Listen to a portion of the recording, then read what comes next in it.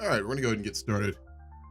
Let me know if my mic is weird or anything like that. I haven't streamed in a good while, as you all know, so if anything is off, just let me know. Hope everyone is doing good. How long has it been since I've streamed now? I think it was when I had that little reprieve from Mono, right? I think there's a week there where I did a bunch of Minecraft and stuff like that. The beard is on, as you can see. You can't see my face. I was clean shaven for a little bit, but I didn't stream during that. What's up, Tingle? What's up, Nir? How you doing? Yeah, there's that week where I streamed a bunch when Mono dropped off for a bit. Fun story. During that little period, I started working out a bunch again, which I shouldn't have done on my rowing machine. And as it turns out with Mono, if you do a bunch of very intensive physical exercise while still recovering, it can literally come back. So it came back, and that was not fun. But then I was in, let's see, Vegas for LVO and the big Warhammer tournament, which was fantastic. So much fun. And then school has been going. So yeah, I hope everyone's doing well. We are now in February. I know I said Grand Campaign would be by the end of December, early January. It has not worked out that way, but it will be next week. So we've got that to look forward to. Get the game up here. Trying out a new camera angle too. I might switch around a little bit, things like that. This room is pretty cramped, the one I'm living in right now. It's pretty small. There's not a lot of space, so I think we're gonna try an angle like this or something else. Not too sure. Not like it was. Now it's definitely off. It's lower. It's lower. But I think it's nicer. You know, there's something to be said for the caveman look, right? Like, I enjoy it. I know many other people, including y'all, probably enjoy it too. However, it does not work out in certain contexts that it's nicer to be a little bit more well put together, right? I think I'm coming out of my caveman era here. We're going into the early Bronze Age. No fancy Babylonian beard, I'm afraid, but you know, a little bit more straight lines on my facial hair. We'll go with that. Take your time with the Grand Campaign. Yeah, I'm not gonna rush it. I am not gonna rush it. There's a little period there where I was sick and started January. I was like, do I just like rush it and get going? But no, absolutely not. Not worth it. It's gonna be such a long thing. It's gonna be such a big thing for me. I almost sound like Donald Trump there. That I want to do it right. So yeah, I will not be rushing it. But I think we should be able to do next Sunday start for the Grand Campaign. The other thing is, starting now on Sundays, I'm only streaming on Sundays. In the evenings after the regular stream, which will be probably normally Grand Campaign, I will be streaming Warhammer on tabletop as well for folks who are interested. I know for the Europeans, It'll probably be pretty late for y'all, but I will upload the videos at some point when I get around to it. And yeah, so we're going to be doing today, or at least, Suzerain and then some tabletop. And then next week will be Grand Campaign and then more Warhammer as well. So like I said, I went to LVO. Let me see if I can get up some pictures, y'all, so you can see what this looks like. It's pretty freaking cool, man. Go get my screen share here. One moment.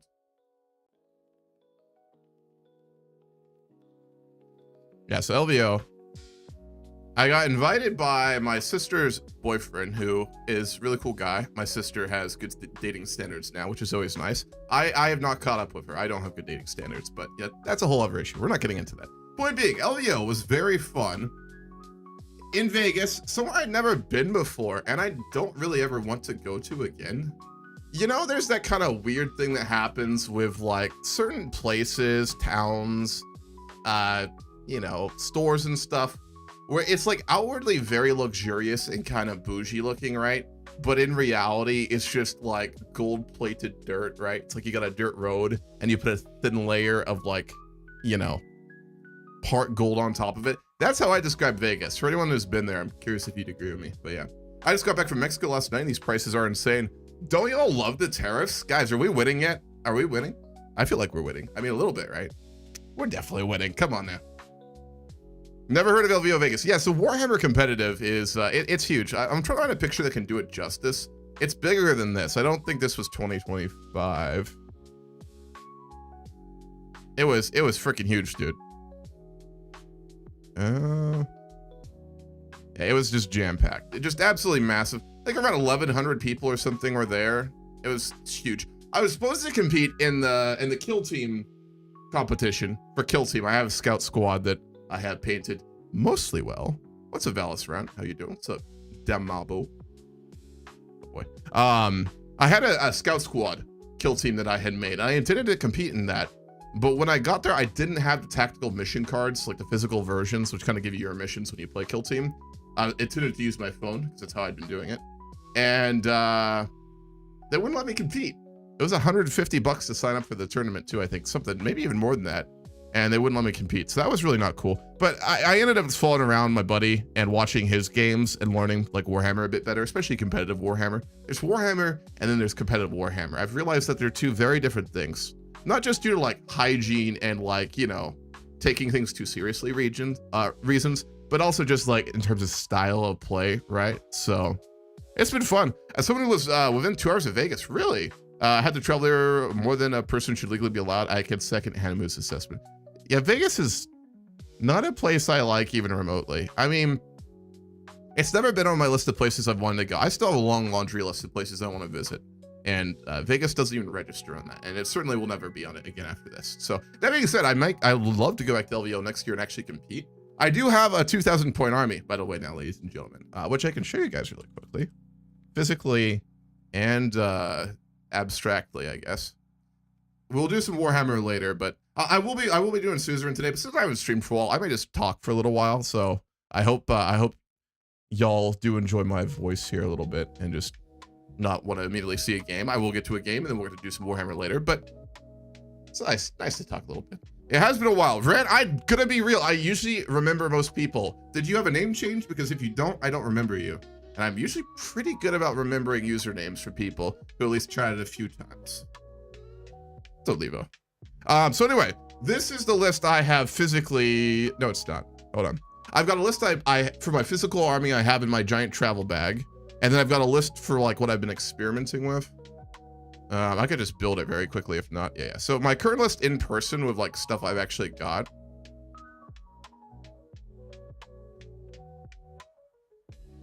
Is this. I'll make it very quickly. If you know Warhammer, you'll probably find this interesting. If you don't know Warhammer, I can get you learned. Kind of.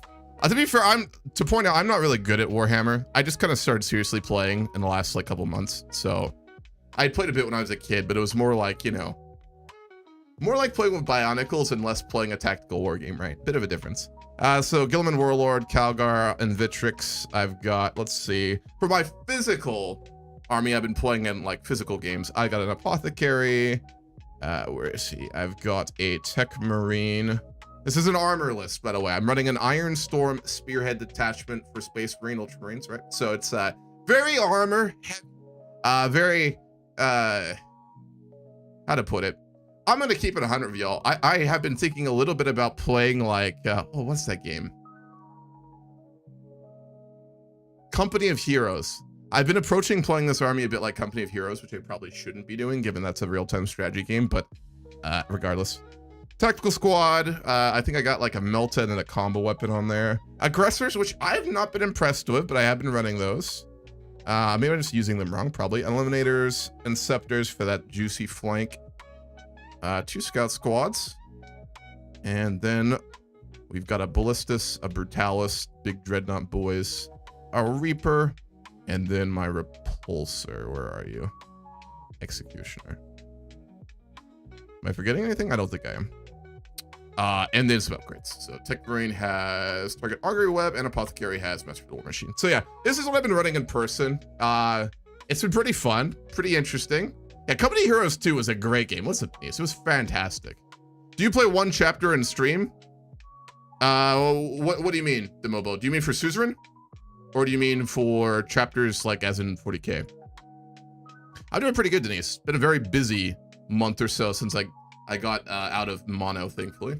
I'd rather go to Kursk than Las Vegas. Yeah, I mean, at least Kursk has some interesting historical stuff. But anyway, this is what I've been running.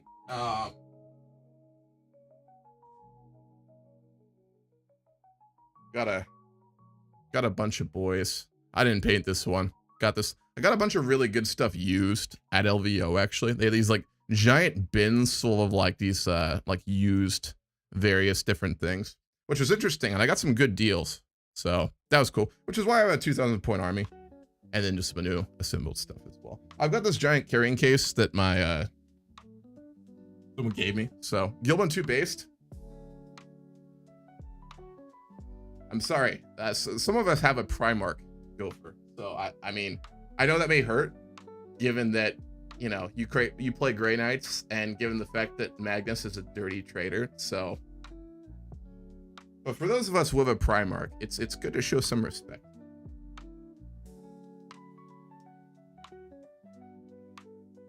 And then this I picked up for a stupid deal right here. Repulsor Executioner. Very solid. I played with it twice in person so far. Again, if you don't play Warhammer, what I'm saying right now is going to sound crazy. So just bear with me. We'll get to some more less explaining stuff in a second here. But I got that at a really good deal. I played with it twice in person. I played against this guy in my Warhammer club at school twice. He plays orcs. And both games we have played, he uses this giant like Orkanaut. It's like a giant orc like dreadnought kind of thing. It's huge, it's titanic, very strong. Both games, I have gone first now, and like I've almost destroyed that thing, and then he kills my repulsor round 1. It's so funny. We just trade our like giant point pieces. If you don't understand Warhammer, ignore everything I said. If you'd like to learn it, I will be, as I said, streaming this evening a little bit of Warhammer. If you'd like to learn a little bit. Not that I'm any great master myself or anything. Alrighty. Where are you in Suzerain? Yeah, so for Suzerain right now, we are on, I think, turn 2 or 3, I believe. So what's the big thing we're doing right now? Yeah, so we've gone through, like, we've done our visit to the west, to like the town with the energy company. We have finalized our plans for what we want to do with like reforms with the government and like the changes to the constitution. We have set like our agenda. We've done our first mega project, which is the railway linking Hull Sword to Lockhaven. We chose that over the road building up in Agneland. I don't think we've done any of our foreign policy trips yet, so it's still relatively early, obviously after the assassination. So we're still relatively early, but I'm trying to remember what turn it is. I know there's a way to see what turn you're on. It's been a minute here. I also have not streamed this game in like, what, a month and a half now? It's been a little while. I know there is a turn screen here. It'll pop up.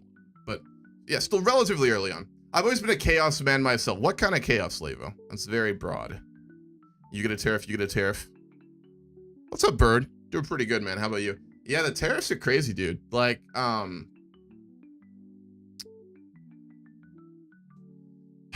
protectionism is not innately a bad thing. I think I've said that on stream before a few times for anyone who's listening to me when I rant for long periods of time.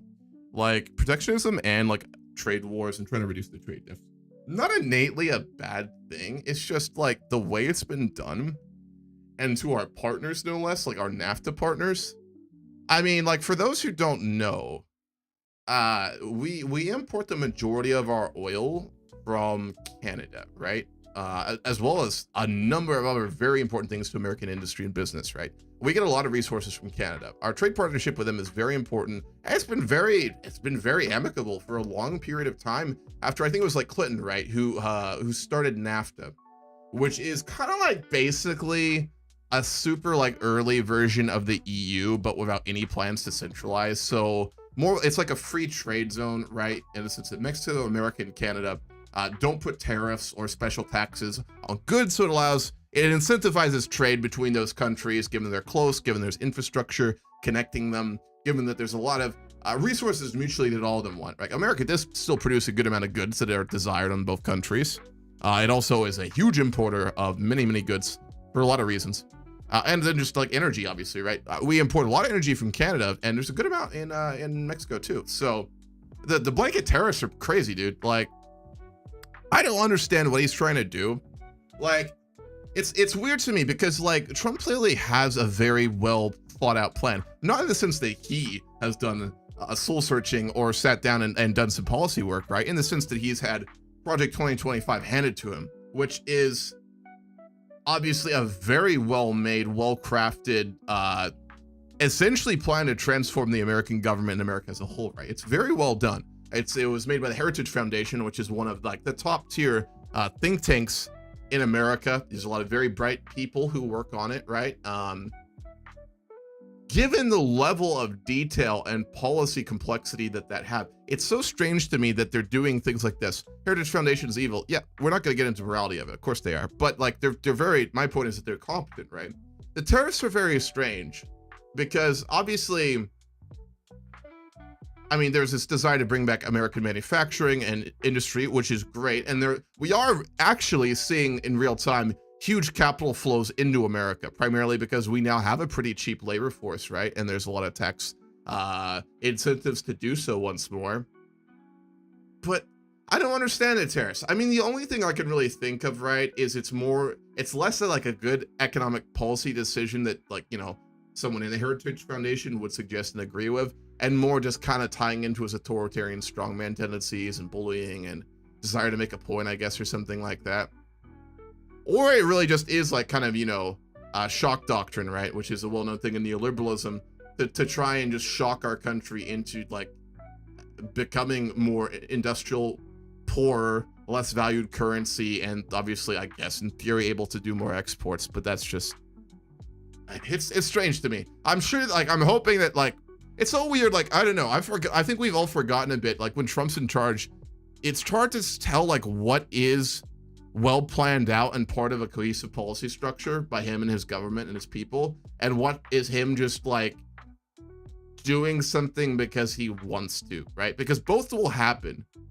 I mean, morality aside, he's got a lot of very intelligent people working for him and advising him. But he also will just go completely off the cuff and do crazy things. So it's so tough to tell if the tariffs are part of like a real plan or if they're just like kind of a knee-jerk reaction. It's very odd, isn't it? But yeah. Trump uses the American First Policy Institute, which is the Heritage Foundation, but mostly unknown. Yeah, they got a little branch offs. $2.12 eggs in Mexico, $7.50 where I live in the US. Corporations are winning. I mean, yeah, the price of goods right now are very complicated. Like, there's definitely corporate gouging, but it is more complicated than that, right? It's just, it's gonna get worse before it gets better. That sucks.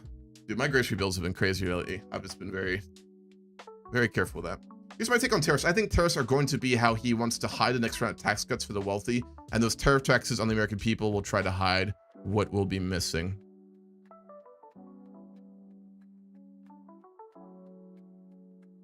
But I mean, how will that justify it, right? I mean, the thing about the tariffs is it's going to raise costs for the average American, right, across the board. So on most goods, I mean, there's going to be probably an effect on the stock market, inflation, a federal response, but not discounting even all that. Just looking purely at the 25% tariffs he said on Canada and Mexico, given the amount of goods we import from there, and given the fact that many corporations will see this as an opportunity to raise prices on goods that are not affected because they can kind of say, oh, it's coming with the tariffs and inflation, right? So these other goods are also increasing in price when they're not, but they can do that, and most people don't question it very often, right? So it'll result in just like an increase in cost on basic goods and services on the bottom line for the average American, right?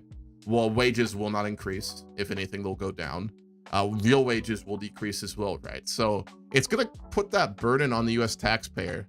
So I suppose in the sense, Tingle, that like people will be so overwhelmed and dealing with a hard economic situation that they would not notice or would be willing to like go with anything Trump says to hopefully make it better to do tax cuts. Sure, maybe, but I'm not sure how else that would really work there. I mean, the tactic in Trump, like in his first administration, which, you know, I'll give it credit. Given we're in the second Trump presidency, and I'm going to probably talk about it a lot while I continue to stream for the next couple years, right? I will talk about it a fair bit. I will try and be like even-handed with it. One thing I always found very annoying in like, especially a lot of commentators and like news networks, not that I'm either, but the way that they've always talked and portrayed about Trump is that like, they refuse to acknowledge the good things. They choose to just like make him out to be this monster, which sure he is. But then like you get so caught up in that, you don't focus on the important things that are happening, right? So like when I talk about Trump, I'll try and be objective. And I mean, he has certain things he does that are not bad ideas, frankly. I mean, they are out there. There are a few. And he's not all bad in the sense of like his ability to do things. There is something to be said for kind of chaos in action, right? Which is what Trump excels at. He is so unpredictable, whether that is intentional or not, that he is able to just get a lot of things done at the same time and people overlook things, or he's so hard to pin down that it's probably advantageous to him a little bit in terms of negotiations domestically and abroad, but it is still at the end of the day chaos, right?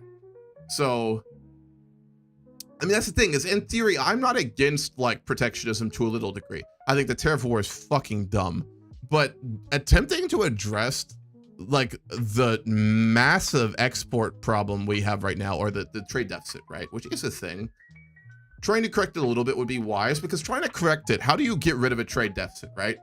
Which is where your country is importing more things than you are exporting, which means that there is capital flow out of your country, right? That's a problem because money is moving out of the country, and it suggests that you are not producing enough to kind of exchange that. Now, given America is such a consumeristic society, right? We all love our stuff. I mean, wherever you are, you know, even if you're relatively poor and don't have a lot like me or anyone else, right? You've got some things in your house, right? We're fairly consumeristic. We do buy things when we have excessive income, which is kind of nice. But as a result of that, we're predisposed to buying a lot of different goods, and we're predisposed to buying cheap ones, which will naturally come in the form of imports. But we do have a big issue where, since obviously the 80s and the 90s, so many jobs have gone overseas and we've lost a lot of American manufacturing power. And that is a serious issue that needs to be addressed, right? And to a degree, parts of the policy of protectionism could assist in that, right? It could assist in that. The problem is, as far as I see it, it's just not clear, cohesive structure of his plans to do that. Like, for me, off the bat, the Canada and Mexico tariff just immediately makes me, any hope I had for like maybe some good being done in all the chaos with like our trade deficit, it goes out the window, because it just shows that there is no real plan. I mean, how does putting tariffs on two countries we have an incredibly symbiotic relationship with in terms of trade, and one of which is incredibly important to our energy security, not just economically, but in terms of practical security, right? With no real plan, with no real like obvious goal besides, I guess, perhaps trying to incentivize Canadian integration and statehood. Good luck with that. It's just, I don't know, kind of a bit of a shame. So, why does Trump want tariff Taiwan's trips? Does he want China to invade Castro, or will we keep living for now? Because Taiwan is one of the biggest chip producers by far on the planet, right? For really high-tech chips. China's tried to make a domestic market since they've been kind of cut off due to the relationship with Taiwan. We've tried to do a little bit here, but it's negligible. The majority of the high-tech chips in the world are produced in Taiwan. They really specialized into it for both, I think, economic and security reasons, right? It's easier to want to defend a country if you have an economic deep interest in them, which was smart on their part. But the tariffs are because, like, we do import a lot of their chips, right? And that is a lot of money, and the tariffs allow, you know, Trump to just get some money out of that, or the government to get some money out of that by, you know, the tariffs we place on those goods. And in theory, would be incentivizing, obviously, a chip industry to develop naturally in the US. That's one of the reasons you do tariffs, is you incentivize, obviously, domestic production. I don't know if that will work out, but that's kind of the perspective he has. And the other part of that, I think, is that he wants to make very clear to the world that he is not invested in Taiwan. We've kind of, it's strange. We've kind of gone back and forth on like our relationship with Taiwan really through our entire history. Obviously, initially, America did support Chiang Kai-shek and the Kuomintang, which later would become Taiwan. That was the more nationalistic, democratic, in heavy air quotes, kind of authoritarian elements of China in the Civil War, as opposed to Mao Zedong and the communists. We supported them in the Civil War in China, and when they kind of got pushed out by Mao after World War II and kind of retreated to Taiwan and a few of the islands on the coast there, we were very supportive of them. But since then, in the beginning, we actually gave them a full security guarantee, right? Like we said, we gave them explicit writing that we would intervene to protect them in a war and protect Taiwan. That lasted all the way up until the Nixon era, where Kissinger and Nixon oversaw like the opening up of China. They met with Mao, and we began kind of the modern relationship we have with China, where explicitly we basically did not acknowledge Taiwan after that point as China. It got kind of iffy, and we didn't have like an explicit security guarantee. I think it was Carter who got rid of that, though. I don't think it was Nixon. So we kind of flip-flopped back over the years on like how willing we are to kind of support Taiwan and things like that, because obviously working with China can be very beneficial, right? I mean, given their size, given their wealth, given the volume of trade that we've done with them historically and at present, right? It's like I'm just getting up the YouTube chat just in case anyone ever talks in there. I don't want us to ignore them. Given all of that, like there is an incentive to work with both countries, right? So it's kind of a complicated situation, right? I mean, and chips are so important now because they're used obviously in so many just like high-tech goods that are high value in general, but also obviously now what is absolutely fascinating to watch, I hope y'all are turned into this like I am right now, is the AI race, right? How many of y'all have been actively following the AI race going on right now in the development of AI? I know there's a lot of negativity to AI. This is gonna be a bit of a rant morning here, but that's fine. How many of y'all have been following like the AI situation or using AI, whether that's just a general interest in the development of AI or like the economic effects, how it relates to chip production, or just the politics of it all? It's fascinating to watch. I don't know about y'all, but I've been following it very closely. Obviously, the DeepSeek situation in the last couple of weeks has been pretty wild.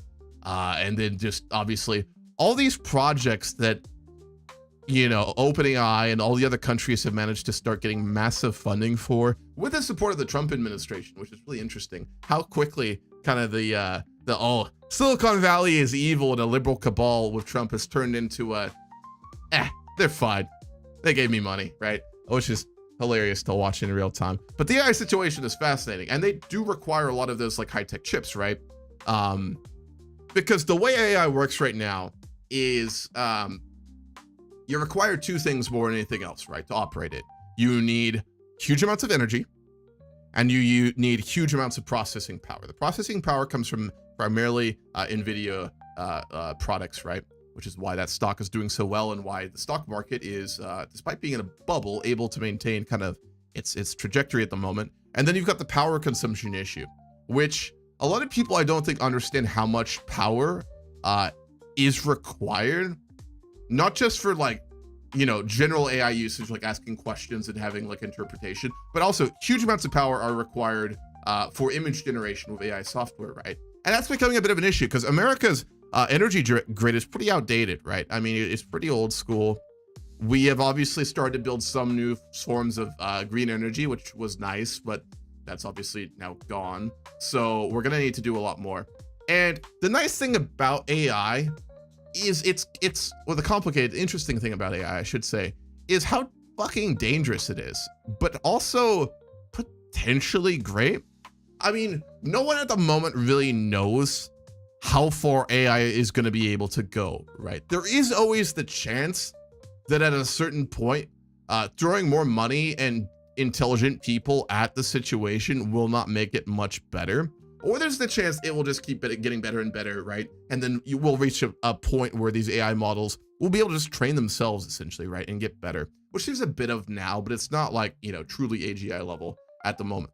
So why do I say it's super dangerous? It's super dangerous because if it turns out to be a situation where the American government, in partnership with private finance, whether that is corporate or private equity or hedge funds or just rich individuals wanting to fund an interesting project, if we end up dumping all the money we're planning to at the moment into this and have continued to do, which is hundreds of billions and will probably quickly go into trillions of dollars in terms of like data centers, power generation, chips, software, technology development, and maintaining what we have, that's a huge amount of infrastructure and resources, which, you know, it's fine.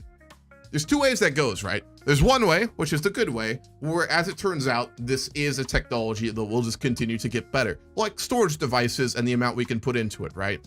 We got to throw a lot of money and smart people at the problem, but it will just get better and better. And AI software that get really advanced. I mean, the benefit to society, the dangers are a lot, but the benefit to society and to the economy and to, you know, obviously so many other things is giant, both in economic and cultural value and in many other ways. I mean, it's an example of a truly breakthrough technology, right? I think depending how old you are, our parents or your grandparents, they lived through a good amount of these, right? A few that come to mind, obviously a bit older would be like the car, right? The commonplace usage of vehicles. The internet is another big one that if you're, you know, a bit older like me, I'm 28 at this point, right? You know, you probably saw like the early days of the internet, but if you're a bit older, even you saw the real early days with like AOL chat rooms and the emergence of that kind of technology, right? But AI is a truly breakthrough sort of tech, right? I mean, if it really works well, it will be pretty wild what will be happening within a relatively short period of time. Now that's the good side of this. The bad eventuality and timeline is that for some reason we do not currently understand, there's going to be either a cap or just a dramatic decrease in the speed at which this technology gets better, or it has an upper limit, or we reach maybe processing kind of thresholds, right? And maybe it still gets better, maybe the technology is still useful, but the narrative that's out there right now that attracts all this capital and interest is that AI will be revolutionary. It will be game-changing in every industry, kind of like cryptocurrencies, like the internet and things like that. But if it doesn't meet those expectations, and either the time and resources are going to take too long for the initial investment, or there is some sort of a soft cap that will obviously prevent it from becoming what it's suggested to be, this is a bubble of '08 levels, right? In a sense. I mean, given that the stock market is already overextended, given that we did not properly shore up the economy after the 2008 financial collapse, given the rise in income equality across the board, given the impacts of climate change, and given all the money, and it's huge amounts going into the infrastructure and AI sphere, if that does not pay off, the ensuing collapse will be bad, right? So I consider it a fascinating and incredibly dangerous technology and thing to kind of watch. So if you're not tuned into it, I recommend you do. It's really interesting to watch, and it could become transformative. I mean, I already use ChatGPT a lot, and if you don't, I recommend you do. And I know there's a lot of people I've talked to, you know, over the last 6 months who are very apprehensive and don't want to use ChatGPT for very good reasons. You can't argue that if you learn how to use it correctly, it's not incredibly useful. It really is. It's so useful. So it's just, yeah, it's pretty amazing to watch. What's up, Condor? Thank you for the sub, man. I appreciate that. I heard the word AI and I want to die. Again, there's a lot of pushback to it, and I understand why, but it's fascinating. It's pretty wild. If you want money to stop moving out of the country, there are two changes that would change how a lot of money gets moved. The residential real estate should be private American citizens only. As in private Americans who sit on the boards of major like private equity firms that control all of American real estate, or American citizens as in individuals. Big difference there. We don't need foreign investment capital buying up houses for profit. It's ballooning the housing market to the point that the cost is making it freeze. I'd approach that a little differently personally. I think outside capital coming from, outside the US is not innately a bad thing. I would personally, if we're talking just purely in terms of real estate, I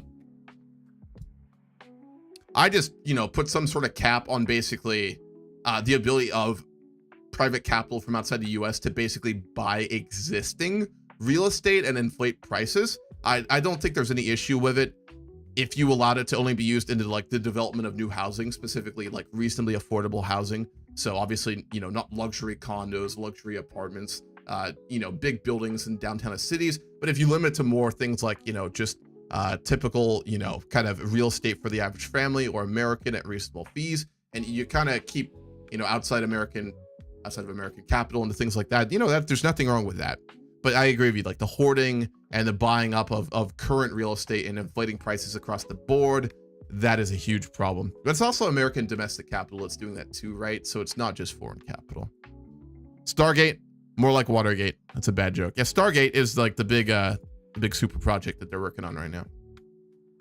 AI is fine, but everyone needs to realize that AI is going to come for office jobs in a way the whole world won't be able to cope with.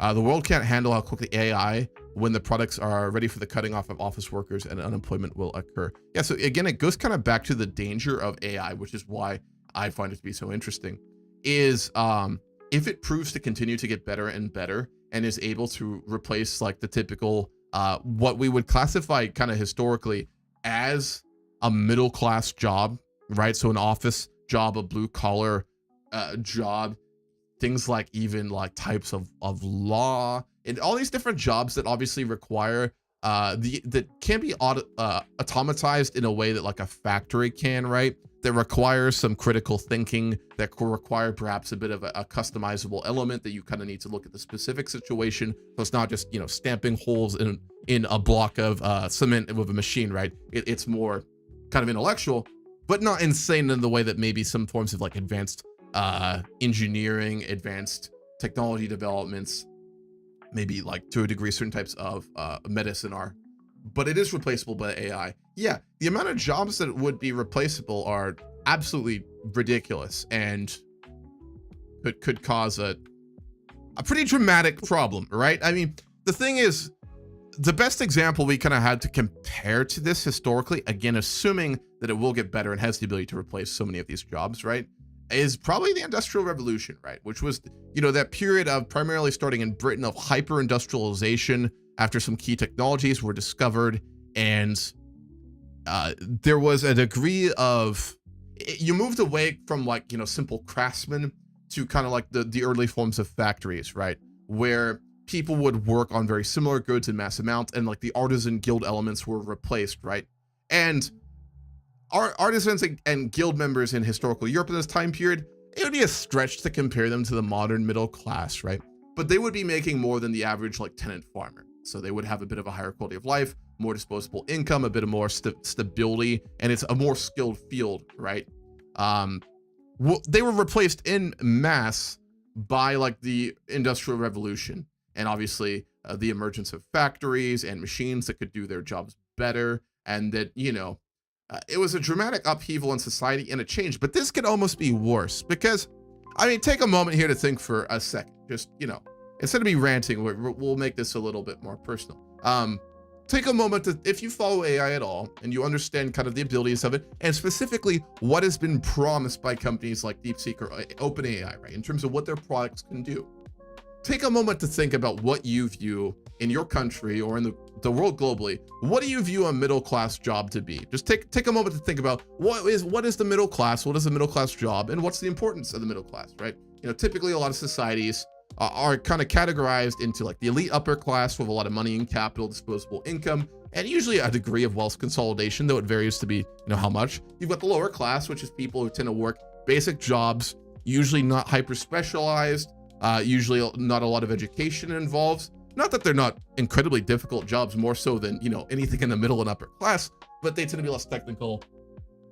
And then think about the middle class, right? Which, you'll hear all the time in politics, especially in democracies in Western countries, but even to a degree anywhere else, right? Like China, which is an example of a hybrid kind of authoritarian government. They place huge value in their middle class as well, which is, what the success of the coastal kind of, capitalism with socialist characteristics and the rise of their middle class on the coastal cities have been important.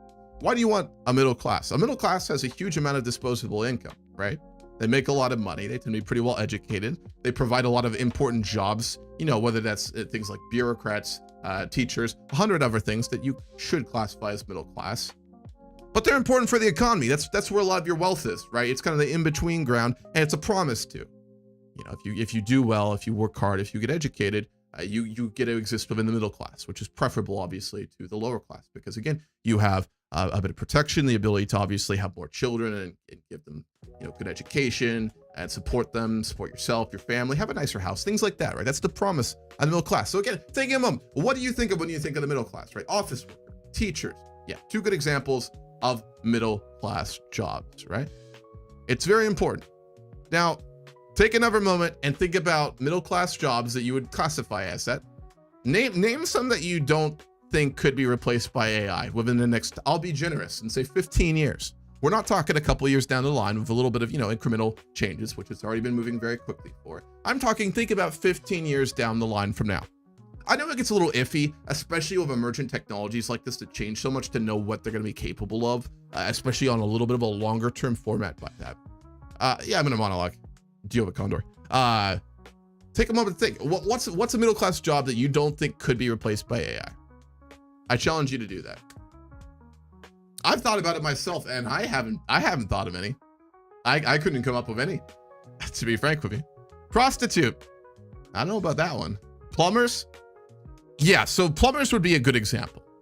Plumber, that is true. Plumber is a good example. So there's at present, obviously, there are not a lot of like kind of trade school jobs like that would be kind of so much in danger of replacement.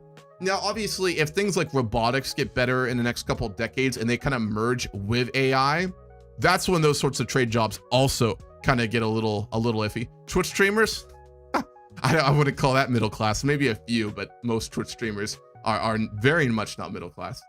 Prompt engineer, fair. So that's a job that would be created by AI and would kind of exist off of it, right? Prompt engineers, as far as I understand it, correct me, it's a job where obviously you work with AI in terms of refining how they respond to questions, and you're more of like a lower level engineer that integrates into the AI system as a whole. So obviously, yeah, that would kind of obviously exist off of it.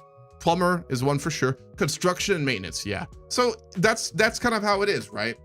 The majority of like construction, physical, pizza is not a middle class job. Types of like construction jobs, trade school jobs, right? Those are the ones that would not be as much at danger in terms of being replaced by AI. But take a moment to think here again from another perspective. What do you need to usually do to get a middle class job in America? Maybe other countries too, but specifically America. What is the unofficial to very official requirement for most middle class jobs, with the exception of things like plumbers, things like construction workers? What do you need to do first? Almost always, there's exceptions, but for the majority of people. A decent education, yes, but what specifically? What specifically do you need to do for most middle class jobs? So TDI will just ditch the planet? Maybe. What I'm thinking specifically, middle school. Usually some form of college, whether that's an associate or a bachelor's or something like that. For most middle class jobs, again, not all, trade schools are different. You usually go to a trade school or you apprentice for that or things like that. It's a bit different, which is way better. But a lot of middle class jobs, or at least the narrative has been historically in the US, that you need some college education. And for most people, college education requires a lot of expense and a lot of debt, which is a huge issue in the country. PhD in Fortnite history, exactly, yeah, which is a requirement to be a successful Fortnite streamer, as we know, like Ninja, who famously went to the Ninjago Academy and got his PhD in Fortnite studies. But beyond that, there's a huge disconnect, right? Because in America, you know, for really the past, I'd say since the end of World War II, in like obviously the arrival of the GI Bill and the normalization of the college education as part of American life, which is not really as simple as that. But since the 50s, for the most part, college education for a lot of the US has been a huge source of further education, and really one of those like kind of promises with the US, which you could argue is really not true, but it feels true to many people, which is that if you go to college, you get an education, you get a solid middle-class job, and you're able to exist with a fair degree of stability and security, right? AI is going to shake that up dramatically. There's already a bit of an issue beginning to onset in the US where there's beginning to be a bit of a pretty serious decline in college enrollment across the US. Colleges in the US is a huge industry, and I say industry, I mean it is, right? It's for the most part private, and even the public schools that you've heard about or maybe gone to, they have a huge component that is bordering on private, right? To a large degree, and partnerships with various companies and services and things like that. That's a huge industry in America, and it's kind of a big portion of the bedrock of the middle class in the US, which obviously has been declining since the 80s and the 90s with neoliberalism. So you put all of that together. I've been ranting about this for a while now, and I won't apologize because it's interesting. And sometimes with things I talk about, it's like, oh, if this interests you, you should check it out. You should be following this. I don't say that very often, so I'm just gonna stare at you aggressively right now and say, you should be following this. I don't care who you are. I don't care how old you are or what you do or what you care about or what you enjoy. I know you came here thinking you'd get a nice little suzerain stream, which you're going to get in a little bit. But before that, you should be following this issue, right? AI is important to you, regardless of who you are. It will affect you. It will affect your friends, your family, and everyone you hold dear, and society as a whole, right? We're in a very interesting time in history, and that's so great. It's just so good. But as a result, there's some things you really need to be paying attention to. And there's two obviously right now, which is if you're in America, you should be paying attention to what's currently happening in the United States government. I know it's hard to look at. It's like a car crash, but you have to stare at it. And the other thing is AI, because it's just going to affect so many things. And even if you're one of those people who's like, oh, AI is overrated. AI is not going to do what it promises. It's dangerous. I don't like it. I know like you Truckoneer, if you're still here, you hate AI. And I get it. But that doesn't change the fact, regardless of whether it's successful or a failure, it's gonna cause some dramatic changes and events in America and in the world and in human history, right?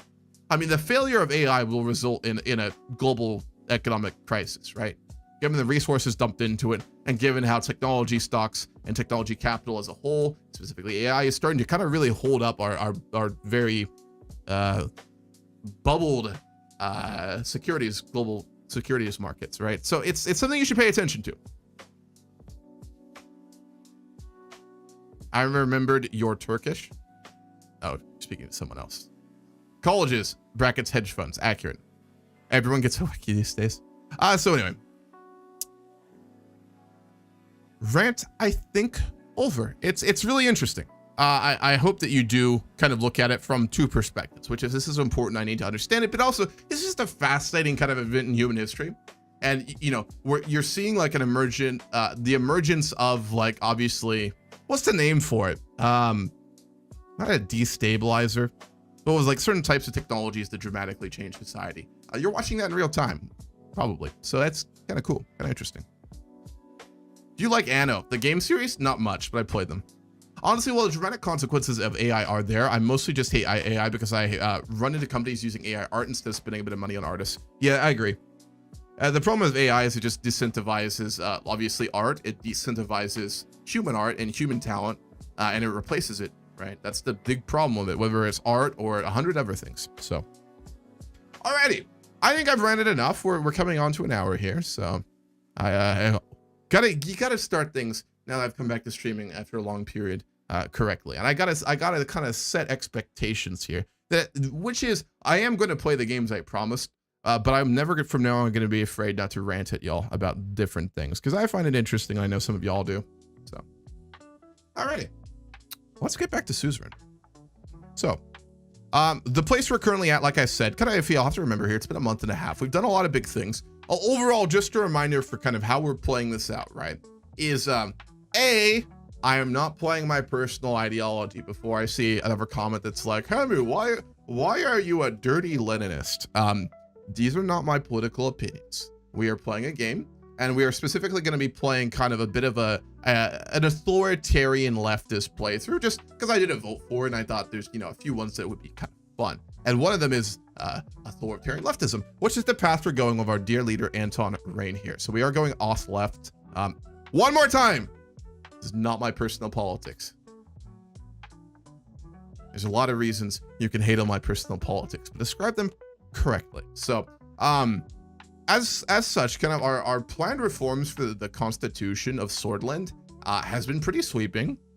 Things like obviously getting rid of checks on the executive, potentially trying to pack our version of the Supreme Court, just really consolidating power in Anton Reign. As I said at the start, this is a bit of a light playthrough, in the sense, a roleplay playthrough, in the sense that I kind of want to play out like the theoretical ideologies of Reign and kind of have things be a bit more realistic. But also will do some polls. When I was doing this last time, y'all are doing some pretty smart big brain polls here. Just a reminder, as usual, the number of polls I give y'all are based on how reasonable your responses are. I will also be trying to reduce the number of just straight up troll options I give y'all. So, humans are very intelligent, logical creatures, but when you put them together, we start to fuck around a little bit, don't we? And I'm the same way. I love to fuck around a little bit. And the way I tend to do that is when I'm, I'm not by myself. When I'm with a group, it's you can fuck around a bit more, right? So, reminder on that. What are my personal politics? I'm a cannibalist. I'm a cannibal. That's my personal politics. End of discussion. So, given that we'll kind of get back into things, I'm trying to remember if there were any other big things that happened with Swordland. Some of the international situations have happened. I don't think we've done any of our foreign policy meetings. We had a discussion with our foreign policy advisor, kind of like our Secretary of State, about the international situation in Rokopia, but we have not, I don't think, gone to any of those meetings, hopefully, because they're fun. We've just kind of been more involved with domestic politics, kind of the rise of extreme political factions within the country, the obviously independence movement of the, what are they named? The sub kind of cultural group within our country, and then obviously our attempts to seize total and complete authoritarian power in the government. So that's been kind of more our focus. Is my camera blurred? It might be. The Bloods. Yes, that's correct. Is it being blurry? It does look a little blurry, doesn't it? Maybe I need to wipe it off with something. Hold on. I don't think I've cleaned my camera in a long time. No, I have. Hopefully this doesn't make it worse. Is that any better? I just need it clean. When I had mono, I was coughing a lot, so there might be some like residue of that on there, which is gross. But so is mono. Did you hear about the That's a word. Did you misspell that word, or is that like the word you intended to type? Like, as in you made an active decision to type that word? We can't see your pores. I'm very sorry to hear that. Thankfully, I've also used a lot of like blackhead removers recently, so that's probably why as well. Let's do a little bit of like, skincare flex on y'all real quick. It's not to flex or anything, but I think I've washed my face multiple times this week, so I kind of not to be too cool or anything. My internet's bad, so streams are usually blurry for me. That freaking sucks. Try reducing the quality down to like 720 or something. Could I give a 5-second rundown of what this game is about? Absolutely. So this is called Suzerain. It's a fantastic game if you've never seen it. I'll just go to the Steam page and kind of show you really quickly. I'm not in any rush to jump into the game today, folks, because I will probably be streaming for around 7 or 8 hours. This will be the first long stream I've done in a long time, because we've got this, and then we do have Warhammer after this as well. So yeah, this is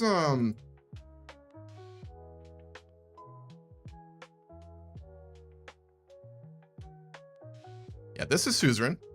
Suzerain's kind of like basically an RPG had a child with a strategy game, and then like someone from Tumblr was asked to write lore.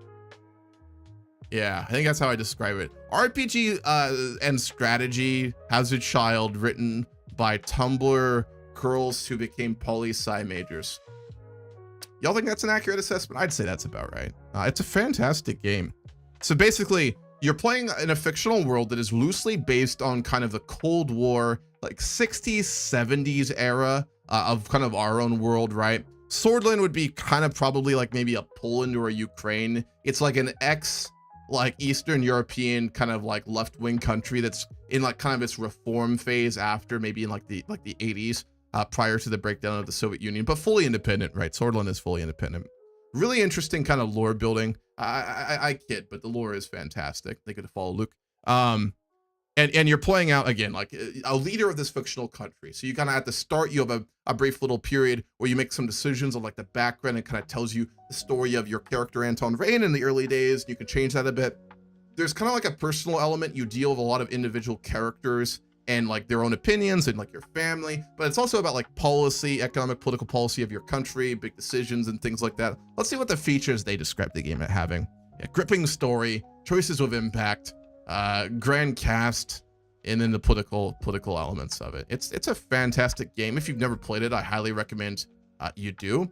It will go on sale. It is on sale right now for $6. If you got $6 lying around and you like politics, lore building, economics, if you've watched any of my streams and liked them, you would probably enjoy this game, period.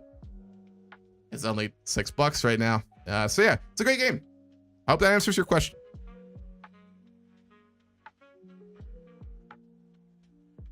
Goon plus suicide. He was, I'm not reading that. Fuck it. He was jorking it outside a drive-thru Hooters and he left us after he got filmed and it got viral. What is this? The Goonicide of Nautica Malone? Denise, are you back to your trolling ways? This is what, you've been so good for so long. It's so weird. I hope this isn't offensive. I mean this in the nicest way possible. I know there's some, I've been streaming for a few years now. And there's some of y'all I know who started watching me, like, who are like Tommy K, 13-year-old viewers, or 14-year-old viewers, right? And y'all, I've seen y'all like mature dramatically, which has been kind of wild and makes me feel old. Denise, why are you going back to your old ways? Or is this legitimately just like a hilarious thing that happened? The Goonicide. I'm typing this into my browser. That I can't come back from that. Of Nautica Malone. This is a thing. Oh, God. Okay, I'm not looking any more into this, but this is apparently a real thing that I have no desire to get any further knowledge on. Dear God. Multiplayer? Multiplayer for Suzerain? No, it is a single player game. Now, they did release a DLC for it as well. If I have not sold you on this fantastic game, and it is fucking fantastic already, they released a DLC where, if you look at the world map here a little bit, there's the Kingdom of Ritzia, which is like a monarchy kind of going through like a phase of reform and change, where you get to play like a whole new campaign as Ritzia. It's fantastic. I recommend that DLC. And if you play Swordland, you can save translate your game and then continue as Ritzia, and then you'll see Swordland kind of how you built it, which is really cool too. It's fantastic. I recommend the base game and I recommend the DLC. So just a little bit of shilling there. This is not a paid promotion. I just think the game is fantastic. So hell yeah. All right. Hell yeah. Hope you're doing well as well, Fox. Okay, let's play a bit of the game. Let's play a bit of the game. That'd be a good idea. Let's change the music too. I love lo-fi vibes, but you know what? I don't think they fit Suzerain too well. Let's play the Suzerain soundtrack. Then I will play the game.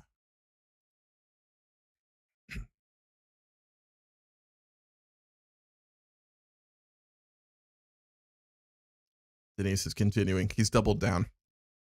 Soundtrack.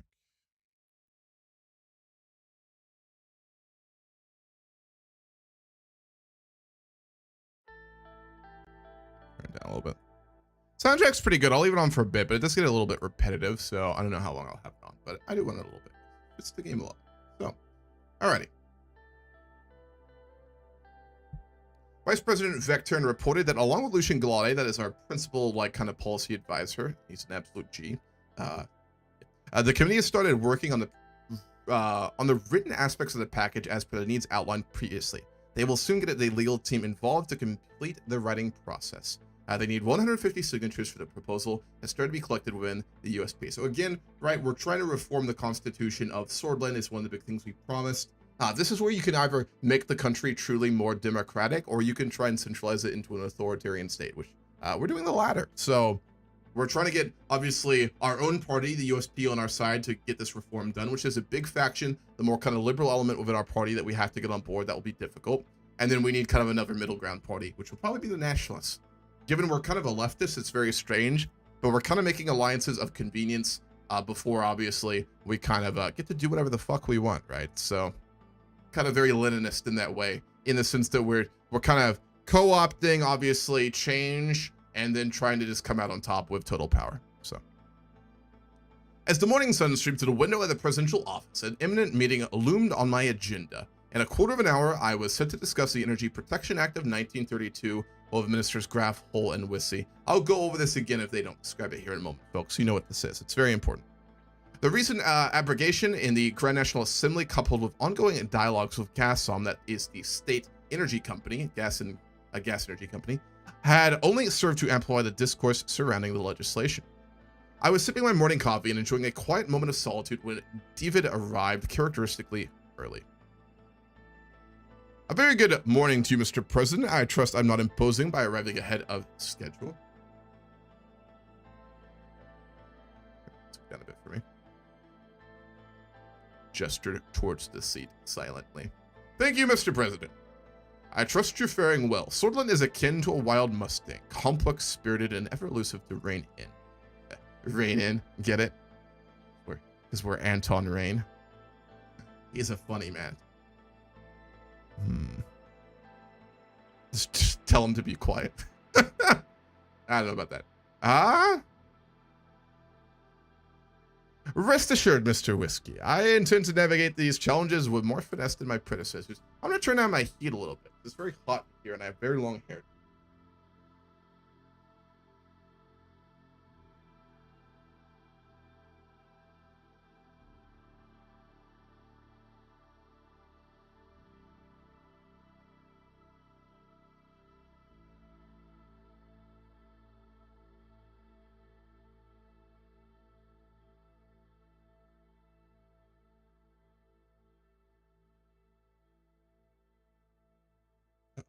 Where'd the music go?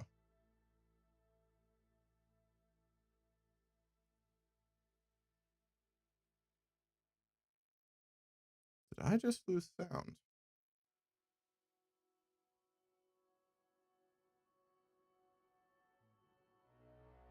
Oh no, there we go.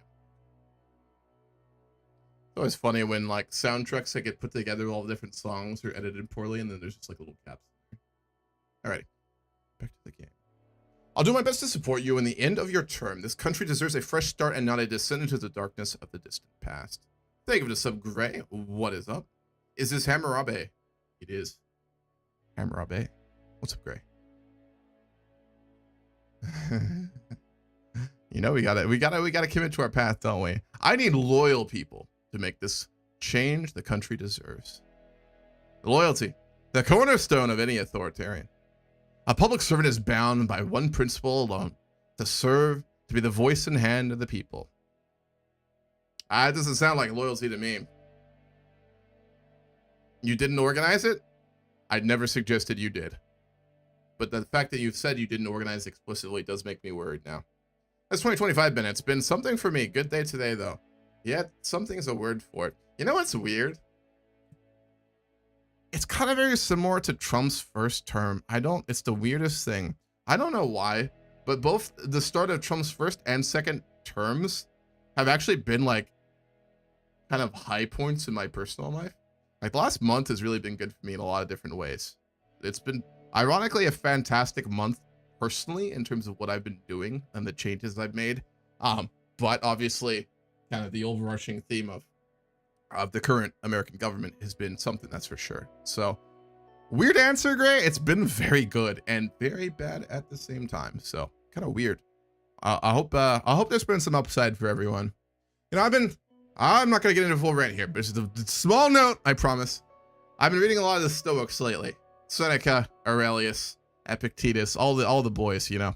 And I've been trying to kind of reshift my frame of reference, which I don't want to start sounding like a live, laugh, love kind of person here, but you know, it's an important thing for me in my own life, obviously during hard periods personally, in terms of just my personal life, but also in terms of outside events that you don't have control over, obviously, to kind of come to terms and to try and see the upside in bad situations. I think that is a skill and it's an important one. And, you know, I know for many people, maybe some of y'all aren't affected. Maybe some of y'all support Trump. If you're watching, probably not, because I tend to say some pretty anti-Trump things. But I think there are a few of y'all who I know are on the more conservative edge, which is fine. But if you've been like feeling the Trump presidency really bad, and it's been scary for a lot of people, just like it's important to try and find a little bit of upside. And remember, like, life doesn't just come to an end, right? There's a lot of things you can do personally, and things can improve. There's always, I felt a lot in Trump's first presidency. There's the overarching danger, and obviously the overarching kind of like the negativity of things being done, but you also are able to live your life even inside of that. So I hope y'all are not too consumed by things, because I know plenty of people who are right now, and I get it, but it's brutal. You had the tournament thing in January, didn't you? Yes, I did. I went to LVO, which was fantastic. I had a great time. I learned a lot, and I'm now have an addiction. Another one. Great. Kitchen wooden frames incoming. Yes, I do need some fairy lights to put around the corners of my room after saying that, don't I? Or some yoga pants, I guess. I've started listening to classical piano. I don't know much about it, but I like the keys of the piano. Learn to play, Cheese. I actually played piano when I was young. I don't think I ever talked about that. We had to learn an instrument when I was homeschooled as a kid, and I learned the piano. Not well, but I did, and I had a pretty good teacher who turned out to be a total creep, but that's a whole other story. And piano is fucking beautiful, man. Never, always be willing to pick up a new skill and, try and test yourself and see if you have the ability to truly commit and learn it. Piano is beautiful, man. And it's an amazing sound. Learn to play it. My boyfriend's Mexican-American. I'm transgender. Not the greatest right now. No, it's not. It's tough. It's a tough period.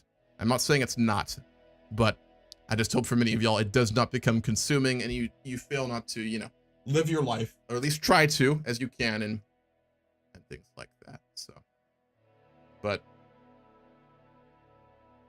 nothing lasts forever, Gray. He punctuated his statement with a cough, then reached for a glass of water and took a sip. His gaze drifted, locking onto something beyond the window. A colossal zeppelin traversed the sky above the Maroon district. For a fleeting moment, it blotted out the sun before gently veering to the left, letting light flood the office once more. I still remember the first airships in Swordland. We purchased them from Kinal after the war, during the birth of what Sol called the Second Republic. Our infrastructure lay in ruins, and those zeppelins offered a much-needed lifeline, a chance to traverse and rebuild. And then, thanks to our research council's diligent efforts, we started manufacturing our own in Gelsword.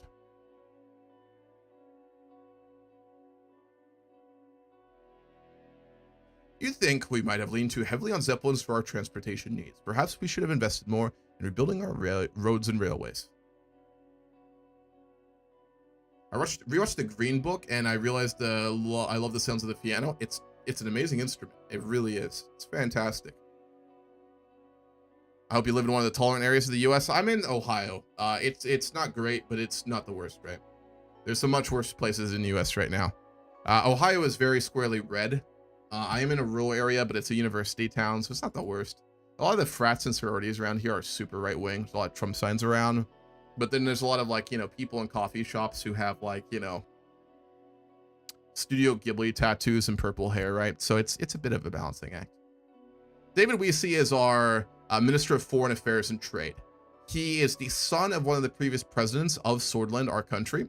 And he was our professor when we were young and like a mentor figure to us. And he's a member of our government. So he's very liberal. What's up, Dark? How's it going?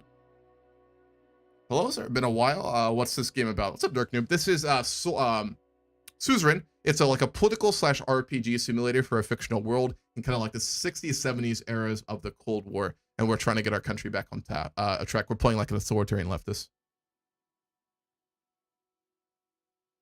At the time, they destroyed roads, bridges, and all made the air travel the most suitable option. But now I'm glad that our presidency is focused on building up our infrastructure. Our reliance on others was temporary, a stepping stone towards the self-efficiency we achieved with the national autarky plan. Autarky means like basically developing things yourself and becoming self-reliant. So, yeah, very important to do. Even though it had downsides, I still consider it a success. A pause fell over the room. David's gaze landed on the portrait of Tarquin Sol hanging in the presidential office. His eyes lingered on the stern face of the old leader. A sigh escaped his lips.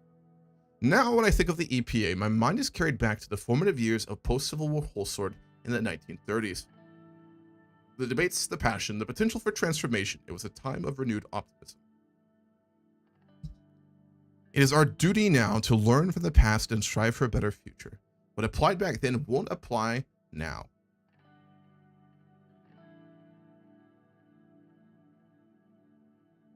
Yep, we'd agree with that. I can see why the Energy Protection Act was so... Okay, so I want to overview this for folks if you don't remember, because it's been a month and a half for people who weren't watching at the start of this.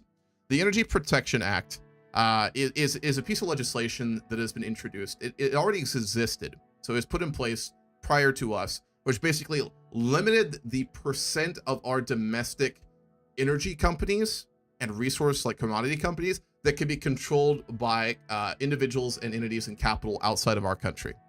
So I think it was like a 60% control. So 60% or something like that of, like, for example, Gasol, which is like our gas company owned by the state originally, and I think kind of privatized now. Only 60% of it had to be owned by people or individuals within Swordland. And there was another 40% that could be owned by basically outside capital, other countries and things like that. The idea being that the energy sector is a security one, right? So we want to make sure that it's controlled by our own companies, and that, you know, obviously we don't have to worry about our energy products just getting sabotaged, stolen, things like that, right? So currently there's a push to basically reassess this bill in our country. So either we could basically dramatically reduce this as kind of like almost like a bit of a neoliberal, a very free market capitalist perspective, which is that we would eliminate basically the percents or put them down to something negligible like 10%, which would allow a huge amount of like capital flow from outside our country to come in and invest in theory, or just own obviously some of our energy companies and services and things like that in production. Or we can keep it as it is, or we can increase it basically. So it's an issue of energy, it's an issue of economy, and it's an issue of international politics, right? So this is what we're talking about right now. Currently the EPA is 20%. Okay, yeah. Only 20% foreign investments can be invested. The other 80% has to be domestic. Thank you very much, Cheese. I can see why the Energy Protection Act was so crucial at the time. We had to safeguard our energy sector from foreign interference, especially in the context of the post-Civil War economic situation. Yes, the EPA helped ensure that the sector remained under our control, limiting the extent of ownership by foreign powers such as Bloomberg or Lesbia. Despite the controversies, it was crucial to our recovery and has helped us maintain our energy independence to this day.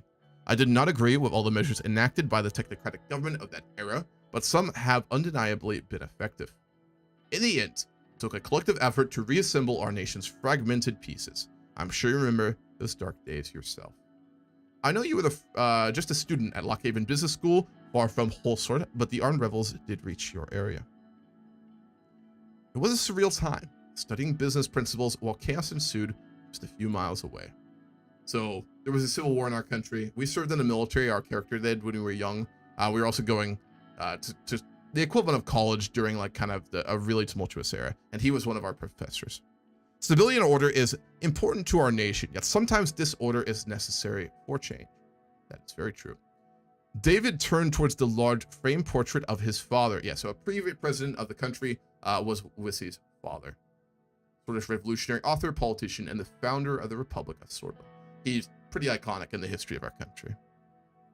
Didn't last stream you terrorize your kid with war stories? Yeah, so one of the fun parts of our last stream was a scene where like we had a barbecue with our son, who's like this super like edgelord 16-year-old who just stays in his room all day and smokes cigarettes. A great kid, really. We had a barbecue where we were trying to connect with our son. This game's, as I said, an RPG too.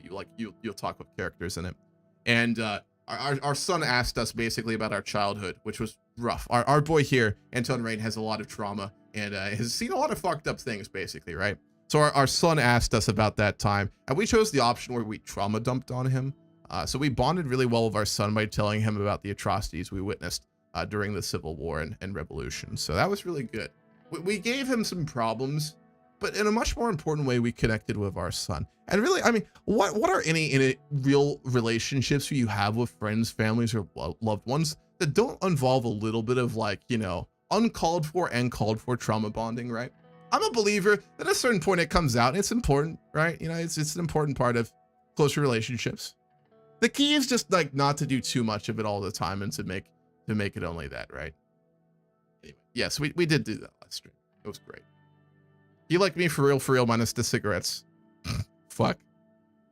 Do you also yell at your parents when they knock on your door and you just want to like smoke cigarettes and like, you know, play Hearts of Iron? That's a joke, lads. Sure, bud. Sure, bud. I'll take your word for it. A spark of determination gleamed in his eyes, and his mouth was set in a gentle, firm smile, a reflection of his belief in a better future for our country. Your father's legacy still looms large. Does it influence your own views? My father was a visionary, a man who sought to modernize Swordland to a secular democratic republic. I've always been guided by his principles. His ability to mobilize public support for revolutionary change has been a constant inspiration to me. He looked back at the portrait with a mix of pride and sadness. In a way, Tarquin's soul did carry on my father's legacy. Under his leadership, we transitioned from a military government to a civilian one and experienced our first multi-party elections. But over time, he drifted away from the ideals of reform and progress that my father held so dear. His visionary zeal succumbed to the more pragmatic, more conservative, and sometimes even regressive dictates of political survival. He cooking. We're just gonna let him cook. Alfonso, for all his flaws, did seek to set the nation back on a path of progress with his focus on a free market and economic liberalization. So yeah, Alfonso was the president before us. He was basically like a neoliberal, like a Reagan type, right? Super wealthy, super powerful, privatized all like the government's remaining corporations and institutions, and did give us admittedly a bit of a surplus in government when we took over, but at the hand of just massive privatization and neoliberal policy. With, to be fair, good intentions. I don't like Alfonso as a character, but I don't think he like did it like his actions weren't like I just want to like rob the country and walk away. He believed in what he did, right? So complicated figure, like most are. And that's the reality of a lot of different people. They may implement bad policy, but a lot of them do legitimately believe in what they're doing. So his EPA amendments, for example, were a severe departure from Seoul's national autarky plan, but many praised a way that it opened the doors for unprecedented foreign investment in our economy, which, yeah, foreign investment is not a bad thing. So it's what I like about this game. It has a bit of a political ideology flair to it, but like there's a lot of like policy gray area, which you don't see in a lot of political games. It tends to be very black and white. This game's a lot better about suggesting that, you know, certain policies, regardless of ideology, can be useful and bad. And, you know, there's a lot of gray area just in general in decision making and individuals.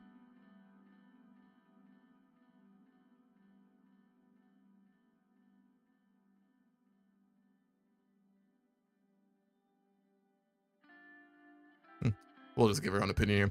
I heavily disagreed with the move at the time. Even as executive vice president in 1946, Alfonso simply tried to change the country too fast. We say that while we're going to try and do some crazy shit here, but you never know.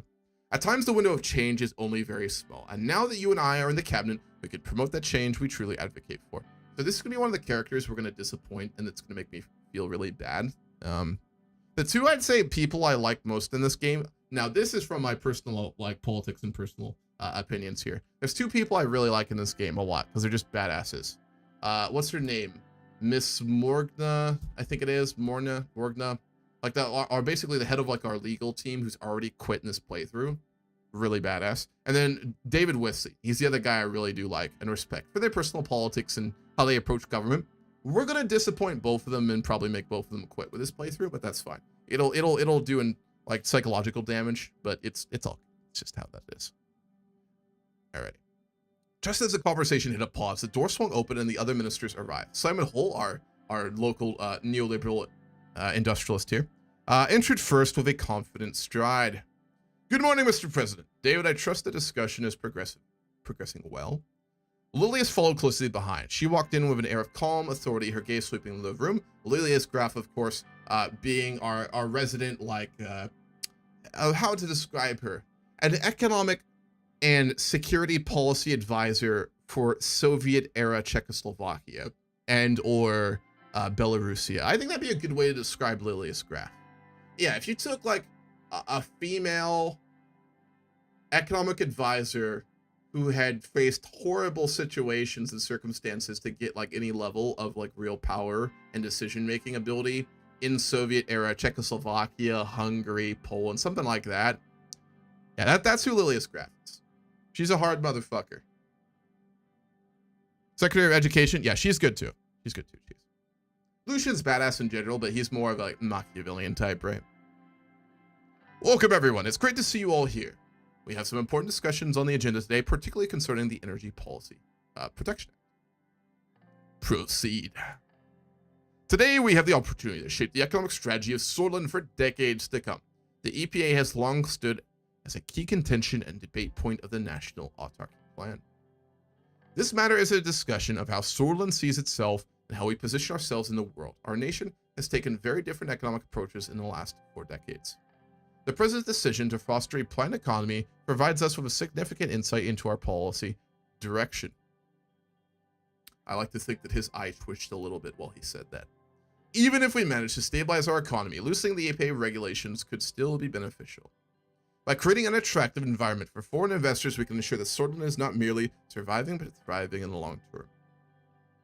A planned economy does not necessarily mean restricting foreign investment. It's about judicious management and control, ensuring that our nation's interests are allowed at the forefront.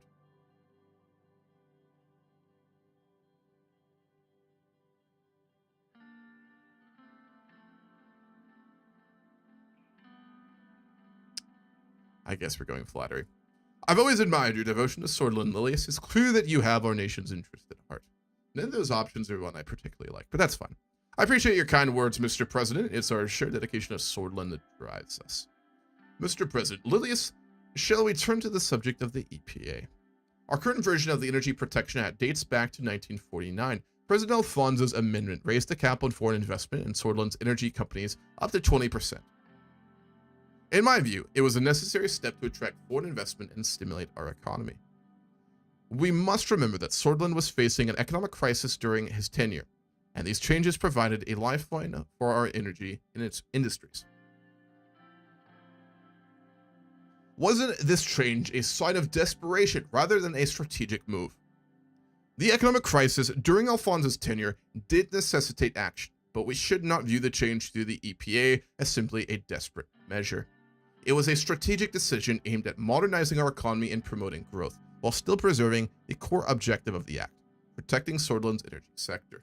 Have a good night, Denise. I'll check you later, dude. The Assembly has spoken on this matter, and as it stands, the EPA of 1932 will not be repealed. It's clear that our colleagues have recognized the potential risk of exposing our energy sector to foreign ownership. I see this game as not for me, so I will leave and watch something else. Good luck. Catch you later, noob. While this doesn't end the debate, it does underline the importance of respecting our Assembly's decision.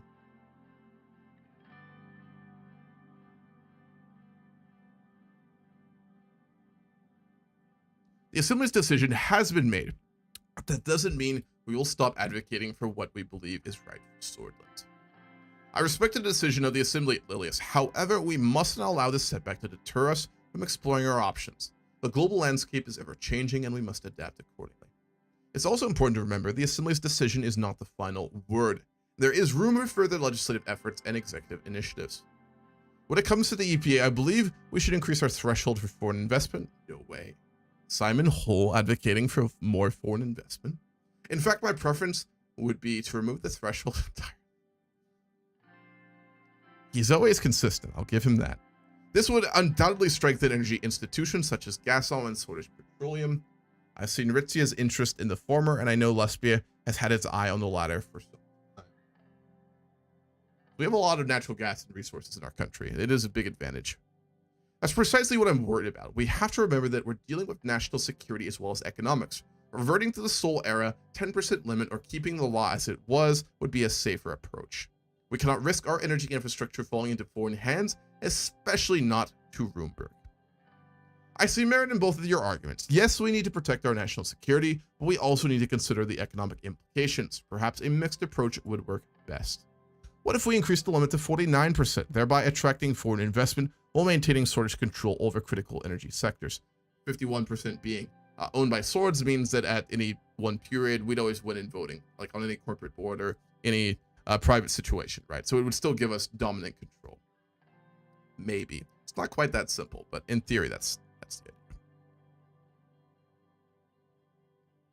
I will let you all vote on what we do for this, by the way. So there's no test at the end of this, but voting a little bit more informed will be useful.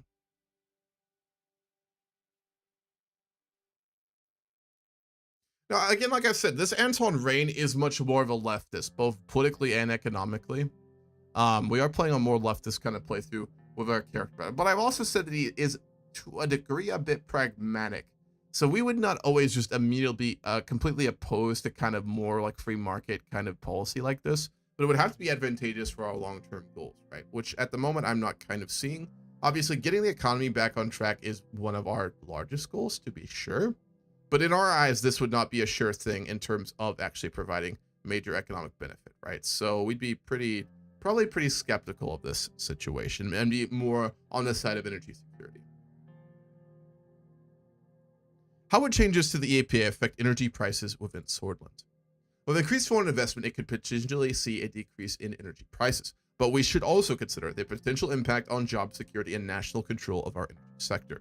So if y'all remember, if you do remember, we made a visit to one of Gasom's facilities in the western part of our country, a really poor kind of industrial town that we visited, and we went there to try and negotiate some better working conditions. And one of the immediate things we noticed, and that is a big issue with our energy companies, is that most of like the high paying like engineering, like kind of oil, like anything above the average worker is basically currently for most of our companies held by foreign nationals. So they're not owned by Swords. Those jobs are done by Swords, right? Which we'd want to see change. So that could probably exacerbate that issue if we go more kind of global finance with our energy sector. Changing the EPA could lead to increased energy prices as foreign entities could manipulate the market. With increased competition and foreign investment, we could also see a decrease in energy prices. The more players in the market, the more competitive. So we don't know. It could be beneficial. It could be harmful. It's impossible to say. We can proceed. It's time to settle this subject. Given the turbulent economic landscape, maintaining the status quo of the EPA could offer us stability. We are already open to foreign investment at 20% threshold. Changing this percentage may introduce unexpected challenges, could complicate our foreign relations. I firmly believe in the sovereignty and strength of our nation. Returning to the 10% threshold of the Soul Era is best for Swordland, and of course Simon Hull wants to remove it entirely. Or a compromise of 49-51, so 51 would remain in Swordish hands. We must consider the far-reaching implications of our actions, especially in light of our recent challenges with Gassel. It's kind of struggled financially. How much of that is for good reason, and how much of that is just corporate bullshit? Very questionable at the moment for us, so we don't really know what's going on.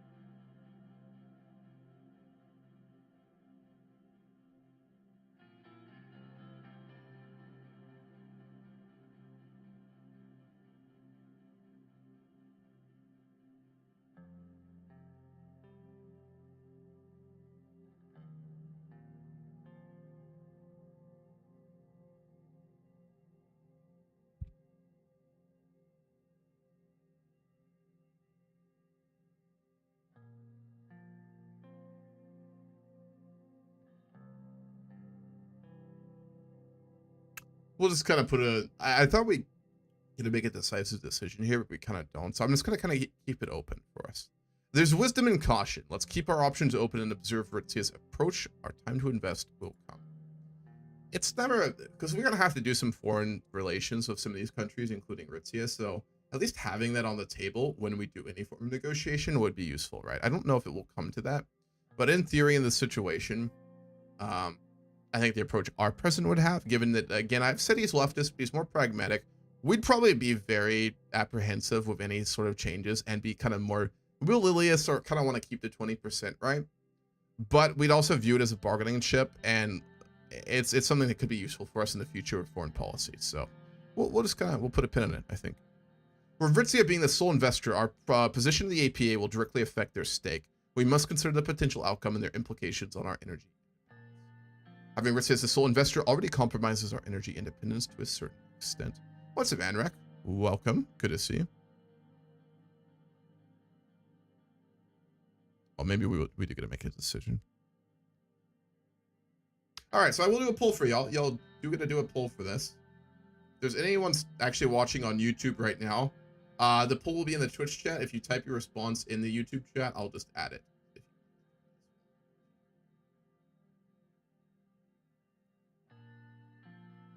Just a reminder, I am multi-streaming, so if I say something you don't see in chat, that's what it is. That's not my stream. That's polls. All right, so I'm gonna put the poll in place here, and then I'm just gonna do one last kind of go over of what these are.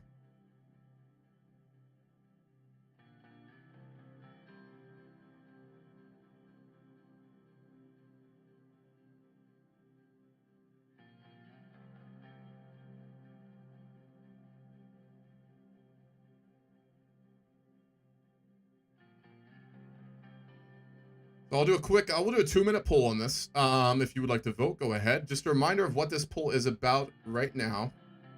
We're currently voting on the policy we're going to pursue, the Energy Protection Act. This is a piece of policy and a historical law that basically limits the amount of foreign capital and foreign control of our energy sector. So companies that work in gas or oil or anything like that, resources that we need to keep our energy grid obviously working and to power our country and to even export our natural energy resources, right?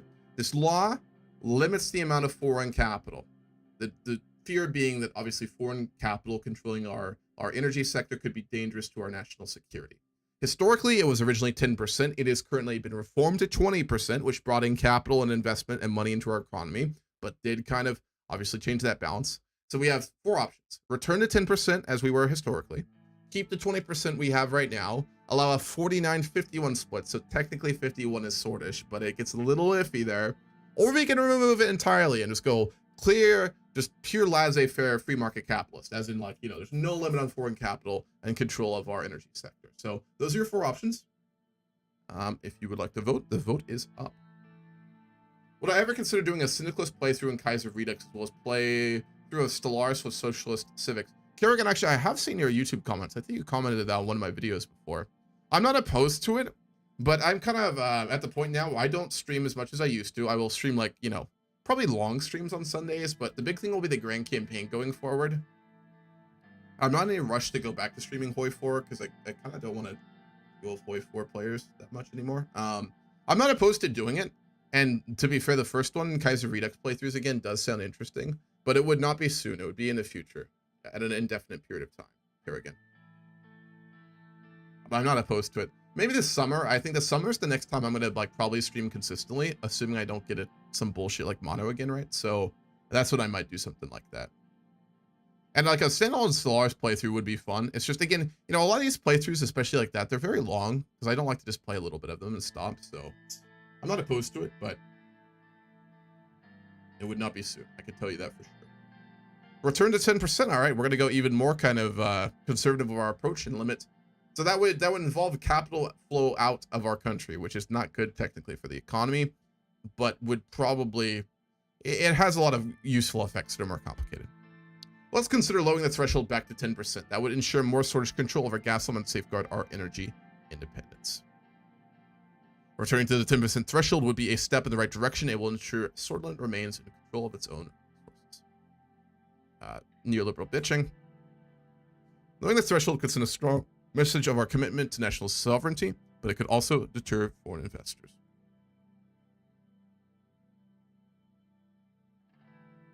True. This is very accurate right here. We have to consider long-term impact of our decisions. Foreign investment might bring immediate financial gain, but we'd risk losing control of our energy sector. True.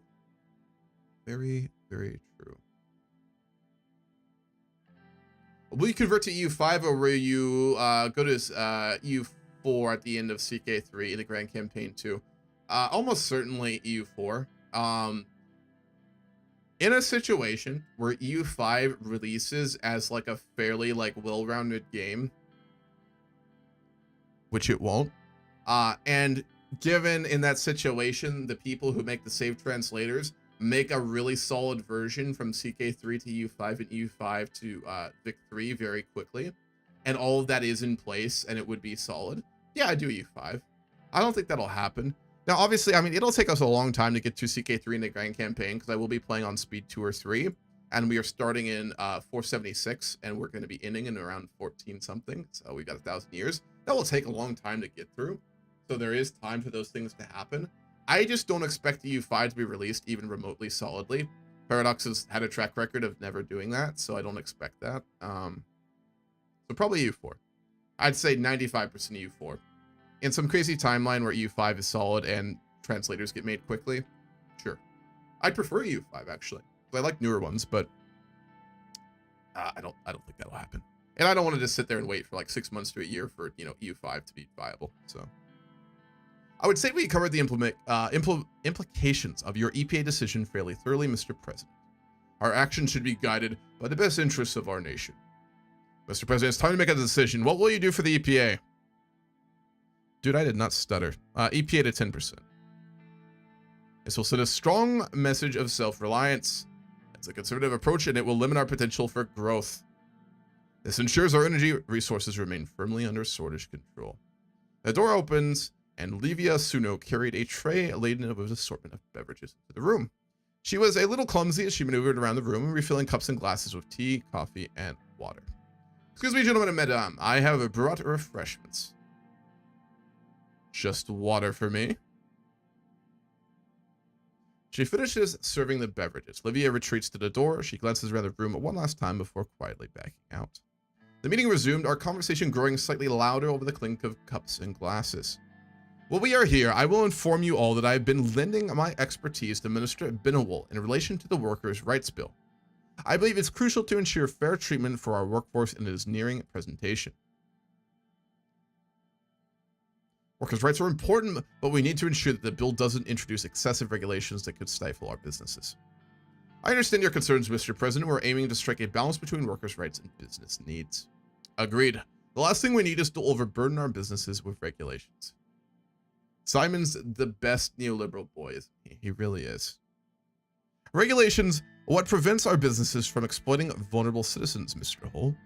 Anyway, I have been working on our upcoming term budget meeting and a proposal for business taxation changes. I wonder which direction they're going to be suggested at going. Specifically, we're considering a range of 10% tax changes for small to medium enterprises and large corporations. This could be a significant move for our economic landscape. 10% tax changes. I'm almost certainly that means down, not up, but you never know.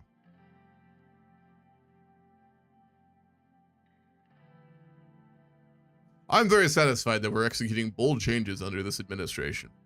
Bold changes can often lead to significant advancement. It shows that our government has vision and a willingness to embrace innovation. A lot of buzzwords.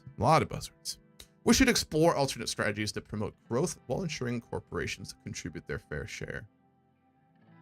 Where have I heard that line before? Workers' rights, something made up by the West. In the East, we have the best workers' rights. I don't know what Mr. Wissy is about. True. The best. To me, promoting growth comes secondary to holding corporations accountable. As the ministers rose from their seats, the late morning light spilled into the room and through the ornate windows. It seemed to signal the concluding of the meeting. Our work is our legacy. Let's make sure it's one that Swordland can be proud of. Thank you for the discussion. I'll continue working on priorities. Goodbye, everybody. All right. We're done with our meeting. So 10% APA. That will result in capital flow out of our country, but obviously more security and trust in our energy security. So the military will love it. People concerned with, you know, and a little hostile really to foreign nations will like it. Business will not like that at all. It will not be very popular business. Radicals are getting worse everywhere. Sarna is exhibiting strong potential for agricultural growth. The demand for enabling Lesbia is increasing, suggesting an opportunity for expansion in the region's agricultural sector. More internal problems. Remains of the former Black Battalion members have been discovered near the site of the Izam incident. The deceased have been identified as Swordish armed forces officers who were pardoned by President Sol's government and were deployed in border security at the time. So a mass grave? Yeah. So a bunch of people were murdered in the protest, and I guess they found bodies relating to it. That's interesting. We'll do that in a moment. We got to meet with the business council. Always a joy. Untapped coal reserves in Lauren. Minister of Rural Development Gus Manger has toured the Gruny region in Bourne as part of his research for a new rural development plan. Big policy proposal he's going to try and push, which I'm not really interested in personally, but maybe he can sell us on it. Farmers are seeking support from the government there due to issues probably with agricultural products. Workers' right to work. Alrighty. Is there anything else before we go meet with the Cigar Club? There's not. Alrighty. We were in Lockhaven to work with the Business Council to assess the weaknesses in the economy. Simon organized a dinner with the affluent economic figureheads of Swordland. When we arrived, the streets were bustling with activity. Even though the atmosphere in the country was tense, Lockhaveners didn't seem very worried. Now, this is not our capital city, but it is like our big, gigantic port city. It's where all like our imports and exports go out of. It's where probably our navy is based out of, I would imagine. It's a huge industrial hub as well, right? So this is like, you know, maybe the trying to think of a comparison. This is like the Frankfurt combined with a Hamburg compared to our capital, which is like, you know, Berlin, right? That'd be a good comparison. When we arrived, the streets were bustling with activity, even though the atmosphere in the country was tense. Lockhaveners didn't seem very worried. Together with Walter Tusk, Edith Agnock, Mikhail Avon, and Simon Hull, we entered the renowned Asteria restaurant by the coast. A short blonde man whose embroidered pocket red manager greeted us and waved his arms in excitement as he told us how pleased he was to have us in his establishment. Being with pride, he led us to a private room and got us seated at a large table covered for the occasion with a maroon tablecloth. So these are the boys here. We got Simon Hull, who is one of our ministers and a proud neoliberal, but he means well. He believes everything he says, and he legitimately is trying to better the country. He's just very free market, very kind of neoliberal capitalist. We've got Mikhail Avon, who is part of the national, he's name with like co-chairman of NBC, which is like one of the news outlets in our country. They've got Walter Tusk, who's just a really wealthy businessman who has already tried to bribe us, just straight up tried to bribe us. I don't mean suggested and imply. I mean, he straight up tried to bribe us in the presidential office on like almost day one, I believe. So he's got a lot of confidence. We'll give him that. And we've got Edith Adnock, who's an economist and banker. So kind of, you know, not super wealthy, but definitely caught up in that, you know, the whole kind of economic apparatus of our country. This is the who's who of economic powerhouses, really. So he looks like Andrew Ryan. Who the fuck is Andrew Ryan? I'm gonna have to Google Andrew Ryan. Let me see. Andrew. He does look like Andrew Ryan from BioShock. Yeah, he does. That's really weird. I haven't thought about BioShock in years, man. Jesus. Those were fun games. I remember when BioShock Infinite came out and how just like amazing that game was. The gameplay and the graphics, just mind blowing. Yeah, I remember now. You've jogged some deep memories there. There hasn't been a new BioShock in a long time, has there? There was like Infinite, and then I don't think there's been one since. That was a good game. Yeah, nostalgia. Tusk looks like if Walt Disney had his face melted a little bit. If he got like if his head got unfrozen and like there was a little too much ice damage. That's what Walter Tusk looks like. I recommend the Lockhaven salmon, President. You have to taste this local delicacy here. The best in Swordlands. We're gonna get some pasta. We're a man of the people. No. We don't go for fancy things like salmon and complex proteins. We're a man of the pasta. Man of the basic carbohydrates. I ordered less bean pasta for the main course. The servers took their notes and asked about the second dish. Rice. Like people eat every day who suffer at the hands of a government that has not cared for them. Remember, cuisine choices are political policy. Just ask Gavin Newsom about that. That's 2 starch dishes, President. That's no good. What is your suggestion? Well, the servers quickly jumped in the conversation and told me that Mr. Tusk was right and went on to explain why 2 starch dinners do not go together. Then order to prepare me something special. No, I want exactly what I ordered.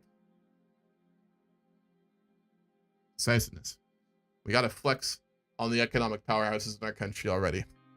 You know, there's a bit of truth in this. I know it's kind of silly, but like, our meetings like this, where everything kind of does go like this. I don't know. It's strange. The server looked uneasy. He replied, "I'm sorry, Mr. President. This is a very special establishment, and we want to provide the best quality service. Therefore, we cannot serve 2-star dish." The fuck? And they do not compliment each other. Oh, come on. He's the president. Serve him what he wants. That's an achievement? I just got an achievement called Carb Diet. Order pasta. What was it? There's an achievement for this. That's so fucking funny. Why is this important? Order pasta and rice at the Asteria restaurant. 4.5% of players have gotten this achievement. After a brief argument, the server agreed to serve my order and apologized. The servers placed glasses in front of each of us and served bread and water. After they were done taking orders, they quickly left us alone in the private room. Pasta is fucking fantastic. What's up, Tort? How are you? Good to see you. Now, there is some truth to, like, obviously, like, different types of foods going well together if you're having, like, more than one dish while eating. But also, do whatever the fuck you want, man, you know? The best part about being an adult I have found, or one of the high points of being an adult I've found, and I know it's not a good decision, but one of, like, the moments I think you realize that you're a semi-functioning adult, and it is really enjoyable, is the fact that you can order an entire tub of ice cream or buy a whole tub of ice cream at the store and eat it in one sitting. Now, is this a good idea? No, it's absolutely not. It's a very, very fucking bad idea. It's a really bad thing to do to your body and to a degree, your mind, but it's a moment where you realize that we're all going to die and you can do whatever the fuck you want, right? And that's a very important thing to understand. Within reason. Don't murder people, right? And things like that. But do whatever the fuck you want within reason. And don't be afraid to do it. Or try to be less afraid to do things that you want to do. Again, that don't harm other people. I'm not telling you to go, like, murder people to get your sexual thrills or something, right? I'm saying do whatever the fuck you want, because we don't live that long. To a degree. Life's very full. You can do a lot of amazing things. I mean, assuming you get to, you know, live a good number of years, there's so much you can do and experience in life. There really is. But there's an ending. So do whatever the fuck you want. Like, buy an entire tub of ice cream and eat the whole thing in one sitting, which I have done as an adult. And I'm proud to say that. Not because of the decision, but because of the implication. That it's important to do whatever the fuck you want. So, a little weird tangent there. That waiter's now crying in the broom closet. Yeah, I hope we didn't, like, you know, ruin his day too badly. One thing I can't stand in other people is people who are rude to staff at, like, any sort of service jobs. I had a few dates in my life. I will not sidetrack here too hard, I promise. I've done a good amount of ranting today. I've had a few dates before with people who have treated, like, you know, obviously, like, waiters or, like, baristas and stuff badly, and, like, who get really mad and, like, at, like, people who work minimum wage jobs. That's an instant I'm never texting you back. It's if you treat service staff badly, unless they just say something or do something horrible, of course, you can lose my number. So who cares if I've eaten an entire bat of shredded cheese for dinner? It's my life, damn it. Exactly, Greg. That's the kind of energy you got to live your life by. You know, sometimes make bad decisions because you fucking want to. That won't kill you or hurt other people. Just fucking do it, man. Honestly. Gotta say, this sounds a lot like stoicism. I mean, given my Etsy cart currently has a giant painting of Marcus Aurelius I'm planning to put on my giant empty wall right over there, that there's probably something to that toward. More importantly, what ice cream did you eat? Fucking vanilla. That's another point I want to bring up here. You know, as someone who loves vanilla ice cream, I fucking love vanilla ice cream, man. I will never apologize for that. Whenever people ask me, what kind of ice cream do you like? And I go vanilla. You always get the, vanilla, really? Really? It's always like the, how dare you? Yeah, basic, right? I don't give a fuck. It tastes amazing. Dude, you ever had good vanilla ice cream? It doesn't have maybe the textures of Rocky Road. It doesn't have the wild, aggressive flavors of some wild ass shit someone made, right? But good vanilla ice cream? I will never apologize for loving it. So yes, the giant tub of ice cream I ate in one sitting was vanilla ice cream. It was fucking fantastic, man. I felt horrible after, but it was fantastic in that moment. What's up, Lollipop? How are you doing? Gotta get that shit with a flex of vanilla meats in it. Anrak, you are a vanilla ice cream enjoyer. Yeah, there you go. There's little black dots in your vanilla ice cream. That's the good shit, probably. Or it'll be too strong, but tends to be. I mean, that's the thing, right? When I say vanilla ice cream, I don't mean that shit you get for $3 at the store that like is 99% chemicals. I mean well-made good ice cream, right? I'm talking like, you know, a local brand, a local ice cream store, some really good high quality shit. That vanilla ice cream, I've never had another flavor that when it is well made is better, and I fucking die on that hill. Hell yeah. The expensive shit, exactly. The kind I don't buy very often, usually just on dates, but that's fine. Always get the good ice cream on dates, because if they turn out to be a not very interesting or fun human being, at least you get some good ice cream, right? So a little bit of advice there. Anyway. Fucking fantastic. More of the story. Do whatever the fuck you want. Just don't hurt other people and love doing it. It's a very, very important lesson to learn. Have a good night, Truckaneer. I'll catch you later. Have a very, very good night, my Swedish friend. Mr. President, I didn't have the possibility to thank you for coming today. Your presence means a great deal. We've already got some ass kissing. We're off to a great start here. I like that. That's a good start. You know, I think the main goal in this meeting for our Anton reign is going to be just really to kind of set the tone with the economic elements of our country. That we don't respect them or like them particularly much, but we'll tolerate them because we kind of have to. But I really want to set that tone that we just like don't respect them at all. That's the tone I'm going to try and set here, ladies and gentlemen. Kind of obviously in line with our Anton Reign's personal beliefs, and kind of I think a fitting situation here, right? So we want to communicate that very well. Indeed, sir, it's an honor to dine with you. Thank you. We should thank Simon for organizing this meeting. No need for that. I hope everybody enjoys the evening. Simon gestured at the expensive-looking red wine bottle that one of our servers had just brought to the table. Mr. President? No, thank you. Are you serious, Mr. Rain? Are you going to pass on a Château de Falenco 1934? Thank you, but I'm not going to drink this evening. We're insulting them.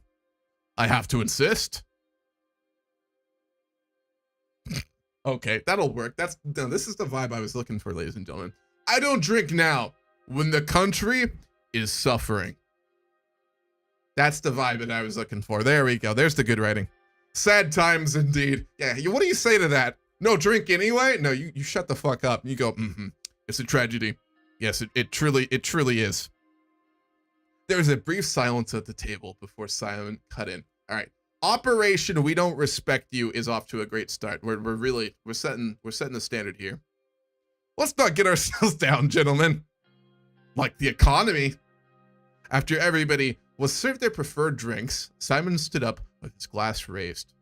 I'd like to raise a toast to all of you here today. We're meeting here tonight in difficult times, but I believe that with hard work, cooperation, and trust, we will get through this period as well.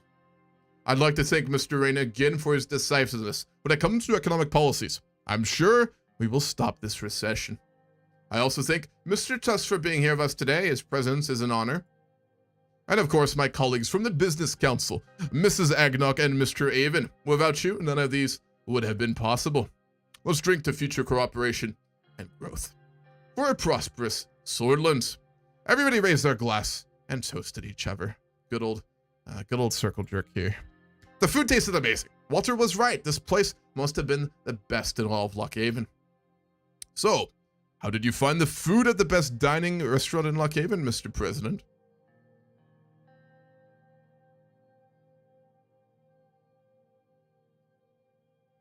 It's okay. It's not bad. It's pretty good. It's okay. I don't hate it. Oh? You didn't like the food? Again, we gotta set our tone here. No, I loved it. I just don't like this luxurious fine dining culture. Oh, I understand what you mean. How are things going in the Maroon Palace? The pressure must have increased after you attended that funeral.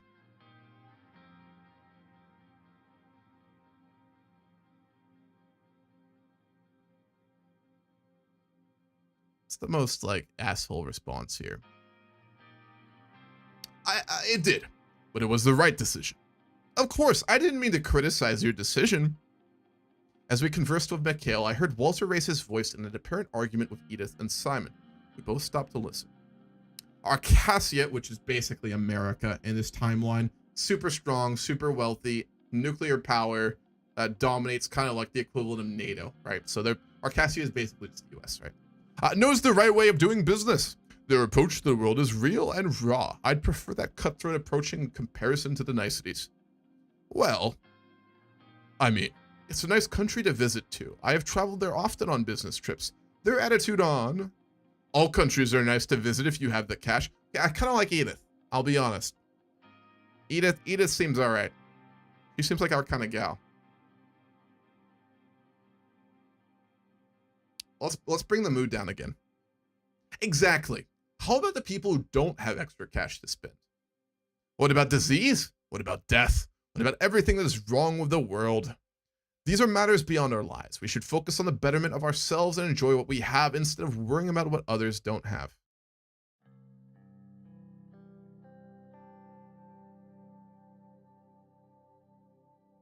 You know, normally I just be an asshole, but I've always loved this quote, so I will say this.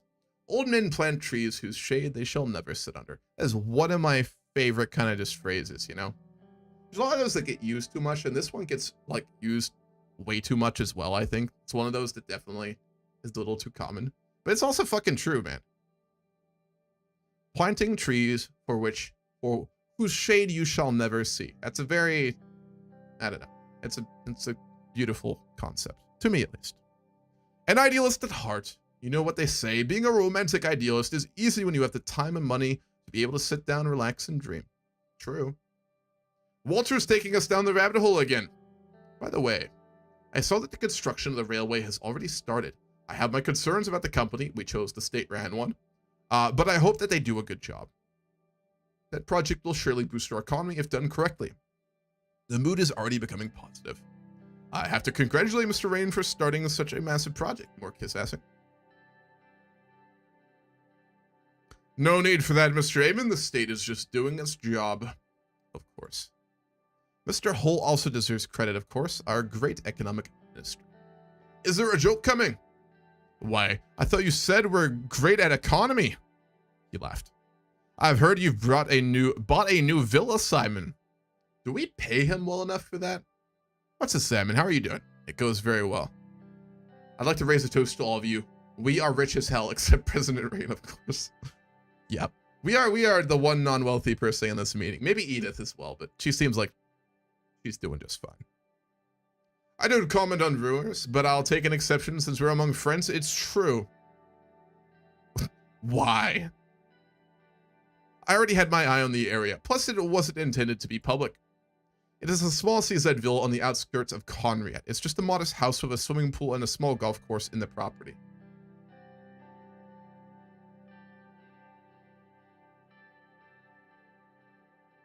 Modest? Are you being sarcastic with me?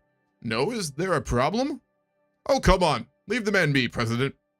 Edith, who was sitting to my left, gently put her hand over my arm for a few seconds. We are married, but good try. Come on, let's not talk about finance or politics for now. We came here to relax. She turned to Walter and Simon. Isn't that right, gentlemen? They nodded at her and took a sip from their drinks. She slightly leaned towards me. So, Mr. Rain, why don't you tell us what's behind that strong character of yours? Oh, there's some fun responses. I've heard that you had a difficult life in Desir. Is that right, dear?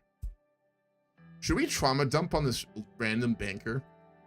I mean, it's in line after our meeting with our son, isn't it?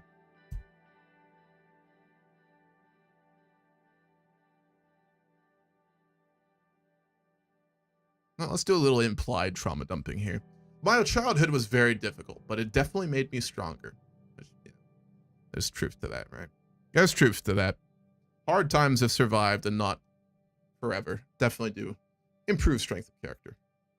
Presidential trauma dump. True. This is not just any trauma dump, ladies and gentlemen. This is a presidential trauma dump. You're welcome. Sometimes it impacts people more negatively. My father used to beat... It's joking, but apparently we're going to actually do some trauma jumping here. Ladies and gentlemen, I think we may be about to bond with Walter Tusk over, like, abusive childhoods. That's just wild. But why not? Sometimes it impacts people more negatively. My father used to beat me up good when I crossed the line. I never met your family, Mr. President. How are they doing, if you don't mind me asking? I prefer not to talk about my family. I understand. Family is everything. My advice would be to make sure that Frank has a solid relationship with you. He is your future, after all. That would be our deadbeat son there. I said, I don't want to talk about my family. I'm sorry, President. Let me know if I could help with anything. I think we're succeeding pretty well here in coming off very hostile, in a hostile manner to these people.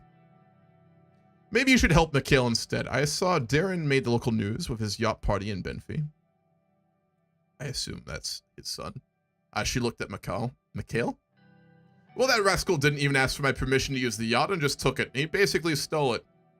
Good news is that I finally convinced him to go to university. He will study economics in Lockhaven Business School. That's a good choice. Having a degree in Swordland separates you from the rabble. We especially need more people who understand economics. Talking of which, it's great that we have another leader who actually studied economics and understands it, like Mr. Alfonso. We may have studied economics, but we didn't do it like President Alfonso, that's for sure.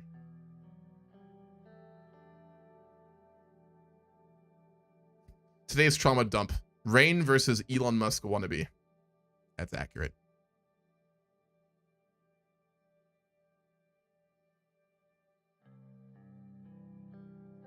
Oof. Let's do a light roast on our ex-president here. Look at what he caused. Studying doesn't get you to the finish line. Little light burn there. True, but I think it was his ambition that brought him down. Too many big changes in a short time frame. A correction. It wasn't his policies that destroyed him.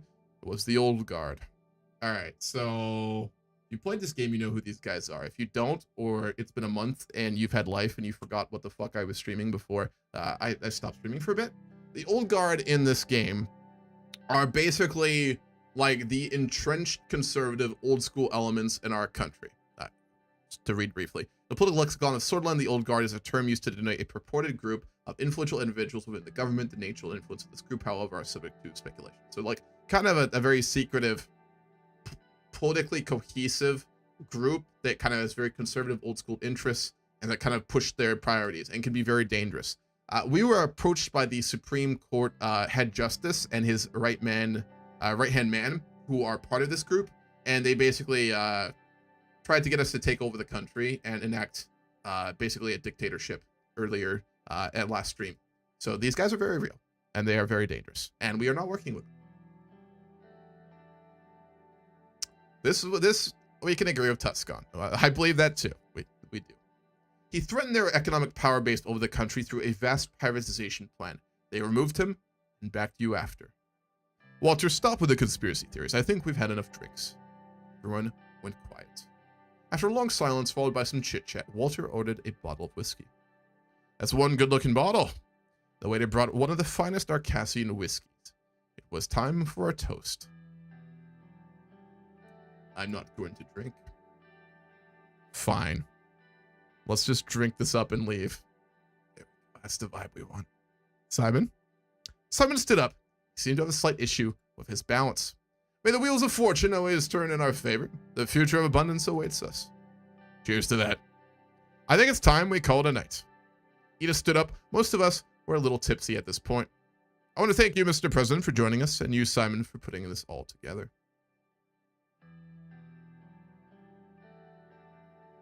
You know we got to. Thank you, Edith, for joining with a bunch of ugly rich. That's definitely not me. The president of jokes. Yeah, joke. Definitely. Thanks for being here. After bidding our farewells, we slowly walked out of the restaurant. The moon was shining bright as everyone except Walter left there. He's going to try and bribe us again, isn't he? I'm calling it right now. I have played this game twice, but I think he does. President, a moment alone, please. The squid does work some. Or, yeah, an octopus. He called me inside the small VIP lounge. What do you want? Usually the Lothar spokesman doesn't directly comment on the administration, but I'd like to say a few things since this was a special evening. Sure, if you have to. It seems that you have decided to tackle the old guard in the new constitution. That is brave indeed. We could be a strong ally in breaking that status quo. If you fulfill our requests, we can help with the assembly and perhaps the court. Walter lit his cigar and took a few drags before continuing.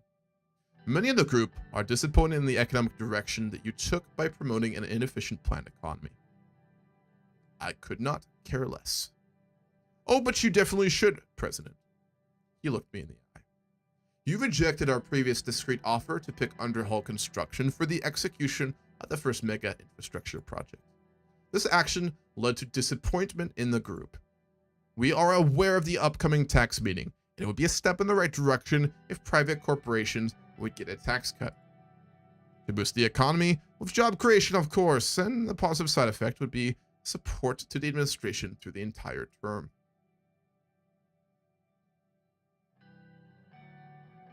Lotharberg will not influence me. Oh, let's not be hasty. The recession will end if Lotharberg is on your side, President. Why can't we all just be friends? I don't think so. I have other plans for the economy. That is a shame. I did offer you a peace branch. There was an awkward silence. Either way, President, we are here and always ready to work with you if you change your mind. Do not forget that. There is nothing to work on together. Good evening. Walter left, and Serge came to pick me up. I entered the car and we drove to our residence in Lockhaven. Serge took the seaside route. Yeah, that was a positively awful meeting with some very important people. Car bomb attack in Arvery in the north of Naglands. Let's see what else here. School poisoning connected to a Blutish woman. That's like, again, the cultural minority in our country. Uh-oh. We got the budget allocation meeting. What time is it right now? It is 5. I have been streaming for a bit over 2 hours. And what time did I say we were going to do TTS at?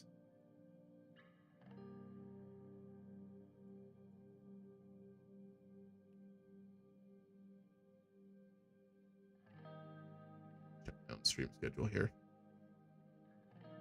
At 6. All right, yeah, so we got over an hour. We're chilling. Alrighty. Budget allocation of the government of Swordland. Right here. Lots of reading.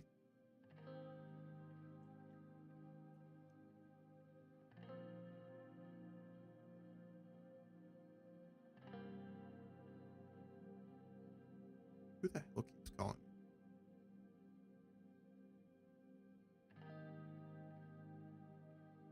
Alrighty. The preparations for the government budget were finished. Most of the cabinet gathered in the White Room for the important occasion. Nearly half a year had passed since my inauguration. The cabinet looked overworked. And now, the moment we've all been waiting for. It's finally time to discuss the government budget. I'm quivering in my loafers with excitement, Mr. President. Sadly, Peter Vectern, Gus Manger, and David Wissey will not be attending this meeting. They're working on the upcoming trade agreements with Welland and Agnolia. Yes, we have not done our foreign policy trips yet, which is awesome. May the Lord be with them. Ciara gave a barely disguised eye roll. Is that? Who's Ciara? Ah, Minister of Education. I thought Nia Morgna quit, but I guess she hasn't. Did you just roll your eyes at me, young lady? If I did, it's because religion has no place in government budget meeting. I was merely expressing my wishes for a successful trade deal. Freedom of expression must be protected at all costs, must it not, Miss Morgna? Bickering cabinet, nice. Actually, in this case, I agree with Miss Walda. Ciara flashed an appreciative smile. According to Swordland's law regarding the separation of church and state, she broke off as she noticed that Simon Lucian and Joseph We're looking at the 3 female ministers in stony silence. Ladies, let's leave the extraneous chit-chat for afternoon tea. Swordland, 1950. Don't comment. Simon started loudly shuffling some documents around. All eyes turned to the Minister of Economy. Let's begin, Mr. Hull. Gladly. Today is a big day. We must prioritize our spending wisely in order to achieve the goals we set as a government, while maintaining enough political support. If I may add, promises were made during the election. There are 3 options regarding the budgeting of the 4 main branches of the government. It's either we increase, maintain, or decrease the funding. Increasing will result in improvement of the branch, which will unlock new policy options. Maintaining will keep the funding, resulting in no visible change. Decreasing causes a lack of efficiency in the branch. Is it possible to maintain as much state control as possible? In the health and education departments, yes. However, I am not sure if that would be efficient. Our universal healthcare system must be protected and not tainted by private greed or interest. We need to be considerate when making such grand choices that have ripple effects. We have to be careful as to what we fund so we have resources remaining for other investment projects. So, we've got 4 government budget right now. I believe when we choose the policy here, we have the options to get some more income as well, but that also obviously has effects, right? We will have another big mega project upcoming pretty soon, and if we don't have the money for it, we can't do it. So we also need to keep that in mind. Don't want to just spend everything, but that is an option. We should prioritize the most critical branches. Agreed. We have to make strategic decisions about our budget since our resources are fairly limited. Before we begin our discussion, there's one more thing that I want to voice my opinion on. As we manage the government budget, we can go into debt. We can go into debt to discuss to invest in different branches. However, under these circumstances, it would worsen the economic crisis if we push it too far. It's difficult for us to raise debt with a current unhealthy economy, but we can increase the amount of debt we take as the economy improves. I believe that if like a certain amount of debt is reached or something like that, we have a straight up debt crisis. It's a whole thing that happens, and I think it's pretty hard to get back out of. So we have to be very, very careful of that. Our administration should be fiscally conservative to avoid a crash. Measures of austerity have shown difficulties in appeasing voter groups. Given the current state of the country, improving economic situation is a political priority right now, more so than ever if we want to win the election. This budget will also be applicable to our entire term. It is very critical we plan correctly. So we only get one of these, right? This is very important. Here's what I think. Military increased, law and order increased, everyone else work it out.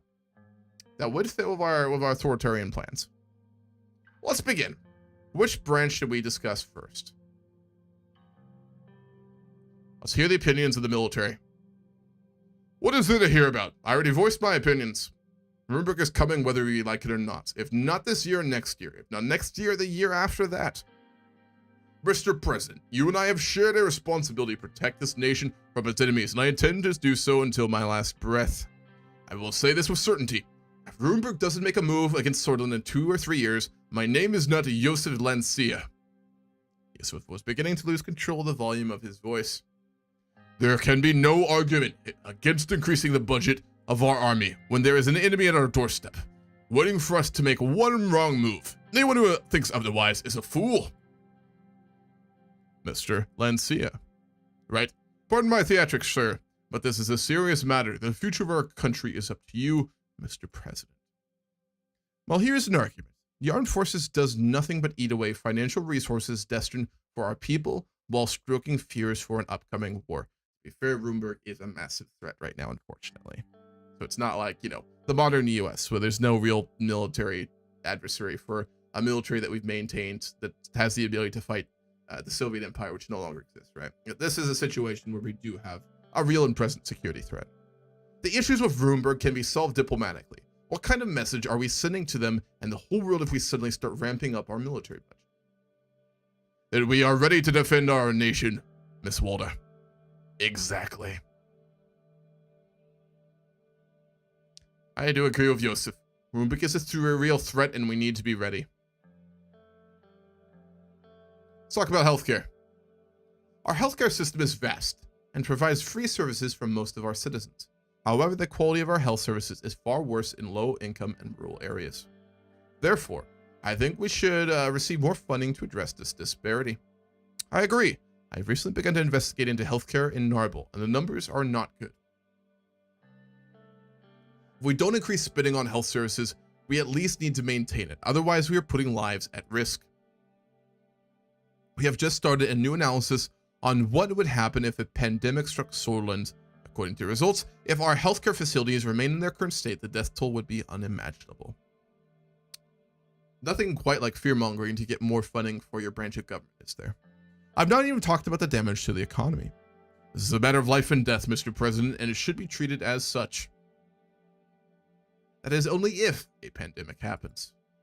Gotta do that. Gotta do the American policy here. Law enforcement. I would like to have an increase in the funding of law enforcement to increase the size of the police force and raise salaries. We have so many internal threats to tackle, and I'm already stretching my units far too thin with the limited resources allocated to me. Yeah, cleared her throat. She's still in our government. I thought she quit. Law enforcement is certainly a high priority. However, I feel tackling internal corruption is of far higher importance than increasing our police presence. Directing the funds to my department would solve the problem to its root. If corruption is still rampant, other police in the world won't help us. We need a specialized anti-corruption police unit which we could create that the funds were directed to me. We could also always co-opt that to be like private enforcement for, you know, ourselves, right? So that's useful. I agree with Ms. Morgna. We should not reward a structure that is responsible for ever-increasing numbers of human rights violations. Police are there to serve and protect the people of Swordland, Miss Bolda. That's exactly what we are doing.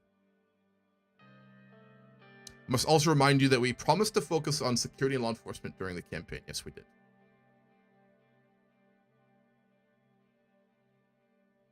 So we will probably fund that better here. Most likely. Alrighty. So I will do polls for this, y'all, if you would like to vote here. I may decide one or two myself, but I will do some polls.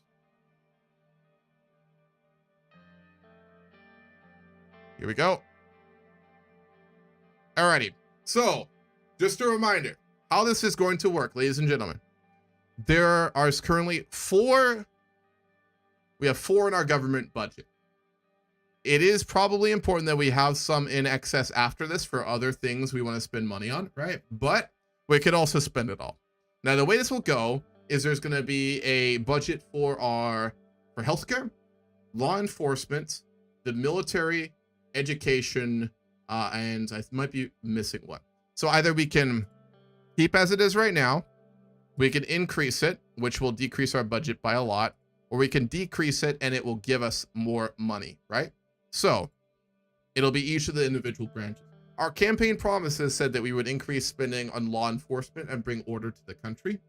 We also are more leftist and more authoritarian, so we want to secure powers to the military. And we do view Roomberg, right, as a threat to our country. So military, I will just do that myself. We are going to increase military spending. But the rest of them, you guys get to vote on. So, starting with healthcare. Again, if anyone is watching on YouTube, if you just tell me in the chat what you want to vote for, I will add that to the final. So, healthcare spending. Increase. Maintain. Or decrease. This will just be 1 minute long pulls, so they will be very short.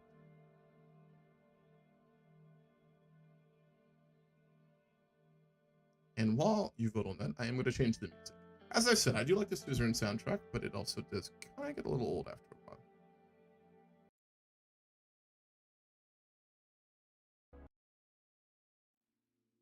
Go for lo-fi.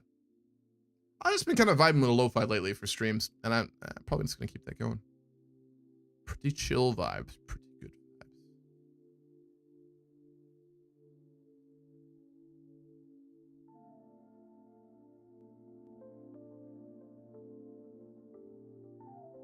Let me know if it's too loud.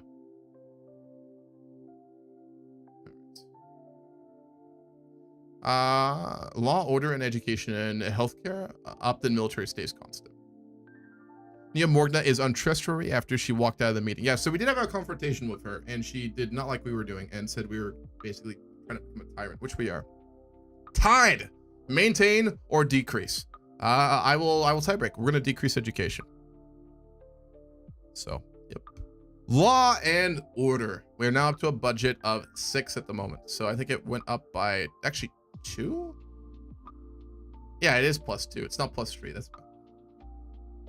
All right, pool number 2. Law and order. So for this, keep in mind, we can direct if we put extra funding in it, we can direct that funding either into increasing our current police and security forces, or we can put that money into an anti-corruption agency that technically Miss Morgna will be in charge of at the start, but we can actually put it, I believe, in someone else's hands and kind of direct it ourselves. So we can use it kind of as like a personal, we can use it in a very strong manny kind of way.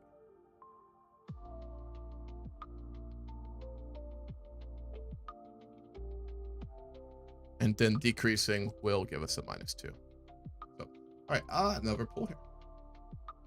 Neo Morgna sucks. I love her, but not in this run. Yeah, my feelings as well. Normally, she's one of my favorite characters, but in this run, she is opposed to everything we're going to try and do. So,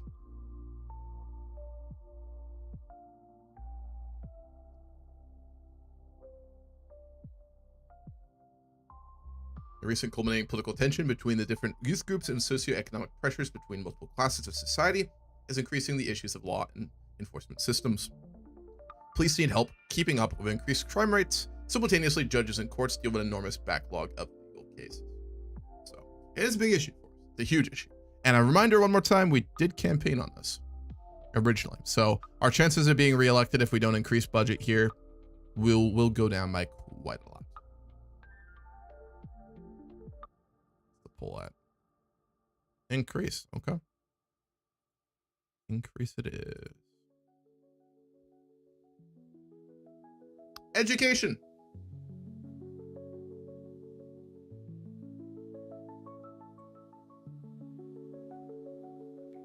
Increase, maintain, or decrease.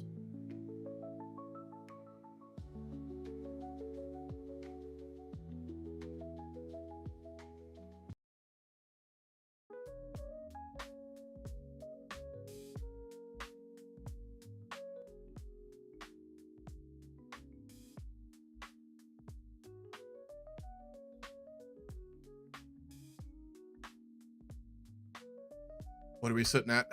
Oh, this one is maintain or decrease. Yeah.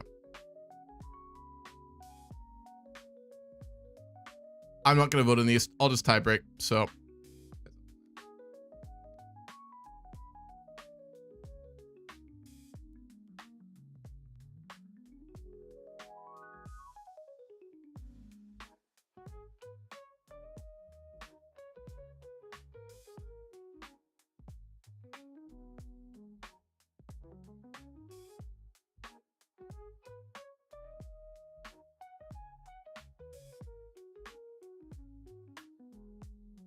Tight again. All right, we're decreasing it.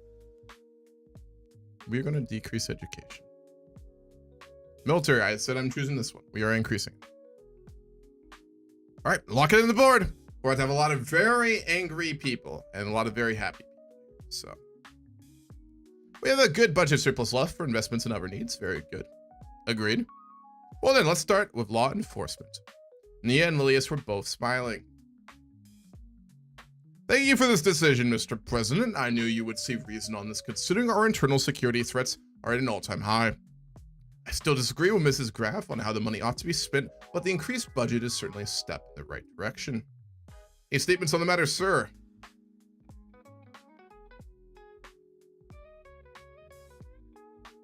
Another pull. Another pull. Police funding? Or use of security funding.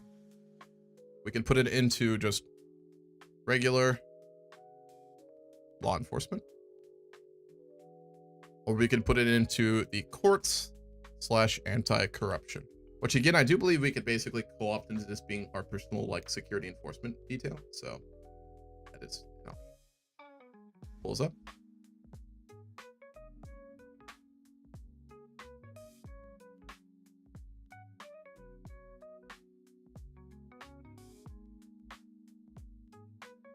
Problem of being back in college is the amount of fucking emails you get.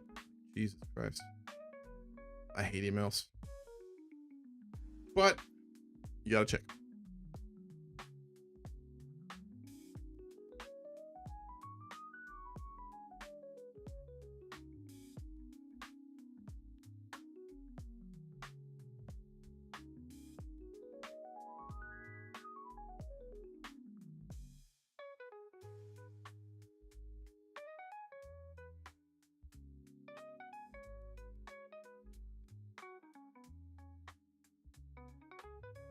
Yeah, regular law enforcement or secret police. That's a good one. Courts and anti-corruption. Alrighty, let's do it. Yeah. Bro, I know it's been surreal getting back into school and getting emails daily. Yeah. It's not spam that are actually, some of them are important, and you have to find them amongst all the bullshit. It's great. I trust you to push the Ministry of Interior and Justice forward. We will be able to achieve positive results in the coming year, I can assure you. We'll tackle corruption in the backlog of cases on hold. Let's hear from the Minister of Education. We're about to hear some whining. CR was eager to comment. A reduction. This is the opposite of what we need. Such a shame that this money go where it is less needed. Exactly. This is a big mistake. I am so sorry, CR. Tough. Our future depends on our children. Educate. Yeah, there we go. We can move on. Bit of an asshole move there. Sure, let's move on. The military is next. You're going back to college yourself in the fall? Hell yeah, Levo. What are you going back for? The vote was rigged?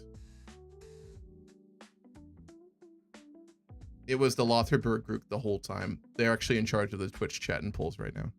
Sierra clearly wasn't finished, but didn't interject. Yosef chimed in. It is an honor to serve with a president that respects the military. Trust me, with these funds, our armed forces will be better than ever before. Lucian seemed as if he was about to say something, but looked down at his notepad when Yosef eyed him. Fuck. Alright. You gotta do a little bit of military flattery here so we don't get cooed. The military is on the top of my priority list and always will be. Rest assured. Please don't coo me, Yosef. I knew I could count on your decision-making, Mr. President. Yosef leaned back in his chair. He's gonna get, well, no, I will probably fund what he wants in military too, so it's fine. Let's hear from Mr. Binawal. All right, more bitching.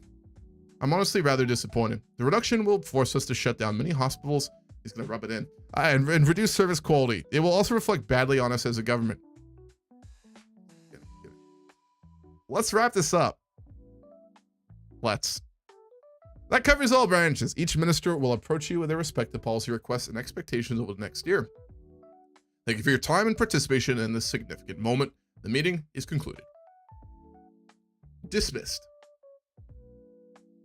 The ministers bid their farewell, some excitedly, others dejectedly.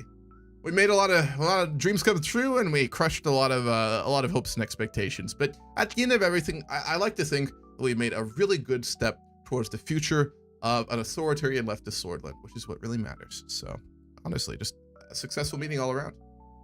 Going for history. In the past, I was going for psychology, but I never wanted to do that. That's fair. History is a fascinating subject, but your career options, as I'm sure you know, are not the brightest, but it is an amazing area to study. How come you didn't want to do psychology? Curious. Not me wanting to get a degree in either law or political science, but yes, those are the two I'm looking at in the future. Those are useful. Be warned, a lot of law jobs are going to get replaced by AI. But if you're really good at it, you'll always have a good job. I'm not planning on doing anything. I'm just like learning, but we will see. Oh, for sure. Hell yeah. If you got the time and money, fuck yeah, dude. Hell yeah. The cabinet slowly dispersed out of the White Room. The budget for our term was concluded. Cool. Health crisis, brain drain, consistent economy, happy military personnel. That's some good and some bad. So now we've got an overburdened welfare system, low quality rural healthcare, inaccessible rural education, a health crisis, inconsistent school curriculum, a brain drain, Good urban institutions, though. Hell yeah. Weak transportation links, unemployment crisis, tax evasion, decreased trade volume, economy is plummeting, Rust Belt, lax investment in Agdand, heavily declining tourist industry, stagnating production, barely maintaining growth in Gruning, a consistent economy, stimulus checks distributed. Corruption, illegal immigration, organized crime, nationwide revolt, dispute with the governor of Bergia, immediate BFF threats persisting. Roomberg expansionism, lack of allies, surging energy prices, diplomatic pressure, foreign energy influence, influencing OMEC member, experienced diplomats. There we go. There's the silver lining. Court backlog, limited women's rights, the Blutish problem, judicial rivalry, some human rights, media bias, military interference in politics, outdated military equipment, internal security jurisdiction, large reservist pool, experienced generals, and a happy military personnel. We're doing a great job, ladies and gentlemen. We're doing a good job. I really like the direction we're going, and you know, some would look at the situation and feel like the dog in the meme where the fire is going all around them, but you know, sometimes you gotta just break it down to build it, you know? It's as simple as that. Sometimes you gotta break it to build it. And by soul, we are going to fucking break it. So, hell yeah. Thank you for the follow. Appreciate that. Screw over the populace? Hell yeah. Fund another non-AI replicable job. Politicians. Yeah, you're right, but there's not many of them. I was going into it because I don't know what to do with myself after high school. Fair. And my mom said I should be a school counselor to have summer off. And I said, sure. Going to classes made me realize I don't have it in me to be a counselor to anybody. That's fair. If you go to college, be open-minded and, you know, find something that you want to obviously study. But depending on, like, the other thing that you always got to remember with college. What's it, Elite? How are you doing? Another thing that is really important to remember when you go to college, though. Now, if you're in a situation where your parents are going to pay for college and you like are going to get out of it, you're not going to be like permanently in debt, right? Great. Do whatever you want. But if you're not and you're going to take out loans, enjoy college. Take the time to find something you enjoy. Something that is very important, though, there's not very little left to say, is that be also aware of what will give you a degree that can help you pay back your debt and not live in poverty, right? Some degrees are better at that. Some are not. And it's really about finding that balance between like what you like and enjoy and have a real interest in, and then something that will like make you not homeless, right? So, and I know that that's probably sounds a little bit pressuring, but that's also what college is to a degree, right? It really anything after, you know, your childhood and after high school. So I'm not trying to be like, but I mean, there's a lot you can do with history, right? If you want to ever teach, for example, there's a lot of great options for that. If you want to use history and then like go into law school or something like that, there are options with it as well. But always keep in mind, like with what your career opportunities are for your major. That is really important. I know when I was younger, I used to talk to people and think a lot more from the idea of, yeah, go to college, just study what you want, find something you're interested in, and just, you know, it'll all work out. It sometimes doesn't all work out, right? I've known a lot of people like that. And so just balance that. Find that balance. But it's going to be an exciting, fun time for you, Levo. I'm sure you're going to have some great experiences. College is a lot of fun. You're going to meet some cool people. You're going to drink probably too much alcohol. Maybe not. And you're going to have a good time. But in the back of your mind, do remember that it's all about the balances, right? What do you like? What will give you hopefully a bit of a nice life to live, right? So, but that's cool though. I hope it goes well. History is fucking awesome, man. If I could sit in a classroom and study history for the rest of my life, I probably would, to be honest. So, hello there, Simon. In the stream, no, we got a long stream today, actually, folks. I think in probably around like 15 to 20 minutes, I will stop and I'm going to take a little bit of a break to grab a bite to eat. And then I'm going to be streaming some Warhammer 40k on Tabletop Simulator. So probably another 3 or 4 hours of that. History does have some good career options, just not many relating to history itself. Yeah, exactly. Most fields value somebody who can compile research into an easily comprehensible narrative. Yeah, in terms of like just pure like history options for like careers, it's probably education or academia, or maybe some work in like with museums or things like that. But it's tough. I've had a lot of history major friends growing up in community college and in regular college. I've been friends with a lot of history majors, And like, most of them came to realize that they had a lot of limited options for a career if they chose to just go down that path, but you don't have to, right? If you get a bachelor's degree, you can go into a lot of different areas. A bachelor's can allow you to get jobs in something you don't major in, right? But if you want to follow what you study, it is a bit difficult to navigate. I've been in and out of college since 2018. Hell yeah, man. I know that very well. My college track record's been a little inconsistent too, so I feel that. But study what you want, but just be wise. Be wise to the reality of the world that we live in. What have we done as president so far? Attempted to give ourselves authoritarian control of government, pushed leftist policy, gone for a planned economy, built the railway mega project, and managed to piss off every single rich individual in our country so far. Oh, and we made a deal with Conriati, so we do have the media on our side while giving him a blank check to do whatever the fuck he wants. So, little bit of a inconsistent kind of history here. We're a very complex man.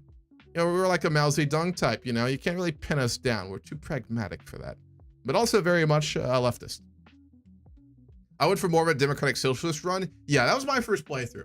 My first playthrough I did, I never streamed it, but the first time I played this game, I went like a democratic reformer. I made it constitutionally fully democratic. I got the country to go fully democratic. I got women's rights to be really big in the country. Our wife loved us in that playthrough. And then I failed to get reelected and ended up becoming vice president for that fucking asshole in the Social Democrats. What's his name? The guy who always goes to Arcasia on fishing trips. The fucking like Democratic guy. He's like technically kind of liberal, but he's like in the pocket of Arcasia. Anyway, in that timeline, I was vice president for him after I failed to win re-election. Victor. Yeah, I was Victor's VP at the end of that. But we were a democracy, so I called it a win. That was a fun playthrough. They're very fun playthrough. Social Democratic minority win. Yeah, exactly. That was a fun playthrough. What's up, Zodi? That's exactly what happened to my parents. Persuaded me to move away from history after my first year because of limited career options. Like I said, I view it a lot differently than when I was 18 and 19. All right, like there's a lot of truth to that. Your parents sometimes will have bad ideas, but your parents also are older and will have good ideas, right? Like they're right. History is fascinating, but to be 100 with you, keep it 100 with you, buy history books and enjoy it in your personal time. Probably don't study it in college unless you really love it and you want to go down that path, which there is a pathway. It's just, it's very narrow and it is competitive. That is for sure. So he's pretty hard right on econ himself. Yeah, he is. You study history in your free time? Yeah, exactly. Same here. I've got stacks of fucking books all over this apartment with all my fucking history interests. So I feel you there. Lucian Glade reports that so far they've been able to get a total of 87 signatures behind the proposal. This is our authoritarian reforms to the Constitution. We need 150, so we are very short. Efforts are underway to increase the support and to reach out to necessary members. Alrighty. We're going to continue to our next turn. And I think this is where I will take a break before playing some Warhammer. Kind of a good place to wrap up for the day here. So we'll get the save. Save. So I end up working construction, so maybe they were right. But history is still passion of mine in my free time. That's the thing. That's another thing you realize in life is that like if you end up getting a job that doesn't destroy your spirit, which there are certainly many of those out there, you're going to be able to pursue a lot of your interests just casually in your own life. You don't need to major in something or to like go into it as a career to still have enjoyment in it, right? Like, I'm going to be reading history books my whole life, but I don't plan to ever teach history or work at a museum. But it's kind of hard to swallow because if you're really passionate and love something, right, you want to spend your time doing it, which is what a career is, right? Your job tends to take up the majority of your time, or at least a lot of it. It's just kind of how life works, right? So the desire to be doing it all the time is understandable.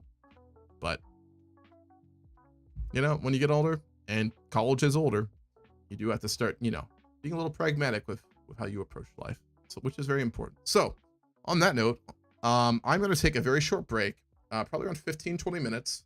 When we come back, I am going to be streaming some tabletop Warhammer. So Warhammer 40K on Tabletop Simulator. So just a game of Warhammer 40K essentially, right? With a buddy of mine. It's going to be Ultramarines versus, I think he's playing Thousand Suns. So we're going to be doing that in a little bit if you want to stick around and have any interest in that. If not, a big reminder, Grand campaign will be starting next Sunday at the usual, should be the usual time. I think 2 to like 2:30 p.m. EST is when I'm going to be starting that. So we'll have our first session next week that will be streamed on both Twitch and YouTube. If you do not like ads, the YouTube option is always there for you. That is why I've started streaming on there, because there are no ads. I have turned those off. And if not, it'll of course naturally be on Twitch as well. So, break time, Warhammer after this, Grand campaign next weekend. Lovely to see everyone again. If you are heading out, I hope you are having a solid start to your 2025. And I will see you in a moment.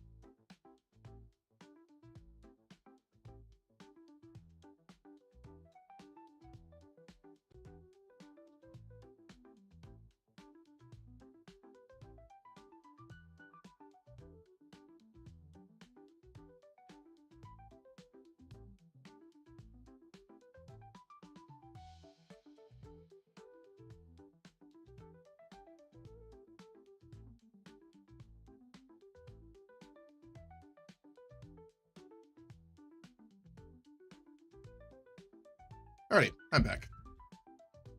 Take a minute to get this going. Let's see here. Switch over to Tabletop Simulator. And then we'll need the game set up. So like I said, folks, we're going to be doing some Tabletop Simulator for Warhammer 40k, which I've started to get into pretty intensely recently. Tabletop Simulator is a game for Steam that allows you to basically play a bunch of different just random games. I mean, from anything like chess and backgammon all the way up to, like, I found Munchkin on the workshop when I was working, for anyone who remembers that way back in the day. So it's really cool. And you can also play Warhammer on here.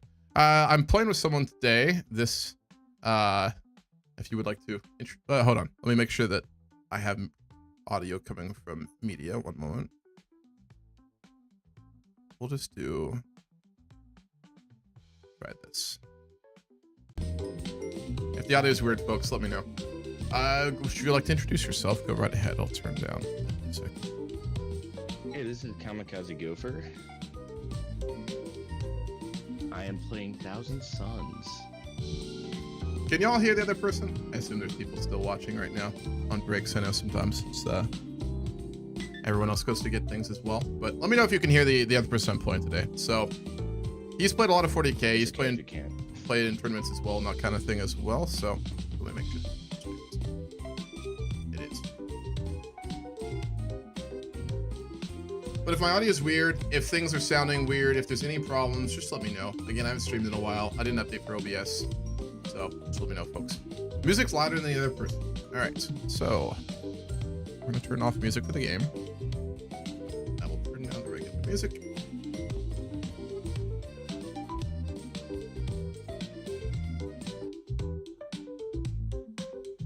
Okay, that should be better. How about now? Paul, you want to say something else? Hey, I'm Paul, playing Thousand Suns. Can everyone hear me all right? Let me know if that's good. I haven't done multiplayer, guys, in so long of anything, so like I have to figure out like what the volume levels are. But yeah, if it's weird and you can't hear, just let me know. I think that should be good for now, though. So we're gonna go ahead and get the game set up. Like I said, it is an Ultramarine versus Thousand Suns game today. Friend invite only. And then let's see, what was I loading for terrain here? It was the, I think, UCT base. I think. What's up, Luke? I've been looking, but now I'm interested. Well, glad to hear that. I don't think it was this one. Bear with me, folks. I'm still used to Tabletop Simulator as well. So I had gotten this really cool map working the other day with someone I was playing with my university club, and I want to see if I can get that back again. I don't need to exit out. But as you can see. Which one was it? Did I save it?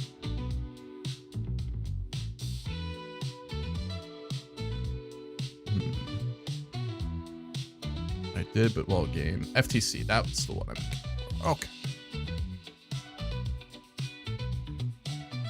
Yep, there we go. Awesome. You want to link to the workshop map? Which one, Edward? Or do you want me to link it to you? I haven't decided what map we're playing yet. I'm just gonna probably pick one here as well. So, blue. We want obviously Strike Force. I'm inviting you now.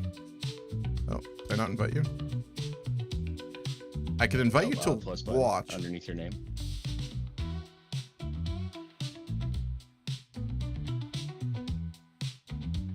Underneath that TTS, if you go to the plus button, underneath your name. There we go. Did you get that one? Top right corner. There it is, yep. Cool. All right, cool. Then we need to load up the terrain. So, let's see here. Any preferences on these, by the way? For the map? No preferences.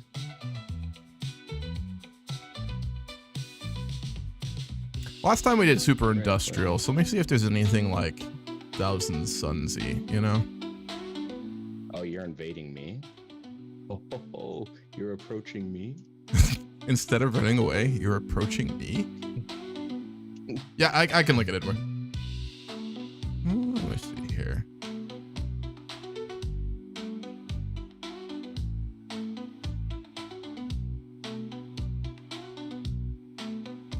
All these look very generic Battlefield kind of stuff. Aha, Chaos Ruins. Let's try that. Uh-oh, my ping is like a million. Yeah, it might break your computer here for a second, but oh, that's actually a pretty nice terrain. Don't mind that. What do you think of this one? Lane spacing, but enough to like that I'm not gonna destroy you with my armor, right? So ruins. Yeah, it looks like the Thousand Suns have been here for a while, you know. I could also look for another. How this works is this FTC terrain layout? Yes. So it fits on the board. It's nice. Alrighty. So before we get started, just to let everybody know, I am not an expert Warhammer player. Paul has played quite a lot. He's fairly good. He's very experienced. He knows rules and stuff. I am not. I have been playing a good amount the last couple of weeks, and I read a ton about it. But do not expect me to be an expert on this. Like when I ran about strategy games and I know what the fuck I'm talking about, doesn't apply here. So I'm still really learning in many ways, but I know enough that there can be a very fun game. So that is not a problem. All right, save objects.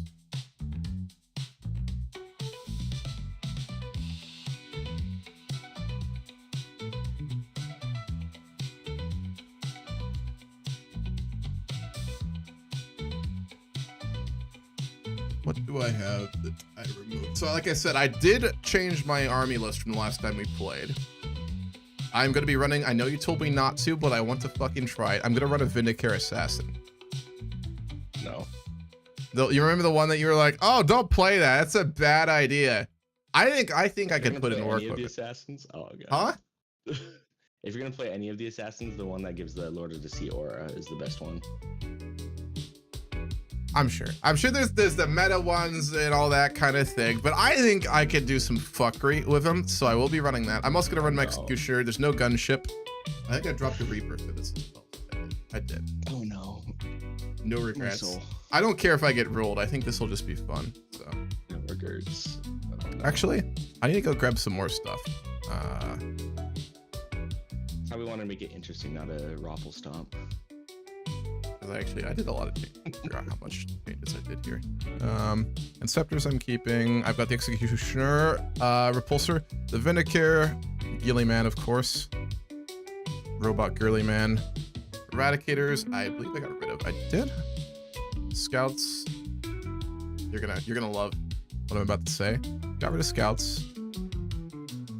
2 Tech Marines still. I've still got my Ballistas and the 2 Brutalises, and then 1 Reaper. The thing I don't have right now that I added is a tactical squad, and then I also added Blade Guard veterans. So I will need to go grab those very quickly. I'm just gonna grab a save, I guess. Veterans are scary. What? Yes, they are. What I am enjoying is your lack of action monkeys, because that's better for me. Aha, tactical squad, and they're battle lines, so I can get battle line secondaries. Okay.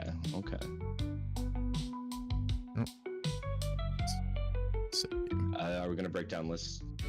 We will in a second. I've saved it right now. I gotta go just grab a couple. What's it called? Couple more units because I want to have them on the field. Apparently, I got disconnected. Yes, because I'm jumping into that to grab those other units from that one thing I like to do. We'll get going in just a moment, folks. Got to do the setup here.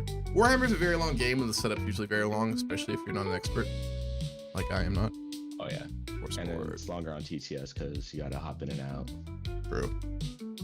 Pretty slow even. I played with my club at school a couple times now, and like both times we never got past round 2 after like 4 hours. So, I mean, obviously fucking around a little bit. Gold old rubber boot gorilla glue Primarch of the blueberries.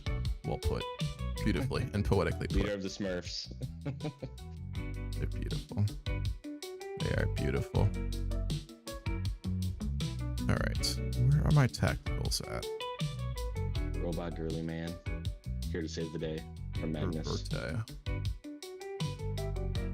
Tacticals should be like right in the front. They're like one of the most basic bitch units. So the fact that they all look the same and that you have to scroll like I know this entire screen just to find a squad is probably a sign that. To be fair, they use like the same kind of style for all of them. All right, there's Blade Guard veterans. I have 3 of those, I believe. I'll be right back. 3. Yep. Okay, and then I just attack this guy.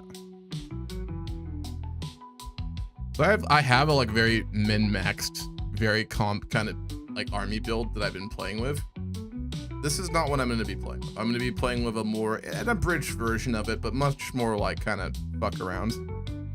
I would say would be a good way of putting it. But, I want the flamer. I want the chainsword. Do want in. Ah, that'll work. All right, tacticals, and then we have.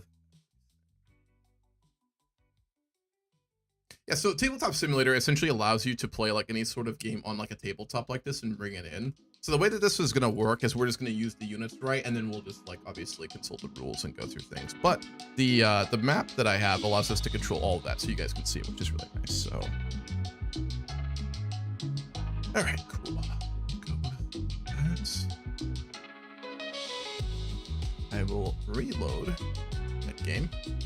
Then I will have my full deployment. We're gonna go over, I'll go over my list a little bit. He's gonna go over his list, and then we're gonna get started right after that too. By the way, this will take a while, folks. You're looking at probably another 4-hour stream here. So just a warning on that. These do tend to be long. I mean, I finished 5 turns in 3 hours. I mean, yeah, but I mean, that was like a very, how to describe it? Oh, that's not the right one. I like the rubber boot Gorilla Glue Primark. We'll use that now. Thought I saved the game. It'll be under our workshop. You didn't save it. Unless it was the...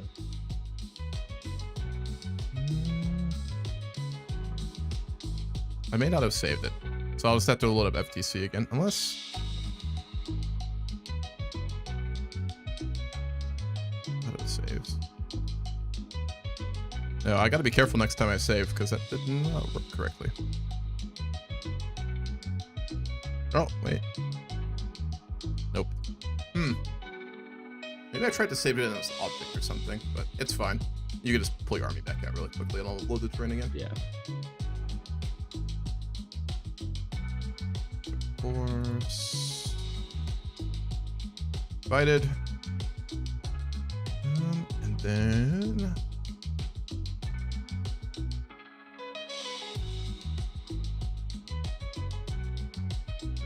that. Where was it? Chaos Ruins there.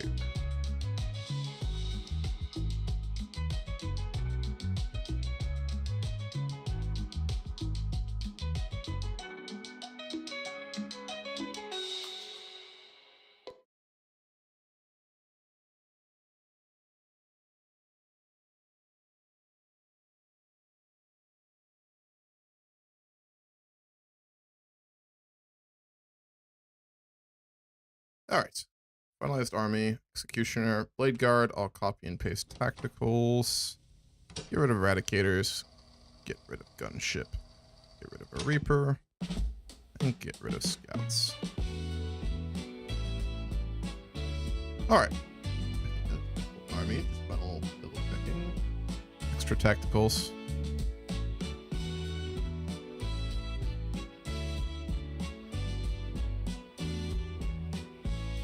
Tacticals, Scepters, Blade Guard, Tech Marines, Robot Girly Man, Marneus Calgar, Blissus, Brutalis, Reaper, Executioner, and Assassin. Yep, cool. Full armies here.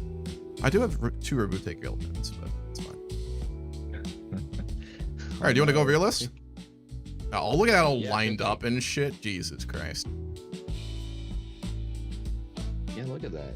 You know, given that you're the Chaos faction here, I have a lot more chaotic energy in my current army layout, so that is hilarious. But alrighty, we may your be army. chaotic, but we have Organization system.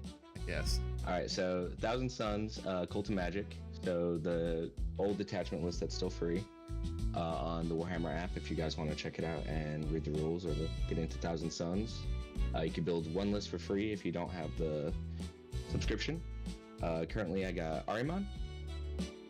I got an Exalted Sorcerer, Zinchon Disc, and he has the Lord of Forbidden Lore, so that means I can cast a second ritual from this guy, even though I've used a ritual before. Then I have a Zangor Shaman who has the Athenian Scrolls, which gives me 1 additional Cabal point if he is on the battlefield, and he will be leading the Zangor Enlightened, armed with Fatecaster Great Bows and close combat weapons. Afterwards, I got 3 Infernal Masters. One of them will have the Umberlific Crystal, which lets me essentially pick them up and put them anywhere on the board 9 inches away from any of my opponent's models or units. And then this is a very different list than when we last played. I thought you tweaked it, but this is like restructuring here. Oh, my tweaks are restructures. I have Magnus, the red, obviously the Chad, 4 Cabal ritual points per turn generated by that guy. 2 Megalith Vortex Beasts. These guys are workhorses. They will definitely earn their points. I have 10 Zangors sitting on the home objective to farm me some more Cabal points, and 10 Cultists. Wonderful. And you still got your Flamers. That's good to see. All Flamers. Absolutely. I played a Sisters yesterday, Adeptus Sororitas, and a squad of 5 Flamers with Infernal Master almost killed Morgan Ball's unit. For those of you who don't understand what he just said, same. But it's impressive, apparently. So Morgan Ball is the Sisters' essentially Primarch. She's like the new hotness in the vehicle with that can walk with 3 other of the Sister Walkers. And they are very tough to deal with. 2 up, 4 up, 2 up save to 4 up invulnerable. And I was seeing them to their invulnerable saves, and they were just falling like flies to one squad of these rubrics. Hell yeah. I'm gonna be very curious to see how they do with this Ultramarine army, which is primarily shooting. So do you have much melee, or is this mainly just gonna be like range and like magic bullshit shenanigans and then Flamers? It's all range and magic bullshit shenanigans. I figured. That's all I got. That's fair. Those Vortex Beasts look like they're not. They look like they're gonna charge. They have 13 wounds. Toughness? 5 up. Or I'm sorry, 4 up save, 5 up invulnerable, 5 up to no pain. What's the toughness? They have great shooting. They have a 1 beam blast that destroys vehicles. Kind of concerning that you're not answering what the toughness is. That's worrying. Oh, toughness is 10. Okay, that's pretty strong though. So it's gonna be my Brutalises versus your Vortex Beast. That's what will probably happen. Oh, that's if you can get them close. I have a beam, which I hit yesterday on what is it called? One of the Sisters transports. Rolled a 6 to wound, and I dealt d6 plus 6 devastating wounds, and then it just blew up immediately. Do they have a ranged bullshit as well? Yes. If you're within 6 inches of me at the end of my movement phase, I roll dice, and you take mortal wounds based on the dice roll. They're just lovely pieces of chaos magic right there. Fantastic. They have a lot of profiles.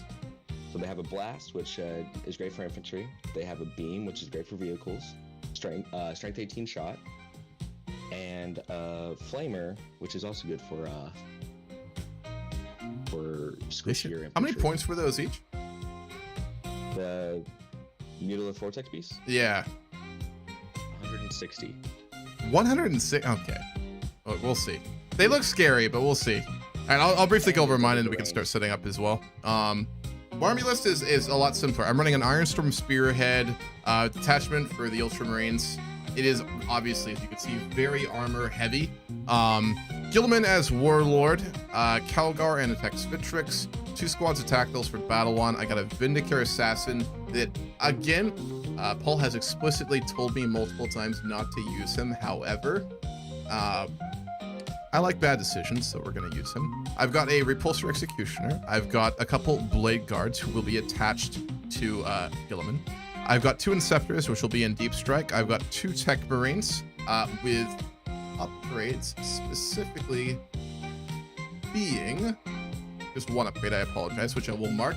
I'm going to run the Targaryen, because I only get 1 here. I will do Master of the War Machine on 1 of them, which allows you to choose a vehicle within 6 inches in the command phase, and it can pull back and advance and shoot and charge and fight, etc. So this gives the Brutalises or anything else a lot more power, essentially, right? Actually, deleted that. I have 2 Brutalis. 2 Brutalis Dreadnoughts with the Talons equipped, so they're very good in melee. A little bit of shooting as well. They both have twin multi-melters on there. Just the generic Ballistus. And then 1 Gladiator Reaper. So that is going to be my army for this, which is a little bit normal, so I'm not going to be as used to playing this because I have made some heavy tweaks. Nothing like your restructuring, but there are some noticeable changes compared to when we last played. Any questions about mine, or are we good? I assume you know all this stuff already. Just Wyvern to care. I want to kill your That disc day, okay. boys. I want to kill your disc boys with precision. That's what I want to do. I want to kill my disc boys. With precision. Very Yes. well. That's the theory here. Now, I may get completely rolled with a strategy, and I'm fine with that, but you know what? When someone says don't do something, I innately have that desire to do it, and I do like the Vindicare, so I want to see if it actually has any use. So we'll see. Very well. Oh, Let's what do is it. all this? Ultramarines versus Thousand Start stand. Suns. I see a loyalist in chat. Purge the unclean heretics. You're goddamn right. By the way, Magnus, the way I would describe Magnus would be Pussy Gilliman with psychic powers and even stronger daddy issues. Would you care to comment on that, Paul? So you said Magnus. I said daddy issues? pussified Gilliman with psychic powers and larger daddy issues. Would you say that's an accurate assessment of your Primarch? Magnus did nothing wrong, is all I have to say. Committing fully to your mistakes. A very Magnus thing to do. I respect that. It's very stoic. That's No fair. regrets. Very. You didn't put your stats on the army of Yellow Scribe? No, I didn't set that up. I did not. If you would like, I'll just link my army list. That'd be probably easy enough. So you might have to do the points over here because on my screen it is all messed up. Is it? Okay. Not a problem. I reached the character limit, so wow. I cannot post the whole thing.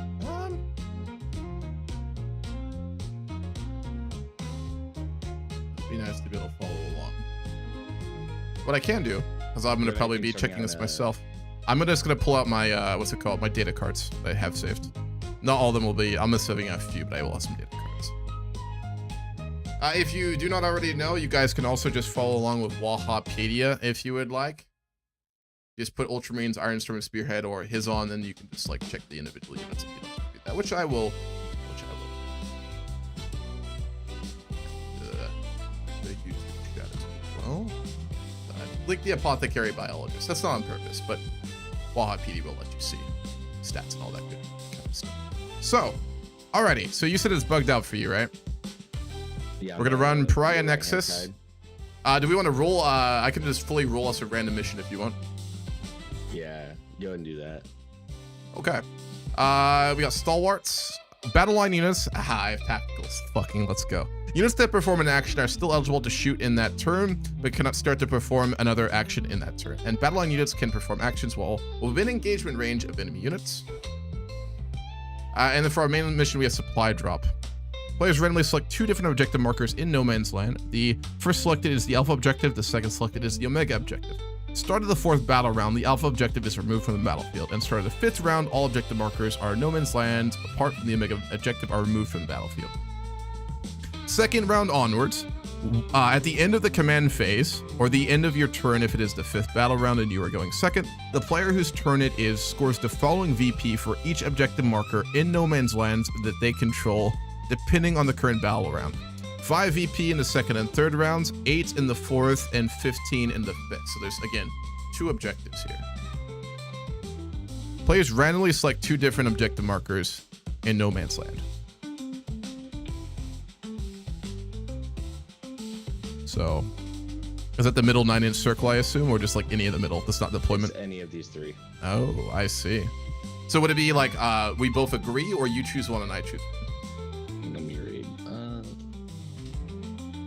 So randomly select 2 different object markers. So I guess we roll off. So we label them 1, 2, 3, roll a d3, and then roll twice.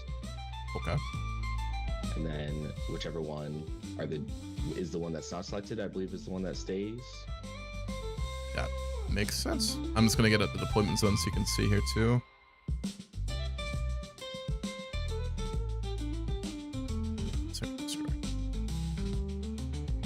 Yeah, this one. There we go. This is it. All right, sweet. So is it 1, 2, 3 or 1, 2, 3, 4? Because there's 4 objective markers here. What the heck?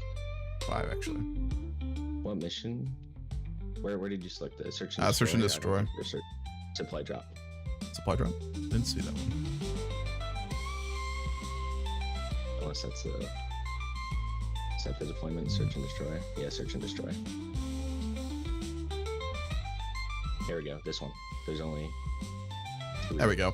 It'll just be the middle 3. That is what matters. So, we'll do a. Let's see. 1, 2, and 3. Would you like to roll the 1d6? Sure thing. Deep cover loyalists. Drop it in here. For Alfarius. Technically they're chaos uninvited, but yeah, it's a real possibility they're in deep cover. I've heard that theory that Alfarius and the Omega Legion are like I rolled a 1. A 1? All right, so we've got this one here for sure. And again. And let me roll again. A 4, so a 2. All right, so the left and then middle, and then the one on the far right 2. is not going to be will not be relevant. The first selected is the Alpha objective. The second one is the Omega. The Alpha objective is removed from the battlefield, and all objective markers in no man's land, apart from the objective marker, are removed from the battlefield. So, I'll put a banner next to the Alpha objective. This is the Alpha, and then the middle one is Omega. Battlefield at the 4th. Yeah.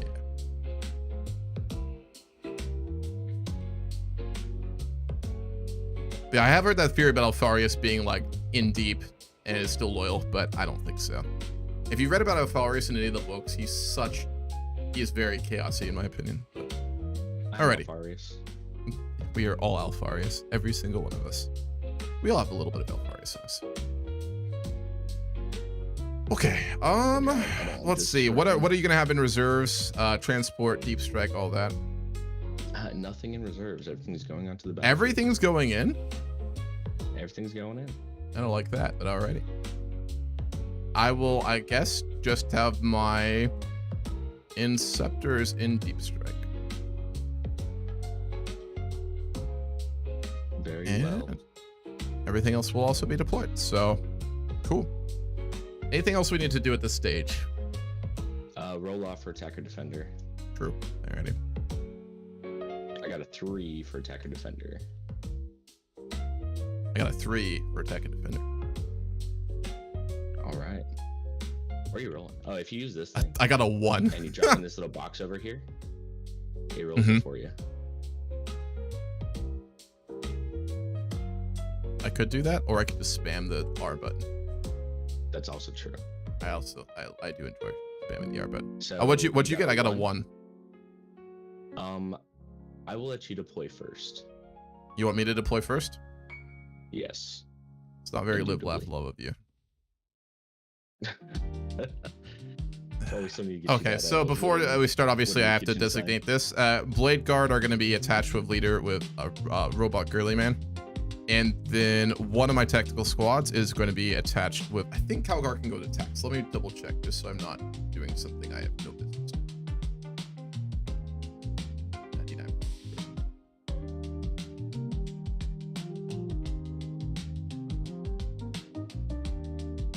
Calgar, yep, tactical squad is fine. So this 5-man tactical, Calgar and Vitrix will be attached to. For my first deployment, I don't like deploying first. That is not fun.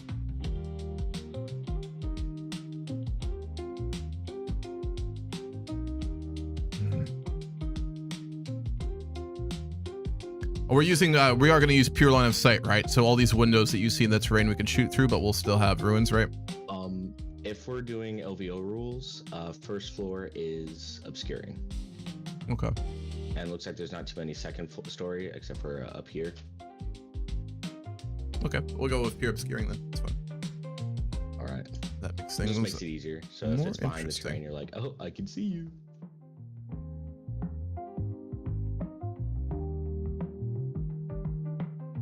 Weapons are hard. Okay, so these guys will be obscured then. But they, just to double check, because I'm still not amazing at this game. If I can end a movement through walls as infantry, right? As long as I don't end in the wall, correct? So I can just go straight that way. Yep, cool. All right, first deployment, tactical squad right there. All right, let's throw my chaff.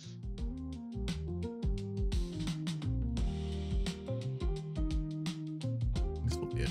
Right over here.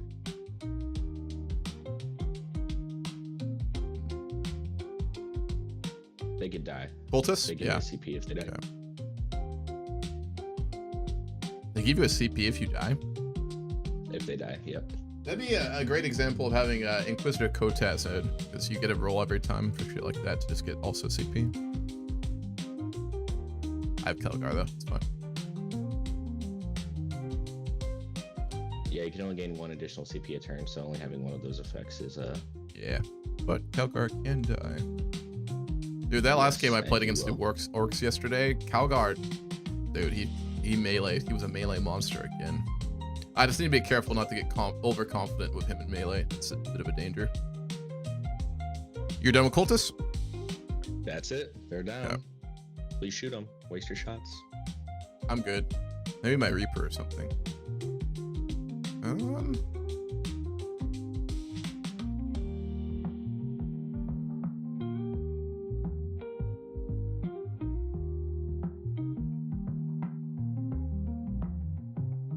Man.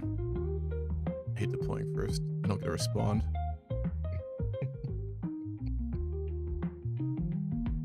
That's what happens when you win the roll-off.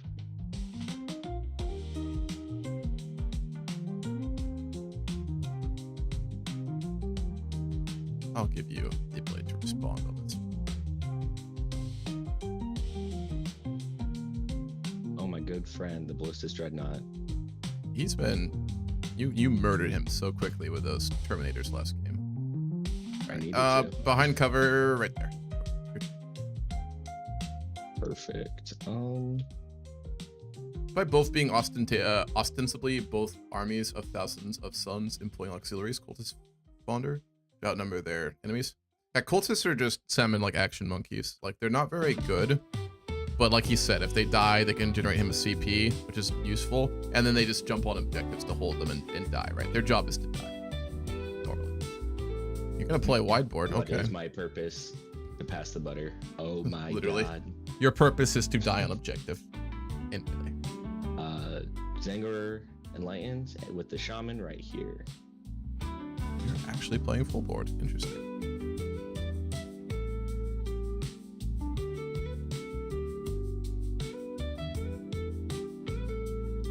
We're going to see a lot of action real quick. Oh my god. Yes, this will get very aggressive very fast. Which is why I'm trying to think here about how to do this, because I know your magic bullshit though. I will not be overconfident to that ever again. I am now mildly wary of Magnus. Mildly wary. I'm very wary of Magnus. Ranged magic bullshit powers go. Alright, we'll do the giant clump, I guess. The Emperor is just the 5th god of chaos. Change my mind. You're damn right. You will not hear me disagreeing with that.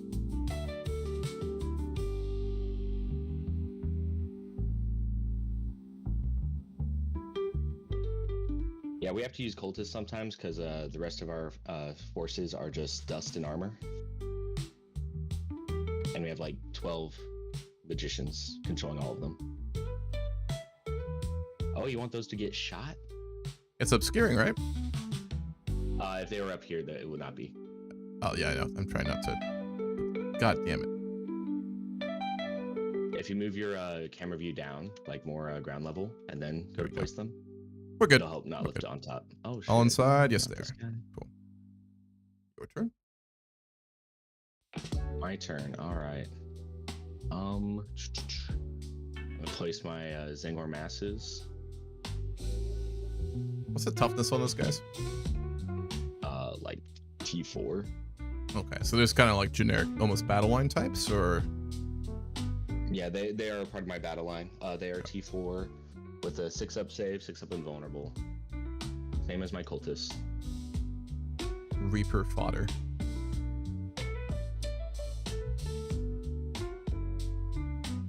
Are our home objectives even active right now, or are you just using that terrain? I'm putting them on this terrain because of their rule. Oh. Where if they are on a terrain or on an objective marker, rather. But isn't this not an objective marker that would be in the game according to Search and Destroy?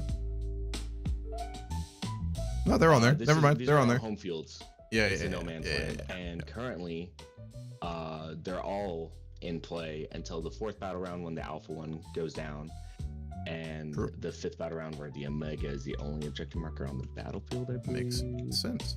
And so, what do they do when they're on like an objective? What do they get? So on a 4-up, I gain 1 Cabal ritual point. So they're just mana generation. Gotcha. Yeah, essentially, they're going to generate my mana for me to cast my lightning bolts. Zangors are down.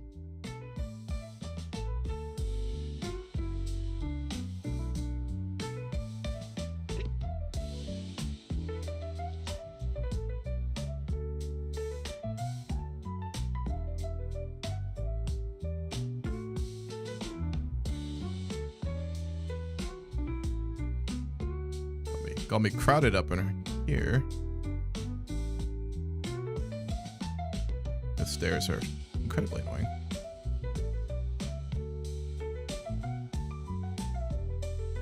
Are you just... I'm struggling. Let me struggle. How many people can we fit inside this building? Yes. Answer all of them. Should be like a down button to just like let it automatically just go down a level, you know? There we go. Beautiful. And Gilliman is going to be at an angle, but he's right there. So he's trying to climb the stairs, but he's a monster. He's too thick. His Robute is too thick to get up those stairs, I'm afraid. So your turn. All right, Magnus. There's that. Start playing some Gregorian choir.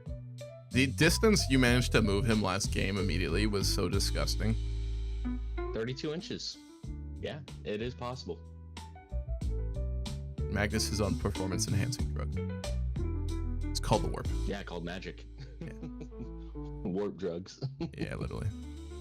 No, that's the new noise marines that are coming out. Those guys literally like inhale warp drugs. I mean, if you're going the Slanish route, right? I mean, why would you not be doing warp drugs, right? Exactly. You gotta focus. Let me check something on my Vindicator assassin real quick. Trash. Yes. Okay. If it does nothing and is useless, you'll be absolutely correct. But if it does something and fucks you up, it's gonna be so funny. He's gonna be the first thing I take off the board. Isn't that alone proving my point that he is useful? No, it's just a. I'm going to take that to mean that he's such an existential threat to your army that you have to kill him first, and I am therefore redeemed in my belief that he is a useful unit. So, by all means, go right ahead. Now, my first line of business is killing that Ballistus. Did you drop something else? No, I'm range.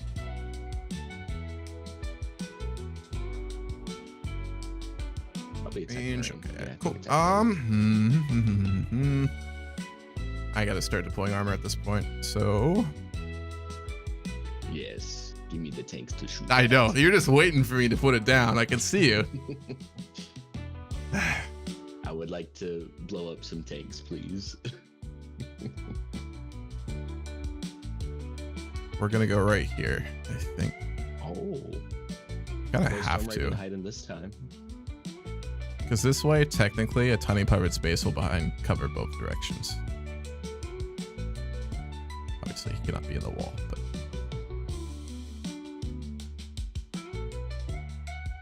About my only option, I think, here to be honest, unfortunately. Yep. All right, Ballistus there. Send it. Mm-hmm. Very well. Are those also going to be able to move ridiculous distances? Yes. Magnus has an aura to grant all 1,000 Suns units within 6 inches, plus 2 inches to their movement. Okay. So they can move 12 inches. Primarchs can go through walls, I think. Monsters, can they? Yes. So there is a special rule that GW made for Primarchs to be able to go through walls. Even though they Primarchs have the monster explicitly. keyword. Okay, interesting. Let me see what keyword they have. I don't know if I could see it.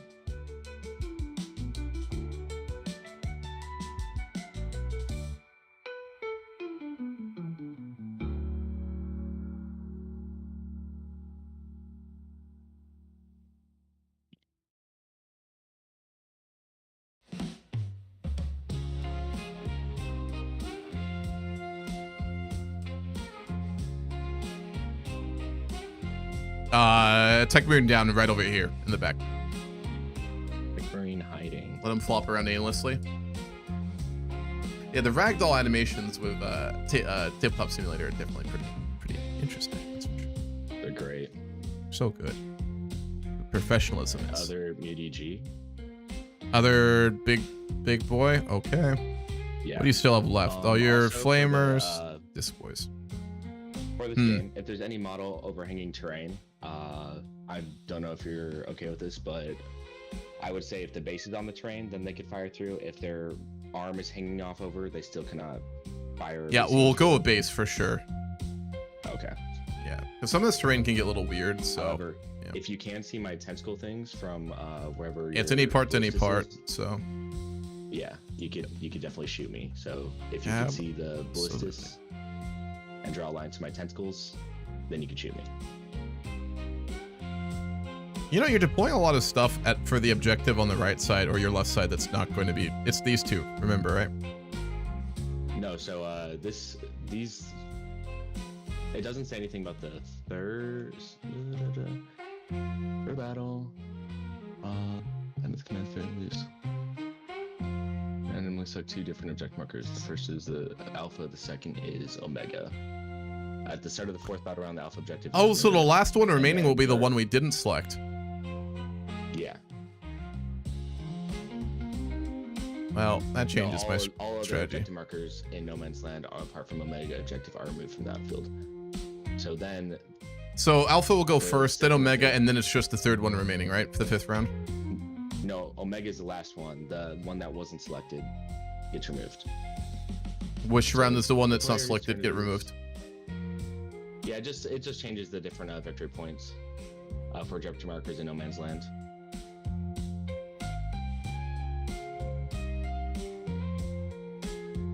Nope. What was that? So in the 5th battle round, the Omega objective is going to be worth 15 victory points, which means it's the center one. So I see. we're going to have to... So again, how beat long each does other does the unselected, it's not Omega Alpha, the third one, how long will that last? Until what round will that disappear? until the 5th battle round is when Oh, every wow. other No Man's Land objective, or I think every single objective, is going to disappear. Okay. So what's the order they disappear in then?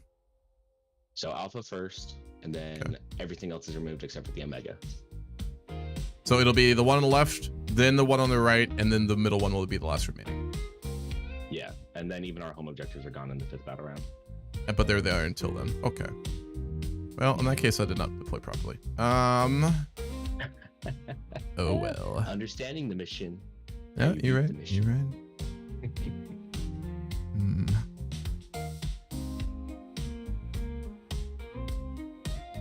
Or plus 2-inch movement. Yep, they're going to be running. My Doom puppies are running. Warp drugs. Little tank there. Just don't mind him. You Look can't. at them. Don't they just like spell Doom? You're gonna, dude. This repulsor got hit. I mean, I'm probably gonna immediately lose him to Magnus, but if I don't, oh boy. Your deployment? Oh, sorry, my next drop. I got a lot Good. of drops. Yeah, you do.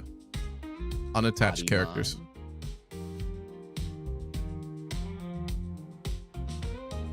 Magnus is giving the vortex beats performance enhancing warp drugs for plus 2-inch.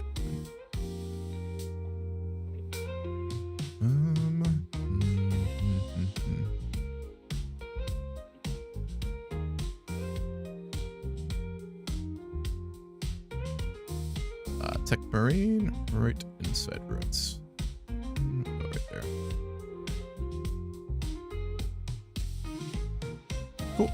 Your turn.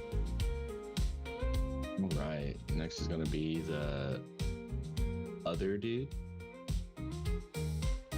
He's That's gonna your go last right disc here. guy, right? This is my second ritual. Yep. Then I got my rubrics next.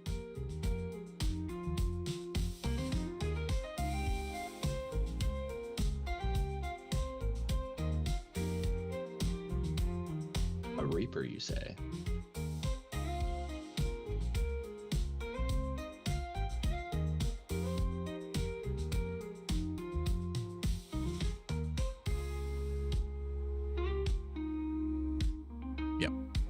Yep. This terrain is gonna be rough for my vehicles, not gonna lie. Which is fine. I need to learn how to play it better in more close terrain like this.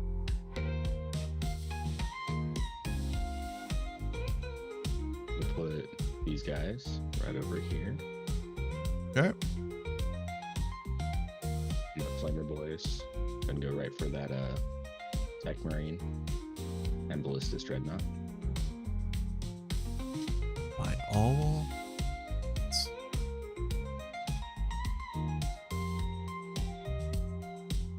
All right, rubrics.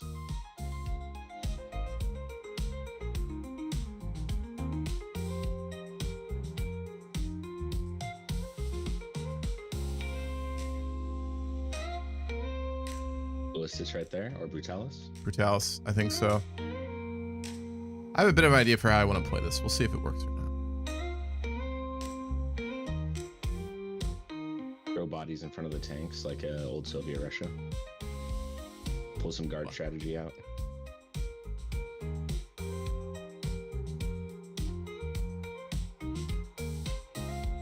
All right, other squad of rubrics right here. Yep.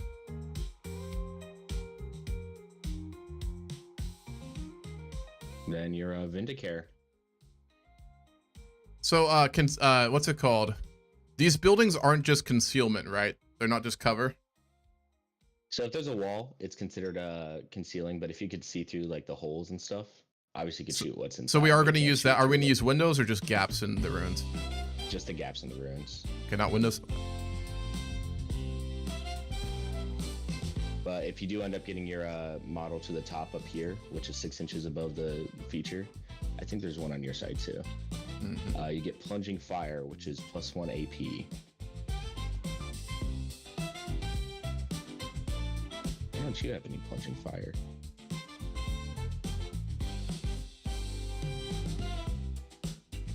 Cool stuff. My last unit's to Vindicare, and it's one I don't have experience with. I only read about so. All right. Good.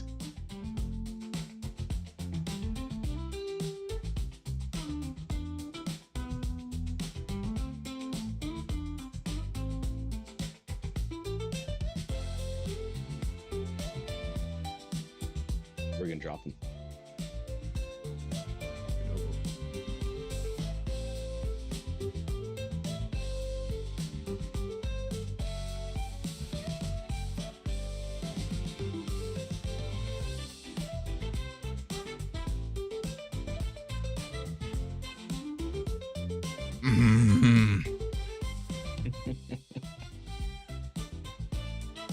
Well, well, well, how the turntables turn. How the tables toin.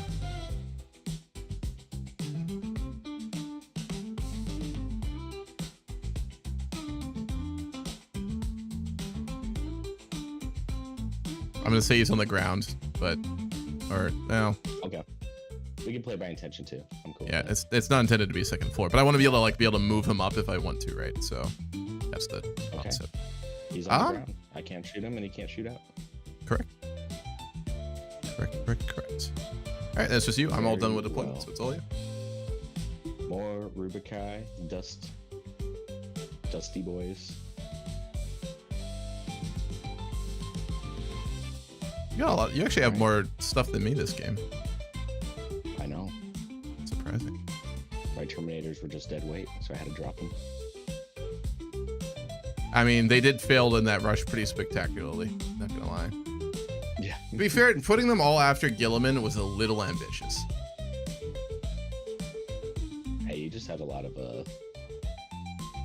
The disrespect for What about your Robute Gilliman is starting to affect your win percentages here, bud. I think so. Be careful. Alrighty. Roll to see who goes first, or is there anything else we're missing? Yeah, just roll the. Oh wait, we are missing one thing. Good luck. Oh, good luck to you as well. I got a 1, so apparently it's not with me. I got a 6, so I will be going first. Fuck me. I don't know how I feel about that. I don't like that. Last time we played, your ability with 1,000 Suns to do stupid damage round 1, turn 1 was just monstrous. So I don't love that, but we'll see. You don't love that. Okay. So I'm going tactical for my mission, so I'm just gonna go and draw 2 secondaries. I'll go tactical too. Hello.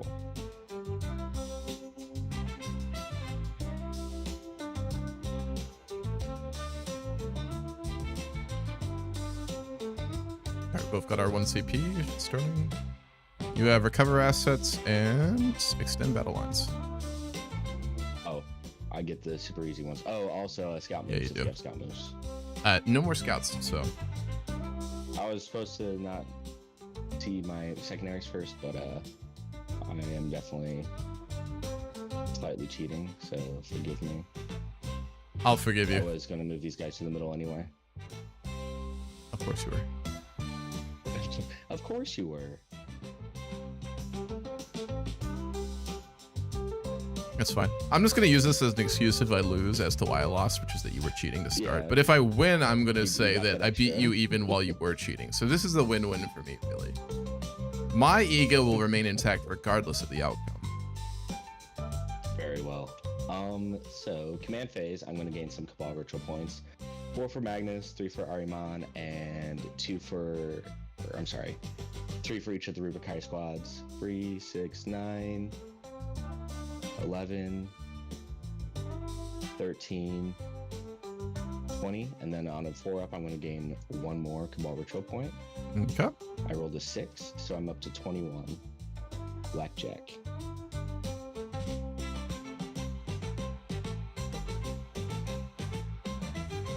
All right, that's the command phase. Nothing else you need to do in command phase before we move on, right? Yep, just movements. Oh, I'm sorry. Magnus is not choosing. There you go. Plus There's always movement, something. And my psychic weapons will have devastating wounds. That's disgusting. Yes, and if I don't say anything, just assume it's devastating wounds. So your scout movement, now you're doing your regular movement, right? We're on movement phase? Yep, regular movement. Yep. Regular movement. I'm gonna get a few of these guys in cover, and I'm gonna screen out the center. I'll move the Careful dice as charging, well. I think careful we'll moving. remember what's what. You can keep the banner. Yeah, true. It does look good. The And then we just Finnicker use can the just shoot the banner whole instead. board while only being shot at in under 12 inches. Yes, it's not whole board though. It's only 48-inch range on this rifle, but it's pretty long. Essentially the whole world. The entire planet is within 48 inches. Yeah, I mean, yeah, if he stood up on here, he could literally hit anything. So it seems like a good unit in theory to me. As soon as I saw it, I really liked it in theory. But it might be one of those things that sounds good, but in terms of actual like gameplay, it's just not. So we'll have to see. I'm gonna advance these Rubrikai. Why do you keep putting them in Okay. lines? Why not? 7 inches. We're gonna be behind cover. Oh no. That's a bad Have you sign. ever heard of like the line? As in like battle line. Yeah. Mm. You get it. It's almost funny. Okay. These guys are just gonna move at 5. I think I will have an angle on you here, just so you know. I will. I mean, I will be probably moving him, but just so you're aware. That's fine. Yep. If you shoot at these guys, it's A waste of my Not that repulsor, bad. yes. yeah, because Wasted shots. So you are going to contend He left has fly. objective. Good. so he's gonna go down 5 inches and then 7. Oh, your disc boys could move like 50 inches. That's what you were doing last game. I moved 12. Mhm. Some of them move 10. Arimon's going to come over here. He's got plenty of movement. Araman, really? Okay. Though I will say, if we're going by gaps in the ruins, I'm gonna have a line of sight on Araman. If he is outside of the feature, you cannot shoot through the feature. You cannot shoot through the feature to be able to shoot the gap. Yep. I see. Okay. I'm not just adding new rules. I'm sorry. No. I trust you. You've played enough games. Folks watching, if he says anything wrong, do let me know so I can just, claim victory instantly on a moral high ground. That would be great. So. Okay. No, these are ruins. Every time I hear ruins, I just think of that the Tau gunship bullshit with ruins, where just destroying things. Where aircraft can ignore ruin rules. Yeah, completely. Crazy. Right. I do need to try the Thunder Storm Raven gunship with flying instead of hovering. That would be interesting. He's gonna move 10 inches up. Got some lovely movement there. I have successfully claimed no man's land, and there is nothing you can do about it. But you have a flag. Yet. No flag, no objective. Yes. Those cultists are. You were trying to have them be murdered, and I'm going to murder them. So I know you might get a CP. I'm okay with that. Or it'd be really funny is if I shoot around them and other things, and then I just keep them locked in like melee while holding OC. That'd be fun too. I'm okay with that too. Whatever you choose. That's not the response I wanted. Tee. Not like the other. Just gonna poke their head out. Sorcerers. Just kidding. Oh my god. This Brutalis is not gonna have range, dude. The twin multi-melter only goes 18. That Brutalis, okay. I will say I've had some pretty good shooting rounds with the twin multi-melta, but only like right before I charge, really close. Kroot Bazino's changed my mind too. Cog, have you read the Caiaphas Cain books? The Kroot will like literally like eat the flesh of other races, and they learn about them by just like eating a chunk out of them and spitting them out. It's wild. Kroot are wild. They're also very eloquent, at least in the Caiaphas Cain books. Kind of sad when that one died. Go up 2 inches. Tee. And he can draw a line of sight from his wing to the Brutalis. Perfect. And he is within. Oh, just out of range. Damn. Space Marines can do that too. They can eat a Xeno and then like know about it. I don't think that's lore. Is that real? That's wild. If they eat too much bread, they become a crouton. I get it. I'm just gonna advance the Zangor so that way they can all come out. Let's see how far they go. I get +1 because they have a banner. Because they have a what? They have a herd banner, so they get. Oh, I can. Oh, these guys. Reroll advance or just kidding, they don't. I can reroll, but I got a 6, so I'm good. 6 inches. I am very out of practice with 1,000 Suns, so please be patient with me. I will get some rules wrong. This is my 6th game of Warhammer 40k, so you're fine. Only 6? They gain the memories of those they eat, nice. but only scattered random ones for Space Marines. Oh, I see. Okay. Kroot are interesting. They're the goat. No, just kidding. Zangors are.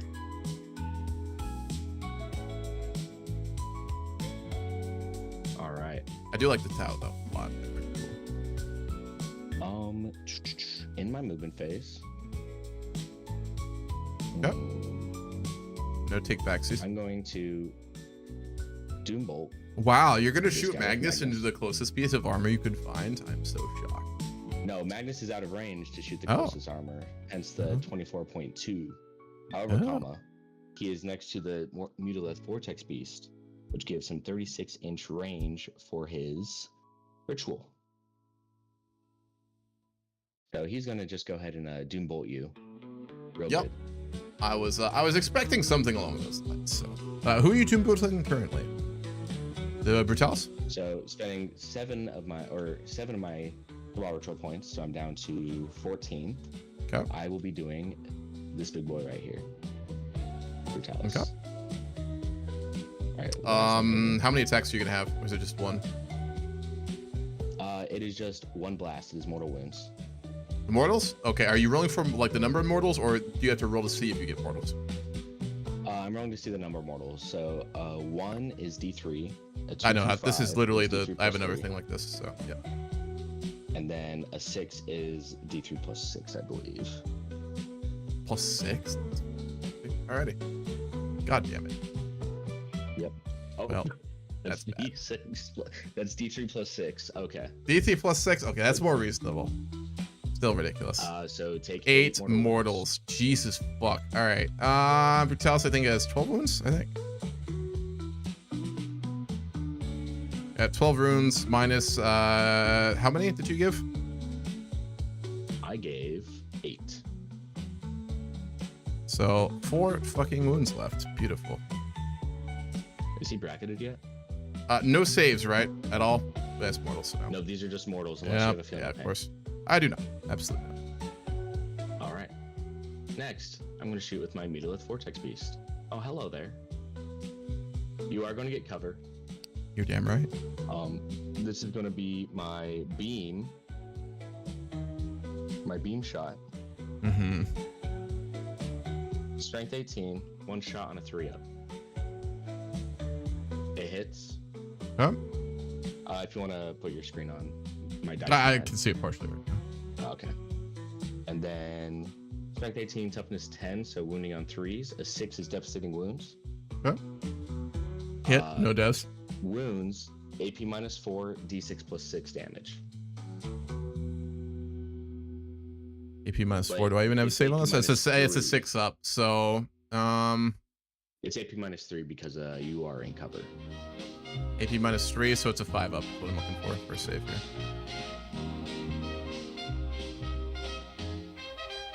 Please fail it. Saved, bitch. Damn it. You hurt me. I'm so You sorry. hurt me. You still have my Brutalis at 4 fucking wounds off the bat, so you're chilling. Next is nothing else can see. No, you can't. I mean, the ballistus is way the fuck back there if you have range, I guess. You can't you're look right. through. You can't look for runes like you said, so those guys can't do anything. I'm gonna Cultists, shoot yeah. the cultists. They're gonna do some piddly shots into the Brutalis. Alright, he's ready for the worst shooting ever. Alright, one I'm shot excited each to for 10 see the shots. 6-up shots that they're gonna need.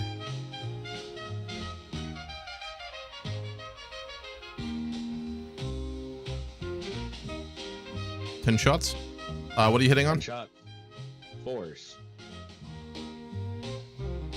And I think I need 6s to wound you. Nope. Nothing. I don't see anything right now. No, it's 1, 1, 2, 2. Oh, yep. Nope. Nothing. All right, that is it for me. I'm gonna score. You're not. Are you not 10 charging? battle lines. I didn't recover assets. You could charge your cultist potentially in the Brutalis, right? You could. Arimon's gonna recover assets. Zangors can't do it. This EB will recover. If you're cool with that. If not, it's okay. Yes, but give me leeway if I forget something in the future as well. No, that's fine. That's We'll fine. go. I prefer that route over. This is a very sportsmanly game. Absolutely. Absolutely. All right, so I'm gonna score both of these. Okay. How much points in secondaries did you get then? So extend battle lines, I got 5, and then 3 points on the recover assets. Except it's still Checks out. ongoing. Yep. So currently Get only your 5. The far right one, or whichever one you want to do. But primaries, and then these are the secondaries. It doesn't pull up for me. Does it show up for you right now?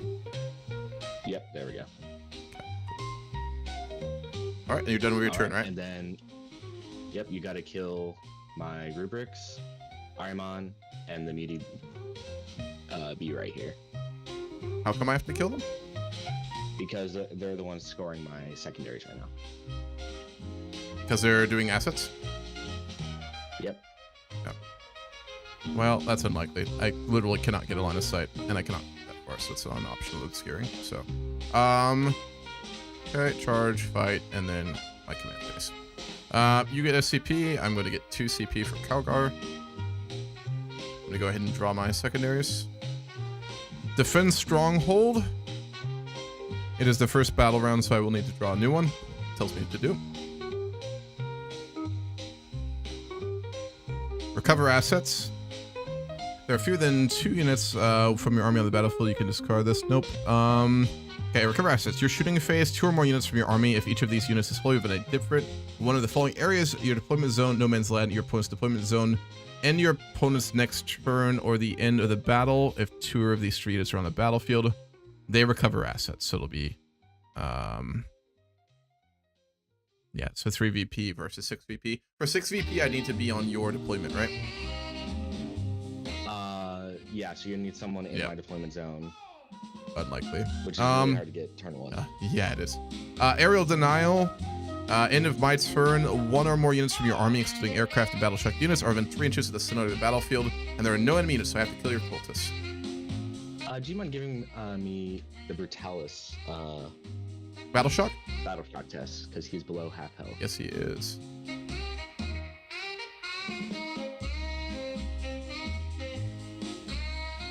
Yeah, right now my cultists are kind of 6 up. cucking you a little bit. I don't really want to spend a CP on passing this either, but I kind of need him to charge the cultists. He can still charge if he's battle shocked. It reduces my OC to 0 though, which I don't need to control the middle objective to be fair. But and I can't score primary in round 1 anyway, so yeah, I'll just roll it. Alright, what you're doing. If you click up these blue buttons right here, they drop how many D6 you need. That's cool. So I just need to.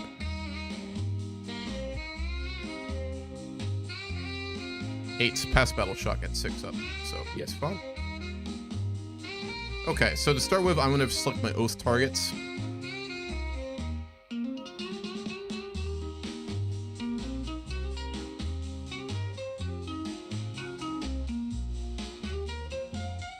Primary oath target is going to be your vortex beast right here, so I'm going to put the reroll hits and then the +1 to wound for being primary for my oath of the moment.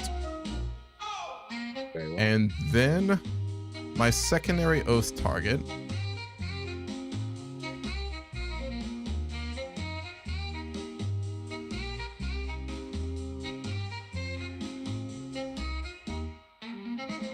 is going to be the Infernal Master in this unit over here. So that'll be my second. But I only get that if the first one dies.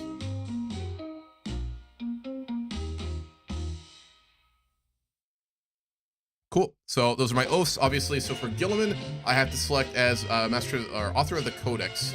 The 2 abilities, I will take the one that lets me choose a secondary oath, obviously, and I will take the one that allows him to reduce the CP cost of a unit within, I believe it's 12 inches by 1 CP. And like you said before, that only applies to his detachment CP cost. It does not apply to core stratagems, only for Ironstorm. Yes. So those will be my 2 for him. All right, other things I need to do at the start. So my Tech Marine, I'm going to go ahead and do. Get up my giant document with stuff here. My secret documents.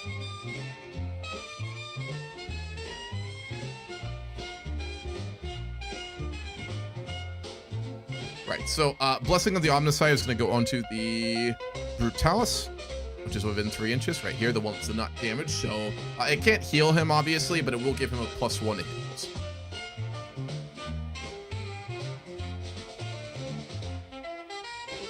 Which is lovely. And then the Tech Marine. Since I forgot to tell you which Tech Marine is the one I'm deploying with my enhancement, I'll just let you decide. Which one has my enhancement? No, just choose one. It's okay. You sure? Yeah. Okay. Then I'm just gonna have it the one over here in the corner with all my other armor around it, right? Giving So this guy the enhancement. yeah, he'll have the enhancement, which is Master of the War Machine. So if I choose a unit within 6 inches, it can advance or fall back and also shoot everything else, right? So I'll also give that to the Brutalis. Sounds good. Other things I need to do. This is nothing. Brutalis is nothing. Nothing. Got my secondaries. Most of the moment is decided. I always fucking forget something in my command. Okay, so I remember. And then I'm going to go ahead and use my, what's it called? I will also use Blessing of the Omnissiah with my other Tech Marine onto my Repulsor Executioner, which will give him a +1 to hit. Since that disappeared. +1 hit, there we go. It will not heal him, obviously, since he's... That was the other thing I needed to remember too. And I'm not going to use any stratagems. I have my secondaries. So I guess I'm going to go ahead and go to my movement phase.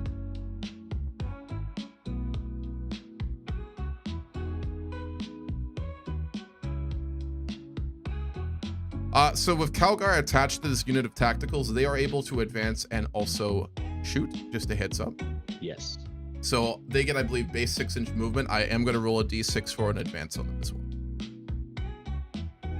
Makes sense. A 5. So they're going to have, I believe, 11 total of movement. Yes, they are.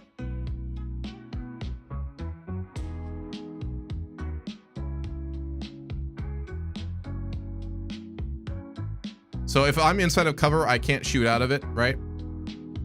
Inside this. So where? Are we gonna call this a window or a hole in the terrain right here? Because these are windows on the left, right? But there's a chunk missing. Yeah, so that could be a hole. Okay.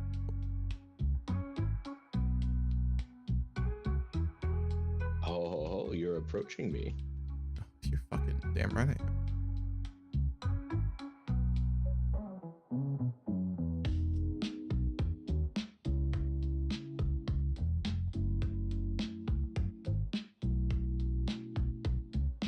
Once you're done moving, I'm going to spend 1 CP and overwatch you with this unit.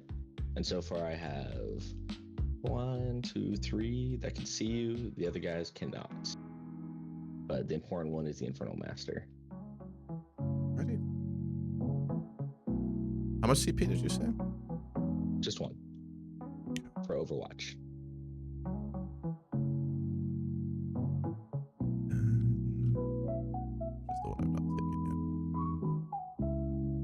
And because you are on an objective that I do not control, I would reroll all wound rolls.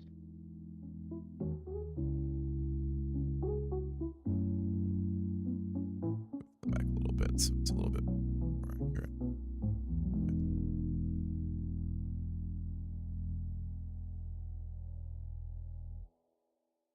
All right, you're gonna overwatch me, right?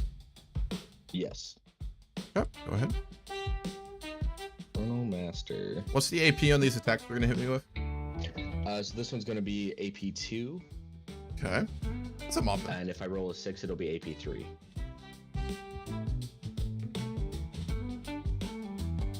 And what's the damage and strength on these attacks? It'll be strength 6, damage 1 for the majority. How many shots total are you gonna be putting off on me? A lot. Okay, so obviously the warp cannon guys inside, they can't. We're not doing windows, right? So they can't see out, right? They will not have line of sight. So you're gonna have these 2. will not, but these 3 will be able to. And he has a line of sight on Calgar. So it'll be 2, and then the Infernal Master, right? Yeah. So one's this the Spiring Sorcerer, the Infernal Master, and then one's a Warp Flamer dude.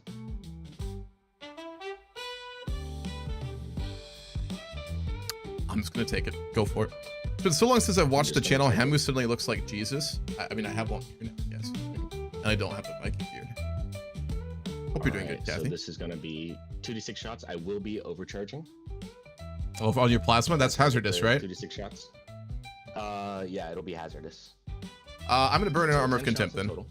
I think I can do that. Let me take this in I my face. Don't think you can. It is your movement phase.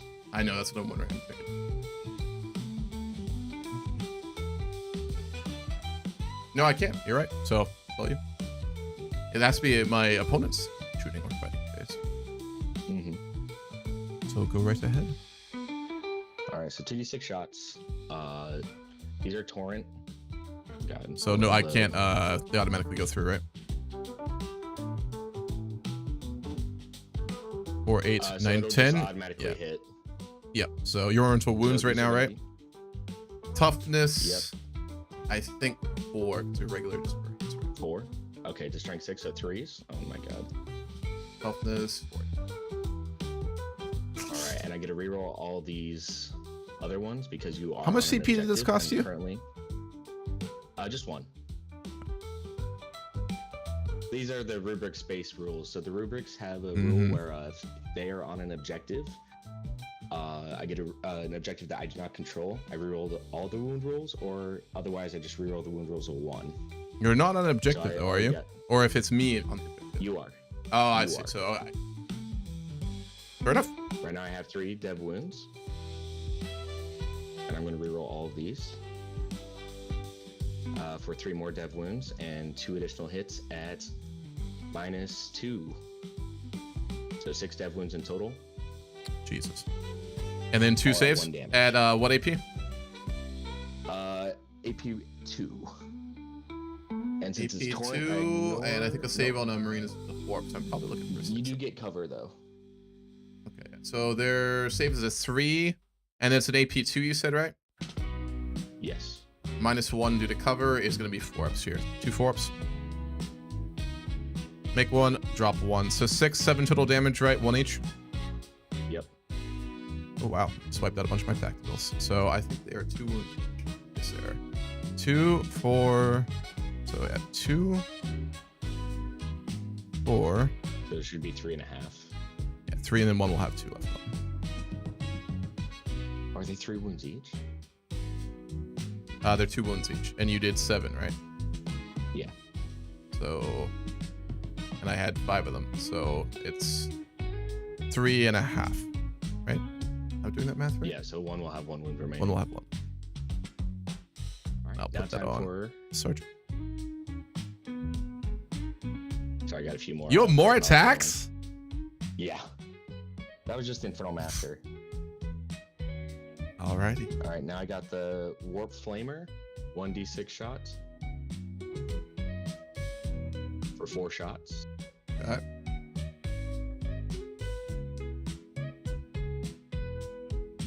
Rerolling wound rolls. These are automatic hits then? T4. Yeah, toughness 4 What was is. I said you're getting to re-roll these as wounds, right? Yes. Okay, so 2 hits, This is a flamer hit. 1 They hit dev, automatically. 1 save, right? No, this one isn't dev. This one's going to be AP -2 down to. Okay. Ignore your cover. So AP 2 and 1 AP 1. 1 AP 1, 1 AP 2. So I'm looking for a 5 and a 4, I believe. Mm-hmm. 5 up to start. Don't make it. 4 up. Don't make it. So 2 more damage. All right. So, yep. Dead. And then missile launcher has 1.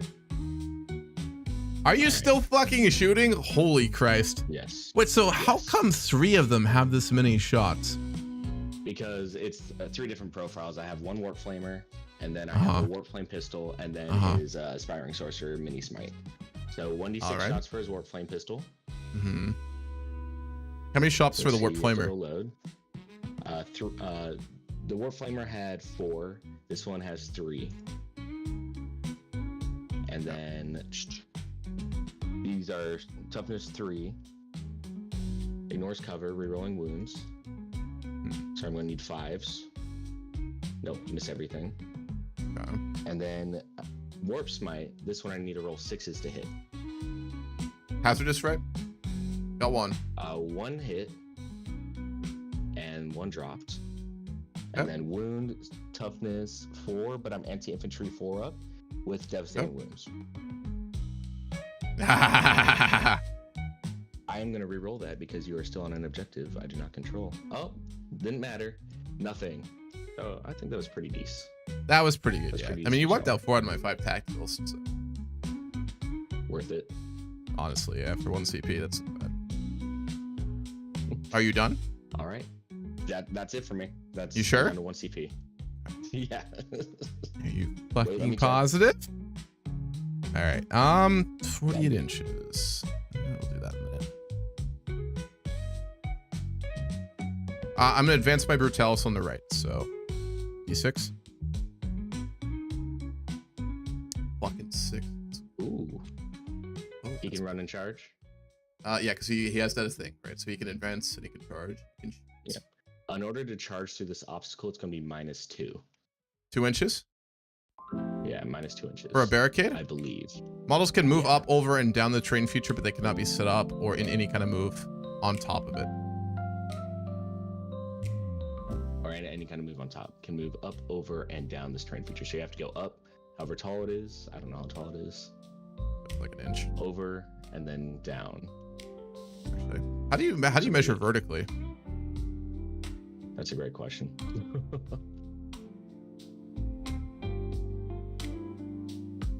Like probably Looks about 3D. 3 inches. Hope I don't break the game. Hold on. Looks about 3 inches. 3 inches? Oh, wait, am I just out out in no man's land? Looked like it was. So monsters, I cannot go through ruins, right? Or can I move through them? Or sorry, vehicles. You can go through ruins, but you cannot go through. Oh god, this is why I don't play with vehicles. Fair. I don't think. Because what I'm through walls. can I charge through ruins? Can move through this terrain feature as if they were not visibility benefit cover. Or walls can be set up around to move on a new floor.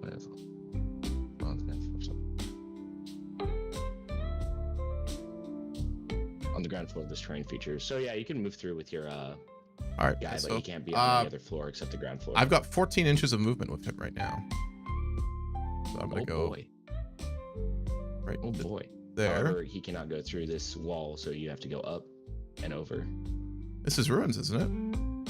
Yes, but you need space to move your base. Otherwise, you can't. So you go can't through just straight through move through walls. You can move through it if there's the space for it. it. Opening. Yep. Yep. And you cannot charge through walls. However, there is openings on either side of this ruin, so you can charge through it. Okay, 10. And so I could end a charge phase inside of it right here, right? That would be... Yeah, within an inch of my models and Yeah, deal engagement good range. damage. So that was 10. I have 4 more inches. That is correct. What's your OC? On Brutalis 4. The Brutalis is 4, huh? Mm-hmm. So I got some tricky shenanigans. So once per turn, when an enemy unit ends a normal, advance, or fallback move within 9 inches of this unit, if it's not within engagement range of any mini units, it can make a normal move of up to D6 inches. So I'm going to normal move D6 inches away from you. Go for it. E6, let's see. Let's see how many I get. God fucking 6 inches. Okay. Wow. So I'm just going to go ahead and... How much OC are you? A lot? OC? 5. Like I said, I think it was 5. 5? Good God. Great googly moogly. I'm going to stay back here so that way you can't really shoot me and make the charge nearly impossible for you.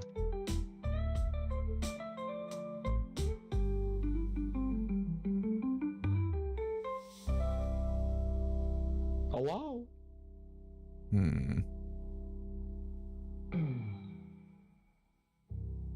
Conceivably It's gonna still be a long doable. I have to roll a 10. Down to... Oh, I can't just charge through the wall. So yeah, okay, I see. You have to measure so that way your base passes the wall. So 5, and then from here, 6. It's over 12. Okay. It's really dumb how they did the I don't like the obscuring rules. I really don't. I don't. yeah. And movement. I guess I understand, like, you can't just barrel through it with a vehicle, right? But if, I don't know, if infantry are able to do that, it just kind of, I don't know, a little iffy. Okay, in that case, let's see. I'm going to... Sniper. Yes. Name a military Someone unit, burned Snipey channel the points. Sniper. He's now Snipey the Sniper. Our Snipey the lovely Sniper Vinegar being Assassin has God. been brought low by shenanigans. Vinegar's gonna get sniped. He's gonna get shot. You have to be within 12 inches to Snipey shoot, the my Sniper. friend. Oh, that's easy. Double move. By all means, please do rush me. So, Snipey the Sniper, what is his movement? 7 inches. Do you have to move vertically? Is it just you go straight up on ruins like this to the second story, or how does this work? Essentially. So it's 3 inches from the ground floor to the top floor. So however much his movement is, then he moves the rest vertically. 3 and then 7. horizontally. So, yep. Put it right up. Snipey the Sniper. God damn it. So now you're gonna have to run Snipey the Sniper in more games for me to take out turn 2. I want to see what he can do. I am still very curious, so I stand by my decisions. He will have also he will have a line of sight on your Aspiring Sorcerer, by the way. Very well. Which, do I get? Second story, it's only 3 inches, so I won't get that bonus for like being way up there. I'd have to be Yeah, like, the only place is right here with the plunging fire. I don't know why I'm the only one that has it. It's not very even. Okay, I will ask you, because I don't know your army at all, and I know you have been polite about this in the past. Is there anything else you can do to like just instantly respond? You can't do another like shot with that stratagem because you can only use them once per phase, right? But is there anything else you can do just immediately to attack me and fuck me up right now if I move anywhere? I can reduce the CP cost by 1 if you're to get melee and fight first. However, nothing that you can charge or shoot at is currently worth me spending that CP on. Sounds good. You have free reign currently. It is safe. Do not be afraid. Or be afraid. That's cool. It's cool too.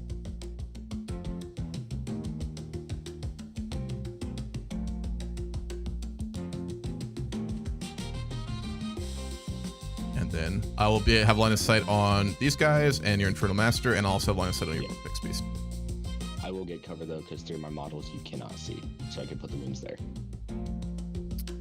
That is so good. Alright. I will. Now some tougher decisions are going to need to be made here. He cannot advance and shoot, but the Brutalis.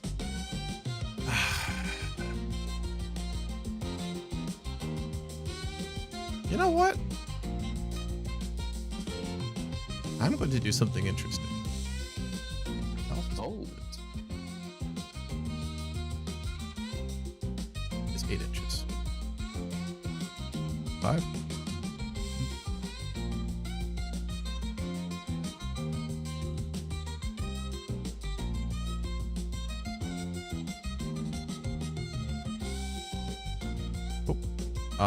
And then Ballistus can move. So the Ballistus, for example, I could move the Ballistus like right in here as long as the base fits on the ground, right? Yes. However, if I have to go like core boom, monster is inside boom. of the template, if I have true line of sight, because it towers over the walls, I can still shoot it. Do I get cover if you have that? You will get covered. However, with the kind of AP I'll be throwing at it and mortal wounds, I don't know if you want that heat. I can just move through my own moon and with the Reaper then, right? Yes, as long as it doesn't end its move on top of the model. There is 10 inches of movement.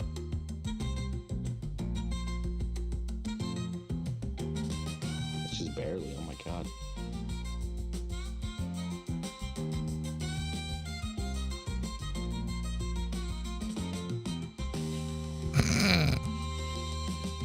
That will take 2 inches of your movement if you do pivot it. Oh. For aesthetics. That's fine. So he can't shoot through the vehicle though, right? He can. We can? Your models don't block your own line of sight. Just yours, right? I know vehicles will block it. The repulsor, since it is above, technically I can see underneath the repulsor. Okay, that's fair. Alright, we'll leave it there. This is some scuffed shit right now, but that's fun. Now some hard decisions are going to be made.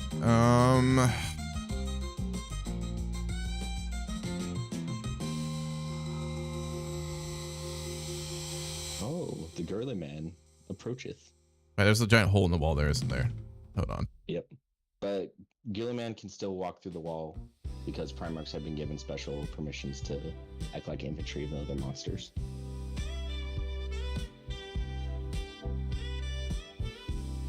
Let's do this then. This one is aura range, to be honest. And then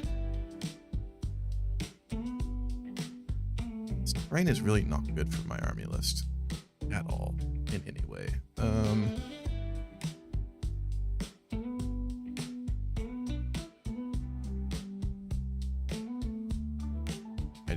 These guys are just going to do a bit of a movement consolidation so I get some better line of sights. Gonna shuffle? Yeah, pretty much. And then I've moved, I believe, everything. You just conceded the middle objective to me? Thank you. I'd have to advance on it. We don't score, objectives don't get scored round 1, right? No, but it means that at the beginning of my turn, I'm going to score however many points. How So come? I think it's 5 points for the first 3 rounds. Oh, because of... Where is it? End of the command phase. The player whose turn it is scores the following VP for each objective marker in No Man's Land. Control depending on the card. That includes, it's in the second and third battle rounds, right? Not the first. Yeah. Nope, just the second and third. But it's scored in your command phase, so going into round 2, it will just start that way, right? Mm-hmm. So I see. Next turn, if you don't clear them off and you don't get them to be battle shocked, I'm going to score 5 points for. Do you mind if I take that back and try and push in the middle? That's fine. Okay. I know this is bad because I've already basically lost the squad of tax, but I mean, I'm okay with that. I'm okay with you losing tax. there's no. It's not. I know. I bet. And I didn't bring my apothecary, so that's unfortunate.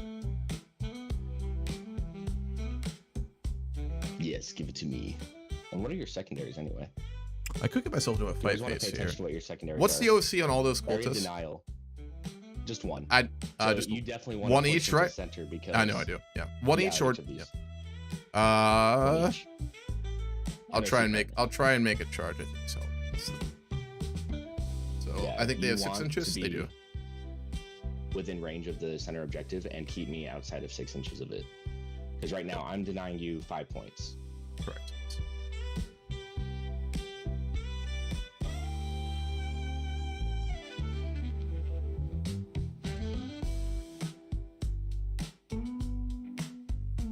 Yep. And I'm gonna shoot and then obviously charge them after. So, Yeah, you don't want to clear me off completely because then you won't be able to charge. If Correct. you start shooting, yes. you'll still fail the Oh, I know. secondary. Also, it's very fitting. There's a hanged guardsman in the center of the objective. Is it a guardsman? Oh, ew, it is.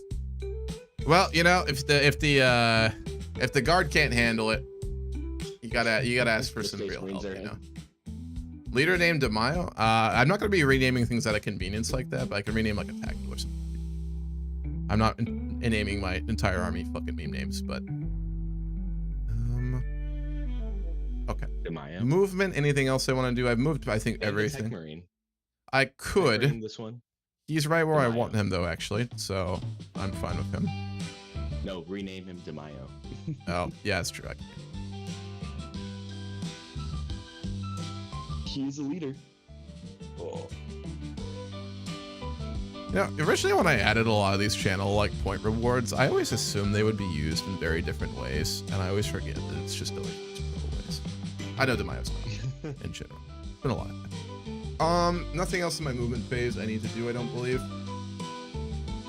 DeMaio. So I guess I'm gonna go to shooting.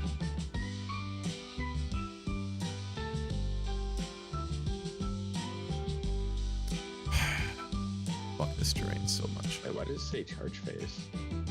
Oh. Oh. Because I went too far, probably. That's for next phase. Charge would be next phase, I think. That's how that works. Oh, okay.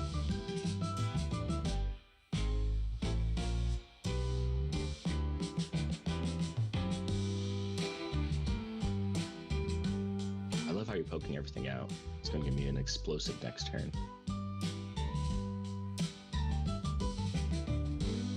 Maybe. Maybe.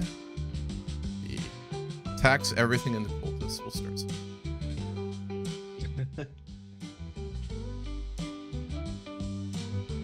So it'll be 4 bolt guns just to keep it simple and a missile launcher. So I'll start with missile launcher. I hope you wipe them. Give me another CP.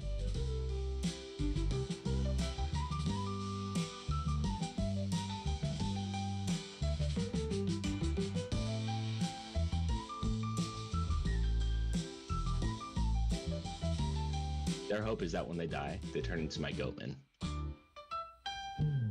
I don't think there's any way I fucking kill. What's this toughness on them?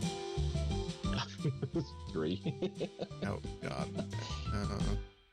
They are made of paper. They have a 7-up or a 6-up save with a 6-up invuln. Scratch that. Fuck. We'll just keep it simple. Everything.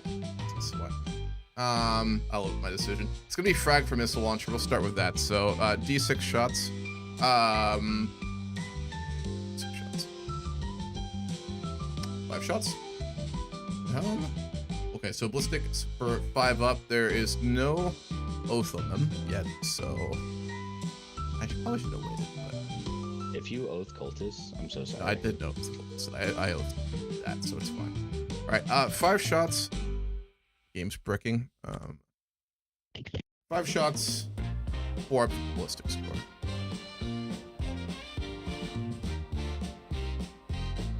Fucking 1. Okay. I will get per unit. I do get 1 reroll. It's either a reroll on hit, wound, or damage. So I will reroll 1 of these. And this will be my reroll for the tactical unit. I don't get any more. Fucking of course. All right. Strength 4 to toughness 3, right? So 3 ups.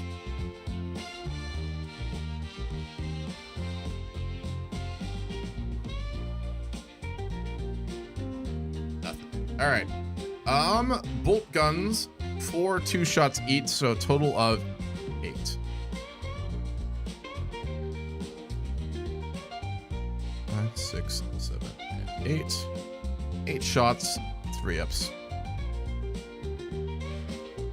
Cool. Strength 4 to your toughness 3, so I am looking for 3 ups on 5 shots. 4 at AP 0 on cultists. 4 AP 0, so I got 4 6 ups. Oh boy, this will be fun. 6 ups. 4 Nothing. Die. 4, yeah, 1 damage a each. little harder. No, fuck you. All right, that's still a 5-inch. I can probably make that. Okay. Text done. Do I have anything I can actually do with this else over here? I don't think I do. Magic.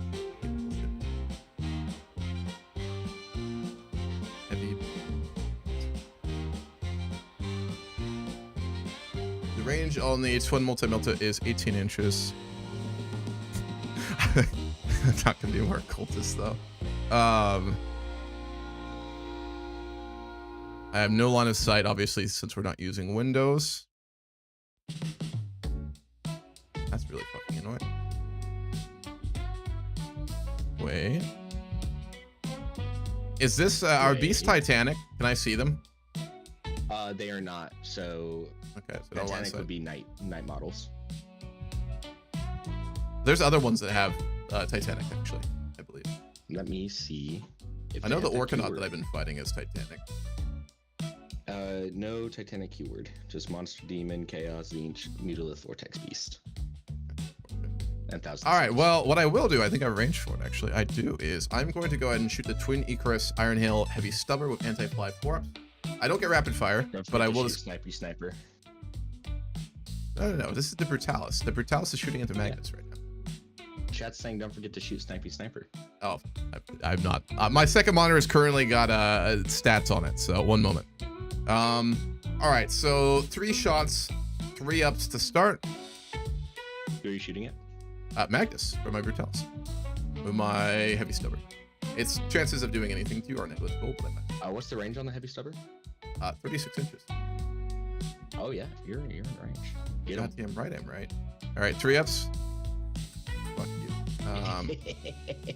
That's. Gilman is not with us today. It seems he's. You can reroll one of those per unit. Given this is the only shot I'm going to be making with this fucking thing, why not? Cool. 2 hits. At his strength 4, I'm going to be almost certainly looking for 6-ups. 6s. Let's get it. Unbased. Unbased. Wait. Anti-fly 4-up, so that's a hit. Right? Oh shit. 2, 1. Yep, that is correct. And I have Twin Link, so I'm going to reroll this Reroll? 1. I forgot I had Twin Link. Oh, let's fucking go. AP 0. Get fucked. 2. 2 2s. That's Two terrifying. twos. You should be terrified Does as that Magnus wound right now. anything? Fuck no, it doesn't. This is absolute trash. I'm just shooting it into you to shoot it into you. What do you think this is? I have the ability to do damage. Was that a hit? That was a wound. You just took 1 damage. He should be quaking in fear right now. I'm cooked. You're cooked so right now. fucking He's cooked, bleeding. dude. This game is. Do you want to concede right now? I might as well. I mean, at this point, like, it's basically over. I mean, Magnus seems like such a little pussy that he'd probably immediately run after, like, stubbing his fingernails. So I think this is probably a That's what they GG call right here. Stubber, right? Yeah, I mean, he got stubbed by this stuff, so. 15 wounds left. You fucked? All right, sounds good. I could do no more fucking shooting, again, because of your bullshit. So. I don't know what bullshit you're talking about. Mm-hmm. I'm just playing the game as Garfa. I'm sorry. Hey, don't hate the Games player. Workshop intended. Yeah. If you're ever justifying your actions by GW said I could, you know you're in a good place in life. Yeah, you're looking at that too. We're gonna get to that in a minute. Don't worry. You got. I also had a +1 to attack. I just completely ignored, but it's totally fine. We're good. Is it melee attack or just any attacks period? For. Sorry. The Brutalis. You said you had +1 to attack. That's for Or everything. +1 to That's hit? just everything. +1 to hit. Sorry. Go ahead and roll your other die. Hmm? Give it a go. No, that's fine. Think about what I'm gonna do next.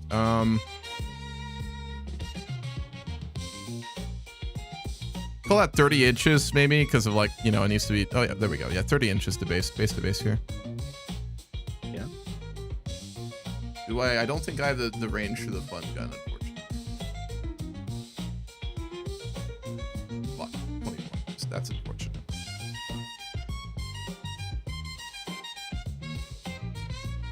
Hey, be careful. Don't shoot at Magnus. He bruises like a soft autumn peach. Aha, hole in the wall, but I can't shoot through ruins side to side, right? You said? Nope. Because I'm outside of the footprint.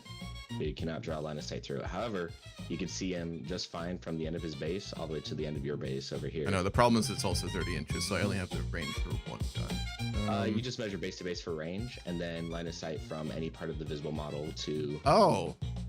your model. Oh. That is so painful. Okay. I will get cover.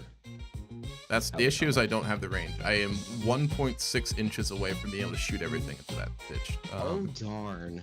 I know. Darn I it. figured you'd see it that way. Oh, darn. Also, don't forget to hydrate. I will in a moment. Thirsty for Gillian. This map is Mr. such Gillian's, ass for my damage. army. Have I mentioned that yet?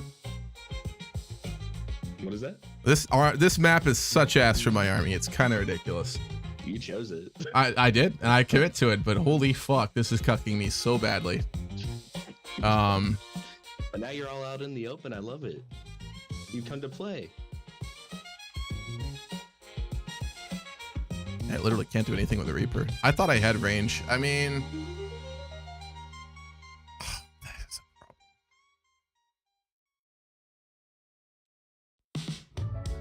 Now I will just have 1 attack. So, just to try and kill that bitch. I'm just gonna put the stubber into the vortex beast. So just 3 attacks. No rapid fire, obviously. I am looking for. He does not 3. have ply. Sorry. It doesn't matter. He This does not stubber have does not have anti. The rocket pod though. Can you not? Do you not want to shoot a? Oh. Nope, I don't. Make sure you declare all of your shots before you fire them. I can literally hit nothing else with him, so I will just be shooting that into the beast. Yep. Okay. Not even Magnus? No, 24 inches for every other gun. Oh. All right, so all of these are going to hit at least. 4 strength. What's the toughness on the vortex beast? 10.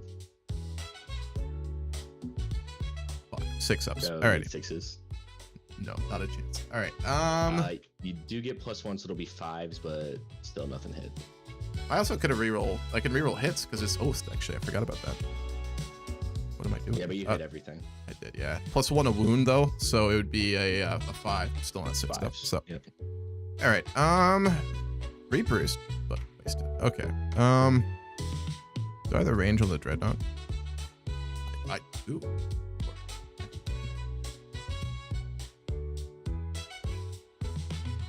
I will not have the range for my 24-inch guns, but I will have the range on all my 48-inch guns. Very well.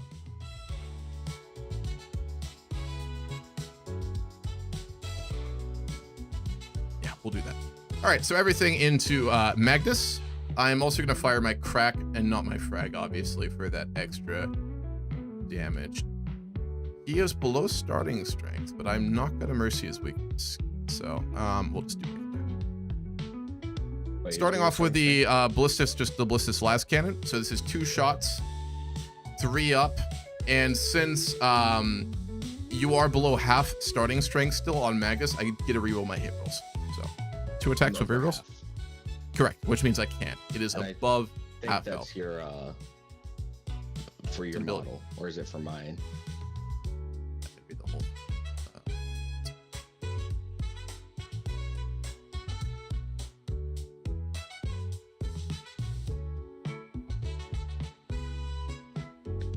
It's like I didn't reroll on this page. It's not below half strength. You can reroll it. So you get to reroll the hit roll. Mhm. Oh boy. What the fuck is it?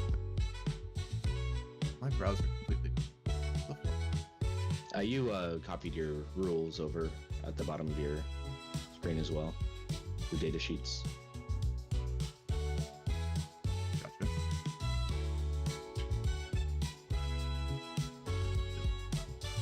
A thing for my Chrome that is bugging.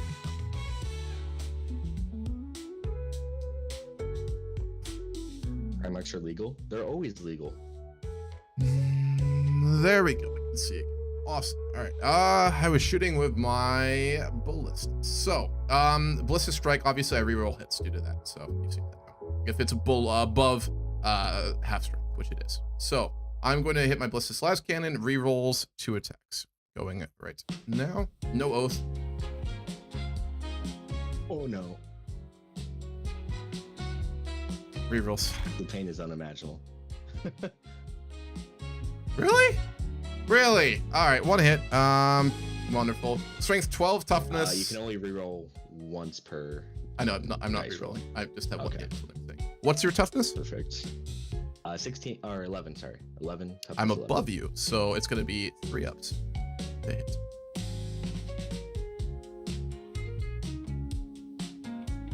I'm going to use my Oh, 1 reroll I get for wounds. I wanted to save that for damage, but I will not be able to do that. So I will get 1 reroll with Iron Storm special ability. It's 1 reroll on a hit, wound, or damage. Just 1 per unit per phase. Okay, this is not looking good. Okay, fuck me. Crack. God, I'm so ready to spend a CP and everything. Holy shit, what is this? Okay, 2 shots. Ballistic missile launcher crack. 2 shots at 3 ups with rerolls due to ballistic strike. Fucking finally. There we go. That's better. All right, 2 hits. Strength These are 10. damage, right? So I am below. So I am looking for 5 ups to wound. No rerolls possible here. Hit 1. Oh, you got a 6. Is Hit that a death? fucking 1. -2 AP. 1 shot. D6 -2. damage. So I'm gonna go to -1 AP because I am in cover because you can't fully see my base. Mm-hmm. That's 3 up, I assume. So 1 shot, 3 up. He's good. That's great. that's just so great. Just I love it so much. I love it so much. I love this game so. Folks, have I talked about how much I love Warhammer 40k and how much I love the good rolls that I always get, and it's so great. I will say one thing that's very funny. I didn't bring them, but my scout squad basically will always survive, and I'll always pass rolls for it. And then for anything I really need, like the repulsor, I will fail all of my saves. So just to give you a little look into the future. Also, what's up, Reaper? Good to see you. Why is Magnus on the field? Primarchs are legal. Yes, they are. We're playing Tinny. Playing Tinny. Ah, fuck. This is not looking good at all in any way, shape, or form. Holy shit.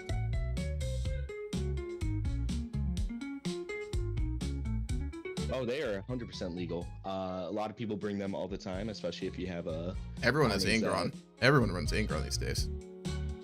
Oh, yeah. Primarchs are definitely legal. They're just overpowered, but at 2,000 points, they are very much pointed to be fair. So Magnus, for example, is 465 points. He's almost a quarter of my army, but he is very easy to remove from the table with a full army of 2,000 points on the other side of the table.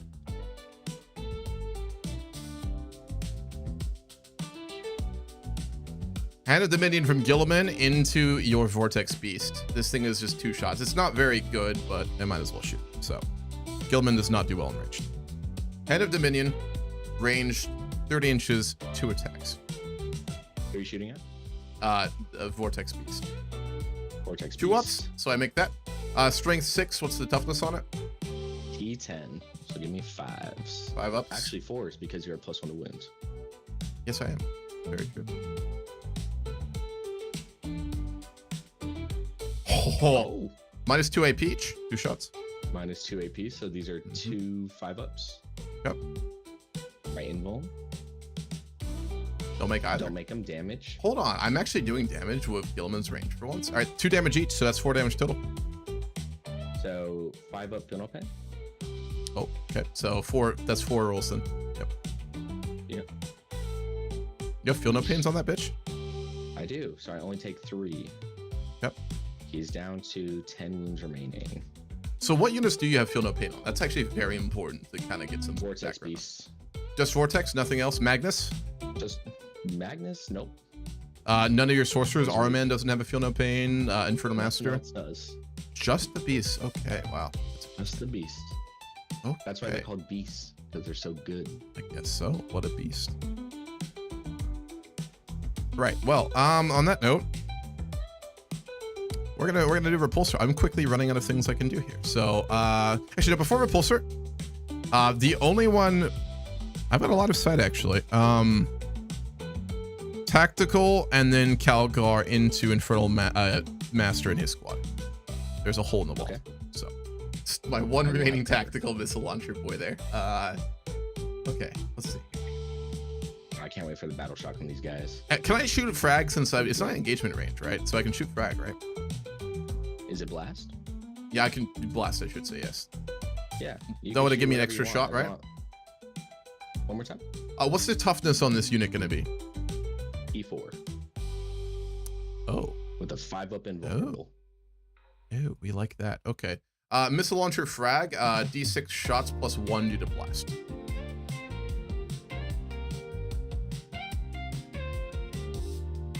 You know, I really don't think this. I don't like this random math. I don't like this random math at all. 3 shots? 3 shots, yes. I am looking to hit on 4 ups. I am not. I don't get heavy because I moved. Take them all. Okay. I take it back. I love this system so much. Strength 4 to strength, toughness 4. So I'm looking for 4 up here. Yep. Oh, that's wonderful. I love that. I'm gonna save my reroll because since Calgar's attached, it counts as the whole unit. So I want to save my rerolls, my 1 reroll for Calgar. So I'm just gonna take 1 shot, AP 0. 4 up. That's an L. Damage 1. Just 1. Negligible. Gonna go on this Warp Flamer right here. Yep. And then it's gonna be Calgar. Vitrix don't shoot, obviously. So Calgar with the gauntlets of Ultramar, targeting that unit once again as well. 18 inches. I assume I have that, but I will double check here when the game loads. You know what assuming does? Sorry? You know what assuming does, right? Makes an ass out of you and me. There we go. Okay, I was waiting for it. I would normally laugh, but I'm still mentally recovering from your bullshit in this game so far, so I'm lagging behind. I did nothing. Yeah, no, sure, you did nothing. You've done psychological damage, which is more important. So, all right, Emotional 4 attacks, damage. 2 ups. Nothing else special applies here, right? I advance and I can shoot some Calgar. Nothing else applies. So this is going to be twin linked. 2 ups. Hit them all. Oh no. Strength 4 to toughness 4, I assume, right, for that unit? Yep. So I'm looking for 4 ups, twin linked. Okay. Oh god. AP -1, 4 shots. 4 shots on 5 ups. Yep. I got this. That's a giant read. I'll read that out loud in just a moment, Reaper. The long one. 1 damage each. Yes, 1 damage each. 1, How many hit? All of them? 2, 3. Not this one. He's the icon bearer. He's gonna stay right there. Dude, this guy. Wait, is this my cannon? Nope. This guy. So 2 are dead? 2 are dead. Oh, okay. I'll read that in just a moment, Reaper. Okay, so yeah, so that's all the shooting from that unit. In terms of shooting, I don't suppose I have range of... Oh, it's so close. I don't. I think it's 24 inches on the forge bolter. That would have been funny. Fuck. 0.4 inches away. That's an L. Oh, All right. darn.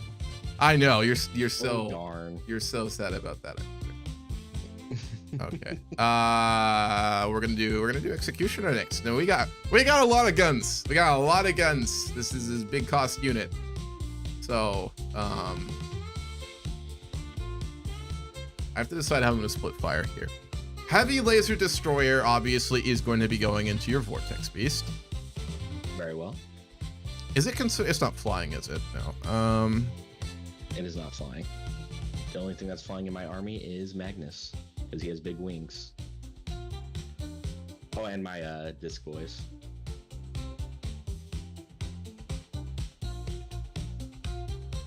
Okay. So the way this is gonna work and how I'm gonna divide it up is everything that can shoot the vortex beast, I'm going to shoot into it.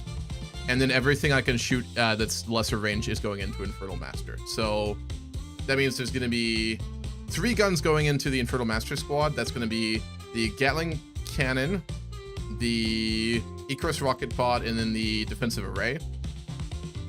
All the 36 inches and the 72 inches going into the Vortex Beast. So, heads up. Very well. Cool. Let's start with a fun one. We're going to do Heavy Laser Destroyer first. So, 2 shots. It is Oath, obviously. Is it below half starting strength? No, it's not. Oh, wait, no, I won't. It will not get It cover. is not below starting strength. Base to base, it would get cover, right? Wait. So Because from you have a Simpmar. They chose for you to win this battle. a what? In chat. Yeah. Oh, I don't think that's how choose event outcomes work there, Ulster, but good try. Nice.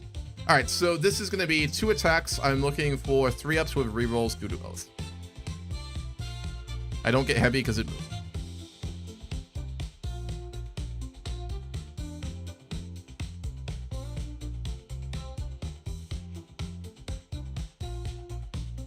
I think your audio cut out. I don't hear you anymore. That's because I'm currently mentally coping about the 2 ones I just rolled. I get reroll though.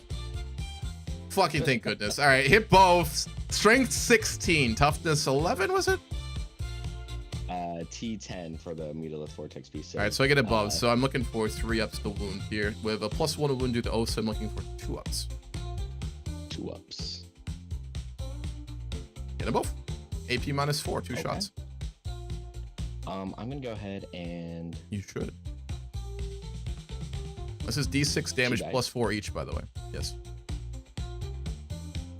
I have no fear. Okay. Oop. I save 1.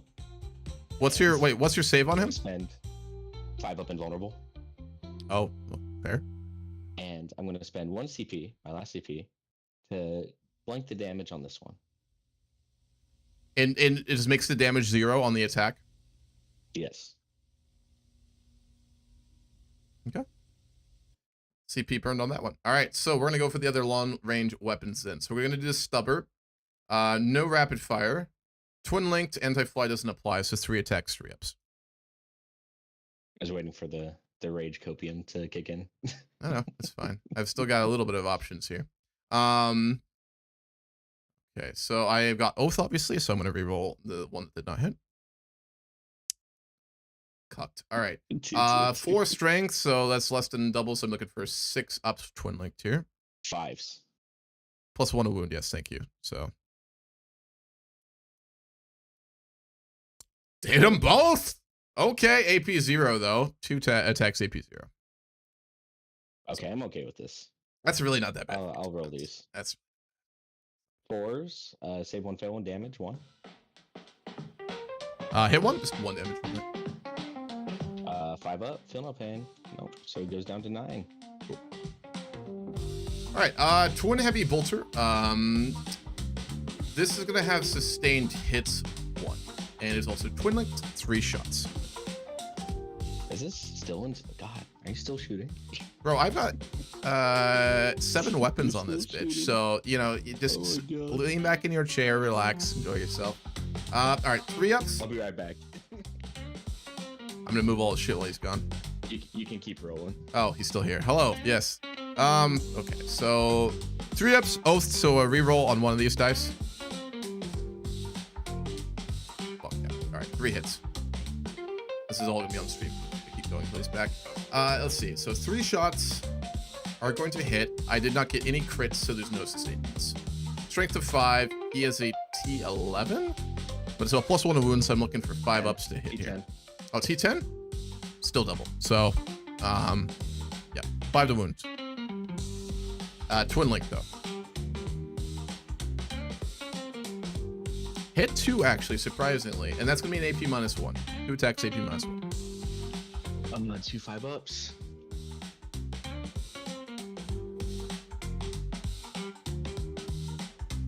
Save Take 1. 1, damage. lose 1. 2 damage.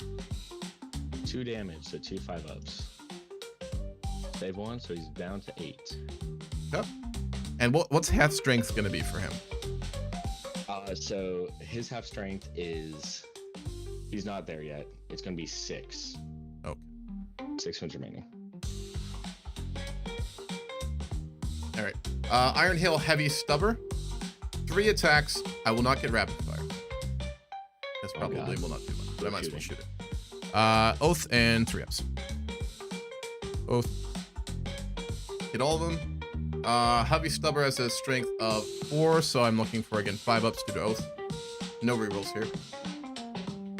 Just 1. 1 at AP, 1 at AP 0. 1 at AP 0, 4 up.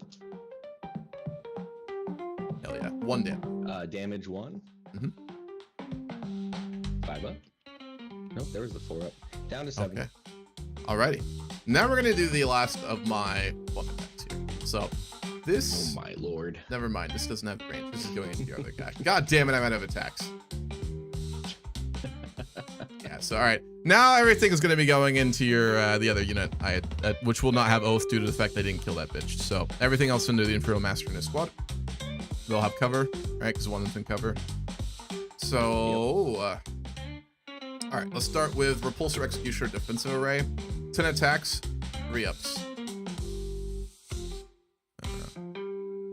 10 attacks, oh my lord. Yes, dude, this is such a bad weapon. Don't worry.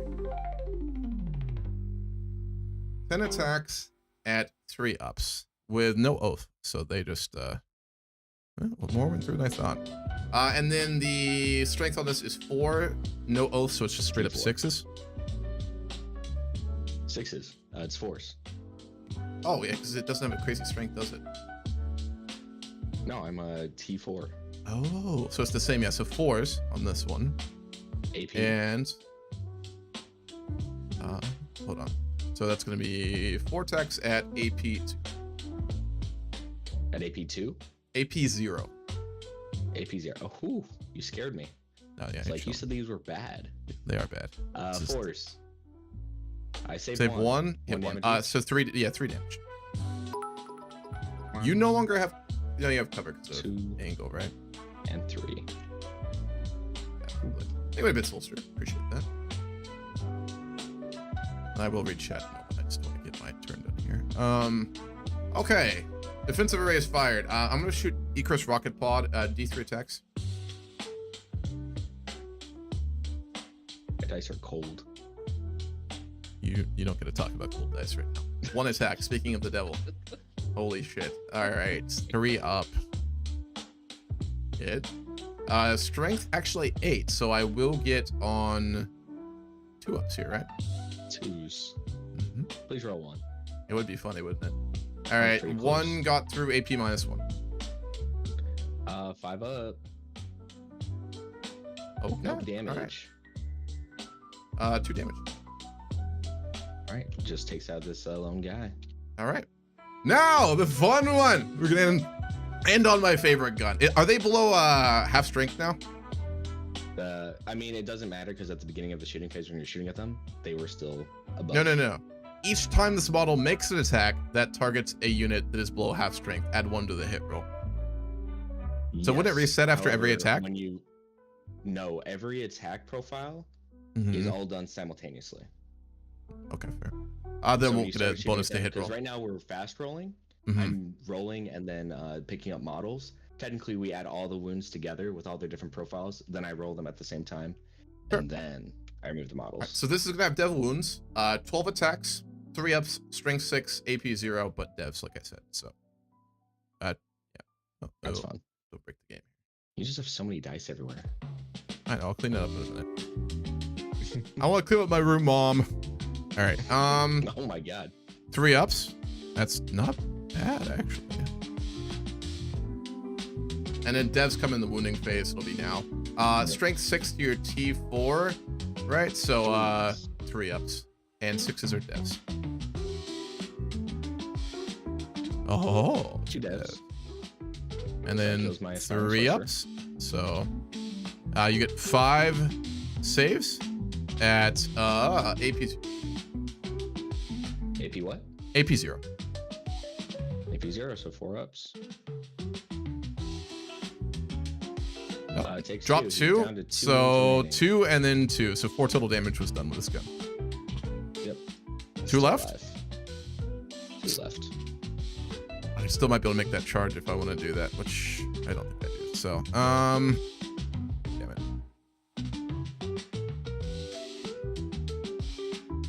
And then do I need to do any actions here for my secondaries? Nope. Yes, you did, but I think you shot most everything. You could do it with your Brutalis for recover assets. No, but you got to remember our mission rules. Battle on units can perform actions while I thought shooting. Yeah, never action after shooting. Due to stalwarts. Yes. You could do the tech marines, but they cannot charge. Where's from your army? Each of these is deployed in a different one of the following areas. Your deployment zone, no man's land, in your opponent's deployment zone. So I could take an action. So I could take an action with the no man's land tacticals, and then with the only them, I think, right? Because the only battle line I have is out there. Tech Marine isn't battle line, is it? Marine. So or is it you just can do this units? action with anything that isn't battle line. Oh, okay. So yeah. So I'll get my deployment zone, and then I would get no man's land, right? Yes, but they have to survive until the end of my turn. So I don't score this secondary? Let me see this one. You don't score that one, and you don't score Any of your opponent's turn other next one. to the next battle. Okay. I see. and you don't score the get me out of center because I am still. Yeah, aerial denial. I'm gonna wait for my charge phase for that, which I think there's nothing else I can shoot with, right? They cannot charge if they're doing the action. Oh, I almost forgot the most important boy. Snipey the sniper into Infernal Master. You were even reminded. I know it was reminded. That's actually why I remembered. Sight. I think that dice moved him a little bit. He was more out, I'm pretty sure. No, you had sight on these boys over here, but you wiped them all with this big boy. I could have. No. I remember he had line of sight from where he was standing to your Infernal Master. I'm 99%. Hold on, can I go back and look? Yeah. Hold on. Bear with me. I might have been completely wrong, but I do it. You saw the aspiring sorcerer. Yeah, that might have been what I was remembering. I know I had a line of sight, but it probably was that. You killed too many of the models. Did indeed. Oh, I just moved him.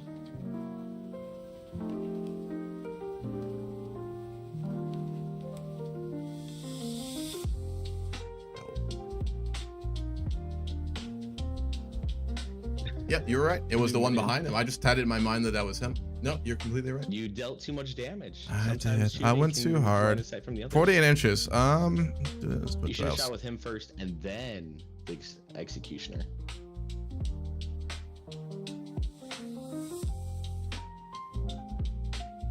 Into Vortex Beast. To MVB. Oh, absolutely. Yes, that's all I can do. So I will shoot him. The reason I waited for Vindicare last is I wanted you to use your CPs to survive, so he'd have a better shot, but that did not work out. I used it already on this guy. Oh, I know.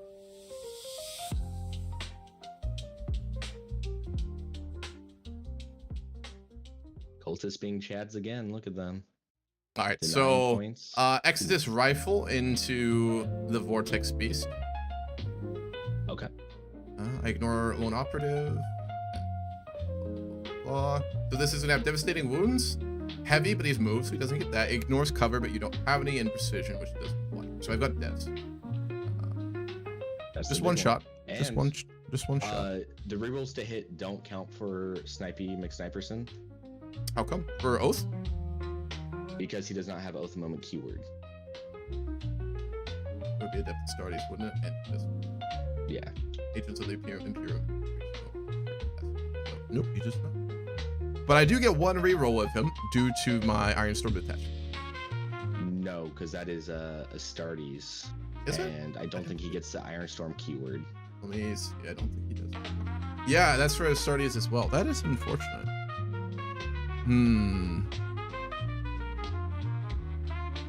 Allies are weird. You just take they are. Base profile because that's all they bring. All right, no rerolls then. That's unfortunate. One shot. So I am looking for a 2-up. Oh. Got it. Strength 8 to T11, right? E10. E10. So I'm looking for 5-ups. 5s. But 6 is dev. Yeah, so due to the count head of soup. Total, yeah, 1 second. Is not good. Especially if you're playing the Smurf. Smurf boys. Yeah, so a 6 is a dev, and then I will hit on a 5 as well. So.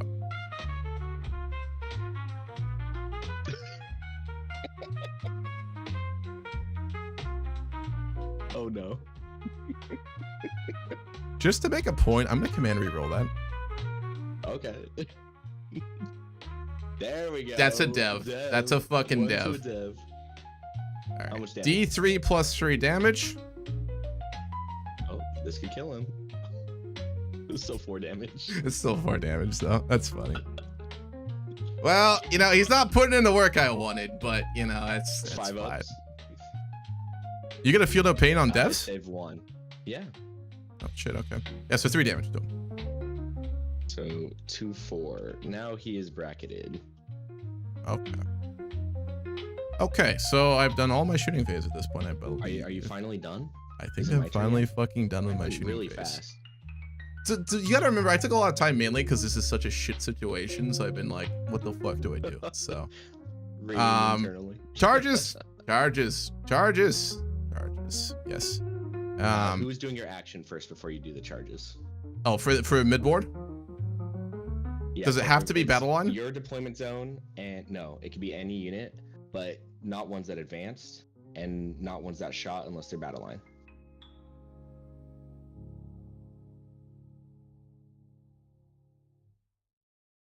So currently your options are Tech Marines and these tacticals.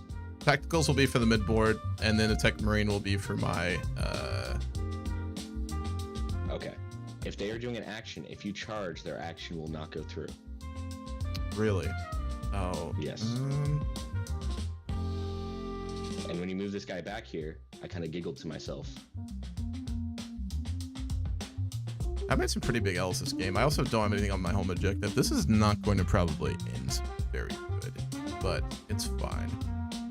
I don't think I have charge range on Gilliman either. Nope.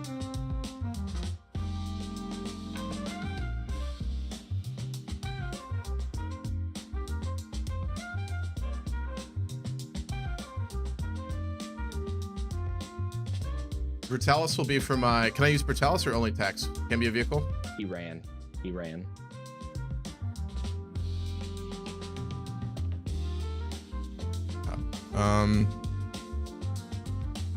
So right now you have the Tech Marines, but right now you have one that you could discard, or you could discard both of them.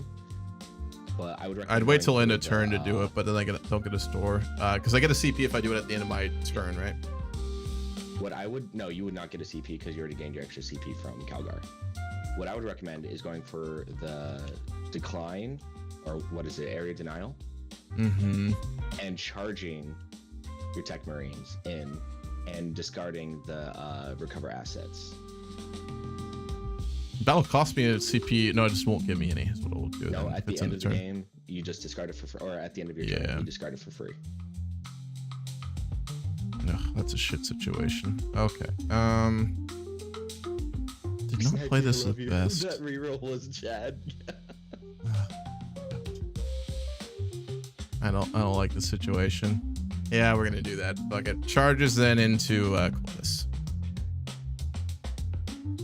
which I'm going to need a 5 for. I will use this thing again. Don't fucking fail me.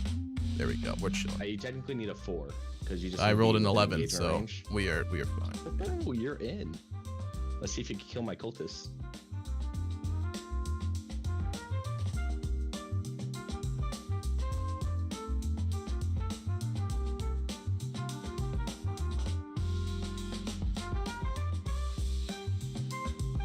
Did they update your Astartes knives to have like a -1 AP? Let's pile in a moment. For who? The only one who can pile in is this one because he's not base to base. Everyone else is base to base. Yeah, exactly. That's what I'm intending to do. He just didn't have their okay all the way over there. Yep, charges. Can't charge the Dread. I could charge with Calgar, but I'm gonna give up this objective, so I'm not going to do that. It's currently the only one you're on. I am keenly aware of my mistake. No, I'm on this one. I'm on this one. Get fucked. Until Magnus two-shots him, of course, but until then, my next target. I'm very aware. We don't, and technically I have the OC to get the middle as well. Because I think there are 2, I believe. Are they 2? That is true. Yeah, they are 2 each, so yes, I currently, but to get my secondary, I need to kill them, so. That's the only fucking charge I can make, wow. Ladies and gentlemen, I do want to say I've made a lot of mistakes already in this game, but this is, I can still, I think, turn this around. So, fucking, yeah, fight phase it is. Pile in. God, they have such ass weapons too. All right, tacticals and cool. Sad state of affairs we find.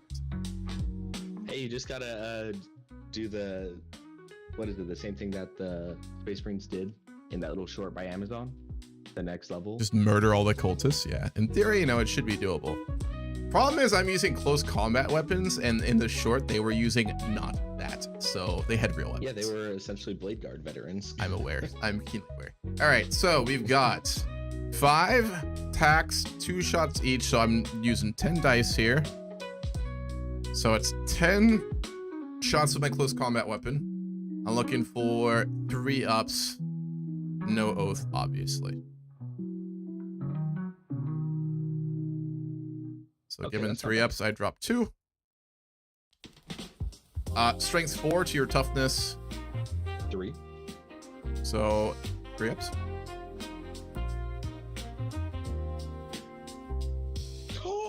Three. I'm still alive. Hold on, I get 1 reroll due to Armored Spearhead, and they are Astartes, so that will apply. So I will reroll 1 of these. Fuck yeah. 4. Okay, that's still not great. Yeah, AP 0. Or AP 0. They're still alive. You kill 4.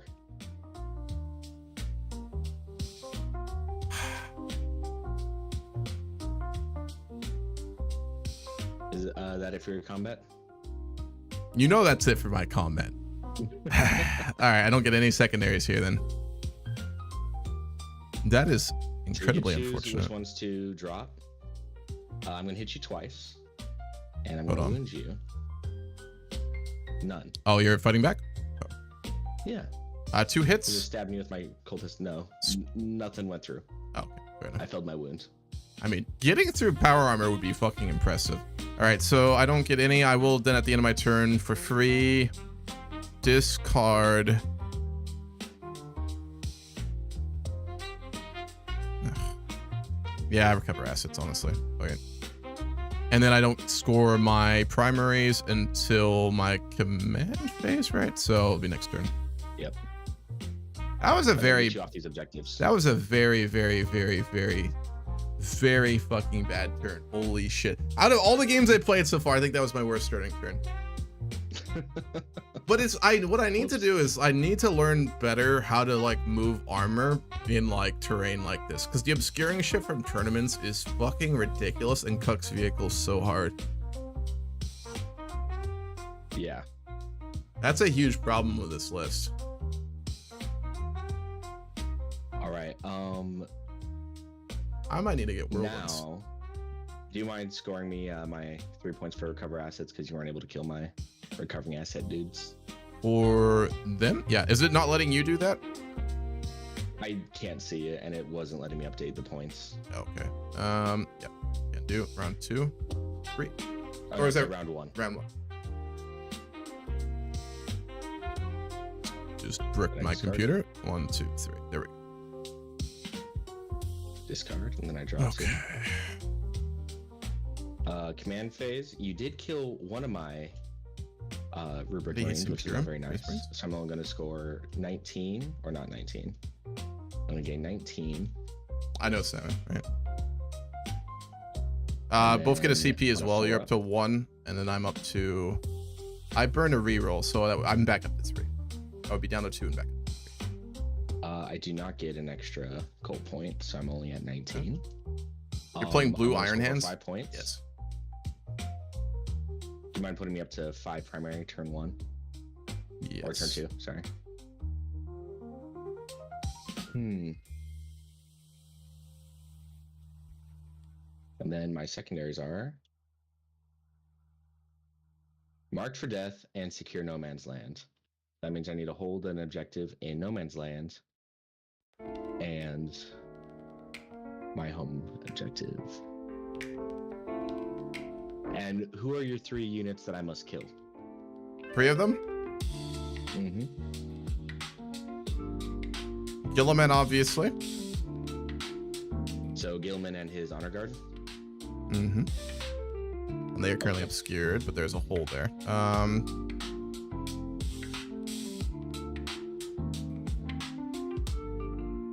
The Lancer. Okay. And Remember, I just need to kill one of these for max secondary. I know.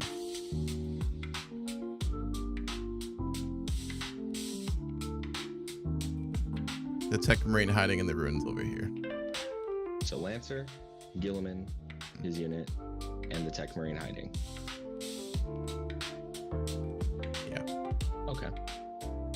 He is in the terrain feature though, so if I do move over here and get line of sight, I can shoot him. We said you can't shoot through windows, right? This is not a ruin, it's an obstacle. For engagement range.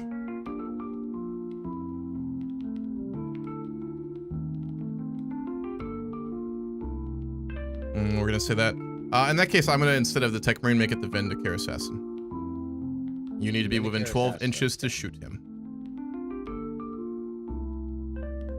Okay.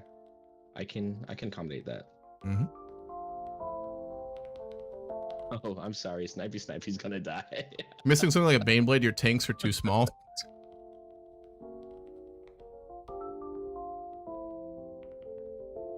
Right. So 19 Cabal ritual points.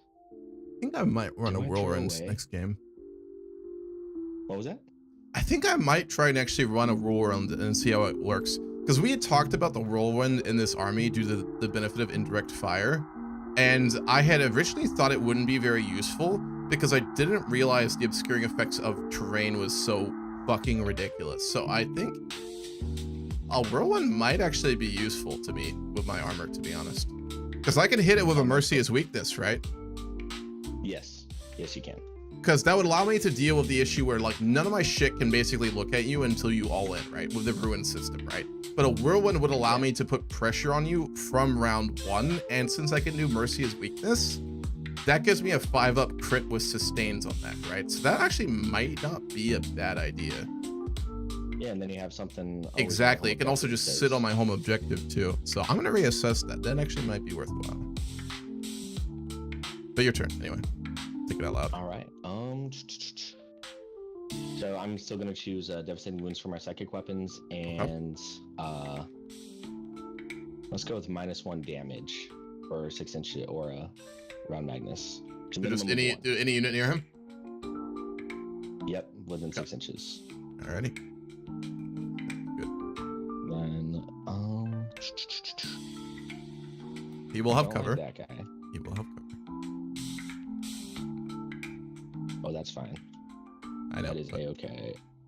Magnus still. She's gonna move up 4.4 inches. Actually, let's go like a whole inch.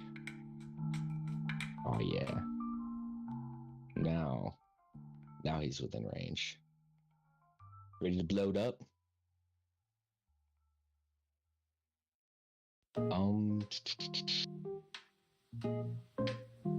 This guy's gonna move 10 inches.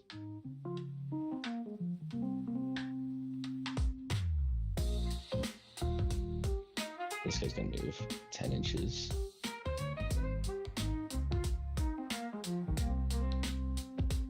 He is still oathed. But I'm out for blood. Armon here. I am gonna hold on. Yeah.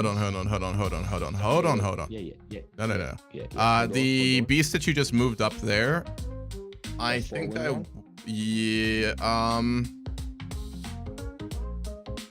I may fire Overwatch this.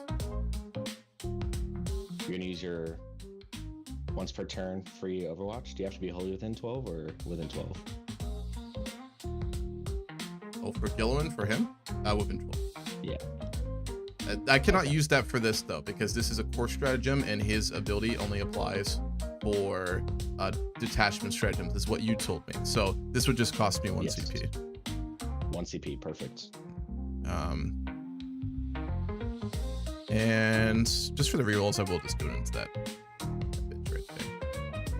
This will be from the Reaper, by the way. Reaper into Beast, but I need 6s to hit. All right, just to drag out my shooting phase even longer.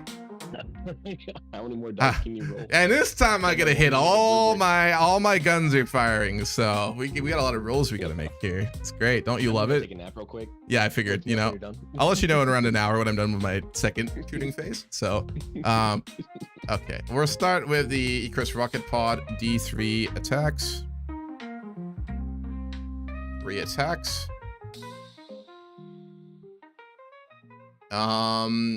Let's see. 3 ups. Oh, sorry. It's a 6 that I need to hit, right? It's for ballistic that needs to be a 6 up. Yep. Reroll due to Oath. Hit 1. 1 hit. Actually. My gosh. Strength 8 to toughness 11. So 10. 10. It's 10? still 5. yeah, so it's still 5. But it'll be a 4 because +1 to wound. True. Fuck yeah. AP -1. 1 AP -1. So this will be a 5 up. Of course you make it. with a Of course you 6. fucking make it. Okay. God damn it. All right. Heavy Stubber. 3 shots. Rerolls 6s, obviously. Wait, what's the rapid fire? Is it 48 inches? It's 18 inches. Do I actually get rapid fire? The range is 18 inches? Or is Yeah, it yeah. 8? So I do get rapid fire. Thank you. 3 more dice. Gonna Appreciate add this to that. the pile. Oh, doesn't want to roll them. Maybe it's because there's already. No, there we go. And then rerolls for oath, obviously. I am only hitting on 6s though. Makes sense. Okay. 3, Okay. 3 hits. 3. Whoa. And then this one's gonna be a strength of 4, so I'm looking for 6s, but +1 to wound, so still 5s. I cleaned up your dice mess. God damn it. And it'll be 4s or 6s to wound and then up to 5. It'll be 5s, but it doesn't matter. So Oh, no. I will not have rapid fire on this. 2 Tempest Bolters, 4 shots each, so What's the 8 rapid shot. fire? 12 inches. Oh, yeah. I don't have that, unfortunately. Okay, so 6s with rerolls. I take that back. Finally, I hit. I take that. Fucking hell. Okay. 1 went through. Strength 4 +1 to wound though, so just again a 5 up. Nope. Unfortunate. All right. This was the gun I was thinking would hopefully save me and get this kill done. So let's see if this one works. The MVP of the Engine Reaper. Puppy is a Twin 2-star. heavy onslaught Gatling cannon. 12 shots, dev wounds, twin linked. I'm not targeting. It's not infantry, right? The beast isn't infantry. It is not. So no system hits 2, Yeah, unfortunately. Oh, darn. I know, a tragedy. Okay.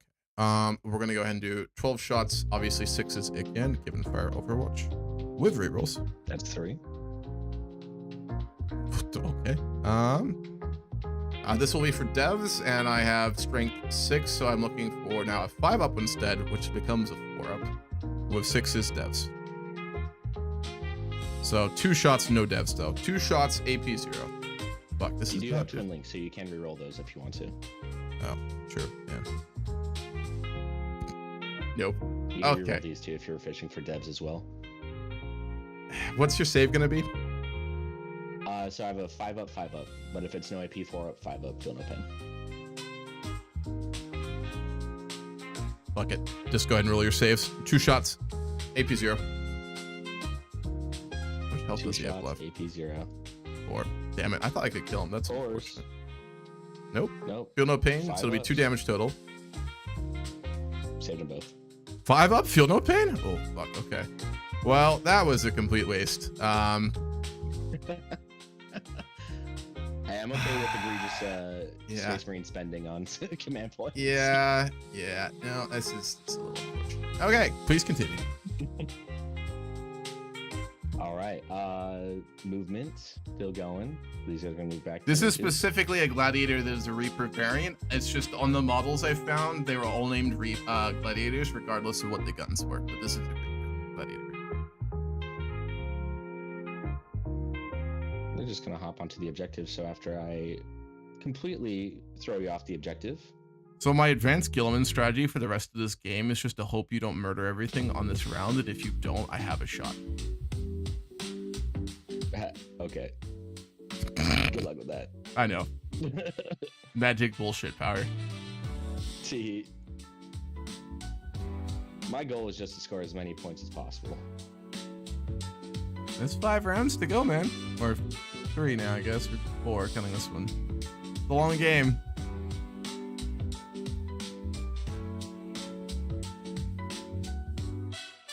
I'm gonna have to do that point that back.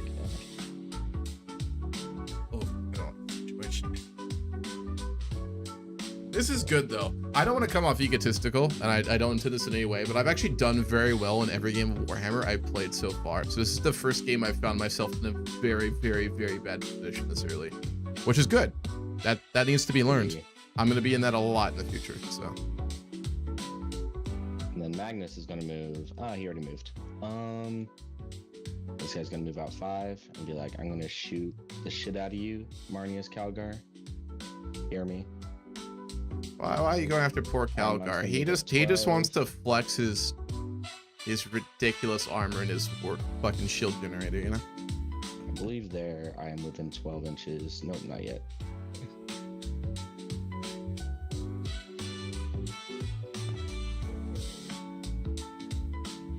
Also, after this game, if we get to the end of it tonight, or whenever we stop, let's do a little post-game analysis too, because I want your. I've obviously seen a ton of mistakes I've made, but I want to hear your analysis of it too at the end. My analysis. At the end, yeah. You want my analysis. Yeah, I do. I want the brutal Don't you analysis. Yes, I feel I can do. They get better. You listen to people who know what they're doing. I don't know what I'm doing. That's the joke. Who are you people? Where am I? Who are you? Is this Wendy's? Man, this is a Wendy's. Magnus casting his ultimate spell, Lasgun. Magnus is gonna do. Magnus is gonna one-shot my Brutalis. That's what he's going to do. Ultimate spell, Lasgun. Lasgun go brr. All right, end of my movement phase. Your tech marines are within 6 inches of my Muty Vortex Beast. I'm gonna roll a die. And on a 2 through 3, you're gonna suffer 1, 4 through 5, D3, and on a 6, you're gonna suffer D6 mortal wounds. So it's basically got a Brutalis charge, is what it is. Essentially, but all you gotta do is just move close to you. You're gonna suffer D3 mortal wounds. It's not D3 plus 3 though. Give me a 1. Give me a 1. Fuck off. Okay. Mortal wounds. Fuck off. All right. 1 is dead. Battle shock. And 1 is at at 1 left. Battle shock. And a battle shock test immediately. No. I owe you for my cultists because I've. Oh yeah, true. That. Battle shock on the battle. Wouldn't it be a battle shock on the Infernal Master and his squad too? He is not below half. He is directly at half. So and your whole squad died, right? So. Yeah. So once the whole squad dies. So he has only 3 wounds. They are now a new. No, he's 4 wounds. So he's at half though. Doesn't he take a battle shock? No, you have to be at below half to take a battle shock. It also has to be 1 out of 4. Okay, I see. That's good to know.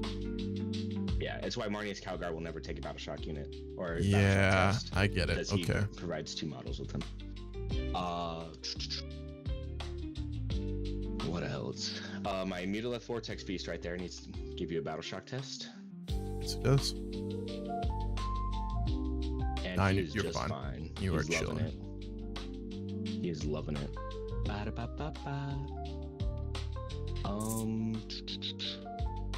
I'm gonna retreat these cultists and take a desperate escape because I do not care if they live or die. I just want to be able to shoot you. So I've never actually seen this done before. So how does this work? We're about to find out together. They're fine. So they're fucking chill. But if they had failed, how does that work for damage? So on a 1 or a 2, I believe the unit is dies, and then on a 3, if they're escaping from a vehicle or monster, they also die. Okay. Gotcha. So right now they're fine. They're just gonna escape and provide 0 OC to this thing, to the objective, but they are gonna stay within 3 inches of the center because I'd like to 90 points.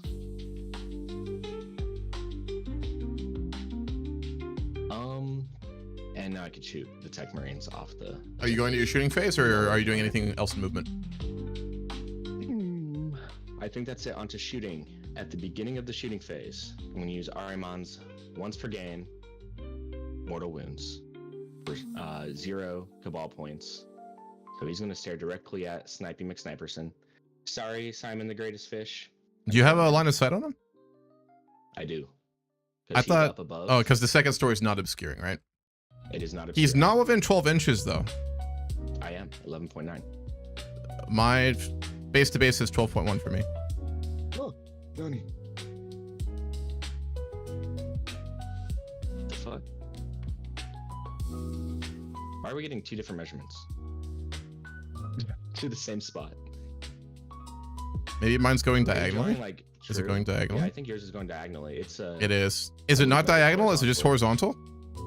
horizontal. Are you sure? I believe so. If it's horizontal, then you would not have a line of sight on this base, right? I would, because you're on the 2nd story and it's not obscuring that way. And you are So in the you get cover, to so see them on the therefore I 2nd can't shoot. story, but you get the range of them Yes. being on the 1st story. Yes, I believe. That sounds like a GW rule, but that's so ridiculous. Mm, I'm going to put That's that briefly in the eligible, chat GPT just to double check. When let's see. When measuring distance to hit a unit on 2nd story of ruin terrain in 10E Warhammer 40k, do you measure base to base horizontally or diagonally? Let's see what Xbox says. Measuring distance to a unit on an elevated terrain in 40k involves assessing the closest points to the model's base from the ground, horizontally or diagonally. To find distance to a 2nd story unit in 40k, measure diagonally from the closest point on each model's base. Diagonally. diagonally. Diagonally. Diagonally. Diagonally. Perfect. One more test. 12.1. Yeah, mine's going horizontal, so we'll just take your measurement. Cool. Cool. You can do who that are if the you other like marked into for the death, Mark? repulsor. That you can hit. Who are your other marked for death? I did the assassin. I did Gilliman, who you can see his base, so you're welcome to shoot at him, but it'd be the blade guard unit. And then the other one I did was the Reaper, which is the big one up here. Perfect. I'm gonna put is Doombolt, Brain Blast into Girly Man. Is this the once per game one? Once per game where I can do Okay. spend 0 on it. So Is I'm this spending, like, hazardous, 12 or ritual you just points. get this for free? This is just free. This is my ritual for Fuck the me. Doombolt. Alrighty. Thousand Sun Girly shenanigans Man's- do go hard, I will say. Girly Man's unit is gonna take D3 plus 3, I believe. Let me see what the blade guard is there. I think it's 3. It is, yeah, 3 ones. Awesome. So it's D3 plus 3, you said? Yes, for Doombolts. Yep. On a 2 through 5, D3 plus 3, so it's gonna be 6 mortal wounds from. So that will kill 2 blade guard. Armans. And then I'm gonna spend 7,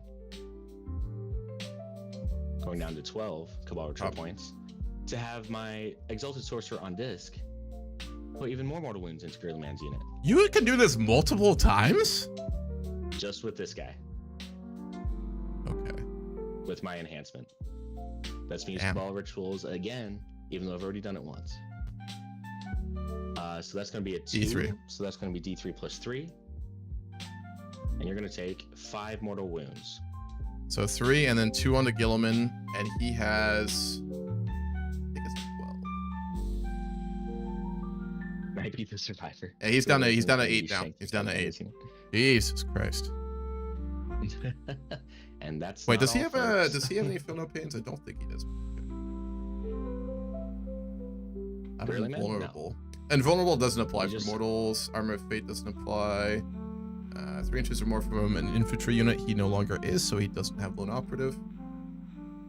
Yep, no, I'm just taking it. Alrighty, down to 8.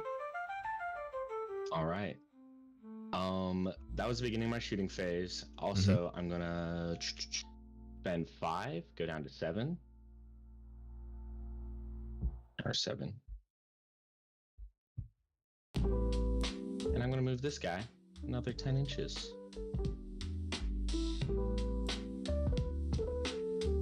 Cannot be on a base though, and if you rotate, that will cost you movement. Yeah, there you Oh, go. that's fine. He just can't charge, but he's gonna Yeah. sit right there, menacingly, and it's not Very the face, so no menacingly. more mortal wounds for you. Yep. All right. Still dev wounds with my psychic attacks. Mm-hmm. I'm gonna go onto my shooting phase. I'm gonna spend 5 Cabal Ritual points. Where are 1, you 2, keeping track of your Cabal Ritual points so I can see as well? Over here. Okay, 2 left right now? You have 2 left currently. After you Started use your with 5. 19, Okay. and then. Yeah, gotcha. Cool. All right. I do need to start keeping an eye on that so I know what you reduce the can CP get. cost of a CP by 1. And Okay. I'm going to spend that CP to give Magnus full rerolls for all of his psychic weapons. Mhm. And he's going to put all of his weapons into this boy right here. Bear with me. I may use a stratagem. That's okay. I already have cover. Nope, no cover. How come? Because It's ignore cover? I can see the entirety of your base. Or no, I No, guess, you can cannot. have cover because I No, can't you see this cannot. portion. Yeah, you can. So I do have cover. You can take that cover. I'm mainly fishing for 6s on the wound. What's the AP on both of these? Minus. Stand by. -2 and -1. But they're both psychic, and I only care about the Devs, right? mortal wounds, dev wounds.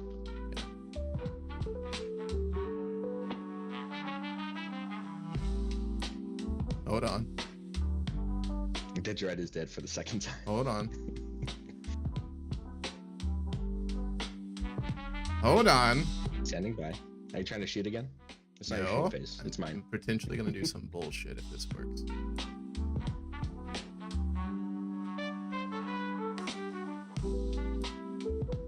What are you hitting on right now? 2s, and I'm winning on 3s, I believe, because you're T10, right? Yep.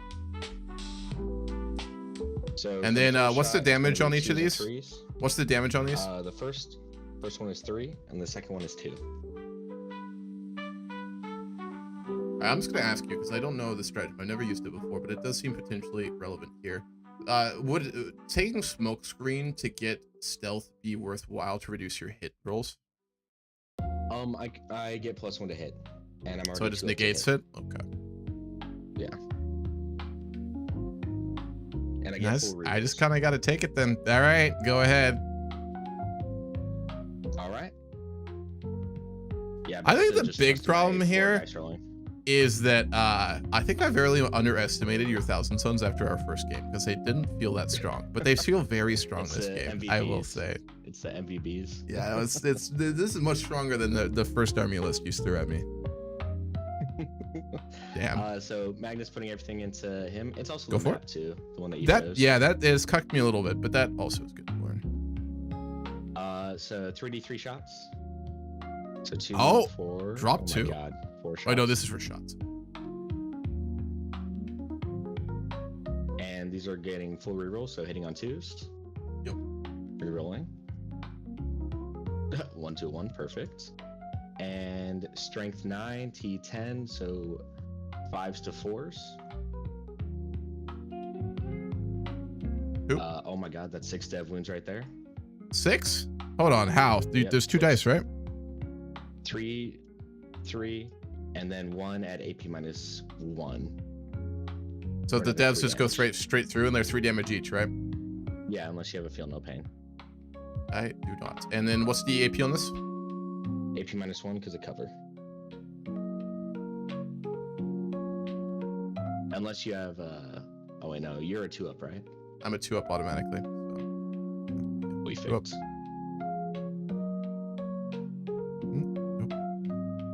Right. All right, save that one. So All right, 6 you damage. saved it. 6 damage. Is down to 6. He is now half strength. All right, and then I have D6 plus 3 shots. Oh. For 8.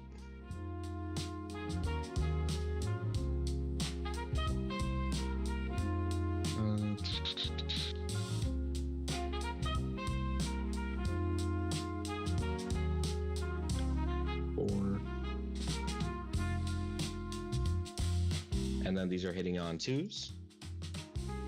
More ones than I expected, I will say. You have rerolls?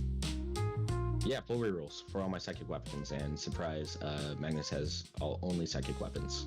That does surprise me, to be sure. Okay. And then strength 5, so 6s to wound to 5s, but I'm fishing for 6s. Got 3 of them. That is another 6 devastating wounds. That just automatically will kill it, I think. Oh, really? Yeah, because he's got 6 left, right? 6 mortals. Does he blow up? Does he blow up?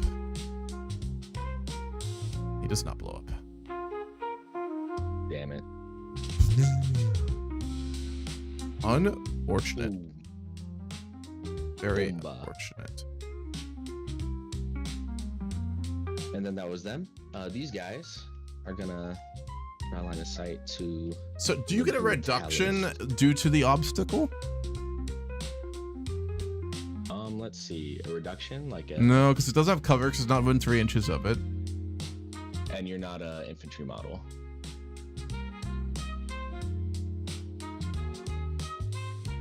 Yeah, you just gotta shoot straight through it. Okay, yep, go for it. And one of your bases can see my whole base, so you will have full sight. It just means that some of the other shots have don't get full cover. So this one, you're gonna get cover for this guy right here. Mm-hmm. And the other 2 will have full cover. Yep. Or full line of sight. Sounds So good. 30-inch range. Oh, actually, I think I might go for your Tech Marine. With these That would 2. have cover, because he's partially behind the column, so he would have full cover. Yep. That's all right. I think.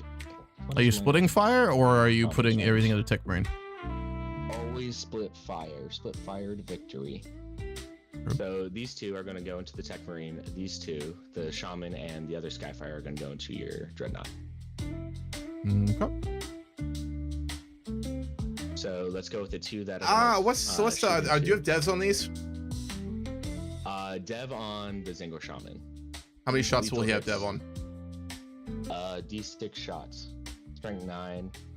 What's the AP of all these shots? 0 for the Zangor Shaman, and -1 for the Skyfires. The Skyfire has lethal. I think I have a 2 up the Brutalis, so I do.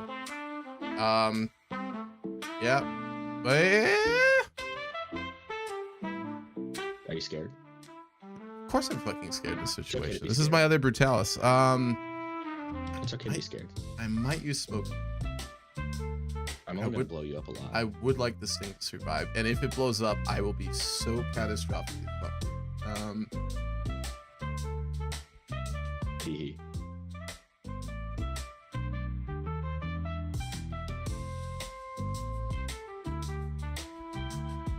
I'm gonna burn, because it's outside of 12, almost certainly. Yes, it is, unfortunate. I'm gonna burn a CP for smoke grid here. So I will have cover, and I will have stealth. Hit. And stealth, so that means, that's for, is it save? No, it's a -1 to hit. A -1 to You just hit, get rid of my and then I Zangor get the Shaman's benefit of +1 cover, to so I hit. get 1 on my saves, yeah, so, cool. Yeah, you just got rid of my Zangor Shaman's +1 to hit, which is fine. Exactly. All right, so let's do Zangor Shaman first. D6 shots into the Brutalis. Hitting on what? 3. So I have 3 shots. Is that taking into account -1 to hit? Yes. Otherwise, it'd be 2 ups. Yep. 1 hit, and then let's see a 6. Strength 9 does not wound. Nope. That is fine. Next one into the Brutalis. 2 shots on 4s. Oh wait, you have lone off with this guy. Just Yeah, so kidding, I you'd can't have shoot to put everything in the him. Yeah, the rest into their Dreadnought. So these are gonna be 4s. 1 Make lethal 4. hit. Yep. And these ones are gone. These ones, strength 5, T10, so 6s. What the 4. fuck? These Saves, 2 are gonna AP? be regular. This one is the lethal hit, so it's gonna be no AP on this one. No AP on. I'll do that stat one first. So I'm looking for then just a 2 up. Yep. Make it other 3 So AP. AP 1. So it was an AP -2, and then now it's an AP 1. No. It's just an AP 1. The other one was -0. So is it still a 2 up or is it 3 up? See you just fine. No, but smoke screen gives full cover. Smoke screen gives full cover. Oh, then. And stealth. So No AP. no AP. So 2 ups. Drop 1. That's 2 damage. Okay. 2 damage. All right. Next is. I'm gonna go with Survive the that. Wounded Mutilith Vortex Beast. Actually. I'm gonna go with Infernal Master next. You will have cover, but you can shoot at him. That's fine. That's fine. I'm just gonna destroy you with the Infernal Master, and he will go hazardous because why not? Why not? Okay. 2d6 shots.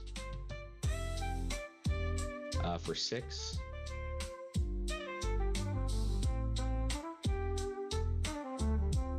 And these are going to be strength 6, but looking for 6s for dev wounds. 2 6s and no rerolls. So give me 2 saves at AP -2 and 2 dev. Do I do the saves before I apply to the devs? Because the devs would just kill off that attack. Or do I do the saves first? Do the saves first and then the devs. I see. So how many? That will be 2 at AP 2, so AP 1 with cover. I'm looking for 4 ups here. Make 1, drop 1. How much? 1 damage. So he is just automatically. Wait, I'm gonna put I can allocate them, right? So I can put the devs onto him to start 1 dev onto him, which will kill him. 1 dev will just automatically it's hit. Still gonna be one damage goes through still, so it's 3 damage that's still left. No. So I'm gonna explain my reasoning before I do this then. So my reasoning here is you have 2 devs and 1 regular, right? Yes. If I put a dev onto him, he is dead. That means I can allocate damage then onto Calgar if I want, and I could feel no pain the one that's left, right? The one that isn't a dev? You'd have to do on the Vitrix Honor Guard first. No, I would not. As far as I understand it. Why would I have to do the Vitrix Honor Guard first? Maybe I'm misunderstanding something. Because you don't want Calgar to die, because as soon as damage is allocated to him, you have to keep allocating damage to him if it goes through. But so, okay, I could put 1 dev on him, right? Yes. I could put the other dev. 2 dev say, or 2 I could put the other save. dev onto the Vitrix, so it's down to 2, right? And that means there's the one that is. Get the feel no pain. No, it's only on Calgar. It's not on the Vitrix. The Vitrix are part of his unit. While this unit contains 1 or more Vitrix Honor Guard model, this unit's Marneus Calgar model has the Feel No Pain 4-up ability. So they do not. So my reasoning here is I just use my 2 devs, and that means there's 1 damage left that is not a dev. So I could allocate it to Calgar and have a 4-up Feel No Pain, right? You could technically allocate both of them to Calgar and roll both dice. Does the dev wounds still work for Feel No Pains? I understand that, but I don't want to risk 2 damage on Calgar, so I'm just going to do 1. So we'll do 1 Feel No Pain on him. 4. Fair. Alright, I took it. It sounded good in theory, you know? It sounded good in theory. So he's down to 5. Alright. Next is... I'm going to go with this unit right here. You're on an objective I do not control. Mm-hmm. So I'm going to get full rerolls. I only have a Warp Flamer and the Aspiring Sorcerer. So Warp Flamer. The guys inside do not have line of sight, so it would be these 4, right? No, the ones on top are technically underneath. I was just too lazy. It's only the 2. Okay. So in that case, only these 2 will have line of sight. Yes. Yep. So doing the Warp Flamer for 6 shots. What a Chad. A lot of shots. And I'm doing full rerolls. Okay. So full rerolls. It is strength 4, and I'm guessing you're T4. No, it's Victrix now, our left, right? So it's gonna be fucking T4 and Victrix. unfortunately. All right, so that's going to be 1 at AP3, or 1 at AP2, I'm sorry, and 4 at AP2. God, They're all at AP2? Stand by. Stand by. Okay. 4 at AP1, 1 at AP2. So 4 3-ups, 1 4-up. I'll do the 4 up first. Nope, take that. And then how many at AP1? Yeah, 4.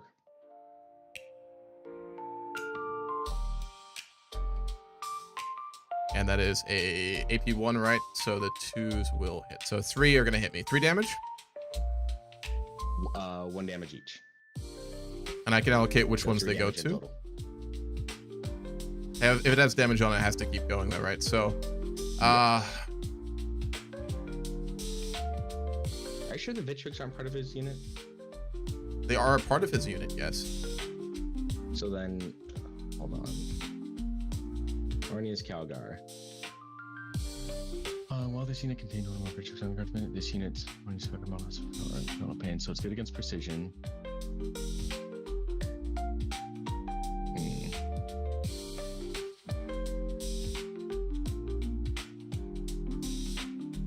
Yeah, I mean, I think you can choose to allocate them to Calgar if you want.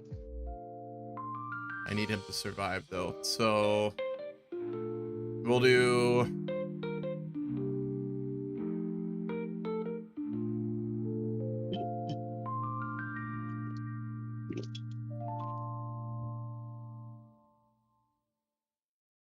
I'll kill 1 Victrix and I'm gonna do 1 Feel No Pain.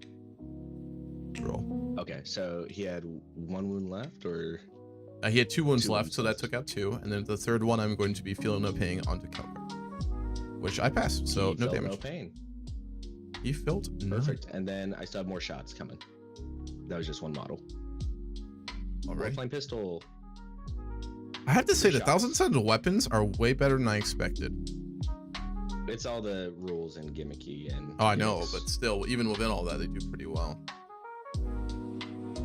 So these are going to be 5s re-rolling because you are on an objective, and that 6 is going to be a critical wound.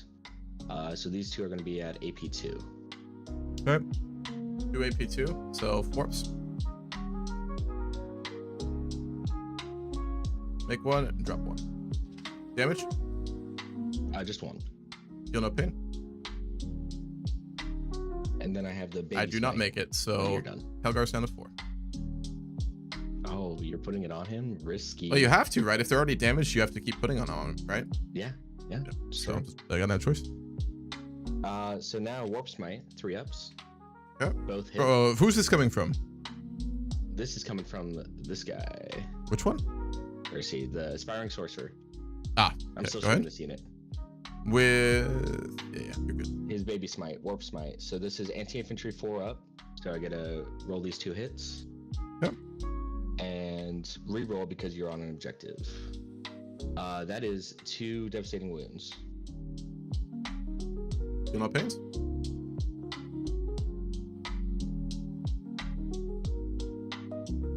Make them both. Save them both. You feel none of them. I Very feel well. none. You feel nothing.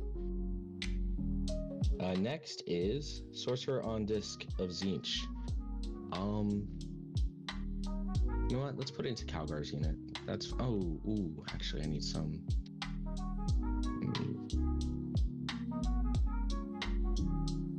Yeah, I'll just charge Calgar. So Sorcerer is going to shoot at Girly Man. Yep, you'll have cover, but you don't have line of sight. 1d6 shots for 3 shots. Oh. And he has it's psychic, it ignores cover, and it's torrent, strength 6. So what's your toughness? Gilliman, I think it's A lot, 9, 8. 1 moment. Toughness 9. Toughness 9. So I need 5s, no rerolls, but 6s are devastated wounds because this is psychic. Nothing. Thank Nothing. goodness. Perfect. D6 shots with his Warp Flame pistol. 2. 2 shots. Looking for 6s? Nope, nothing. 3 and a 4. Or 5s. No 6s. Next is Audimon. Huh? He's got 1 shot with his psychic stock, and he's going to put that into Guilliman. That hits, and it is psychic. So if I roll a 6 here, it is devastating wounds. Strength 6 to 3 does not wound, so nope. And then his Infernal Bolt Pistol, 1 shot on a 2-up. Easily. Hits, and then Toughness 9. 4, so I need 6. Nothing. Did you do your hazardous roll on that one attack you did earlier, by the way? I did not. Let's see if he makes it. He's fine. As ones then that you get fucked? It's 1s. Yep. Always 1s. Gotcha. Except for blowing up. That's a 6 or a 1? What else do I have left? So I've heard from someone else that it was a 1. It's 1s that for a hazardous check. I rolled a 6 though, so he's fine. Okay. Next is my Mutalith Vortex Beasts. This guy is going to shoot into your Reaper, the wounded one. You have okay. It'll have cover. It will have cover on that. I can see your whole base though. From which one? Here. This one. From back here, you can see your whole base. No, I don't think it. From the back of his base.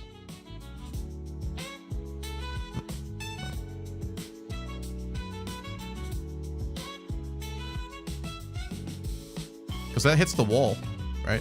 I think. But that's to the right, right? I mean, on my screen at least. Let's get exact with this. Because this is obviously very important at the moment.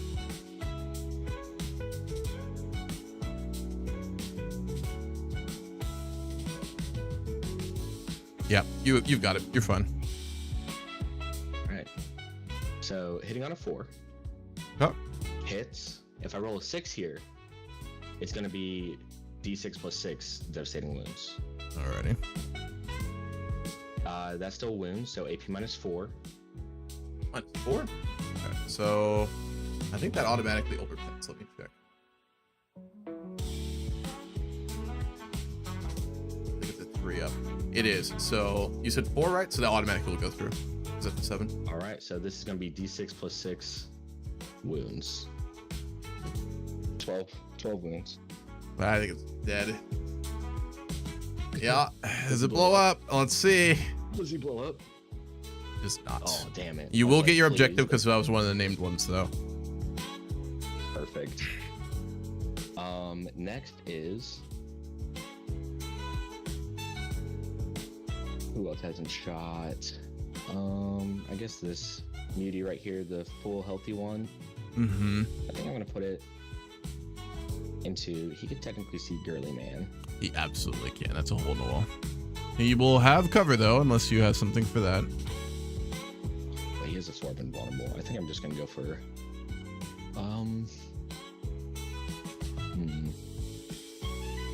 I don't want to see this guy blow up. He would absolutely have cover, but you do have an angle, That's I believe, fine. on him. Yep. I'm gonna do my D6 plus 3 shots into your Brutalis right there and have him blow up in front of the Tech Marines. Are you using any other weapons? I think that's it for my shooting phase. Just that? Okay, go ahead then. This is the last. So D6 plus 3 for 8.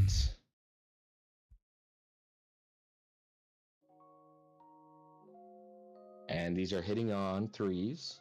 Okay. Draw 4. 4. Okay, we'll see AP on it. Strength 9. Yep. To T10, so 5s. Give me 1 AP 2, so AP minus 1. 2 damage. Does he blow? Hold on. I get a save though, don't I? You do, yes. Are you gonna whiff this? Oh, what do I need? What's your AP? Minus 1 because you're in cover. That'd be a 1-up.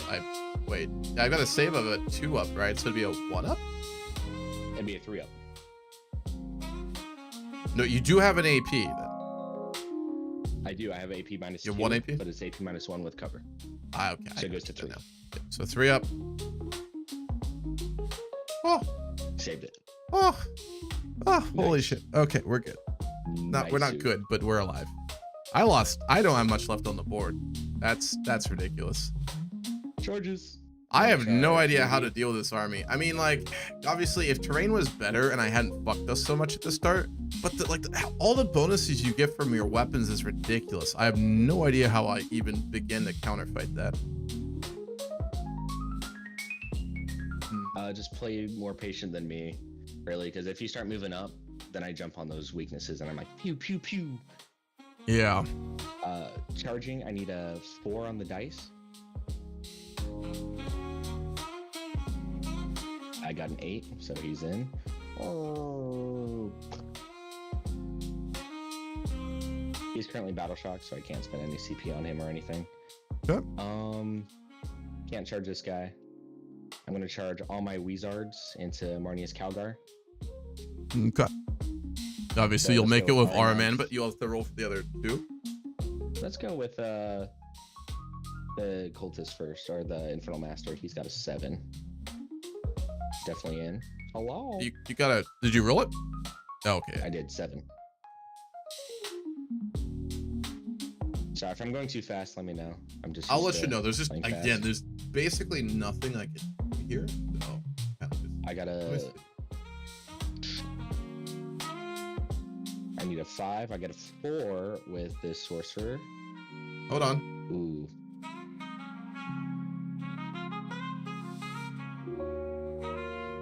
Holding.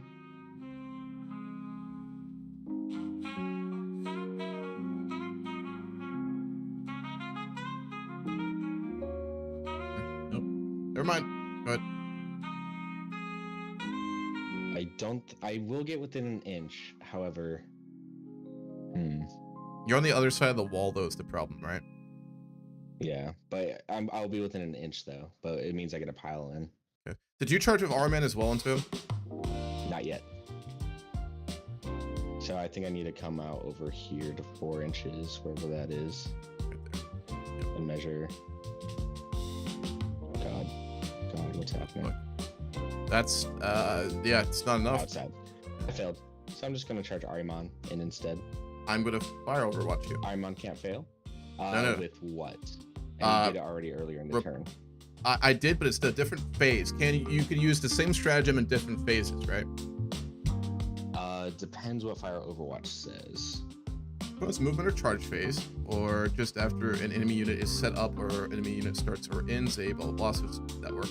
One unit from your army that's within 24 inches of the enemy. Yep, and that would be eligible to shoot if it was your recruiting phase. Yes. You cannot target a Titanic unit with a stratagem until the end of the phase. Throw a model in your unit makes a ranged attack. 6 up is required.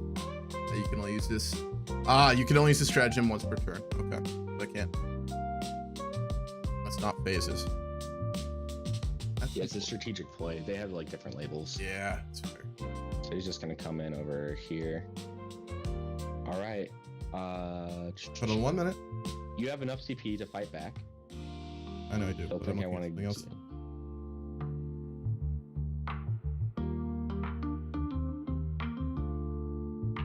Unfortunate. Yeah, that's why I charged back here.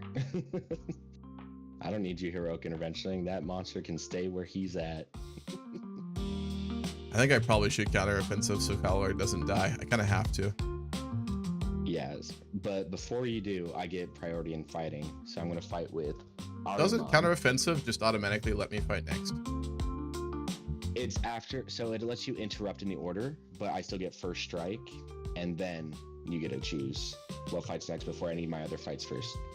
So how does that always work that way, or is that something special with Thousands? It always works like that. So counteroffensive, you wait. Let's read what counteroffensive says. One unit from your army is within engagement range of one or more enemy units and that has not already been selected to fight this phase. It says just after an enemy unit has fought. So you get to fight with one unit first, and then I get to fight with and this. then you counteroffensive. Yeah. So okay. Yep. So I still get the first strike, but then you get to choose. I get second to interrupt. Yes. All right. Which one are you fighting with first? Counterplay. Most likely Ariman. Yep. That's probably smart. Yeah, definitely Ariman. Psychic weapons still have devastating wounds. I'm gonna have 5 attacks, hitting on 2s. Hold on. Hold the door.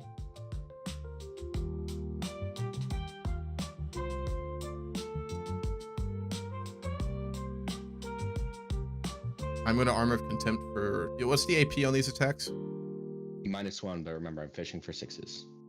Correct. How many attacks are you making? 5. Strength 7, hitting on 2s.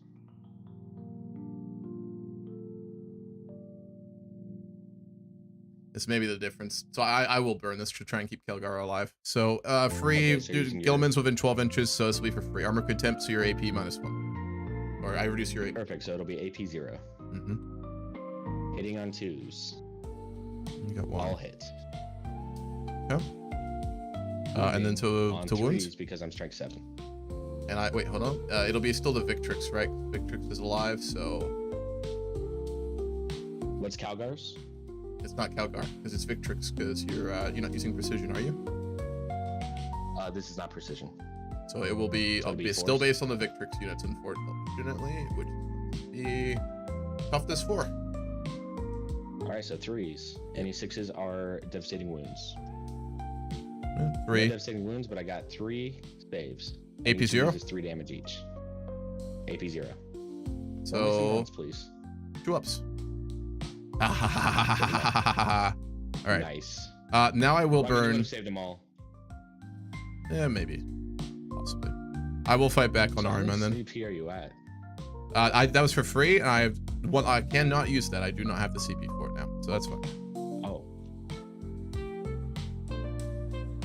Okay, so I continue on. Yeah, continue. All right, so your Armor of Contempt for Aryamon is done. Mm-hmm. Now it's the Wait, no. Infernal Master. Armor of Contempt will continue. The whole. Let me read it just to make sure. I believe it. They just FAQ'd it. They Did nerfed they? Armor of Contempt. It is only for 1 attacking models or shooting models. Okay, so you're on your Infernal Master, then you're hitting like normal. Yep. So 4 attacks on 3s. Okay.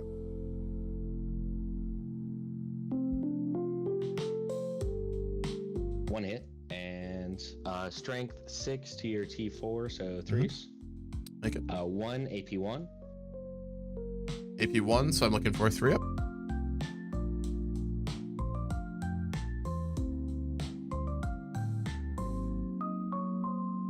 Make it. Saved it. Yep. All right. And that is all on this side. Next is Muty Vortex Beast over here. Let's go and do. This one right on the right. Yeah. Okay. The one that's battle shocked. Battle shooked. Yeah. I'm gonna do his Betentacled Maw. 15 attacks.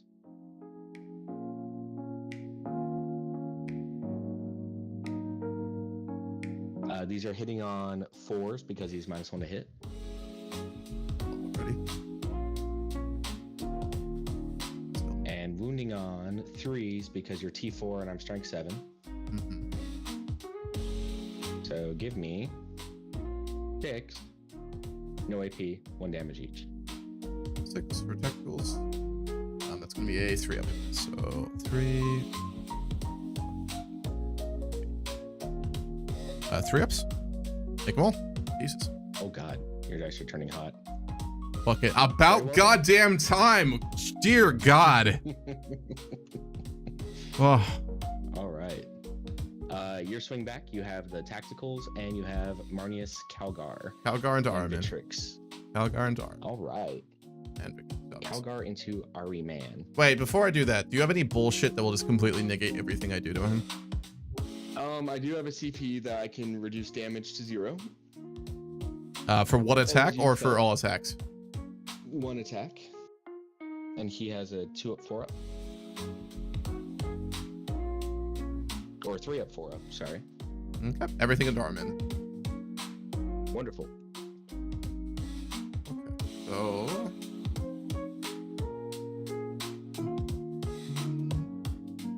We'll start with Gauntlets of Ultramar for Calgar. This is going to be 6 attacks, 2 ups.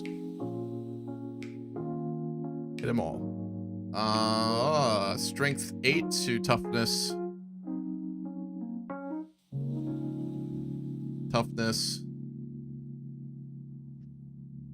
Sorry about that. T4, so 2s. So yeah, 2 ups with twin linked as well. Twin linked. Come on. AP -3, 6 attacks. AP3, so I have 6 dice. Hitting on 4 ups. Wait, do you have a 4 invulnerable? Yes, I do. Okay. And I spend a CP. What's the damage? 3. 3. I have 6 wounds. I will take 3 damage. Yeah. I'll take that. And then wait, I don't get a pile. No, because he's connected to Calgar, so I do get a fight that. Calgar doesn't get a pile-in, but the Victrix Honor Guard got a pile-in, so go ahead and put him closer. And you got the Victrix. Victrix size. Yeah. So Victrix Power Sword is gonna be just 5 attacks. 2 ups.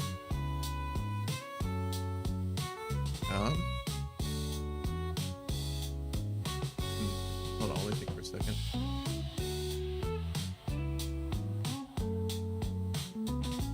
I will use the 1 reroll I get, which is wound, hit, or damage on this one. Hit it. Okay, cool. Strength 5 to toughness 4, right? Yes. So 3 ups, no rerolls. Wow, only 2. AP -2. Who at AP -2? 2 4-ups. Get 1. Save 1. What's the damage? Only 2. So fucking close. Oh no. Well, let's get him a shooting at least. All right. Are we done with fight? Well, I mean, you still get a fight with your tech marines into Do I get a pile the in? meaty, and then yes, the ones that are not base to base can pile in, and you can even pile into the cultists. But if they die on a 2-up, I get a CP. What's the OC on the beast? 4. Something.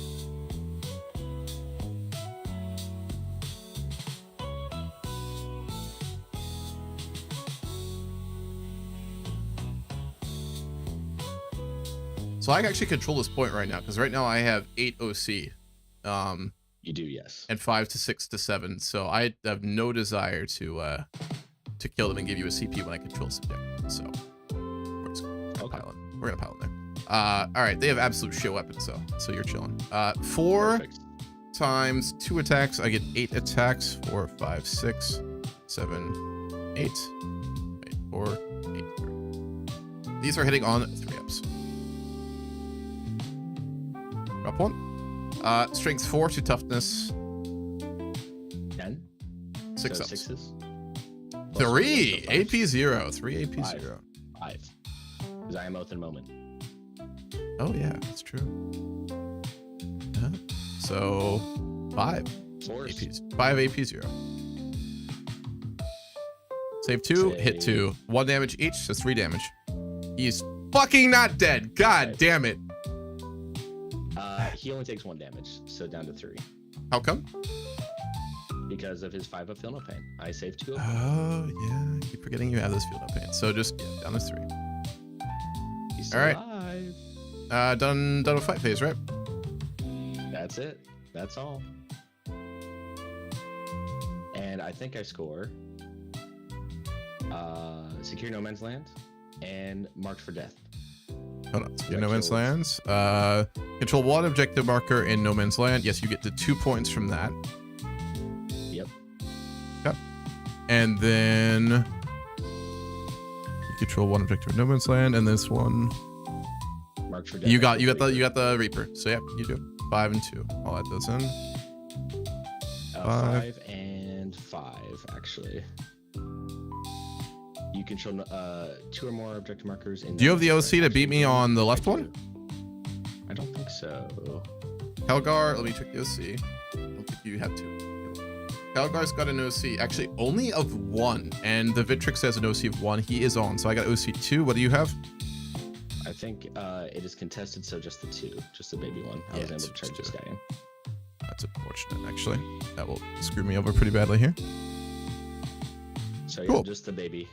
All right, your turn. And then they're both discarded. That is it for me. 2 CP You and score. 3 CP. 5 points. Yeah, I just have one objective, I think. Yep. Damn. That is brutal. That's what you had, to be fair, but... draw one more secondary. Yes. No prisoners. Just kill models. Just kill. Yeah. Kill Oh, I know. units. That's actually good. I need that. All right. Quick moment. I need to mentally recuperate for a second here. I'm gonna go to the bathroom as well, so I'll be right back. Just try and get my mental my morale has taken a hit like a Total War battle, so I need that. Oh Lord. I will also be right back.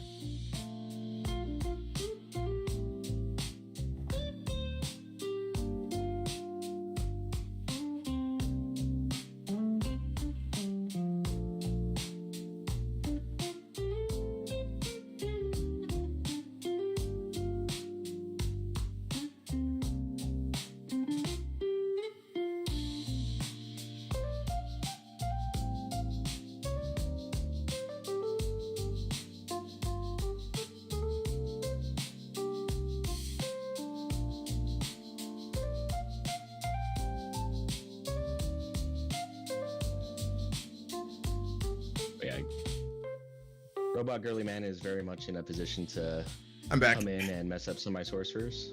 Oh, welcome back. Thank you. Okay. Obviously, Inceptors are going to be deployed because I'm fucking desperate already. So that's happening. Yeah, it is turn 2 already. Yep. So it is. I can do that. I should be up to 2 CP. And you should be up to 3 because I had 1 and I added 2 for No. Calgar and the yeah, normal yep. one. Okay, starting off, I'm going to redo my oaths. Actually, before I do that, I am going to do the techniques. Blessing of the Omnissiah. So this Dreadnought is going to heal for D3 wounds. I should have killed it. Should have. 2 wounds, so That's it's back right up to 4. And it has a +1 to hit now as well. Hit. This Tech Brains is going to give the repulsor a +1. It will not heal, obviously. Until I blow it up. Perhaps.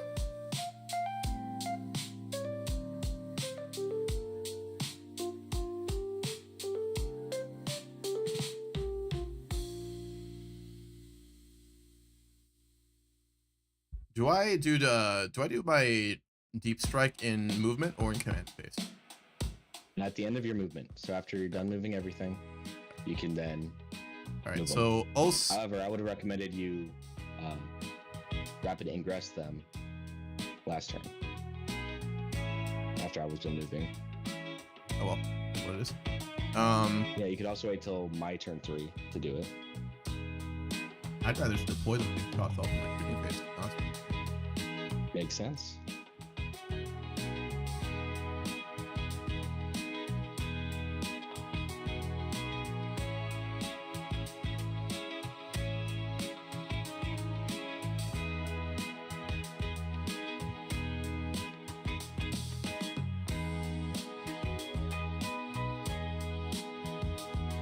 Beware my flamer guys.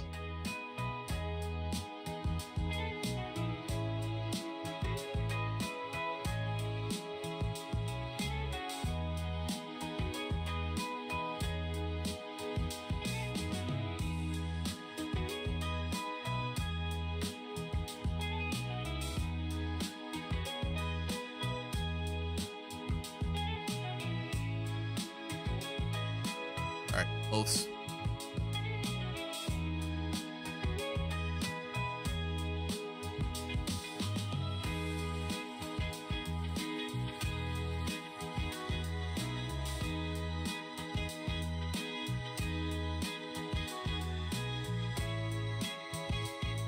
Primary Oath will still stay on this Vortex Beast. It's wounded. That's at 4 because I want him to fucking die. Second is going to be on this Flamer Squad over here. Actually. Perfect.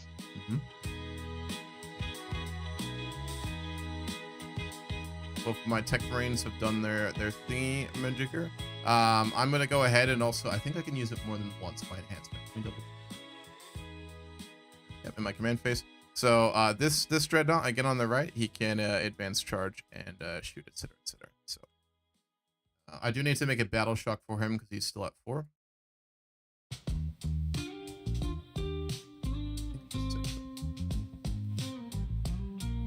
Yes. Come on.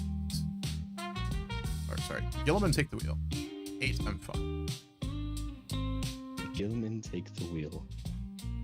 Gilman's not at half. Calgar's not at half. Also, are we removing an objective round 2 or is it round 3? It's only round 2. So which one got removed? None yet. Oh. It's beginning about around 4. We're not close yet.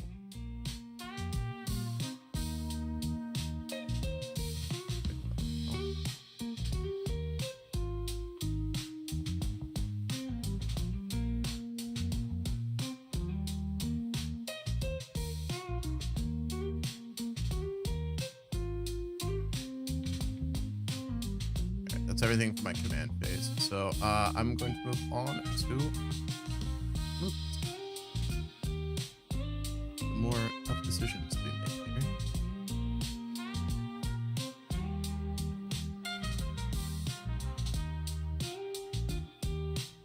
I'm going to advance my dreadnought. You can advance and shoot. Okie doke. 5. What? It would be 13 inches.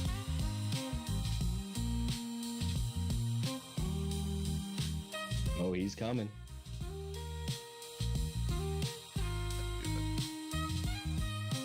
3. Oh Lord, he coming. 10 to go.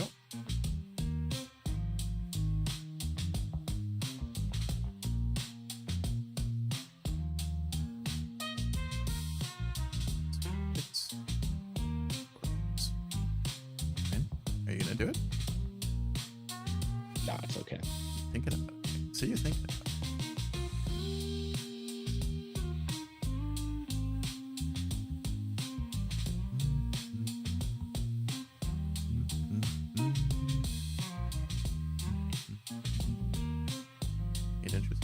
Oh, that will give me cover. Oh, so yes, it will. game just fucking bricked again.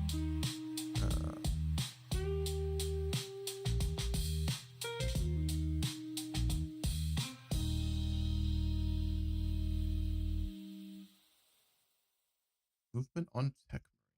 Let's see what that is. I think it's actually 6 inches. It is.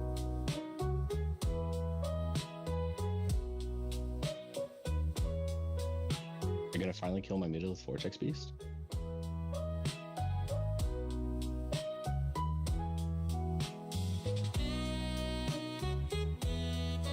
He's got a pistol, so I can fire He that can't into shoot. He's got a pistol though, right? In combat? That goes in. Yeah. Yep. Is it a pistol? He does have a grab.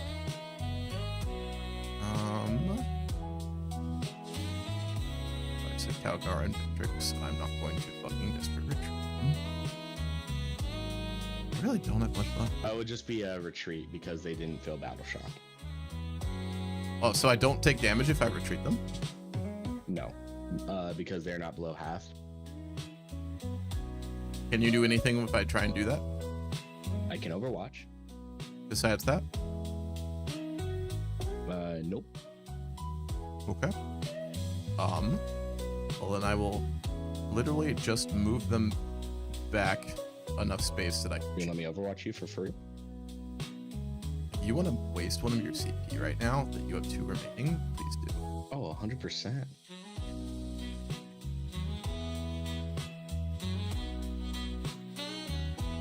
For a chance to kill your CP generator? Yes. How much damage?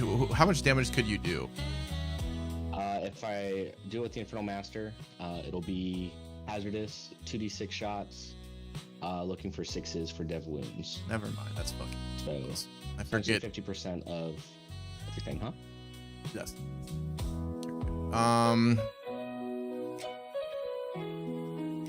Fuck fucking Christ. Okay. I don't think I'm gonna move anything else, to be honest. Just Tech Marine. 6 inches.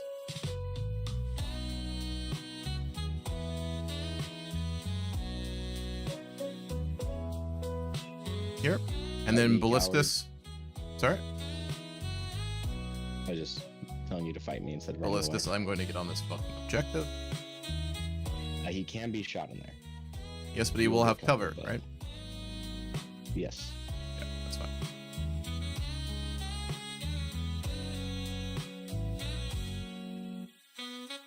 I'm not gonna move the repulsor because you're just gonna fucking overwatch that bitch, and I want at least one more shooting round with him.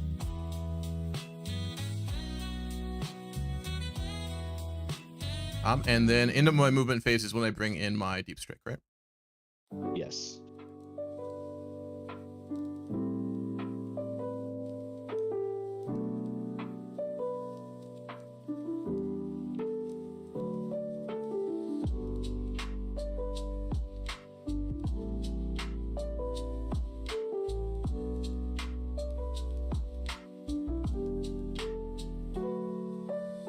I'm gonna meteoric descent so I can go within 6 inches, but I can't charge. Okay.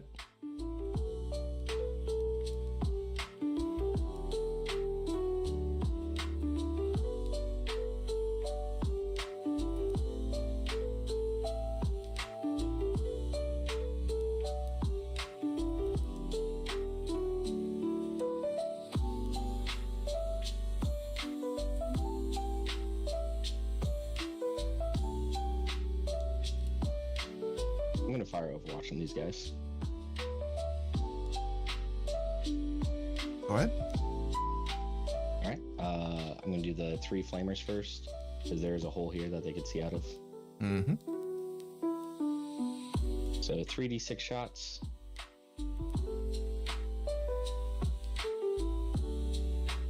That's gonna be 8.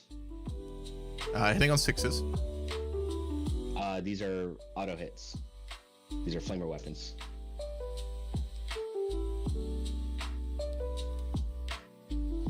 So that allows you to overwatch with flamers and just always hit and negate the whole downside of it.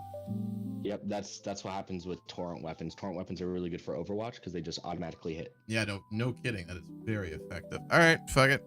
Would you like to change where you place them? Yeah, I think I would not. In this situation, I would not use meteoric descent to get out of. What's the range on those flamers? 12 inches. You want to be 12 inches away. But then I still have something that's torrent at 18, I believe. From who? Yep, 18 inches is my Infernal Master. And that's him, right? Infernal Master. Yeah, it'd be this guy. Are those? Is that a torrent weapon as well? Yep. How many shots? 2d6. Des? Yes, because it is psychic. Damage? 1 each.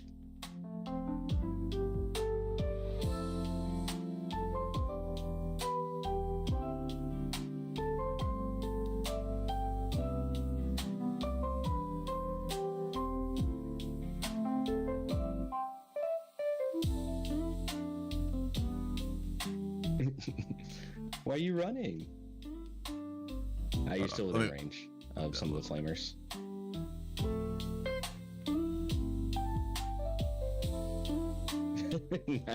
now you're good.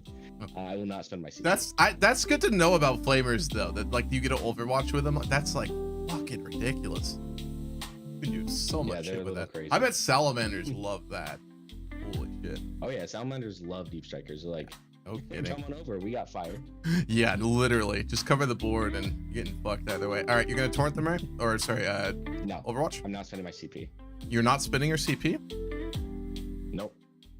Are you sure? Because these are pistols. That means I can fire into your Infernal Master. And, yeah, so I can fire into him. I don't think you could shoot into ongoing combat, but if you were in combat, you can shoot. Pistols, I believe, can shoot into ongoing combat. Let me double- If you are a part of that combat. Just for that? Let me see. References. How about a pistol in the profile that are pistols if the unit has equipped pistols? They're eligible to shoot in the controller shooting phase even while it is within range of one or more units. When such a unit is selected to shoot, it can resolve attacks using its pistol and can only target one of the enemy units that is within engagement range. A pistol can target the enemy unit even if the other friendly units are within engagement range of the same enemy. Okay. So I can't. So would you like to Yes, you can. Overwatch? Perfect. Nope, it's fine. Okay. Cool. And then I am done with Wave. Yeah. Yep. Jesus. Alrighty. On to fight. Or shooting, rather.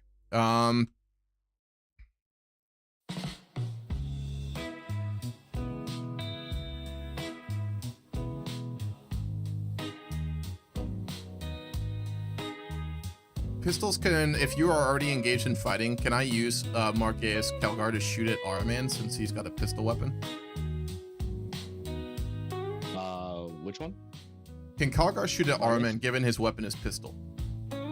What the hell? Gauntlets of Ultramar is a ranged weapon and it's a pistol. No, Simon, stop gambling. You only have so many points. He's blowing away all his points. He's doing slots, but he's winning, but it doesn't actually give points. One more time. Can I shoot Araman with Gilliman in ongoing combat if he has a pistol range weapon in my shooting phase? You can. Yes. Okay. Gilliman into Araman. Gilliman? My bad. Calgar into Art. Calgar. With Gauntlets of Ultramar, which is going to be 4 attacks at 2 ups. No oath, obviously.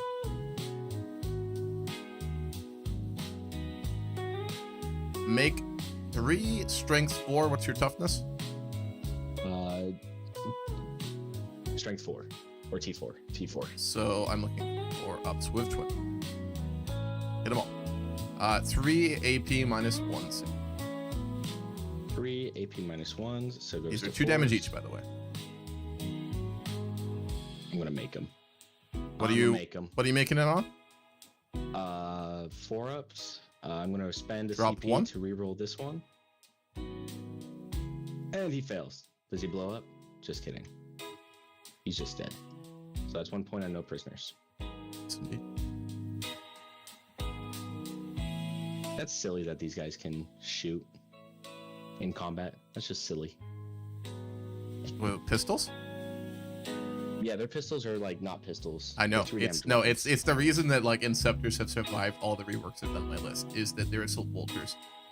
Dude, I fucked up that orc player the first time we played with these things. I wiped almost a full orc squad. It was crazy. The sustain 2 goes hard. Yeah, I do. Yeah, it do. More decisions. Tech Brain firing into your Exalted Sorcerer. Do it. Do it. We are looking at a Forge Bolter, 24 inches, 3 attacks at 2 ups. Hit them all. All hit. Strength 5 to your toughness 4. 3 ups. Hit 2, Also, drop 2. This Tech Marine, Demaya, has like 7 attacks for his axe. Because He something. does, died. but he's not going to get a melee. You have 2 saves at AP minus 1 on your Ups. Exalted Sorcerer. Drop Damage. both. That is 4 damage. I think Space Marines have too much milk. You See how fucked much my milk army he has. so hard in the beginning. Do you get to complain at this point? Is that allowed? Yes, yes. This is Okay. definitely allowed. Okay. I don't I have 2 wounds left. Yes, that's a 1. Gilliman firing into Exalted Sorcerer. Gilliman misses everything. He's got a really bad range weapon, to be fair. So yeah, Hand of Dominion. I actually might get Rapid Fire. What's the range? Oh, I get Rapid Fire. Let's go. 4 attacks. 4 attacks, hitting on 2s, 3 1s. Hitting on 2s. Oh, wow. Okay, we'll drop. I get to reroll one thing for him in this phase. I will reroll that Do one. you want to? Absolutely. I might kill this guy. There we go. All right, awesome. Strength 6 to... That was a command reroll, I should say. That was a, what's it called? Armored Iron Storm. Iron Storm? Yeah. So. Don't forget you still have the Snipey the Sniper. I'm well aware of him. He's being saved for something hopefully I will get to do later. So I'm looking for 3-ups. 3-ups. Drop 1, hit 3 at AP -2. 4-ups. Save 2, drop 1, 2 damage. He's dead. He is dead. Blech. I'm glad I gotta do something with this army. I thought it was kind of, I wouldn't get a kill much after this, but at least I got to kill a few things. That's good. That's 2 for your no prisoners. Oh yes. At least I stopped you from scoring more points, so that was the goal. True. Did succeed with that.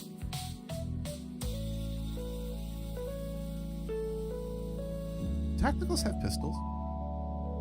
Let's find out. Tacticals do have pistols. No, they have bolt guns. No, they have pistols. Yeah, bolt guns come with pistols though. You get with bolt guns, you get a bolt gun, you get a bolt pistol, and then you get a close combat weapon, which is the really shitty one. So, yeah, for four bolt pistols, 1 attach each into that vortex beast with oath. All right. So, vortex, hitting on 3-ups with a reroll. I'm gonna need that reroll. I will hit 3 and I will drop 1. Needless to say, the strength is only 4 and you have probably at least double, right? So 6s. Plus 1 a hit, so a 5-up stuff due to oath. I will hit 1 at AP 0. All right, so this is gonna be 1 4-up. He is fine. He is. Of course he is. Okay. Brutalis into Vortex Beast. -1 to hit. Plus, yes. But yeah, -1 to hit, plus 1 to hit, obviously due to Omnisire, so it balances out. Yes. Cool. Hold up. Before that, I think I actually have to do something. Let me double check something. I want you to bloat him up. We already balanced it out due to the damages from being at 4, so we're fine. We're gonna start. Everything will go into that boy, by the way. So we're gonna start with Twin Icarus Heavy Stubble. I will get rapid fire due to 18 inches. So this is gonna be 6 attacks. 3, 4, 5, 6. 6 attacks with oath. So rerolls 3 ups. Break my computer. Great. It's breaking. Make them all.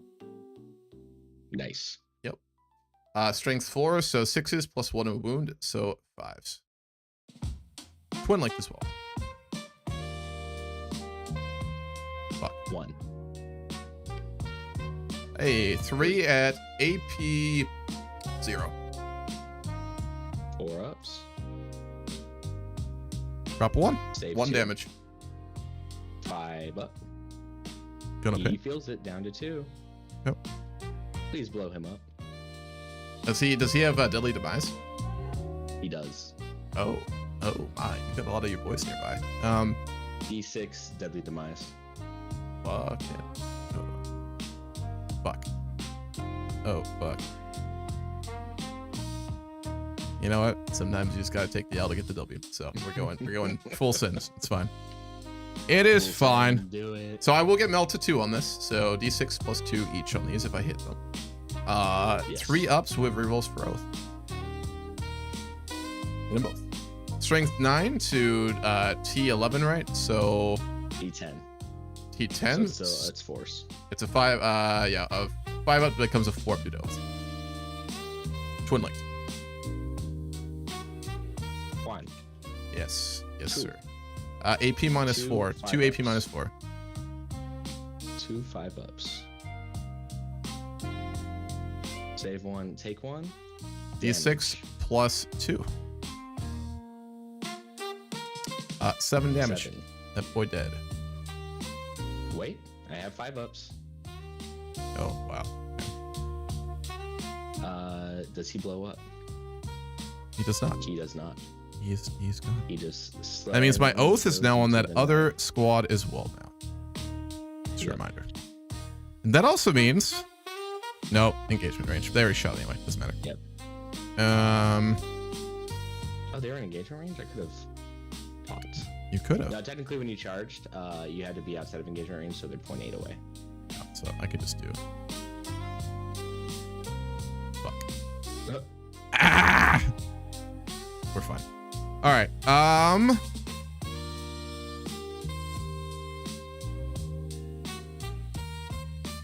Inceptors Stuff area. into your fucking your boys over there. I won't get rapid fire, sadly, but You're I maxed can't. out on no prisoners. hell yeah. Yeah. So all those shots into your flame cannons. It's my warp flame. Yeah, all those boys. So 3 shots each, no rapid fire, so 9 shots. Well, you deployed so far away. I know. I had to. You remember why? Because you're afraid of fire. Flamer bullshit. That's why. Flamer fucking bullshit. All right. They get assault. Doesn't apply. Pistol doesn't apply. Sustain hits 2 on these. Sustain hits 2. And they've got oaths, so I got rerolls. Just 2 additional hits. So are you gonna reroll everything? Fish for 6s? Hitting on 3-ups. I'll keep. I'll reroll 4. Nope. Ooh. All right, so Right, all these, two and then misses get 2 back. Given sustain hits 2, I probably should have, but oh well. You live, you learn. Strength 5, T what? T4. So 3s. Plus 1 wound, so 2s. Twin linked. Hit them all. 8. Give me 8 at AP minus 1. 8 5-ups. Save 2. I drop 5. 5 at 2 damage each. 1, a 2, a 3, a 4, 5. Just the hero remains. We'll take that.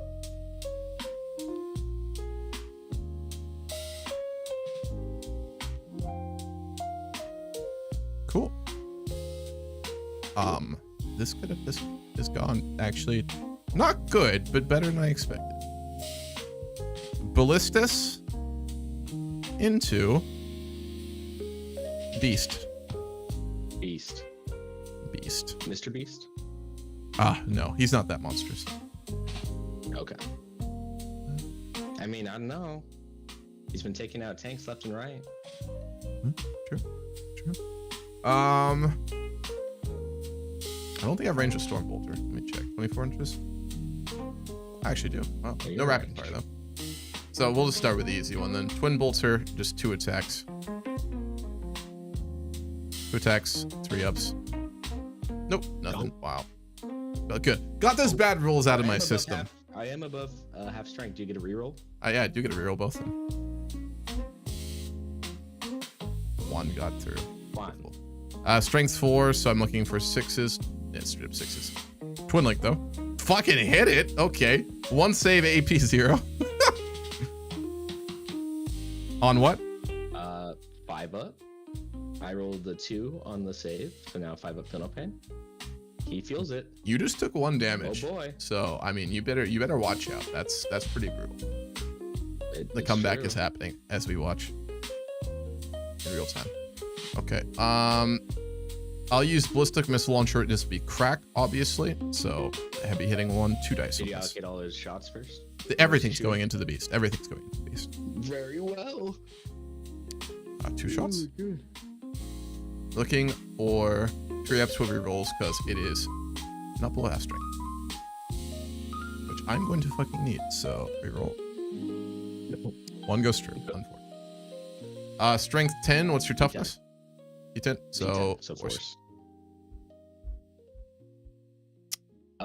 Brutal. Okay. Moving on to the Ballista's Las Cannon. 2 shots, 3 ups. With rerolls. Unbelievable. Actually, hold on. No, I can't reroll more than once. So, no. Okay. Strength 12 to your T, so that's a 3 up I'm looking for. 3 up, yep. Now I will use the reroll I can do with Iron I Storm. thought it was Melta. It's twin linked, isn't it? No, Ballista's Las Cannon is not twin linked. Only bolters are. So, Damn. 1 reroll. Fucking hit it. Thank goodness. AP -3, 1 save. AP -3. I'm gonna spend my CP to blank the damage on that one. Okay. You're at no CP left. No CP left. No CPP. Cool. Only sadness. That just leaves Repulsor and the Snipey Sniper. Snipey Sniper. Snipey, no Snipey. You have too many rerolls. You have too much milk. Warhammer. This is correct.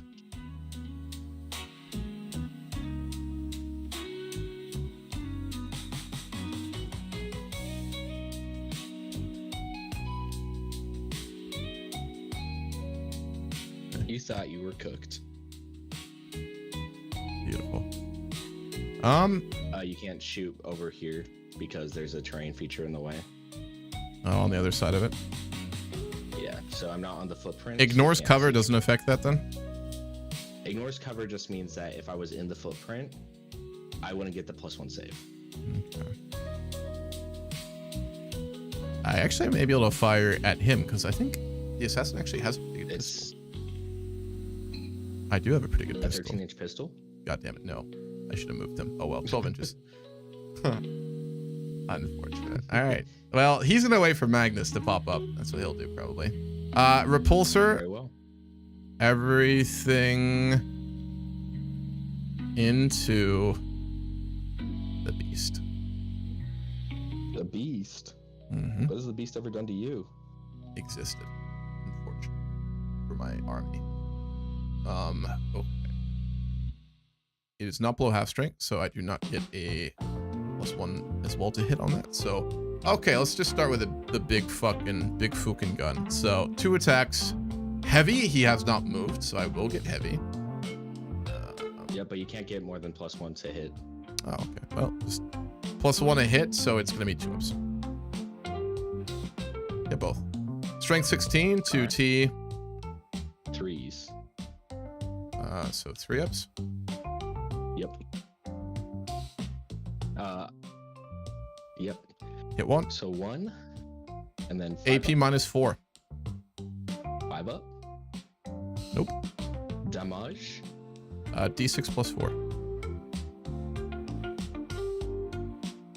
God damn it. 5. 5 feel no pains?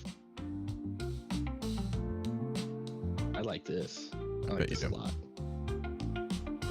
3 damage. I only take 3 down to 9. I'm okay So- with that damage. So 3 damage?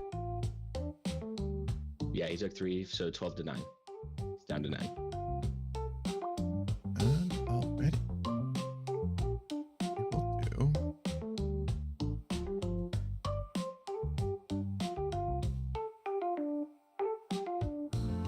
Why do you keep running away from me?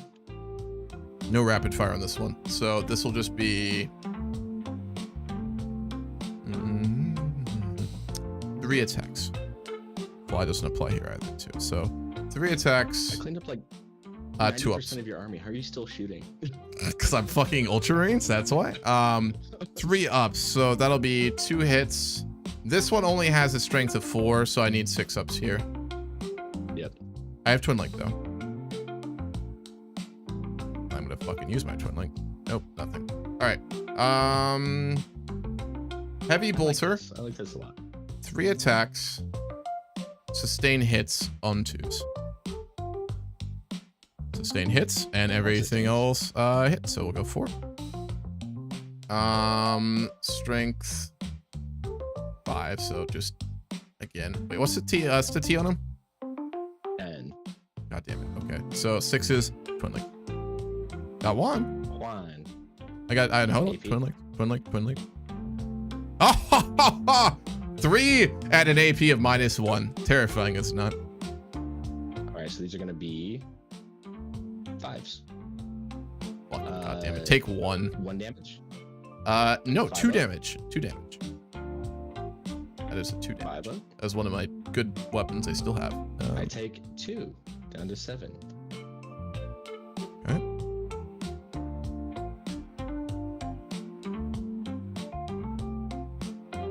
Defensive array. 10 shots. Literally no modifiers on this one. 5 and I'm 1. okay with that. Alrighty. So 10 shots, 2 ups. Wow. Ooh.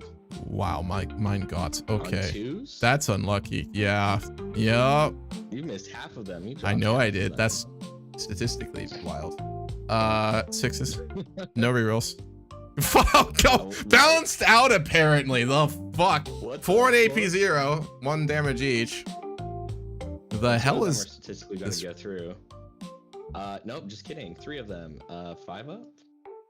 Yep. 3 damage, so 3 damage down to 4. okay. Well, we're actually doing something here. That's nice. Alright. Heavy stubber. I don't get rapid fire. I didn't get rapid fire. Fuck. 3 shots here.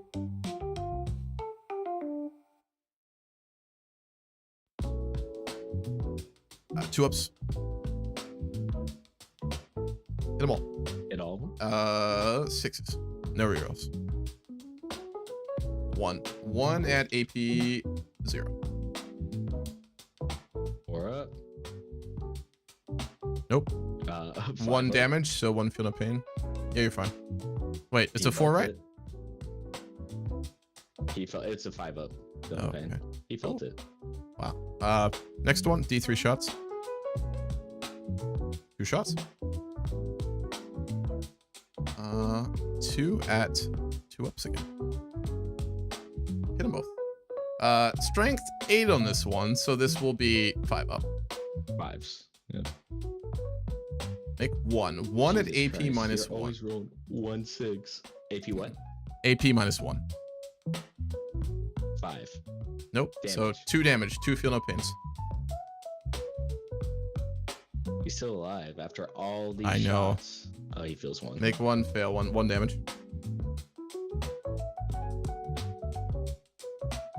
He's still alive. He's still kicking.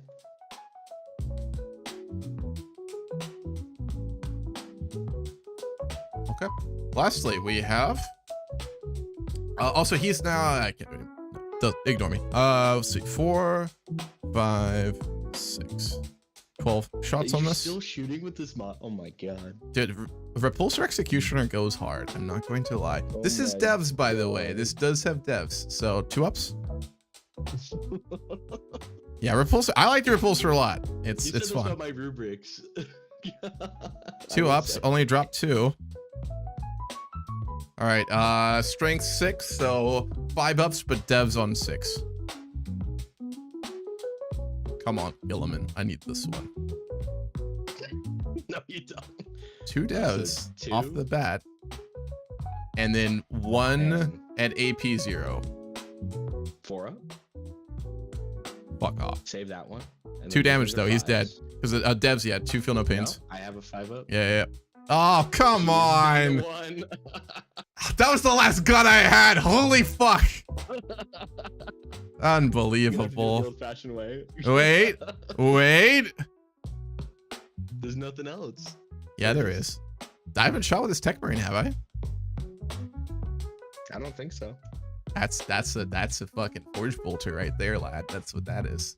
So got a Forge Bolter coming for the last piece of damage I need here. Praise the Omniscient, and by that I mean the Catan you're hiding in Mars. 3 attacks, 2 ups. Fuck off. 1 reroll with that unit. Okay, point taken. Point taken. Warp. Strength 5, You're not gonna get this, you T10, live so 460. 6s.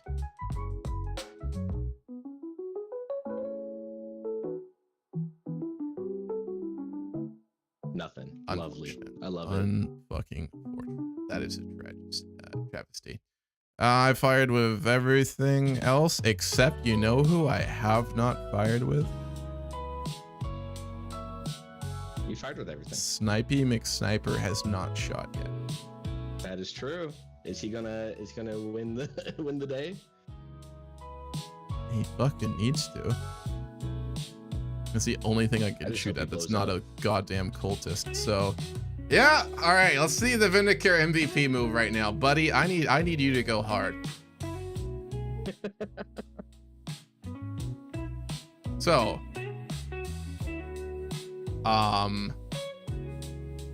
no cover. Not that you have any to begin with. Dev wounds. All right. One shot. 2 ups. Don't you fucking dare do this. Okay. Fucking Jesus. Strength 8. 10? Yep. 5s. 5s and 6s a dev. 1 reroll. CP to 1 reroll. reroll. No, not CP. No, I he get does, the. He doesn't get that Iron Storm. He doesn't. He Does doesn't have he? the Astartes keyword. So it has to be a CP. I'm not gonna do it. I'm gonna kill him in charges. It's fine. That's disappointing. I am immensely disappointed. I am so disappointed in you. You're going back to a fucking Inquisition. All right. Charges. There's nothing I need to do with my secondaries, is there? You I need to clear out the middle, ranks, so. and you need to kill the middle. You need to Oh yes, clear that's it where out. charges come in. Okay. Charges.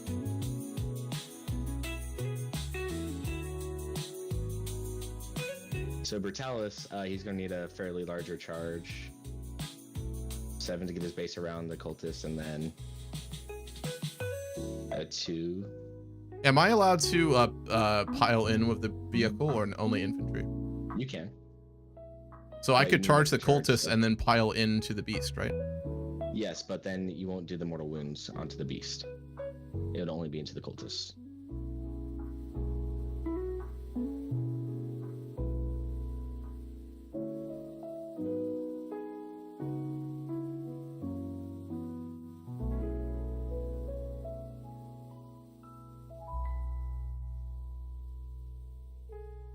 Yeah.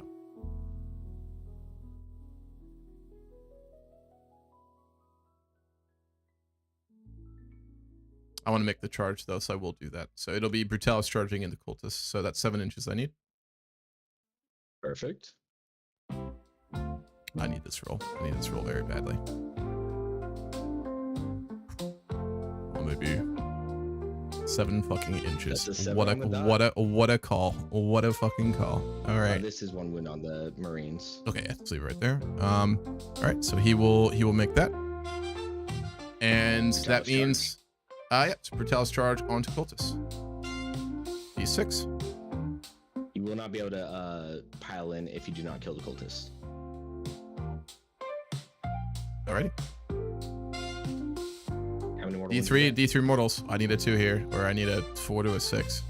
You need 2. Fucking let's go. You got it. Two mortals. They're dead. On a 2 up, I gain a CP. I do. You finally actually have a CP now. I finally have a CP. Okay. And I pile in after all my charges are done, right? Yes. That's when you go to combat. Gilliman into beast. That's a 5.1, you're so it's a gonna need 6. to technically go around the base so you can fit. So 3, Well, it'll be a 7. okay. Sure.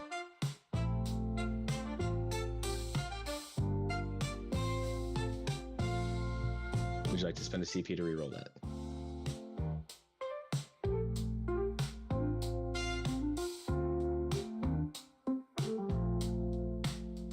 Yes, I would. You're on average going to get a 7. Don't say that. You can't say You're that. on average going to Okay, get a, there we like a go. 10. There we fucking go. Thank fucking goodness. All right, and then Do you wanna charge tacticals. The Marines. Marines into Magnus. I need to roll 14. Just kidding. All right. That's a 3. That's a 3 in charge. Yeah. So only Snake Yeah. Eyes will fail this. You're good. 9. You're Gucci.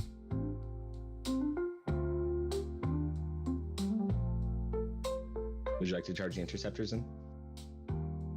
I cannot charge. I did not meteoric descent actually, did I? So I can charge. Technically, this would be illegal unless you meteoric descented.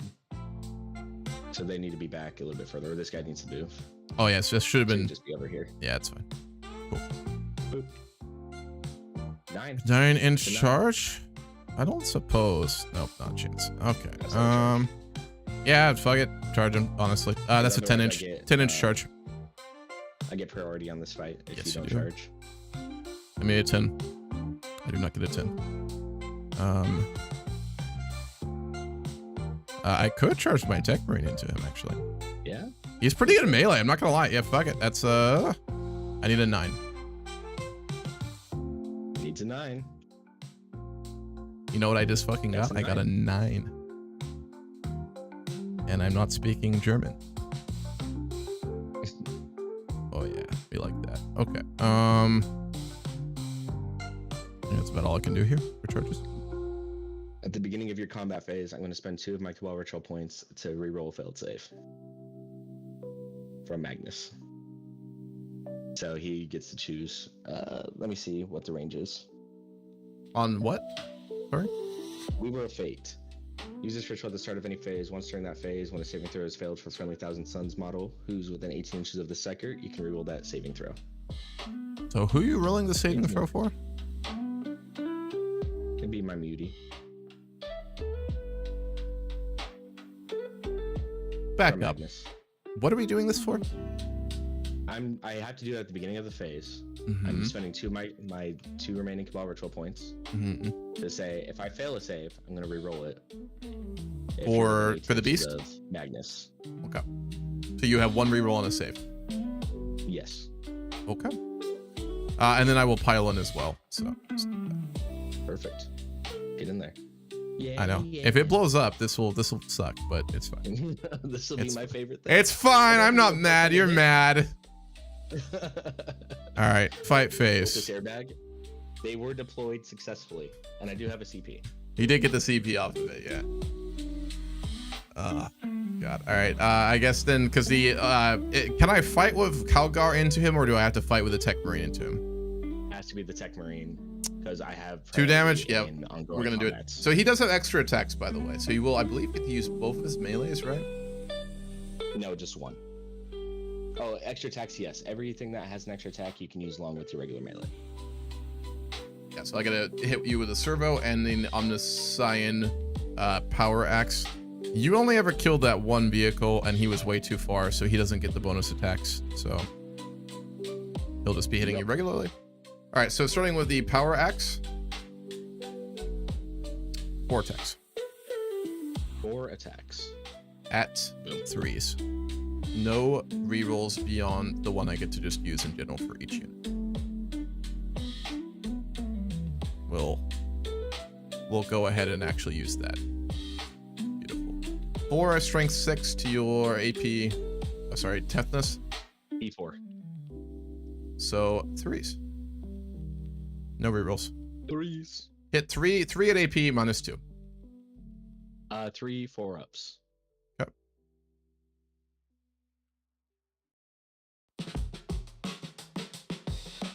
Uh-oh. 5-ups. Just kidding. 3 5-ups. Yep. Make 2 of them. Ooh. But you know what? It's still 2 damage. 2 damage. Yeah, he's dead. Very Unless you do Does some he blow up? bullshittery. Nope. Okay. Well, now would be a great time for Calgar to be able to shoot, but you know, well, actually no, he already did that. So, okay. Well, I did what I wanted to here. Actually, that's surprising. I want you to blow up the mutie I know beast. you do, and I kind of there's a part of my brain, the same part that tells me to jump off of edges when I'm up really high, that's saying I also want to see a blow up, but you know, it's fun. Just a little bit of. Okay, we'll do. Just because we have to, we're gonna start with Gillum into the beast, because if you can kill them, I want to see that. We all want to see that. Do it. Do it. Rabute Gilliman. He is going to use What's the toughness on that beast? 10. I'm gonna use Hand of Dominion. Well, otherwise I won't get this strength. I won't get depth, but I don't want sustained. So we'll do Hand of Dominion. 7 attacks. 4, 5, 6, 7.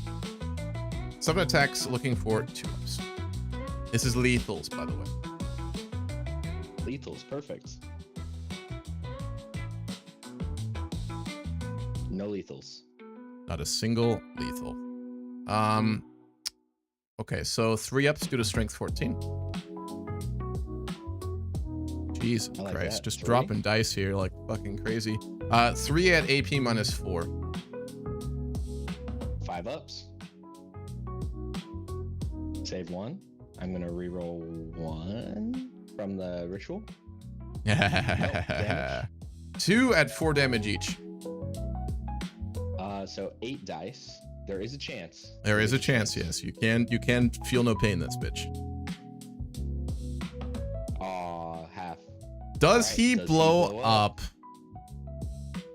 He does. Of course he does. Oh, fucking course he does. How God many fucking damn it. Mortals. Is it a D6 mortal?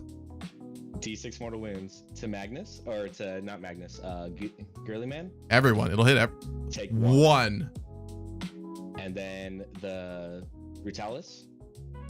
No. It's just. I thought it was just rolled once and it just hits You them roll all for with the each. same. You do? You roll for each. Yep. All right. I was told the wrong thing. So it was 1 mortal to the Brutalis, right? 3. And So he's 1 up. here. Is that 1? 1, 3, 1. 1 and then 3 mortals to the tacticals. 1. 1 to Gilliman. 1 to the Marines. And 3 to the Brutalis. And he dies. No, I already took the 1 off of the. I already took the damage off the Brutalis. He's got 1 left. Yeah, so he took 3. Yep. Gilliman took 7. Or, sorry, I wish 1. he took 8. You said 1, right? He took 1. And then one of these guys died because they had 1 wound Yes, on them. correct. Okay, cool. That makes sense. Could have been worse, but that does suck. That Brutalis is also close to blowing up now, so unfortunate. And then yeah, so fight phase is done. Secondaries. I did clear you off the fucking mid board. I did clear you off the fucking mid board, so I will get 5 EP. One thing. Rage. That's primary. Hold on. Wait. Why do I already have a 5 here? I think this was for the first round, wasn't it? Primary. That's your primary score. Oh, so it should be here. That.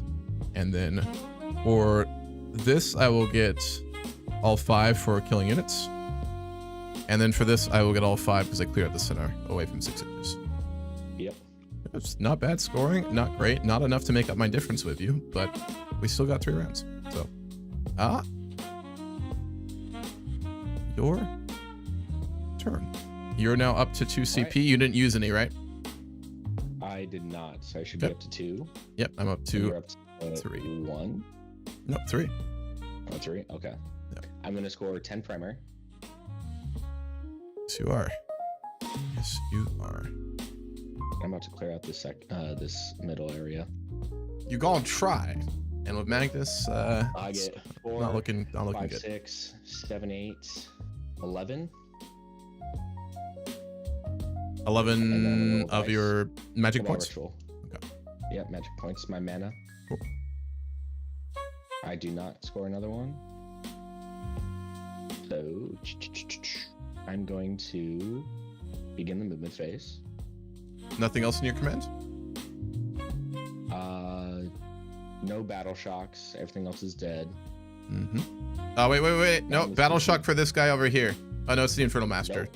You don't take a battle He's a hero. shock if they all die? They split units. So once the bodyguard unit dies, the hero is a standalone unit by the beginning of the next phase. Okay. So that's why Calgar hasn't taken any battle shock yet. I see. Okay. All right. So this is last turn. This one's gonna be here. Oh, I know. The alpha one gets removed first, so this one. I could just forgo that one entirely. Yeah, I'm gonna start killing shit in the middle. Yep, that's the one that's gonna be left very soon here. Wait, what time? What turn does the alpha get removed at? Turn 4. Okay, so I will score primary if I'm still on that. The only thing that's left is this one. Yeah.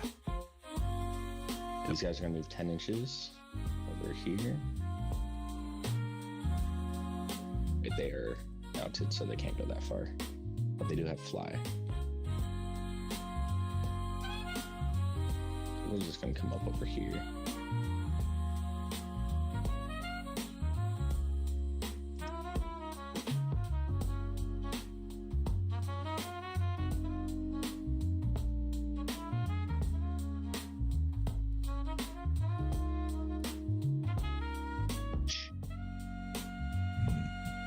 This guy's gonna come over here. I'm gonna score these 8 victory points. 5. Oh, he's almost there. I'm just gonna advance them. Fuck it. Okay. 5, so they're moving 10. So yeah, they're just gonna come all the way over here. Did you grab your secondaries? You did not. I did not yet, so I'm gonna grab those real quick. Just a moment. Yeah. You probably want to do that before you're making moves, right? That is true. Be honest. You want to change your movements? Go for it. Containment and sabotage. All right, containment and sabotage. I gotta get rid of mine too. So this guy's still within 9 inches, so he's gonna contain. These guys are not gonna run, so they're gonna move back 5 inches. Yep.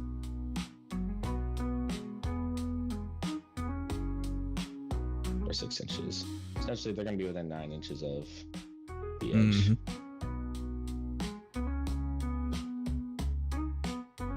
Sorry, I'm a cheater. I know. Make sure you put that so that way if contain and contain.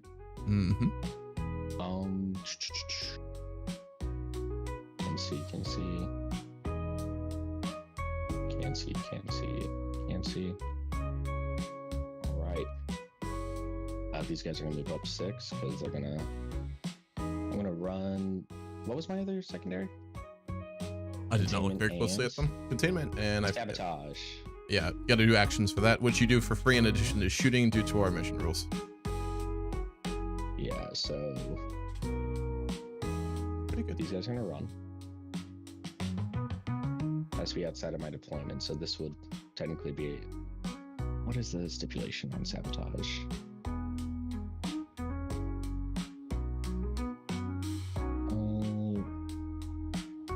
You're not within your deployment zone, so the unit cannot be in my deployment zone. I think I'm just going to go ahead and let that die because I need to kill things more than I need to score these points. Yes, you do. Yes, you fucking do. Yeah. I need to kill a lot. My army is pretty weakened right now, but Magnus needs to do some work right now. 11 inches. Or this might get a little rough for you.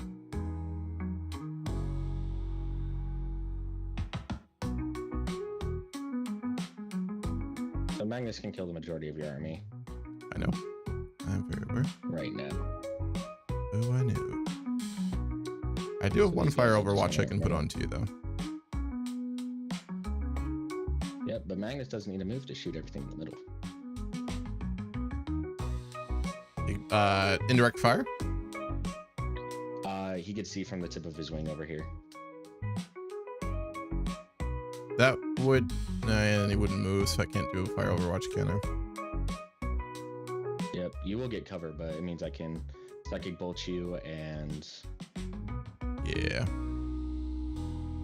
Other things.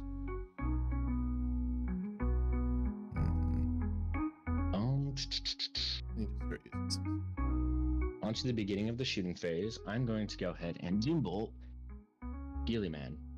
You're going to what? Doom Bolt Gilliman by spending 7 of my 11. Who is this coming from? Magnus. Indirect fire? This is the ability, 18 inches, I see you. Hold on, wait quick. Yeah, just Nice barely. enough. Just barely. Yeah. Yep. So I roll a dice. Okay. And so what happens here? You're gonna take D3 plus 3 mortal wounds. You play 3 plus 3. That's just an automatic hit, right? Yeah, these are just I just do it. So you're gonna take 4 mortal wounds on Gilliman.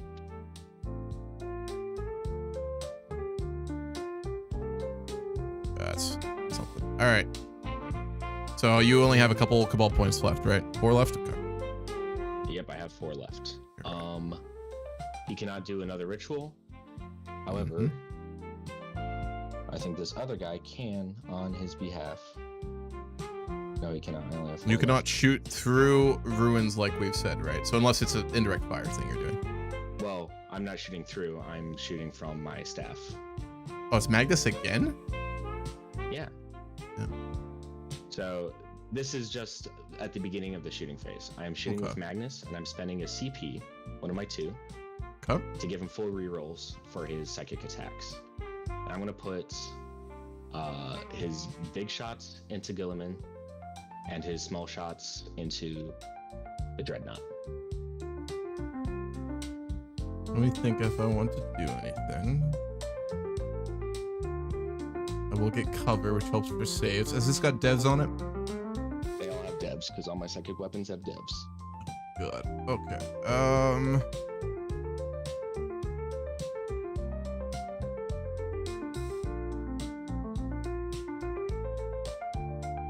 Gilliman will die. I do get a roll to see if he comes back. That is true. However, he will die.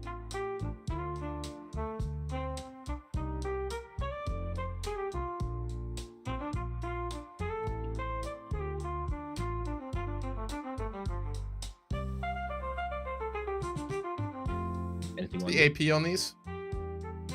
So AP -1 from the 2 damage one, and AP -2 from the 3 damage one, but they all have potential for dev wounds.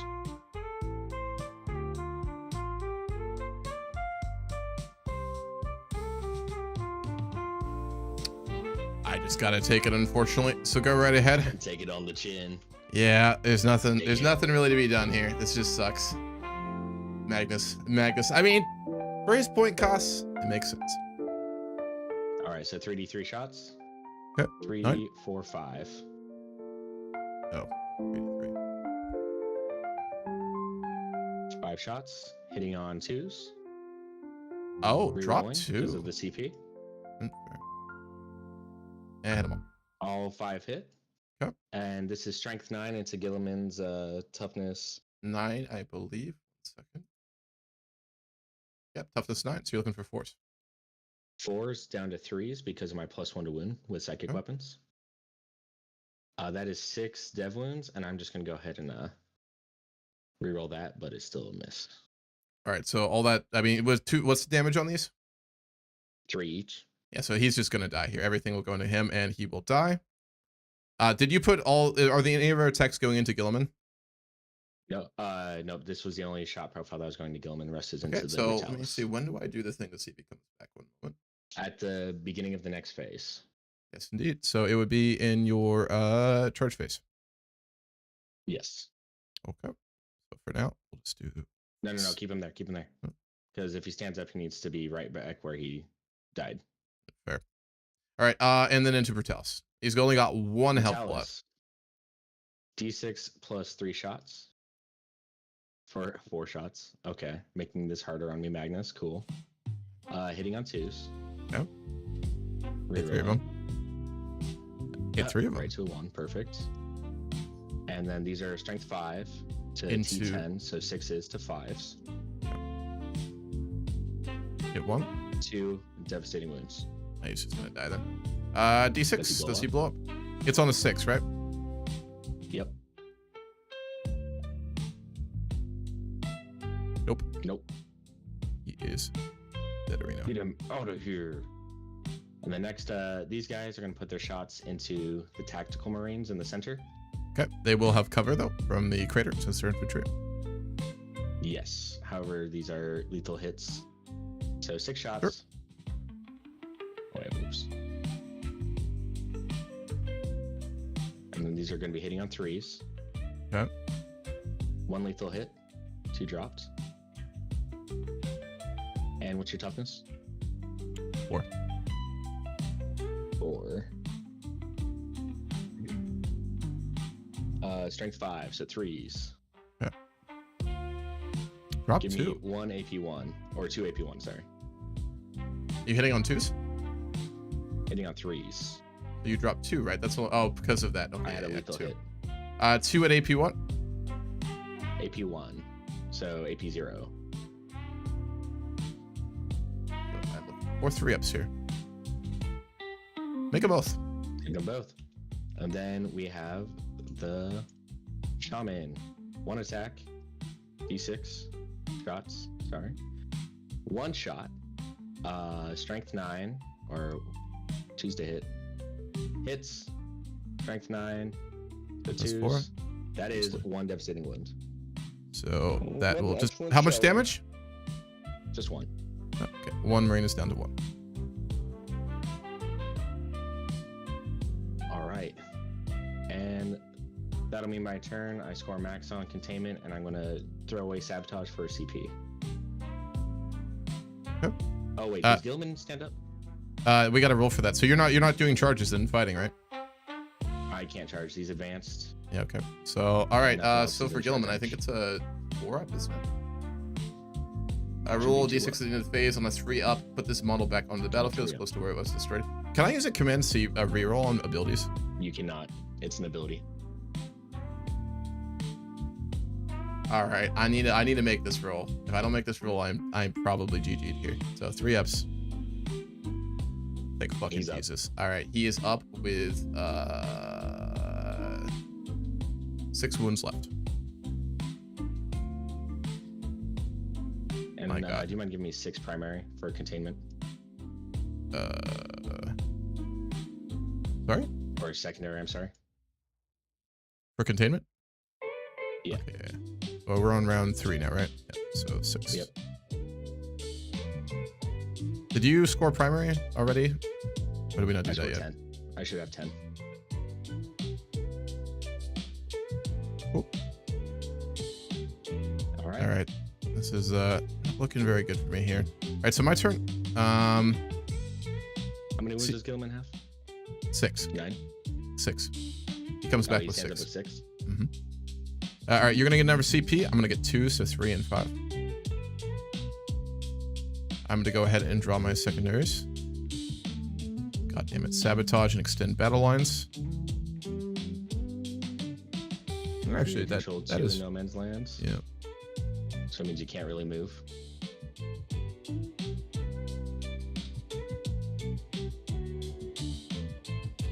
Unit commit sabotage this turn. So we'll put its own. I'm not gonna do that, so I'll get probably the max to 3. In terms of objectives, I currently hold 3, so 15. 15. That is very needed and keeps me kind of almost in the game.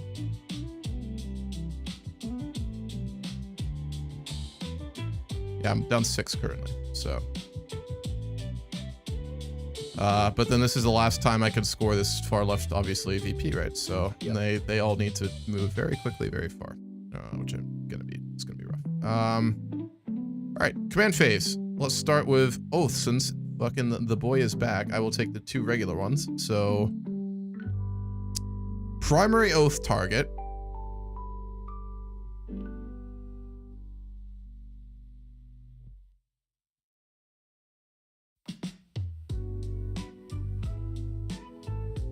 I'm so triggered by Gilman standing back up. Oh.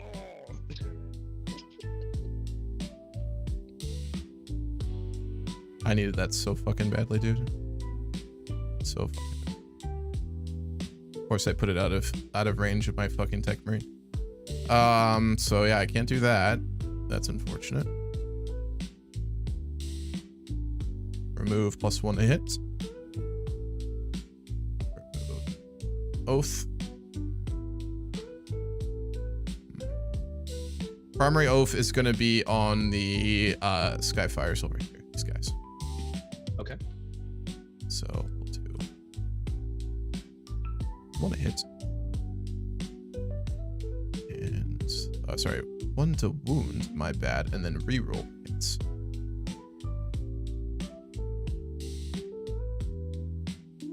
secondary oath. Oh, I can shoot him through here. Actually, primary oath will be on your Infernal Warmaster. Secondary will be on your Skyfires. Okay.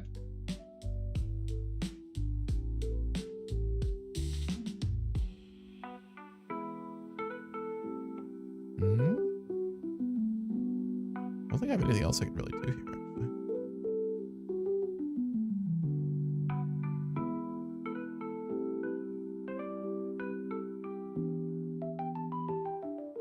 Besides your Infernal Master, do you have any other like named characters on the battlefield?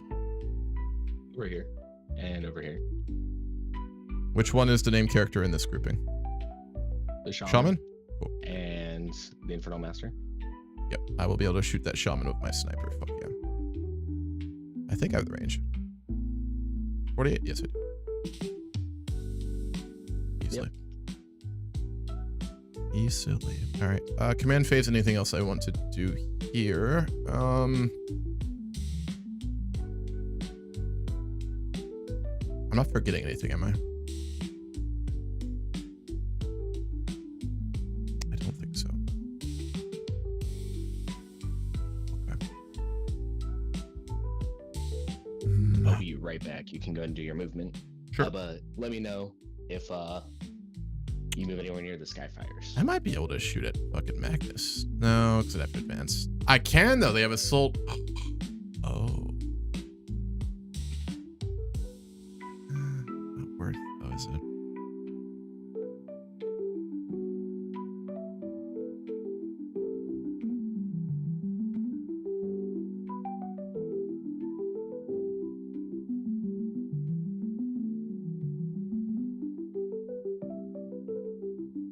Oh, this is a closer game than I expected, though. I can still possibly win this. Yeah, all right. So movement phase. Movement.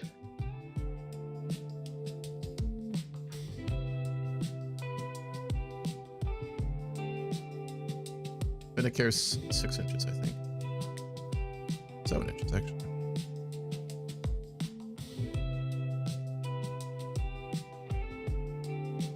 Fortunately, 7 inches. Oh, you're approaching me. I will not get an angle. Oh, no, I will not get an angle on.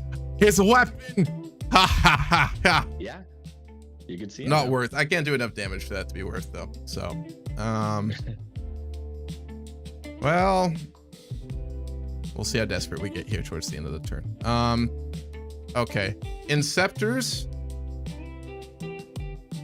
I'm going to advance them. Their weapons are assault, so I can advance and fire. So I will roll a d6 for advance on them. Fuck yes, 6. They already moved 12 inches. They moved 10, so they're at 16 right now. Oh boy. You have to be an inch away from me.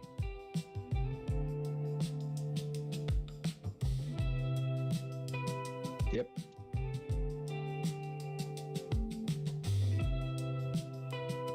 You know what? I'm gonna Overwatch you and I'm gonna hazard it.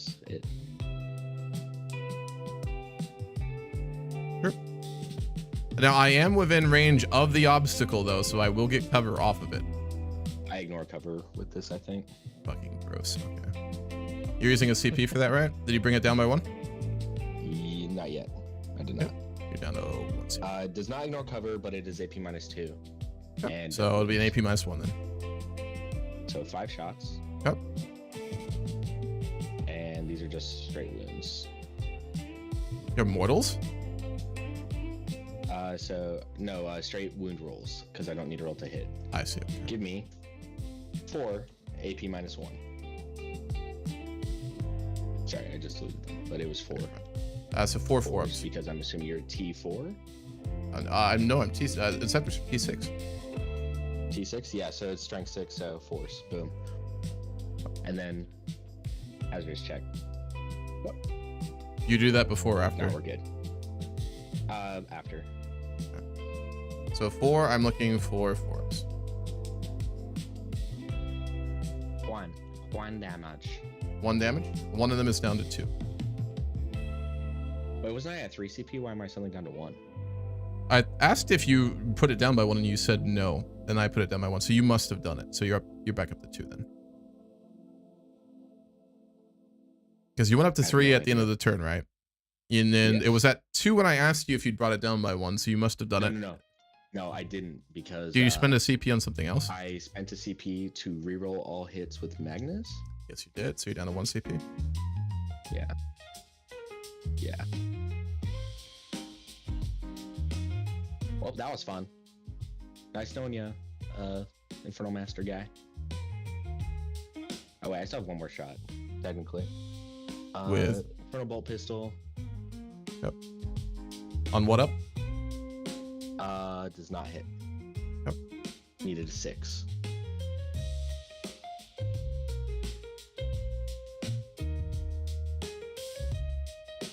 All right, that's it for me.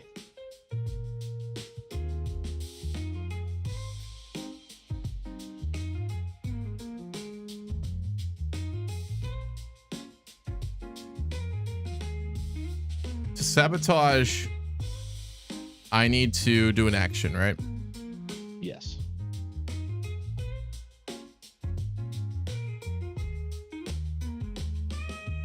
And I get until my next turn to be able to interact with that. All right, I'm gonna sabotage with the Tech Marine over here on this one. You can do that, right? Yes, you can. Yep. However, So it's he not touching my zone. Yes, correct. If you That's move fine. up here, it just No, makes it would be you like right in here. I the can't zone. get into it, so it's fine. No, you just be right next to it. Your deployment zone went like down here, and then it moved. It didn't cover the ruins. No, the ruins were not in your. It was like down halfway. Yeah, okay, a little bit, yeah. But it's quarter. fine. I'm gonna sabotage there. It's fine. So, all right, Calgar Move can. here, you get max points, no? You could still kill it and stop the sabotage, can't you? Yeah. So wouldn't I want to do it back there and then like have a lower chance of you killing it? I mean, you're still outside of the terrain feature, so I'm either going to need to spend CP to indirect fire, or Correct. just let you have it and try to kill Gilliman again. Mm-hmm. I can advance and shoot with Calgar, so I'm going to advance and shoot. He is... I'll do actually battle shocks. Do I need to take any battle shocks? I don't think so. No. No, I don't. Maybe Gilliman? Is he half No, health? he's half Or below health, so he half? doesn't have to. Okay. Everything else is good? All right, Calgar's going to advance, so that's a d6. 4 plus his base movement. 6, so 10 inches. I don't think I have quite the range. Oh my god, I think I have the range. On the bottom level, I do.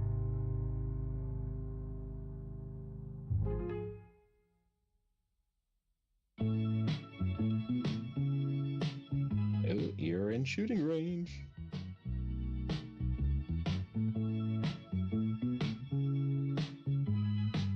Don't forget your wounds. True.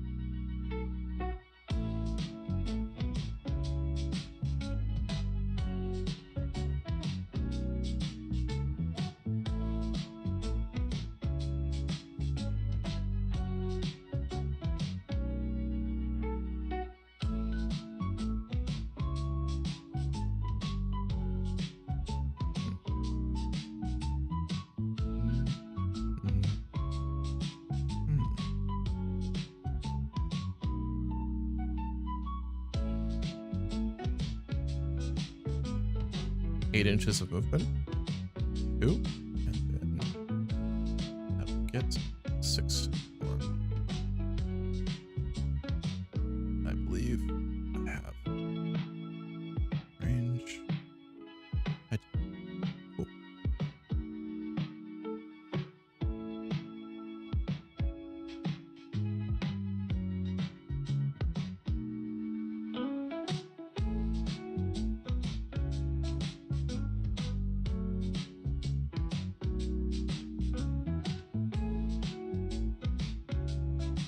Do I go full balls out.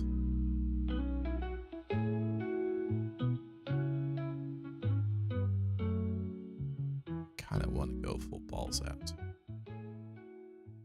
You will leave the center open for me to grab. I know, but if I kill Magnus, I win. Potentially. I still have a lot of stuff on the board.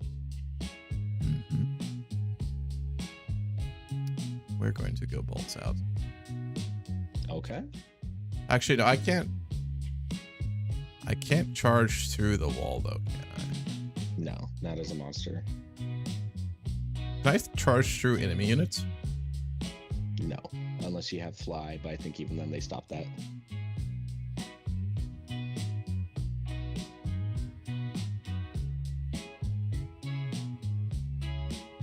I'm just going to test this. I want to see what the distance would look like.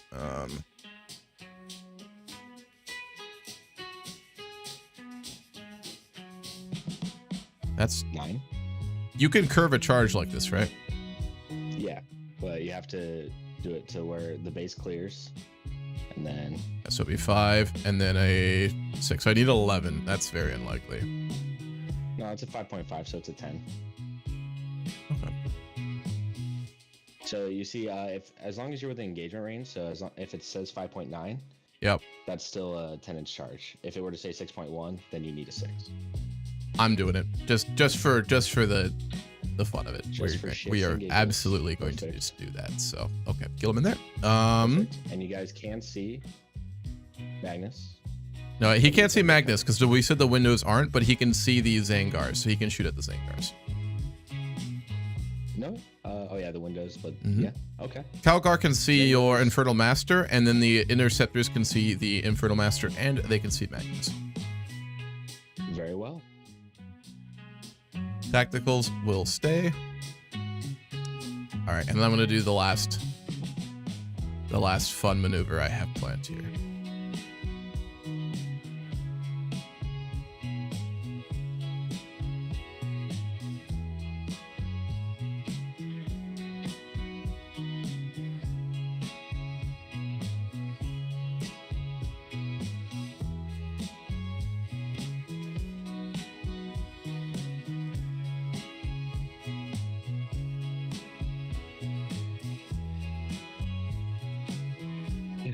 Back to your home objective. Retreat. I want to make sure I do have a line of sight though. Oh, you're not. I can't shoot for ruins, right? No. So he will not be able to shoot any. Even with a line of sight. Yeah. In that case, I think it'd probably be better to try and see if I can get. I can move the Tech Marine in. Can I? What happened? I did Control Z out of habit. It should just move it back a little bit. It didn't even do that. Nope. That's weird. Okay. It's 10, I think. 6 inches of movement with the Tech Marine. Cool.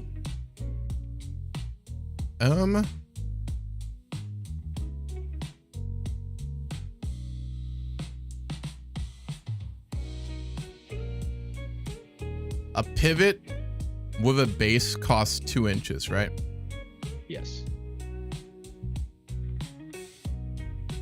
4. 6.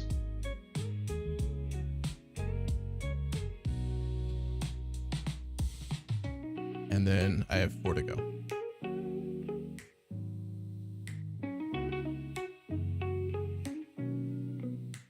Yep. Yep. You can see some Zangors. That's not who I'm going to be shooting at. Ah, okay. Okay.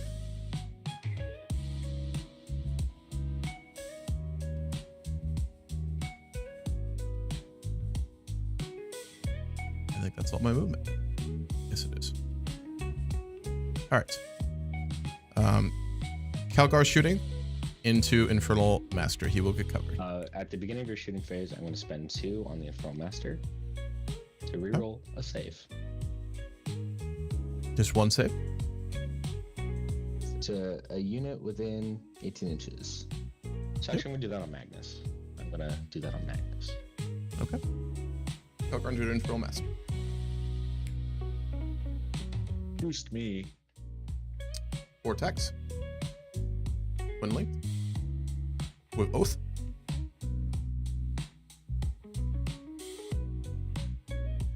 Two ups. Reroll due to Oath. 2 ups. Hit them all. Strength 4, toughness. 4, so 2s. Or 3s, I'm sorry, with the +1 to wounds. Yes. Twin linked. Hit them all. 4 saves, AP -1. Oh, one of my colors changed back. Where do I find all the mods to play Thank this you. on TTS? CMC, I'll go over that at the end of stream when we're done with this, because we're getting kind of close to the end of the game. It's also getting late. So if you're still here, I'll let you know. The mods that we are using for this is the FTC board. It'll just be FTC if you look that up on Steam Workshop. And I got all the units from, what's the name of it? There's another big mod. I can link it. Is this 2 damage each? For the Gauntlets of Ultramar. How many did you save? Yes. I saved 2. Out of 4. That means there's 4 damage into it. I'm Two- gonna spend two. the ball virtual point to reroll this. So only 2 damage gets taken. Correct.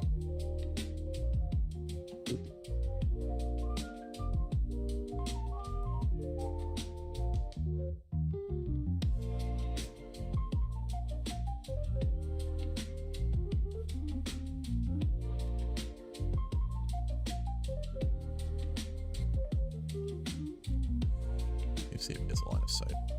I think it does. Yeah, it's sword, most likely. Yeah, true. Wait, through the window? No. That's not a window though, because it's broken, right? So, and it's an opening there. Okay. Yep. Open thing.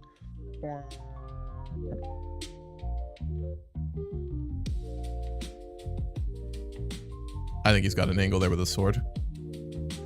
I would say. Yeah, you can see my staff. Cool. But All I right. will get cover. Yes, you will. All right, so Gilliman into Hand of Dominion. Rapid fire, I believe. Rapid fire indeed. So 4 shots. 4 shots. Oath, 2 ups. Hit them all. Strength 6 to your toughness. So 2 ups with Oath, I believe, right? Yep. Hit them all. 4 saves at AP -2.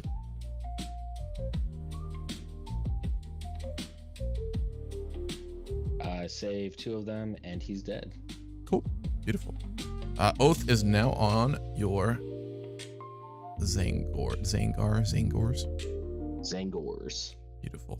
Primaris Cool. Inceptors firing into Magnus.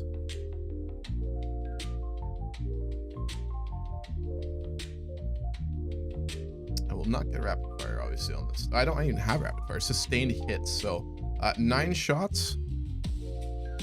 Sustained 2s. No Oath. 4. 1. I don't expect this to do too much, but I might as well. So the re-ups was sustained.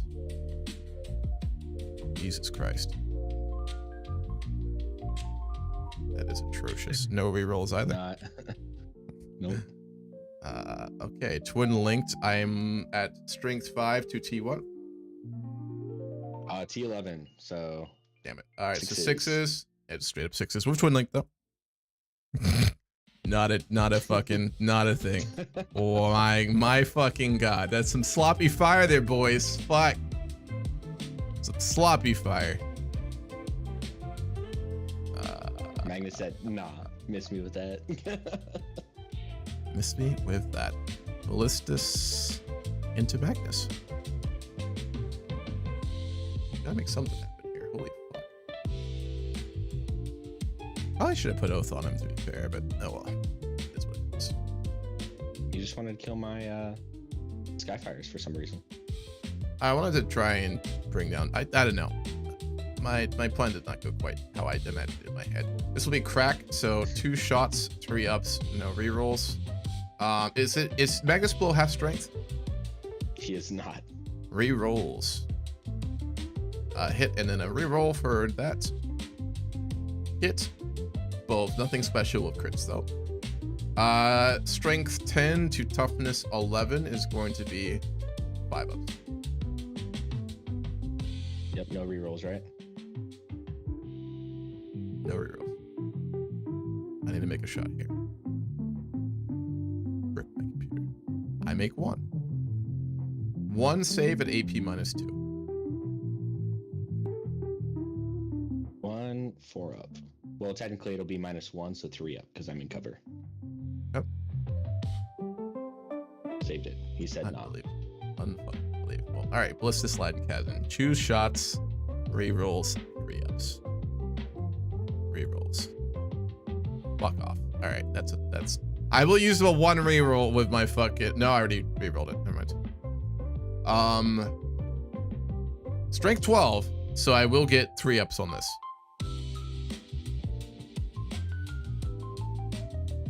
Thank fucking goodness. AP -3 on this. AP -3. So AP -2, just back to my invulnerable. Fucking. I'm gonna spend 1 CP. This is the last cannon, right? This is the last cannon. It's D6 plus 1 damage. I'm just gonna blank it. You're just gonna blank it. You are at a CP, which is fucking fantastic, but still. Fuck me. All right.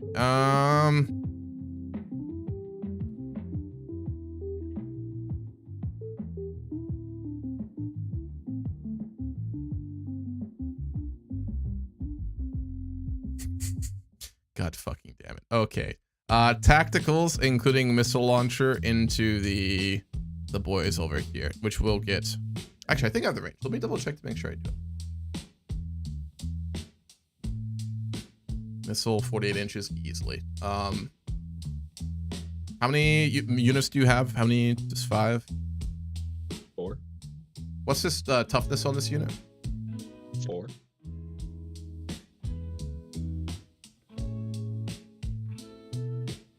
I'm gonna do a crack missile shot actually. So just 1 4 up with rerolls. Fucking hit it. Strength 9 to toughness. I mean, you wound. So AP what? No, I don't wound though. I have to roll for wounds, right? Oh yeah. This was just a hit. So what's his toughness? D4. So yeah, 2 ups. Look, it's by skin of my teeth. -2 AP. -2 AP. So that is going to be -1 with cover. So 6 up invulnerable.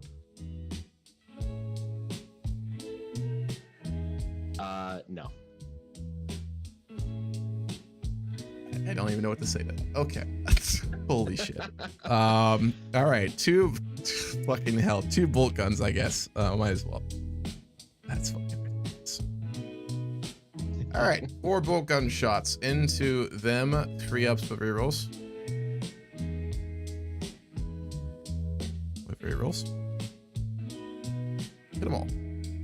Strength 4 to toughness 4. So I am looking for 4. With +1 because of oath, so 3s. Hit 3, drop 1, AP 0. 3 AP 0. So with cover, that's going to drop me to save of a 4 up. Let's see it. Save 2. Unbelievable. Damage 1 damage. 1 I assume they're 2 wounds each. Yes, they are. Unfortunate. It's okay. You'll get them with your 30-minute shooting with the executioner. Yeah, it will take around half an hour, so we got to be prepared for that mentally. All right, Vindicare Assassin's going to use precision to try and take out your shaman. Okay. 5 up Thermal Pain with the shaman. Stand by. Fuck off. God damn it. So the takes. Oh, they take nothing. Oh boy. Sorry? Oh, yeah, with that. Okay. Cool. So this is precision. I ignore cover. And what's the special ability of the shaman? 5 up Thermal Pain. Anything else he gives to the unit or himself? Just +1 to hit. For the whole unit or for him? For the whole unit. Okay. Who the fuck keeps generating you all your Cabal points, by the way, really quickly? All my heroes. So this guy, he's giving me 2 because he has an enhancement that gives me +1. That's what I was wondering This about. is giving me 3. Magnus is giving me 4, and then you killed all my other heroes. Yeah, exactly. So into Shaman, 100%. No color, precision, heavy, because no, and he moved, so it's not heavy. So dev wounds, just 1 shot though. Obviously, no bonuses, generally speaking. So no bonuses, no rerolls. Correct. 2 I'm up. looking at you. 2 up. Okay. Fucking Wish beautiful. you got that on the wound roll. No fucking kidding, right? All right. So 8 strength to 4 toughness, right? Yes. Wait, let me see if the Zinger Shaman is different. Yep. 4 toughness. 2 ups.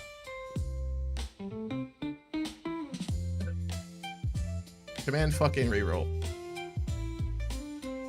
Command fucking reroll. Unbelievable. Okay, I will hit that. 1 shot AP -3. No dev wounds, so AP -3. Picks up invulnerable.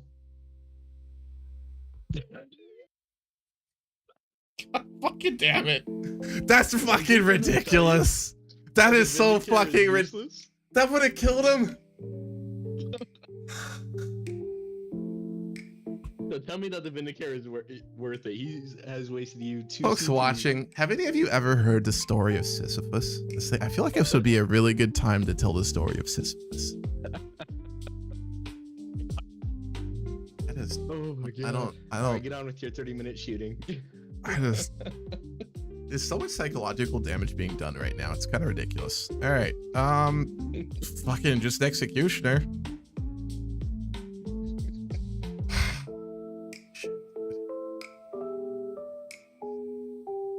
I don't know, man. I don't know. That's so fucking ridiculous. Do I have range? I do. So all my 20 after the shooting. all my 24-inch shots are going into these Angars. All my 36-inch shots are going into these boys over here. My Skyfires don't take And I damage. do not believe Magnus isn't Titanic, right? He is not. He's just a monster. So I will not have the angle to hit Magnus, which makes me sad. So we will put the Just laser destroyer also in. Well, yeah, and the Skyfires. Why not? So let's start with the 24-inch ones. Yeah, so heavy onslaught Gatling. This is gonna That is some be rigged dice. They are not rigged. I've been rolling like crap all night. It's just proof that the Vindicare is not worth bringing. he could still end up doing some crazy shit. This game is not fucking over yet. All right, 8 dice. I need 12. It's not over until it's fucking over. All right, 12 dice. No,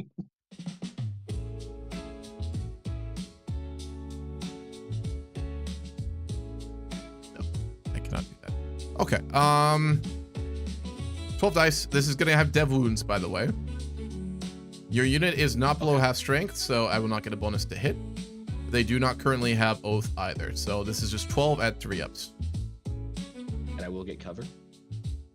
Okay, so I dropped way too fucking many there. Strength 6 I'll to leave T4, it. right? So I'm looking for 3 ups, I believe. Yep. Devs as well. 1 dev, Just 1 dev. dropped 4. So give me 3 AP 0 saves. So with cover, I'm going to go to 1 dev, so 1 dies immediately. Mm-hmm. And then they have save 6, go to 5. Mm-hmm. So And how many 3 5 ups. Or sorry, 2 5 ups. What is it? 3? 3. Okay, 3 5 ups. 3 5 ups.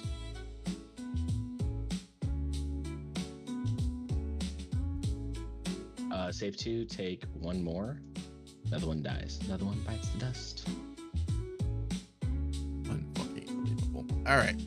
Icarus Rocket Pod. D3 attacks. Just gonna take another 20 minutes. Damn fucking right it will. So I get 3 attacks.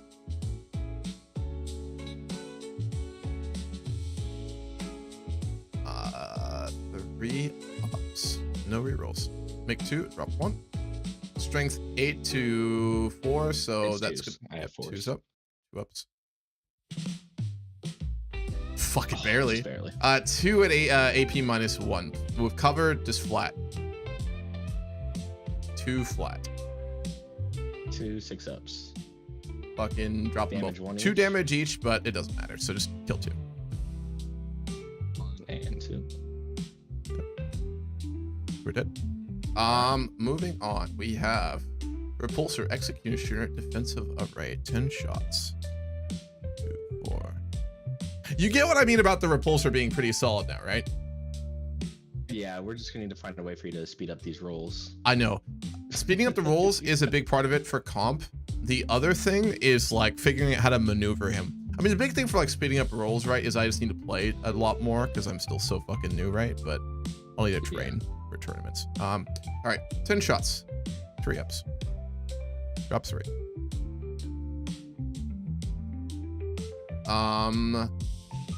4 ups.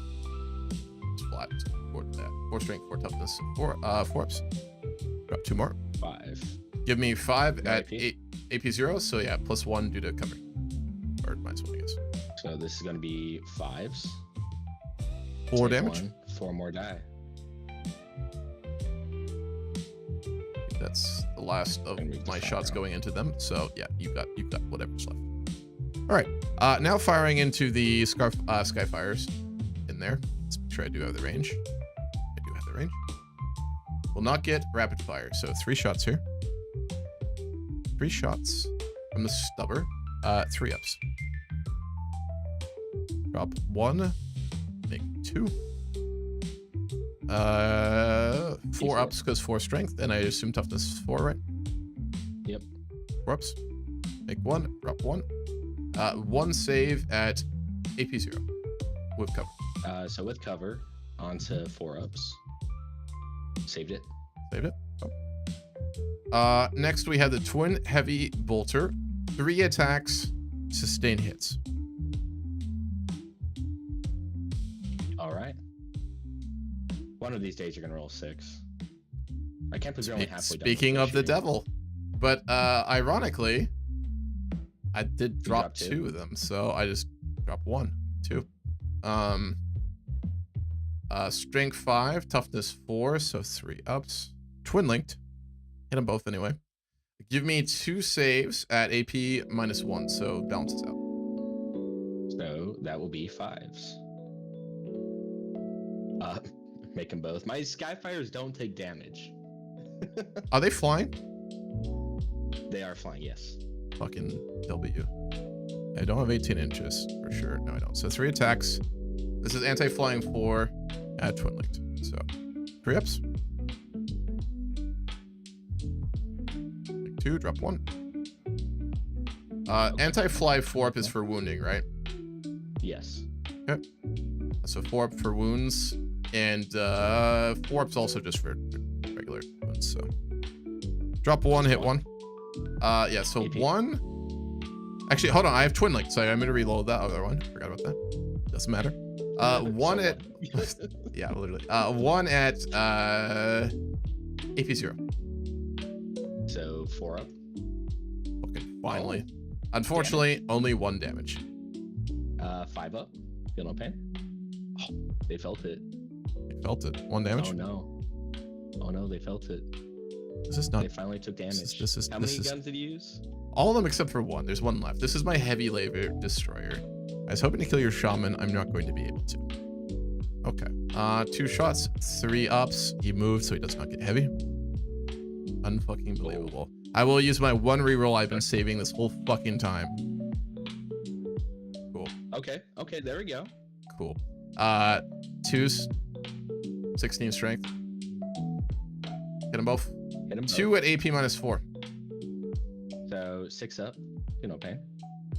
Oh wait, we're not at field no pain yet. This is just for your saves. So minus 4. Yep, invulnerable. Fuck yeah. Oh, they feel them both. Damage.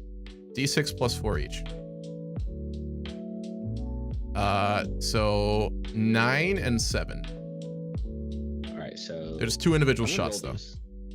I'm just gonna roll these. You've been rolling well This is enough. for the I first do count of not wounds. blame you 5s. 1 bit. So let's see. Okay, he's still dead. Okay, one's dead. So that one shot kills one Skyfire. I'm aware. And then the next shot is 9, you said? Mm-hmm. 5 ups. Not bad, Almost. but still 5. He's dead. Bleh. All right, there's 2 still left. That's extremely unfortunate. Tell me the Vindicare is worth it? The Vindicare? Yeah. I still see the utility in him. I've just been rolling so fucking badly. All right, so we're gonna move on to charges. Gilliman needs a 10. They advance. They They're can. out Yeah, of Gilliman on a 10. I could command reroll a charge, right? Did you? You already spent the command reroll on the Vindicare Assassins. Is that per turn or is that per phase? Wounds. That is per turn.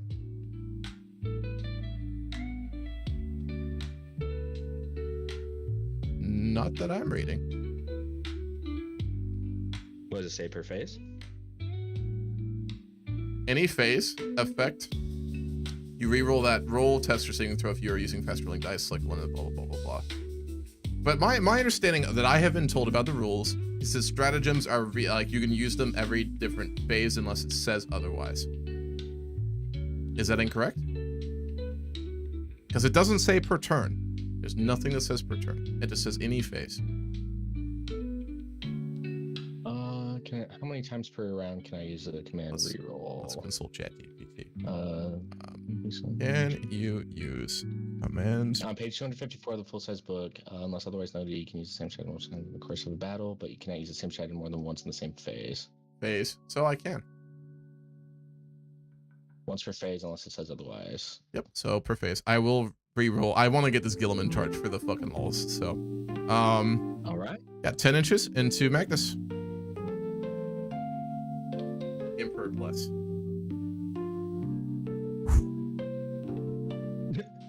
You missed the box. Oh, I thought my screen keeps freezing, so I figured. So fucking close. So fucking. Command reroll. Come on, baby. Just for the memes. Just for the memes, Emperor. 9. I'm being taunted by the universe today. I swear to fucking God. This is just ridiculous. This is just so fucking ridiculous. Okay. Whoops. It would have been so fun. I'm not mad. You're mad. That's I think the only charge I was even capable of making. Because I don't want to charge for the tacticals. What a disappointing turn. Yeah. Fucking. Alrighty. Yeah, I can literally pause it here to give a breakdown. Yeah, but we need it in here. It's getting late, so. Yeah, what secondaries did you get? It's a very good question. Going. But we haven't resolved that yet. Extend battle lines. You get 5. Yep. Cool. So I'm still winning by 1 point. You are winning by one and fucking you point. Failed that charge. Ooh, let's see what my next 2 would be. Oh God. Yeah. You get full Magnus bullshit again. That's so brutal. It's one of these assassination. Overwhelming force, perfect, and defense stronghold. I might lose that. However, I'm going to score a lot of points for having one of the features in No Man's Land. Yeah.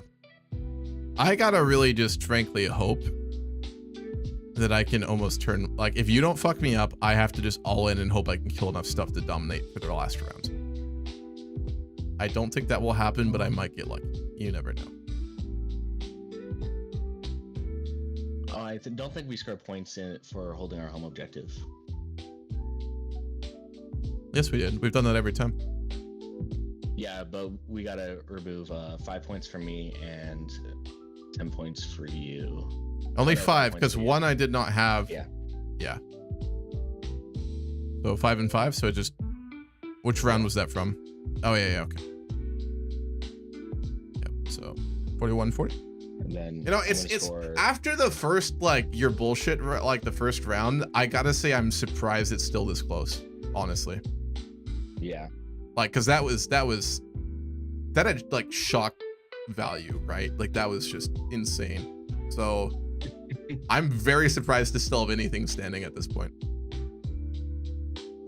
I thought I was gonna get table wiped. So honestly, this could be worse. That's the plan. Yeah, well, we can finish this off next Sunday then, and then start a new game right after, I think, right? Yeah, or we could talk this one out because usually in competitive games, you reach this point to dice down and you talk it out. I've never done that before, so let's do that just so I can learn it.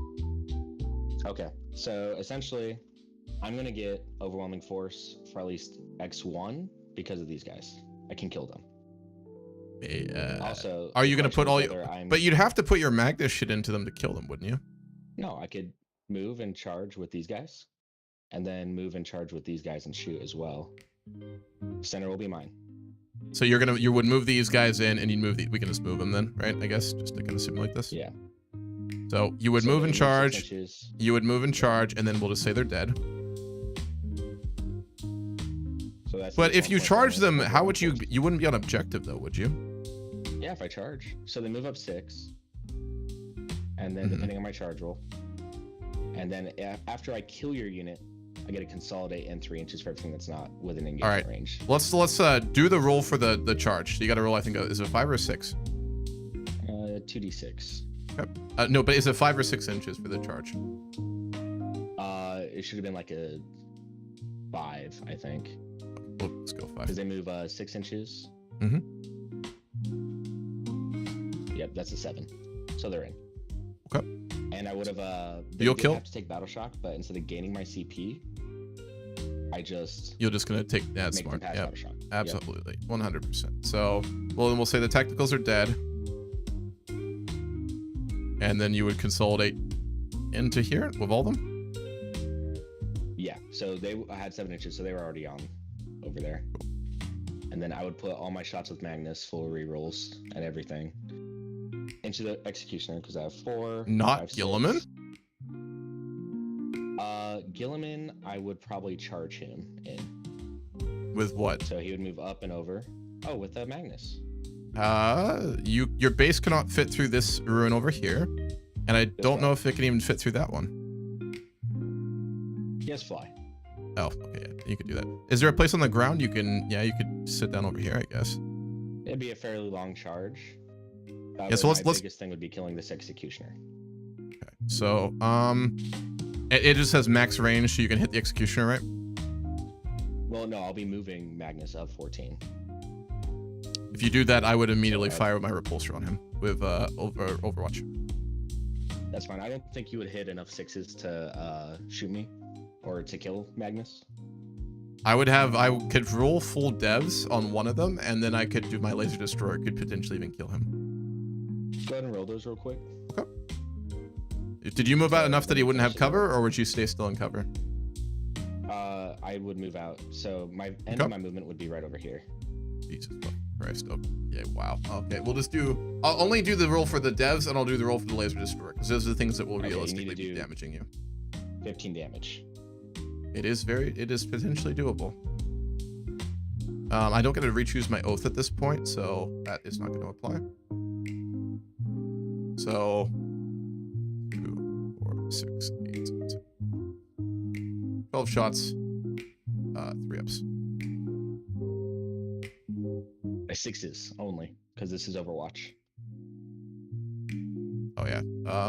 Fuck hell. So just 1 hits. And then I need a 6, which I will not get. So, all right, and then the 2 big ones. Oh, it's still technically a wound. So. Yeah. So we'll do. I saved it. Sorry.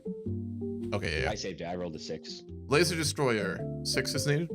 Hit fucking 1, and I do get 1 reroll for phase, which I will use. You do. 6, and then 16, so I will be higher, so I need a 3. Yep. I do hit that, minus 4 AP. All right, 4 up. That's a 6. Fucking ridiculous. Okay, so that would cost me 2 CP, right? 1 CP. 1 CP. And I would not get to kill that. So you get to put Magnus blowing up the Repulsor Executioner.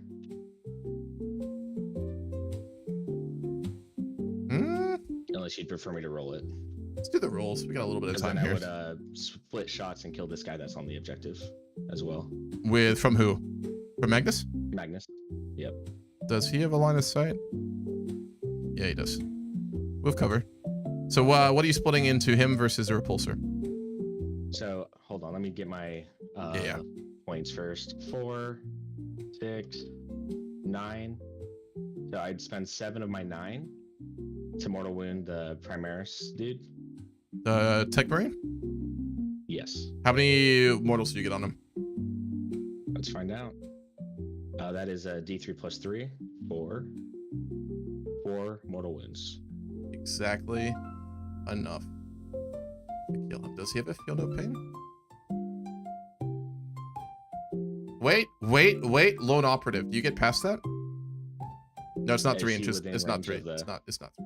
Fine. Yeah, he's gonna die. He's gonna die. So you put all those shots into him. So, and then what else do you have that's going into repulsor now? So that was the mortal wounds, and now the rest is going to be Gaze and Magnus. Go for it. No cover. 3d3 shots. Yep. So that's 3, 4, 5, 6, 7. Yep. Oh wait, I don't know why I did that. So 7 shots hitting on 2s. Actually, drop No one. rerolls. The wound, it's gonna be let's see the T. Strength 9. T12. T12, so it's still gonna be 4s because I'm +1 to wounds. Oh. So that's 3 dev and 3 AP2. 3 dev and sorry, 3 1 AP2. So a 5 up. Just one. Sorry. Just one. So I was going for the damage. AP2, right? Yep. 5 up. Nope. So that's 6 damage right there.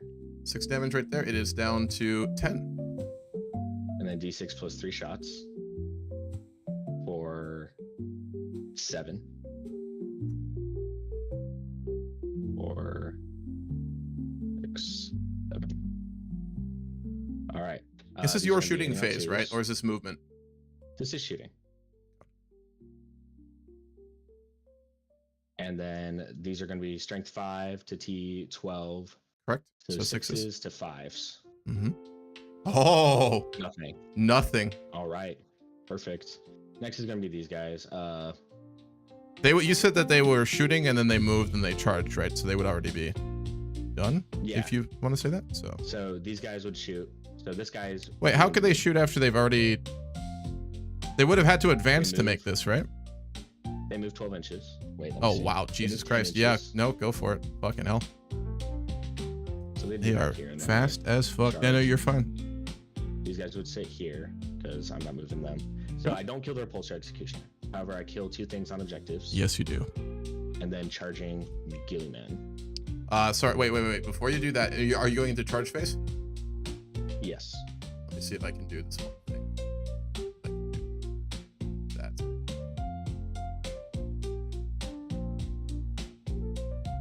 But this is kind of This is kind of playing it out. It defeats the purpose of talking it out. That's fair, but like I'm heavily invested mentally in this game, Like so rolling dice. hold Roll on. the dice.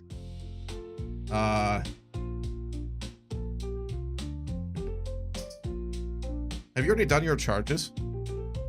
I was about to. I did the charges for the Zangors, which was a 7, and now Magnus. But Magnus would have moved, then they would have charged. So then I could have used the heroic intervention to charge Magnus, right? No, because it's still my charge phase. Nothing was in 6 inches of your guys getting charged to then charge. Of that enemy So unit. dealing I with understand. is- Yep, no, I completely get it. Yep. Yep. So to charge though, I wouldn't you need charge. to get far enough to like be able to put your base down? Yeah, so I measure from the back of my base. So like right there. Oh, wherever it So, is. like, Right There. there. Oh my god. Jesus, too many things close by. So I would need I'd say 8 from the inch. back of my base 8-inch charge. Yeah, 8-inch charge. Makes sense to me. see it.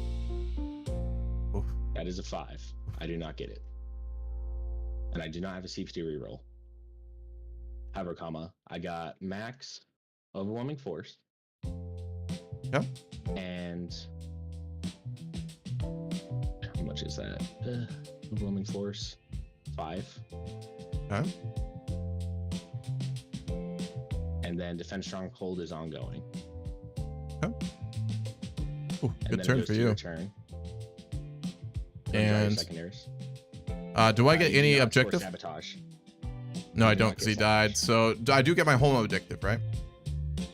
Yes, but I don't think it's worth any points. That's At why this we point? reduced the 5. So since you don't hold anything, you don't score any primary. Fucking L. All right. So I need to basically board wipe you here. Essentially. That's fucking crazy. And you only get to draw 1 secondary to see what you get. Very true. Secure no man's land. I need to clear out the middle. Control 2 or more objectives. I'd have, Yep. yeah, I'd have to, oof. I need to get something over here, which I don't think I'd have to There's put my, nothing. This is gone technically. oh. But yeah, so I'd have to, I can't get to both, so I'm not able to get that one then, right? Nope. So you're going to get small no man's land, because I could Yep. say you clean this out Yep. easily. You think I could kill all that? I think Magnus would survive. However, he'd be heavily wounded, and then we go into turn 5. I think my Skyfire is the way they've been going, because you wouldn't put anything into them. You'd be putting everything. Yes, in I would. Magnus. 100%. Because like the way I'm thinking about this is, I'd move my Inceptors forward. They would be probably shooting into your Zangors. My OC2. Yep. Yep. So they'd probably wipe them. They might not. Calgar would move out to be able to charge Magnus, and then he would shoot into the other Zangors and probably max do a little bit of damage. They're not bad. But the Zinger Skyfires, Yes, correct. how they've been rolling? Pretty well, to be fair. And then Ballistus and the Executioner would put all their big shots into Magnus and the devs into Magnus, and then the little ones would clean out anything that was rest of the Zangors. Gilliman's whatever is not dead, and if everything's dead, into Magnus. At that point, I would charge Magnus with Gilliman, the Honor Guard, and the Inceptors. I think the Inceptors would make it. They have a base move of 8, and then so they'd need like a 3. Approach. Okay. Obviously, my Oath would be on Magnus as well, and then my actually, no, I think my primary Oath would be on the Zangors, and then my secondary Oath would be on Magnus. They definitely die, so I would have 100% have Oath on Magnus by the time we get to melee, right? So yeah. So at that point, I most certainly would have cleared out like your chaff, right? And if the Shaman wasn't dead, we'll just say the Vindicare cleans him up. So if they would all be dead. Vindicare would be I used. don't know, the way Snipey's been shooting. Fair, but I mean, if he was dead, he'd put it into Magnus as well. Chargers from Calgar and Scepters, Gilliman into Magnus. He'd probably already be wounded at that point. I'd be also Mercy is weaknessing Gilliman, so he'd have sustained on his sword of the Emperor with devs. So that would be pretty. Yeah, I could say he dies. Okay, so I'd clear Let's mid see if he board. blows up. He does not blow up. Okay. And then I would have, obviously, I'd be controlling mid objective. You don't get small no man's lands. So I get small no man's land, which would be 3, right? I think, or 2. 2. 2. And then sabotage. I could do that with my Tech Marine, couldn't I? He's in your home. He has to be outside of your deployment. He wouldn't be able to get out. You'd have to deal with the Ballistus, which would reduce shots into Magnus. Can I do it with a Vindicare? You said you were shooting with him. That's true, I did. So if I do sabotage. yeah, I think I'll just say then I don't get sabotaged, and we'll just do it that way. Okay. Do you choose So to discard it? I would get secure no man's land, and then I would discard it at the end of my turn. Okay, which would give me 3 defend stronghold because you didn't get it. Correct. So that would put me just up to 2. You at this point you only have your flamers up here, right? Yeah, that's fine. Yep. But you'd have a lot of stuff over here, which I'd I'd have a move. fuck ton of shit in there. I'd also consolidate everything onto the objective for OC, of course. That's fine. I'm at this point trying to score a secondary, so I would shoot your Inceptors for no prisoners, and then something into Calgar's unit. Yep. So I'd only be able to score no prisoners. Excuse me. Yep. Charging. If he charged there. Is this objective still active? No, it's gone by Good. round Awesome. 5. Yep. He would not be able to come to the objective. Can't I what's it called? After I charge Magnus, can't I do the pylon? So he would be base to base. So after you charge, you'd move him, but since Magnus is taking up the majority of the way, you'd go the closest thing base to base. Mm-hmm.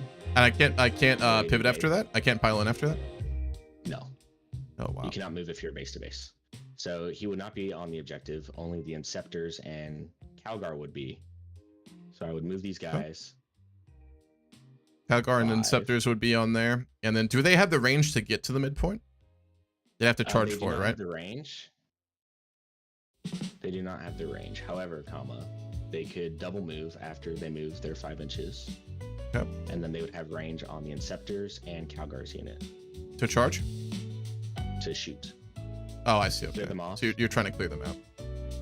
Yeah. Like, there's a lot of variables up here, but essentially I would get I would get, the thing is, on my final point, if I still own this, I'd get 15 points and win, right? So it would come down to if you can kill them. No, not necessarily. So it would just be, I kill Marnius Calgar and your Inceptors because my Flamers are disgusting, you've seen, with full reroll wounds. But that's what Calgar still has a feel no pain and stuff. I also have an armor of contempt I can burn and stuff, right? That is true. How about this? To decide the game, comes. because I think this is where kind of it gets decided. Let's just play out your infernal boys attacking the aggressors and Calgar and his guard, and if you kill them all, then you win, right? So. Okay. Well, I mean, you still need to draw your secondaries. You're going to get the 15 points. I'm just trying to see if I can get more than 57 plus whatever you could possibly draw. But no, but if you kill everything on the middle objective, then I don't get 15, right? That is true. So okay. Let's do the 3 shooting boys, flamers. So that's he had a 4 9 left. shots. That's my bad. 1 second. No worries. This is going into the Inceptors. The Soul Reaper Cannon and Infernal Master is going into Marnius Calgar. The Small Smite and the Warp Fire Pistol is also going into the Inceptors. Okay. So what do you want to roll first? So these are going to be Strength 4. What's your toughness? On who? The Inceptors. Inceptors is a 6, I believe. I think it's Gravis armor. It's a 6 toughness. Yep. It's a 6. Actually, I won't have the Cabal points to double move. So 5, where that is, and then 12 inches from here. Nothing. So I just have to shoot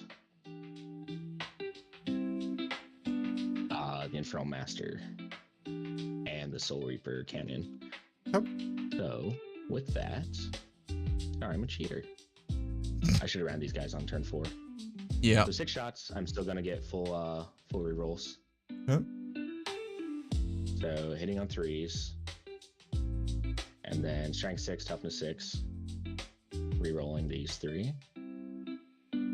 So that's one dev wounds and 2 AP1 into your Inceptors. And how many AP1? Just 1.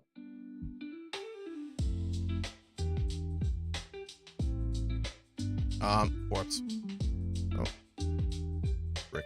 4-ups. Make them both. Make them both. Perfect. So just 1 AP damage. Yep, and that'll bring that one guy down to 1. He was at 2 before. Yep. Spell Smite. Both hit. These are anti-infantry 4-ups with full rerolls because you're infantry. Yep. Full rerolls. So that's going to be 1 devastating wound. That's another guy So dead. you do kill 1 Inceptor. And then Infernal Master with his Warp Smite. So 2d6 shots. I'm going to go Ultra Hazardous here. Okay. For 4. Oh my god. And then that is going to be 1 devastating wound with full rerolls. This is strength 6. So give me 3 AP 1s and 1 devastating wound. So I won't be able to kill them. However, they will be battle shocked if I can kill this other guy. Okay, so he's down to 2, and then 4 at AP what? 3 AP 1 or 2. Sorry. So 4 5-ups. 3. That's 3. Yeah. I'll do it again. 3 AP 2, so 5-ups. Unfortunate. Take them all. So he'll be at 2, and he's dead. Anything with range. And then hazardous check. He does take 3 mortal wounds, so one of these rubrics are going to die. Yep. All right. Then battle shock on the Inceptors. I would burn a command point just to not do it. All right. So you're still going to score 15. Mm-hmm. But I'm going to get no prisoners for 2. No, actually nothing. Hell, nothing. So I would need at this point literally just score 1 secondary I pull. Or we're tied. Yes. I have nothing on objectives and containment. You would be able to score. How far does Gilliman move? 9 inches, I think. 9 inches. 8 inches of movement. There. 8 inches. Mm-hmm. Ooh, will he make it? So his base will be in between the walls, so he'll be stuck here. He'll be outside of 9. Oh wait. He has to be holy than 9, so I don't think he's going to be able to get it here. Could he advance? He cannot advance and do an action. So how close to the edge do I need to be for him? Wholly within 9. Fully within 9?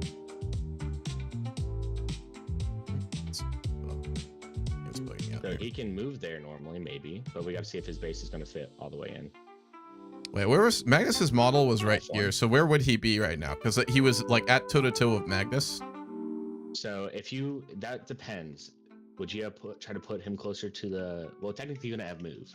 He couldn't have moved Because he can't get around it. He was outside of 3 inches from the center. Let me go look back on the stream a bit and see where Magnus was at. That's fine.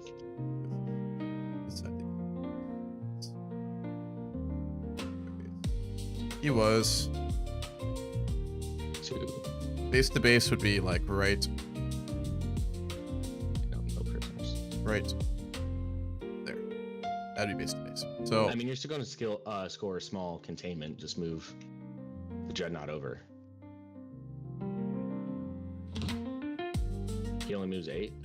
Mm-hmm. Okay. Yep, he's holier than 9. Yep. And then dreadnought. So that'd be 2 containments, right? Can I do more than 1? You can, but you want to do 2 containments. Yes, So I the do dreadnought 2. has to get past this middle line right here, which is your deployment, and it has to be wholly within 9 inches and wholly outside of your terrain or your. So if I move the deployment ballistas zone. up here, would that work? Well, how far does it move?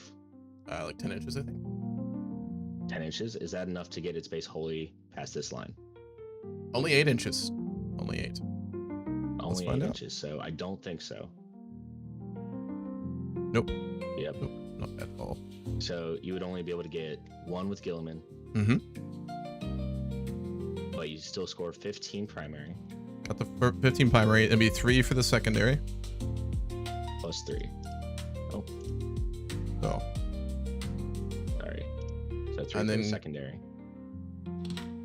Oh, that was for. Wait, you don't get it this turn. You that got was, 0 this turn. that was the one I got. Yeah, so it'd be this one right here. Are there any So you win by other 3 points. points you could get at this point? No. Oh. I mean, we made obviously some big jumps at the end, but overall, I mean, that was. Yeah. I can't get over how close of a game I that also was. forgot to use my Umberlific Crystal that these guys had, so I could have gotten within range to shoot everything, but it still wouldn't have mattered because I don't think I would have still killed.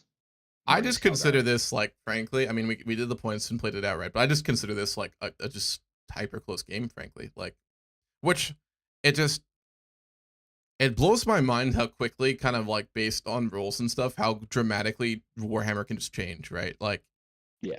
at the start, and I thought I was toast, right, completely, and then just it came back, which is just kind of. It's one of the cool parts of this game. You just don't know how it's going to go, and there's never a point where you're kind of just entirely done, which is wild. Well, you could also see how strong Space Marines are with all the milk they have, and I would never definitely. stop saying that they have too much stuff going on for them. Space Marines were absolutely strong, but dude, Thousand Suns were also just fucking terrifying. The first round was terrifying. Well, that was wild. My list has also been neutered. Like, Yeah. getting on my little milk crate and bitching a little bit. Yes, Thousand Suns have been getting consistent points nerf, which they need. Yeah. But then Space Marines come up and fill the space. True. This is a good place to end. We are going to end here for the day, folks. By the way, I hope you enjoyed. Before I end, so the mods that have been used, that would allow you to play with this. So you load this map, you get like all the dice, all the tokens, the scoring system and stuff. You get that by using the FTC competitive 40k map base 10th edition. So you would just load this. Once you've loaded it, there will be no map on the ground. To load a map, you would need to subscribe on the workshop to a strike force, because that's the size of it. A strike force. You'd find one that'll be in your workshop. Options, additive load. Additive load will load that on top of the map currently in the game. The way you get all of these units that we have like this is, I'm just gonna load it right now because why not? Is you need to get the force org off of the workshop. You load it like this, which is gonna kill the server, but that's fine. This will explain to me, so I definitely do it for y'all as well. You would load force org, which is fantastic. You would find the army that you want to play as. So let's say that you're a dirty fucking heretic, and you decide to load some, for example, Thousand Suns. Like, you know, you're the definition of a traitor. So you load the Thousand Suns. You'd find the units that you want to play with. Let's say that you want to do a Hellbrute, you want to do maybe a Sorcerer, because you've got no taste, of course, and then you grab a Shaman. Once you get all the units that you want to play with and that you want to use in the game in the future, you just drag over, select them all, and then you do, where is it? My game's breaking. Save object, give it a name you want, and then once you're in a game that you actually want to play with, like you load the FTC map, you load your terrain, you go to objects, you go to save objects, and then you just literally drag out your save units. So if you'd like to play how we were playing today, that is all you need. You need Tabletop Simulator, you need Force Org mod, and then you need the FCC map mod, and then you need a Strike Force mod that will work with the map. So that is how you do it. That being said, it has been almost a 9-hour stream. I haven't done one of these in a while, so I'm going to end here.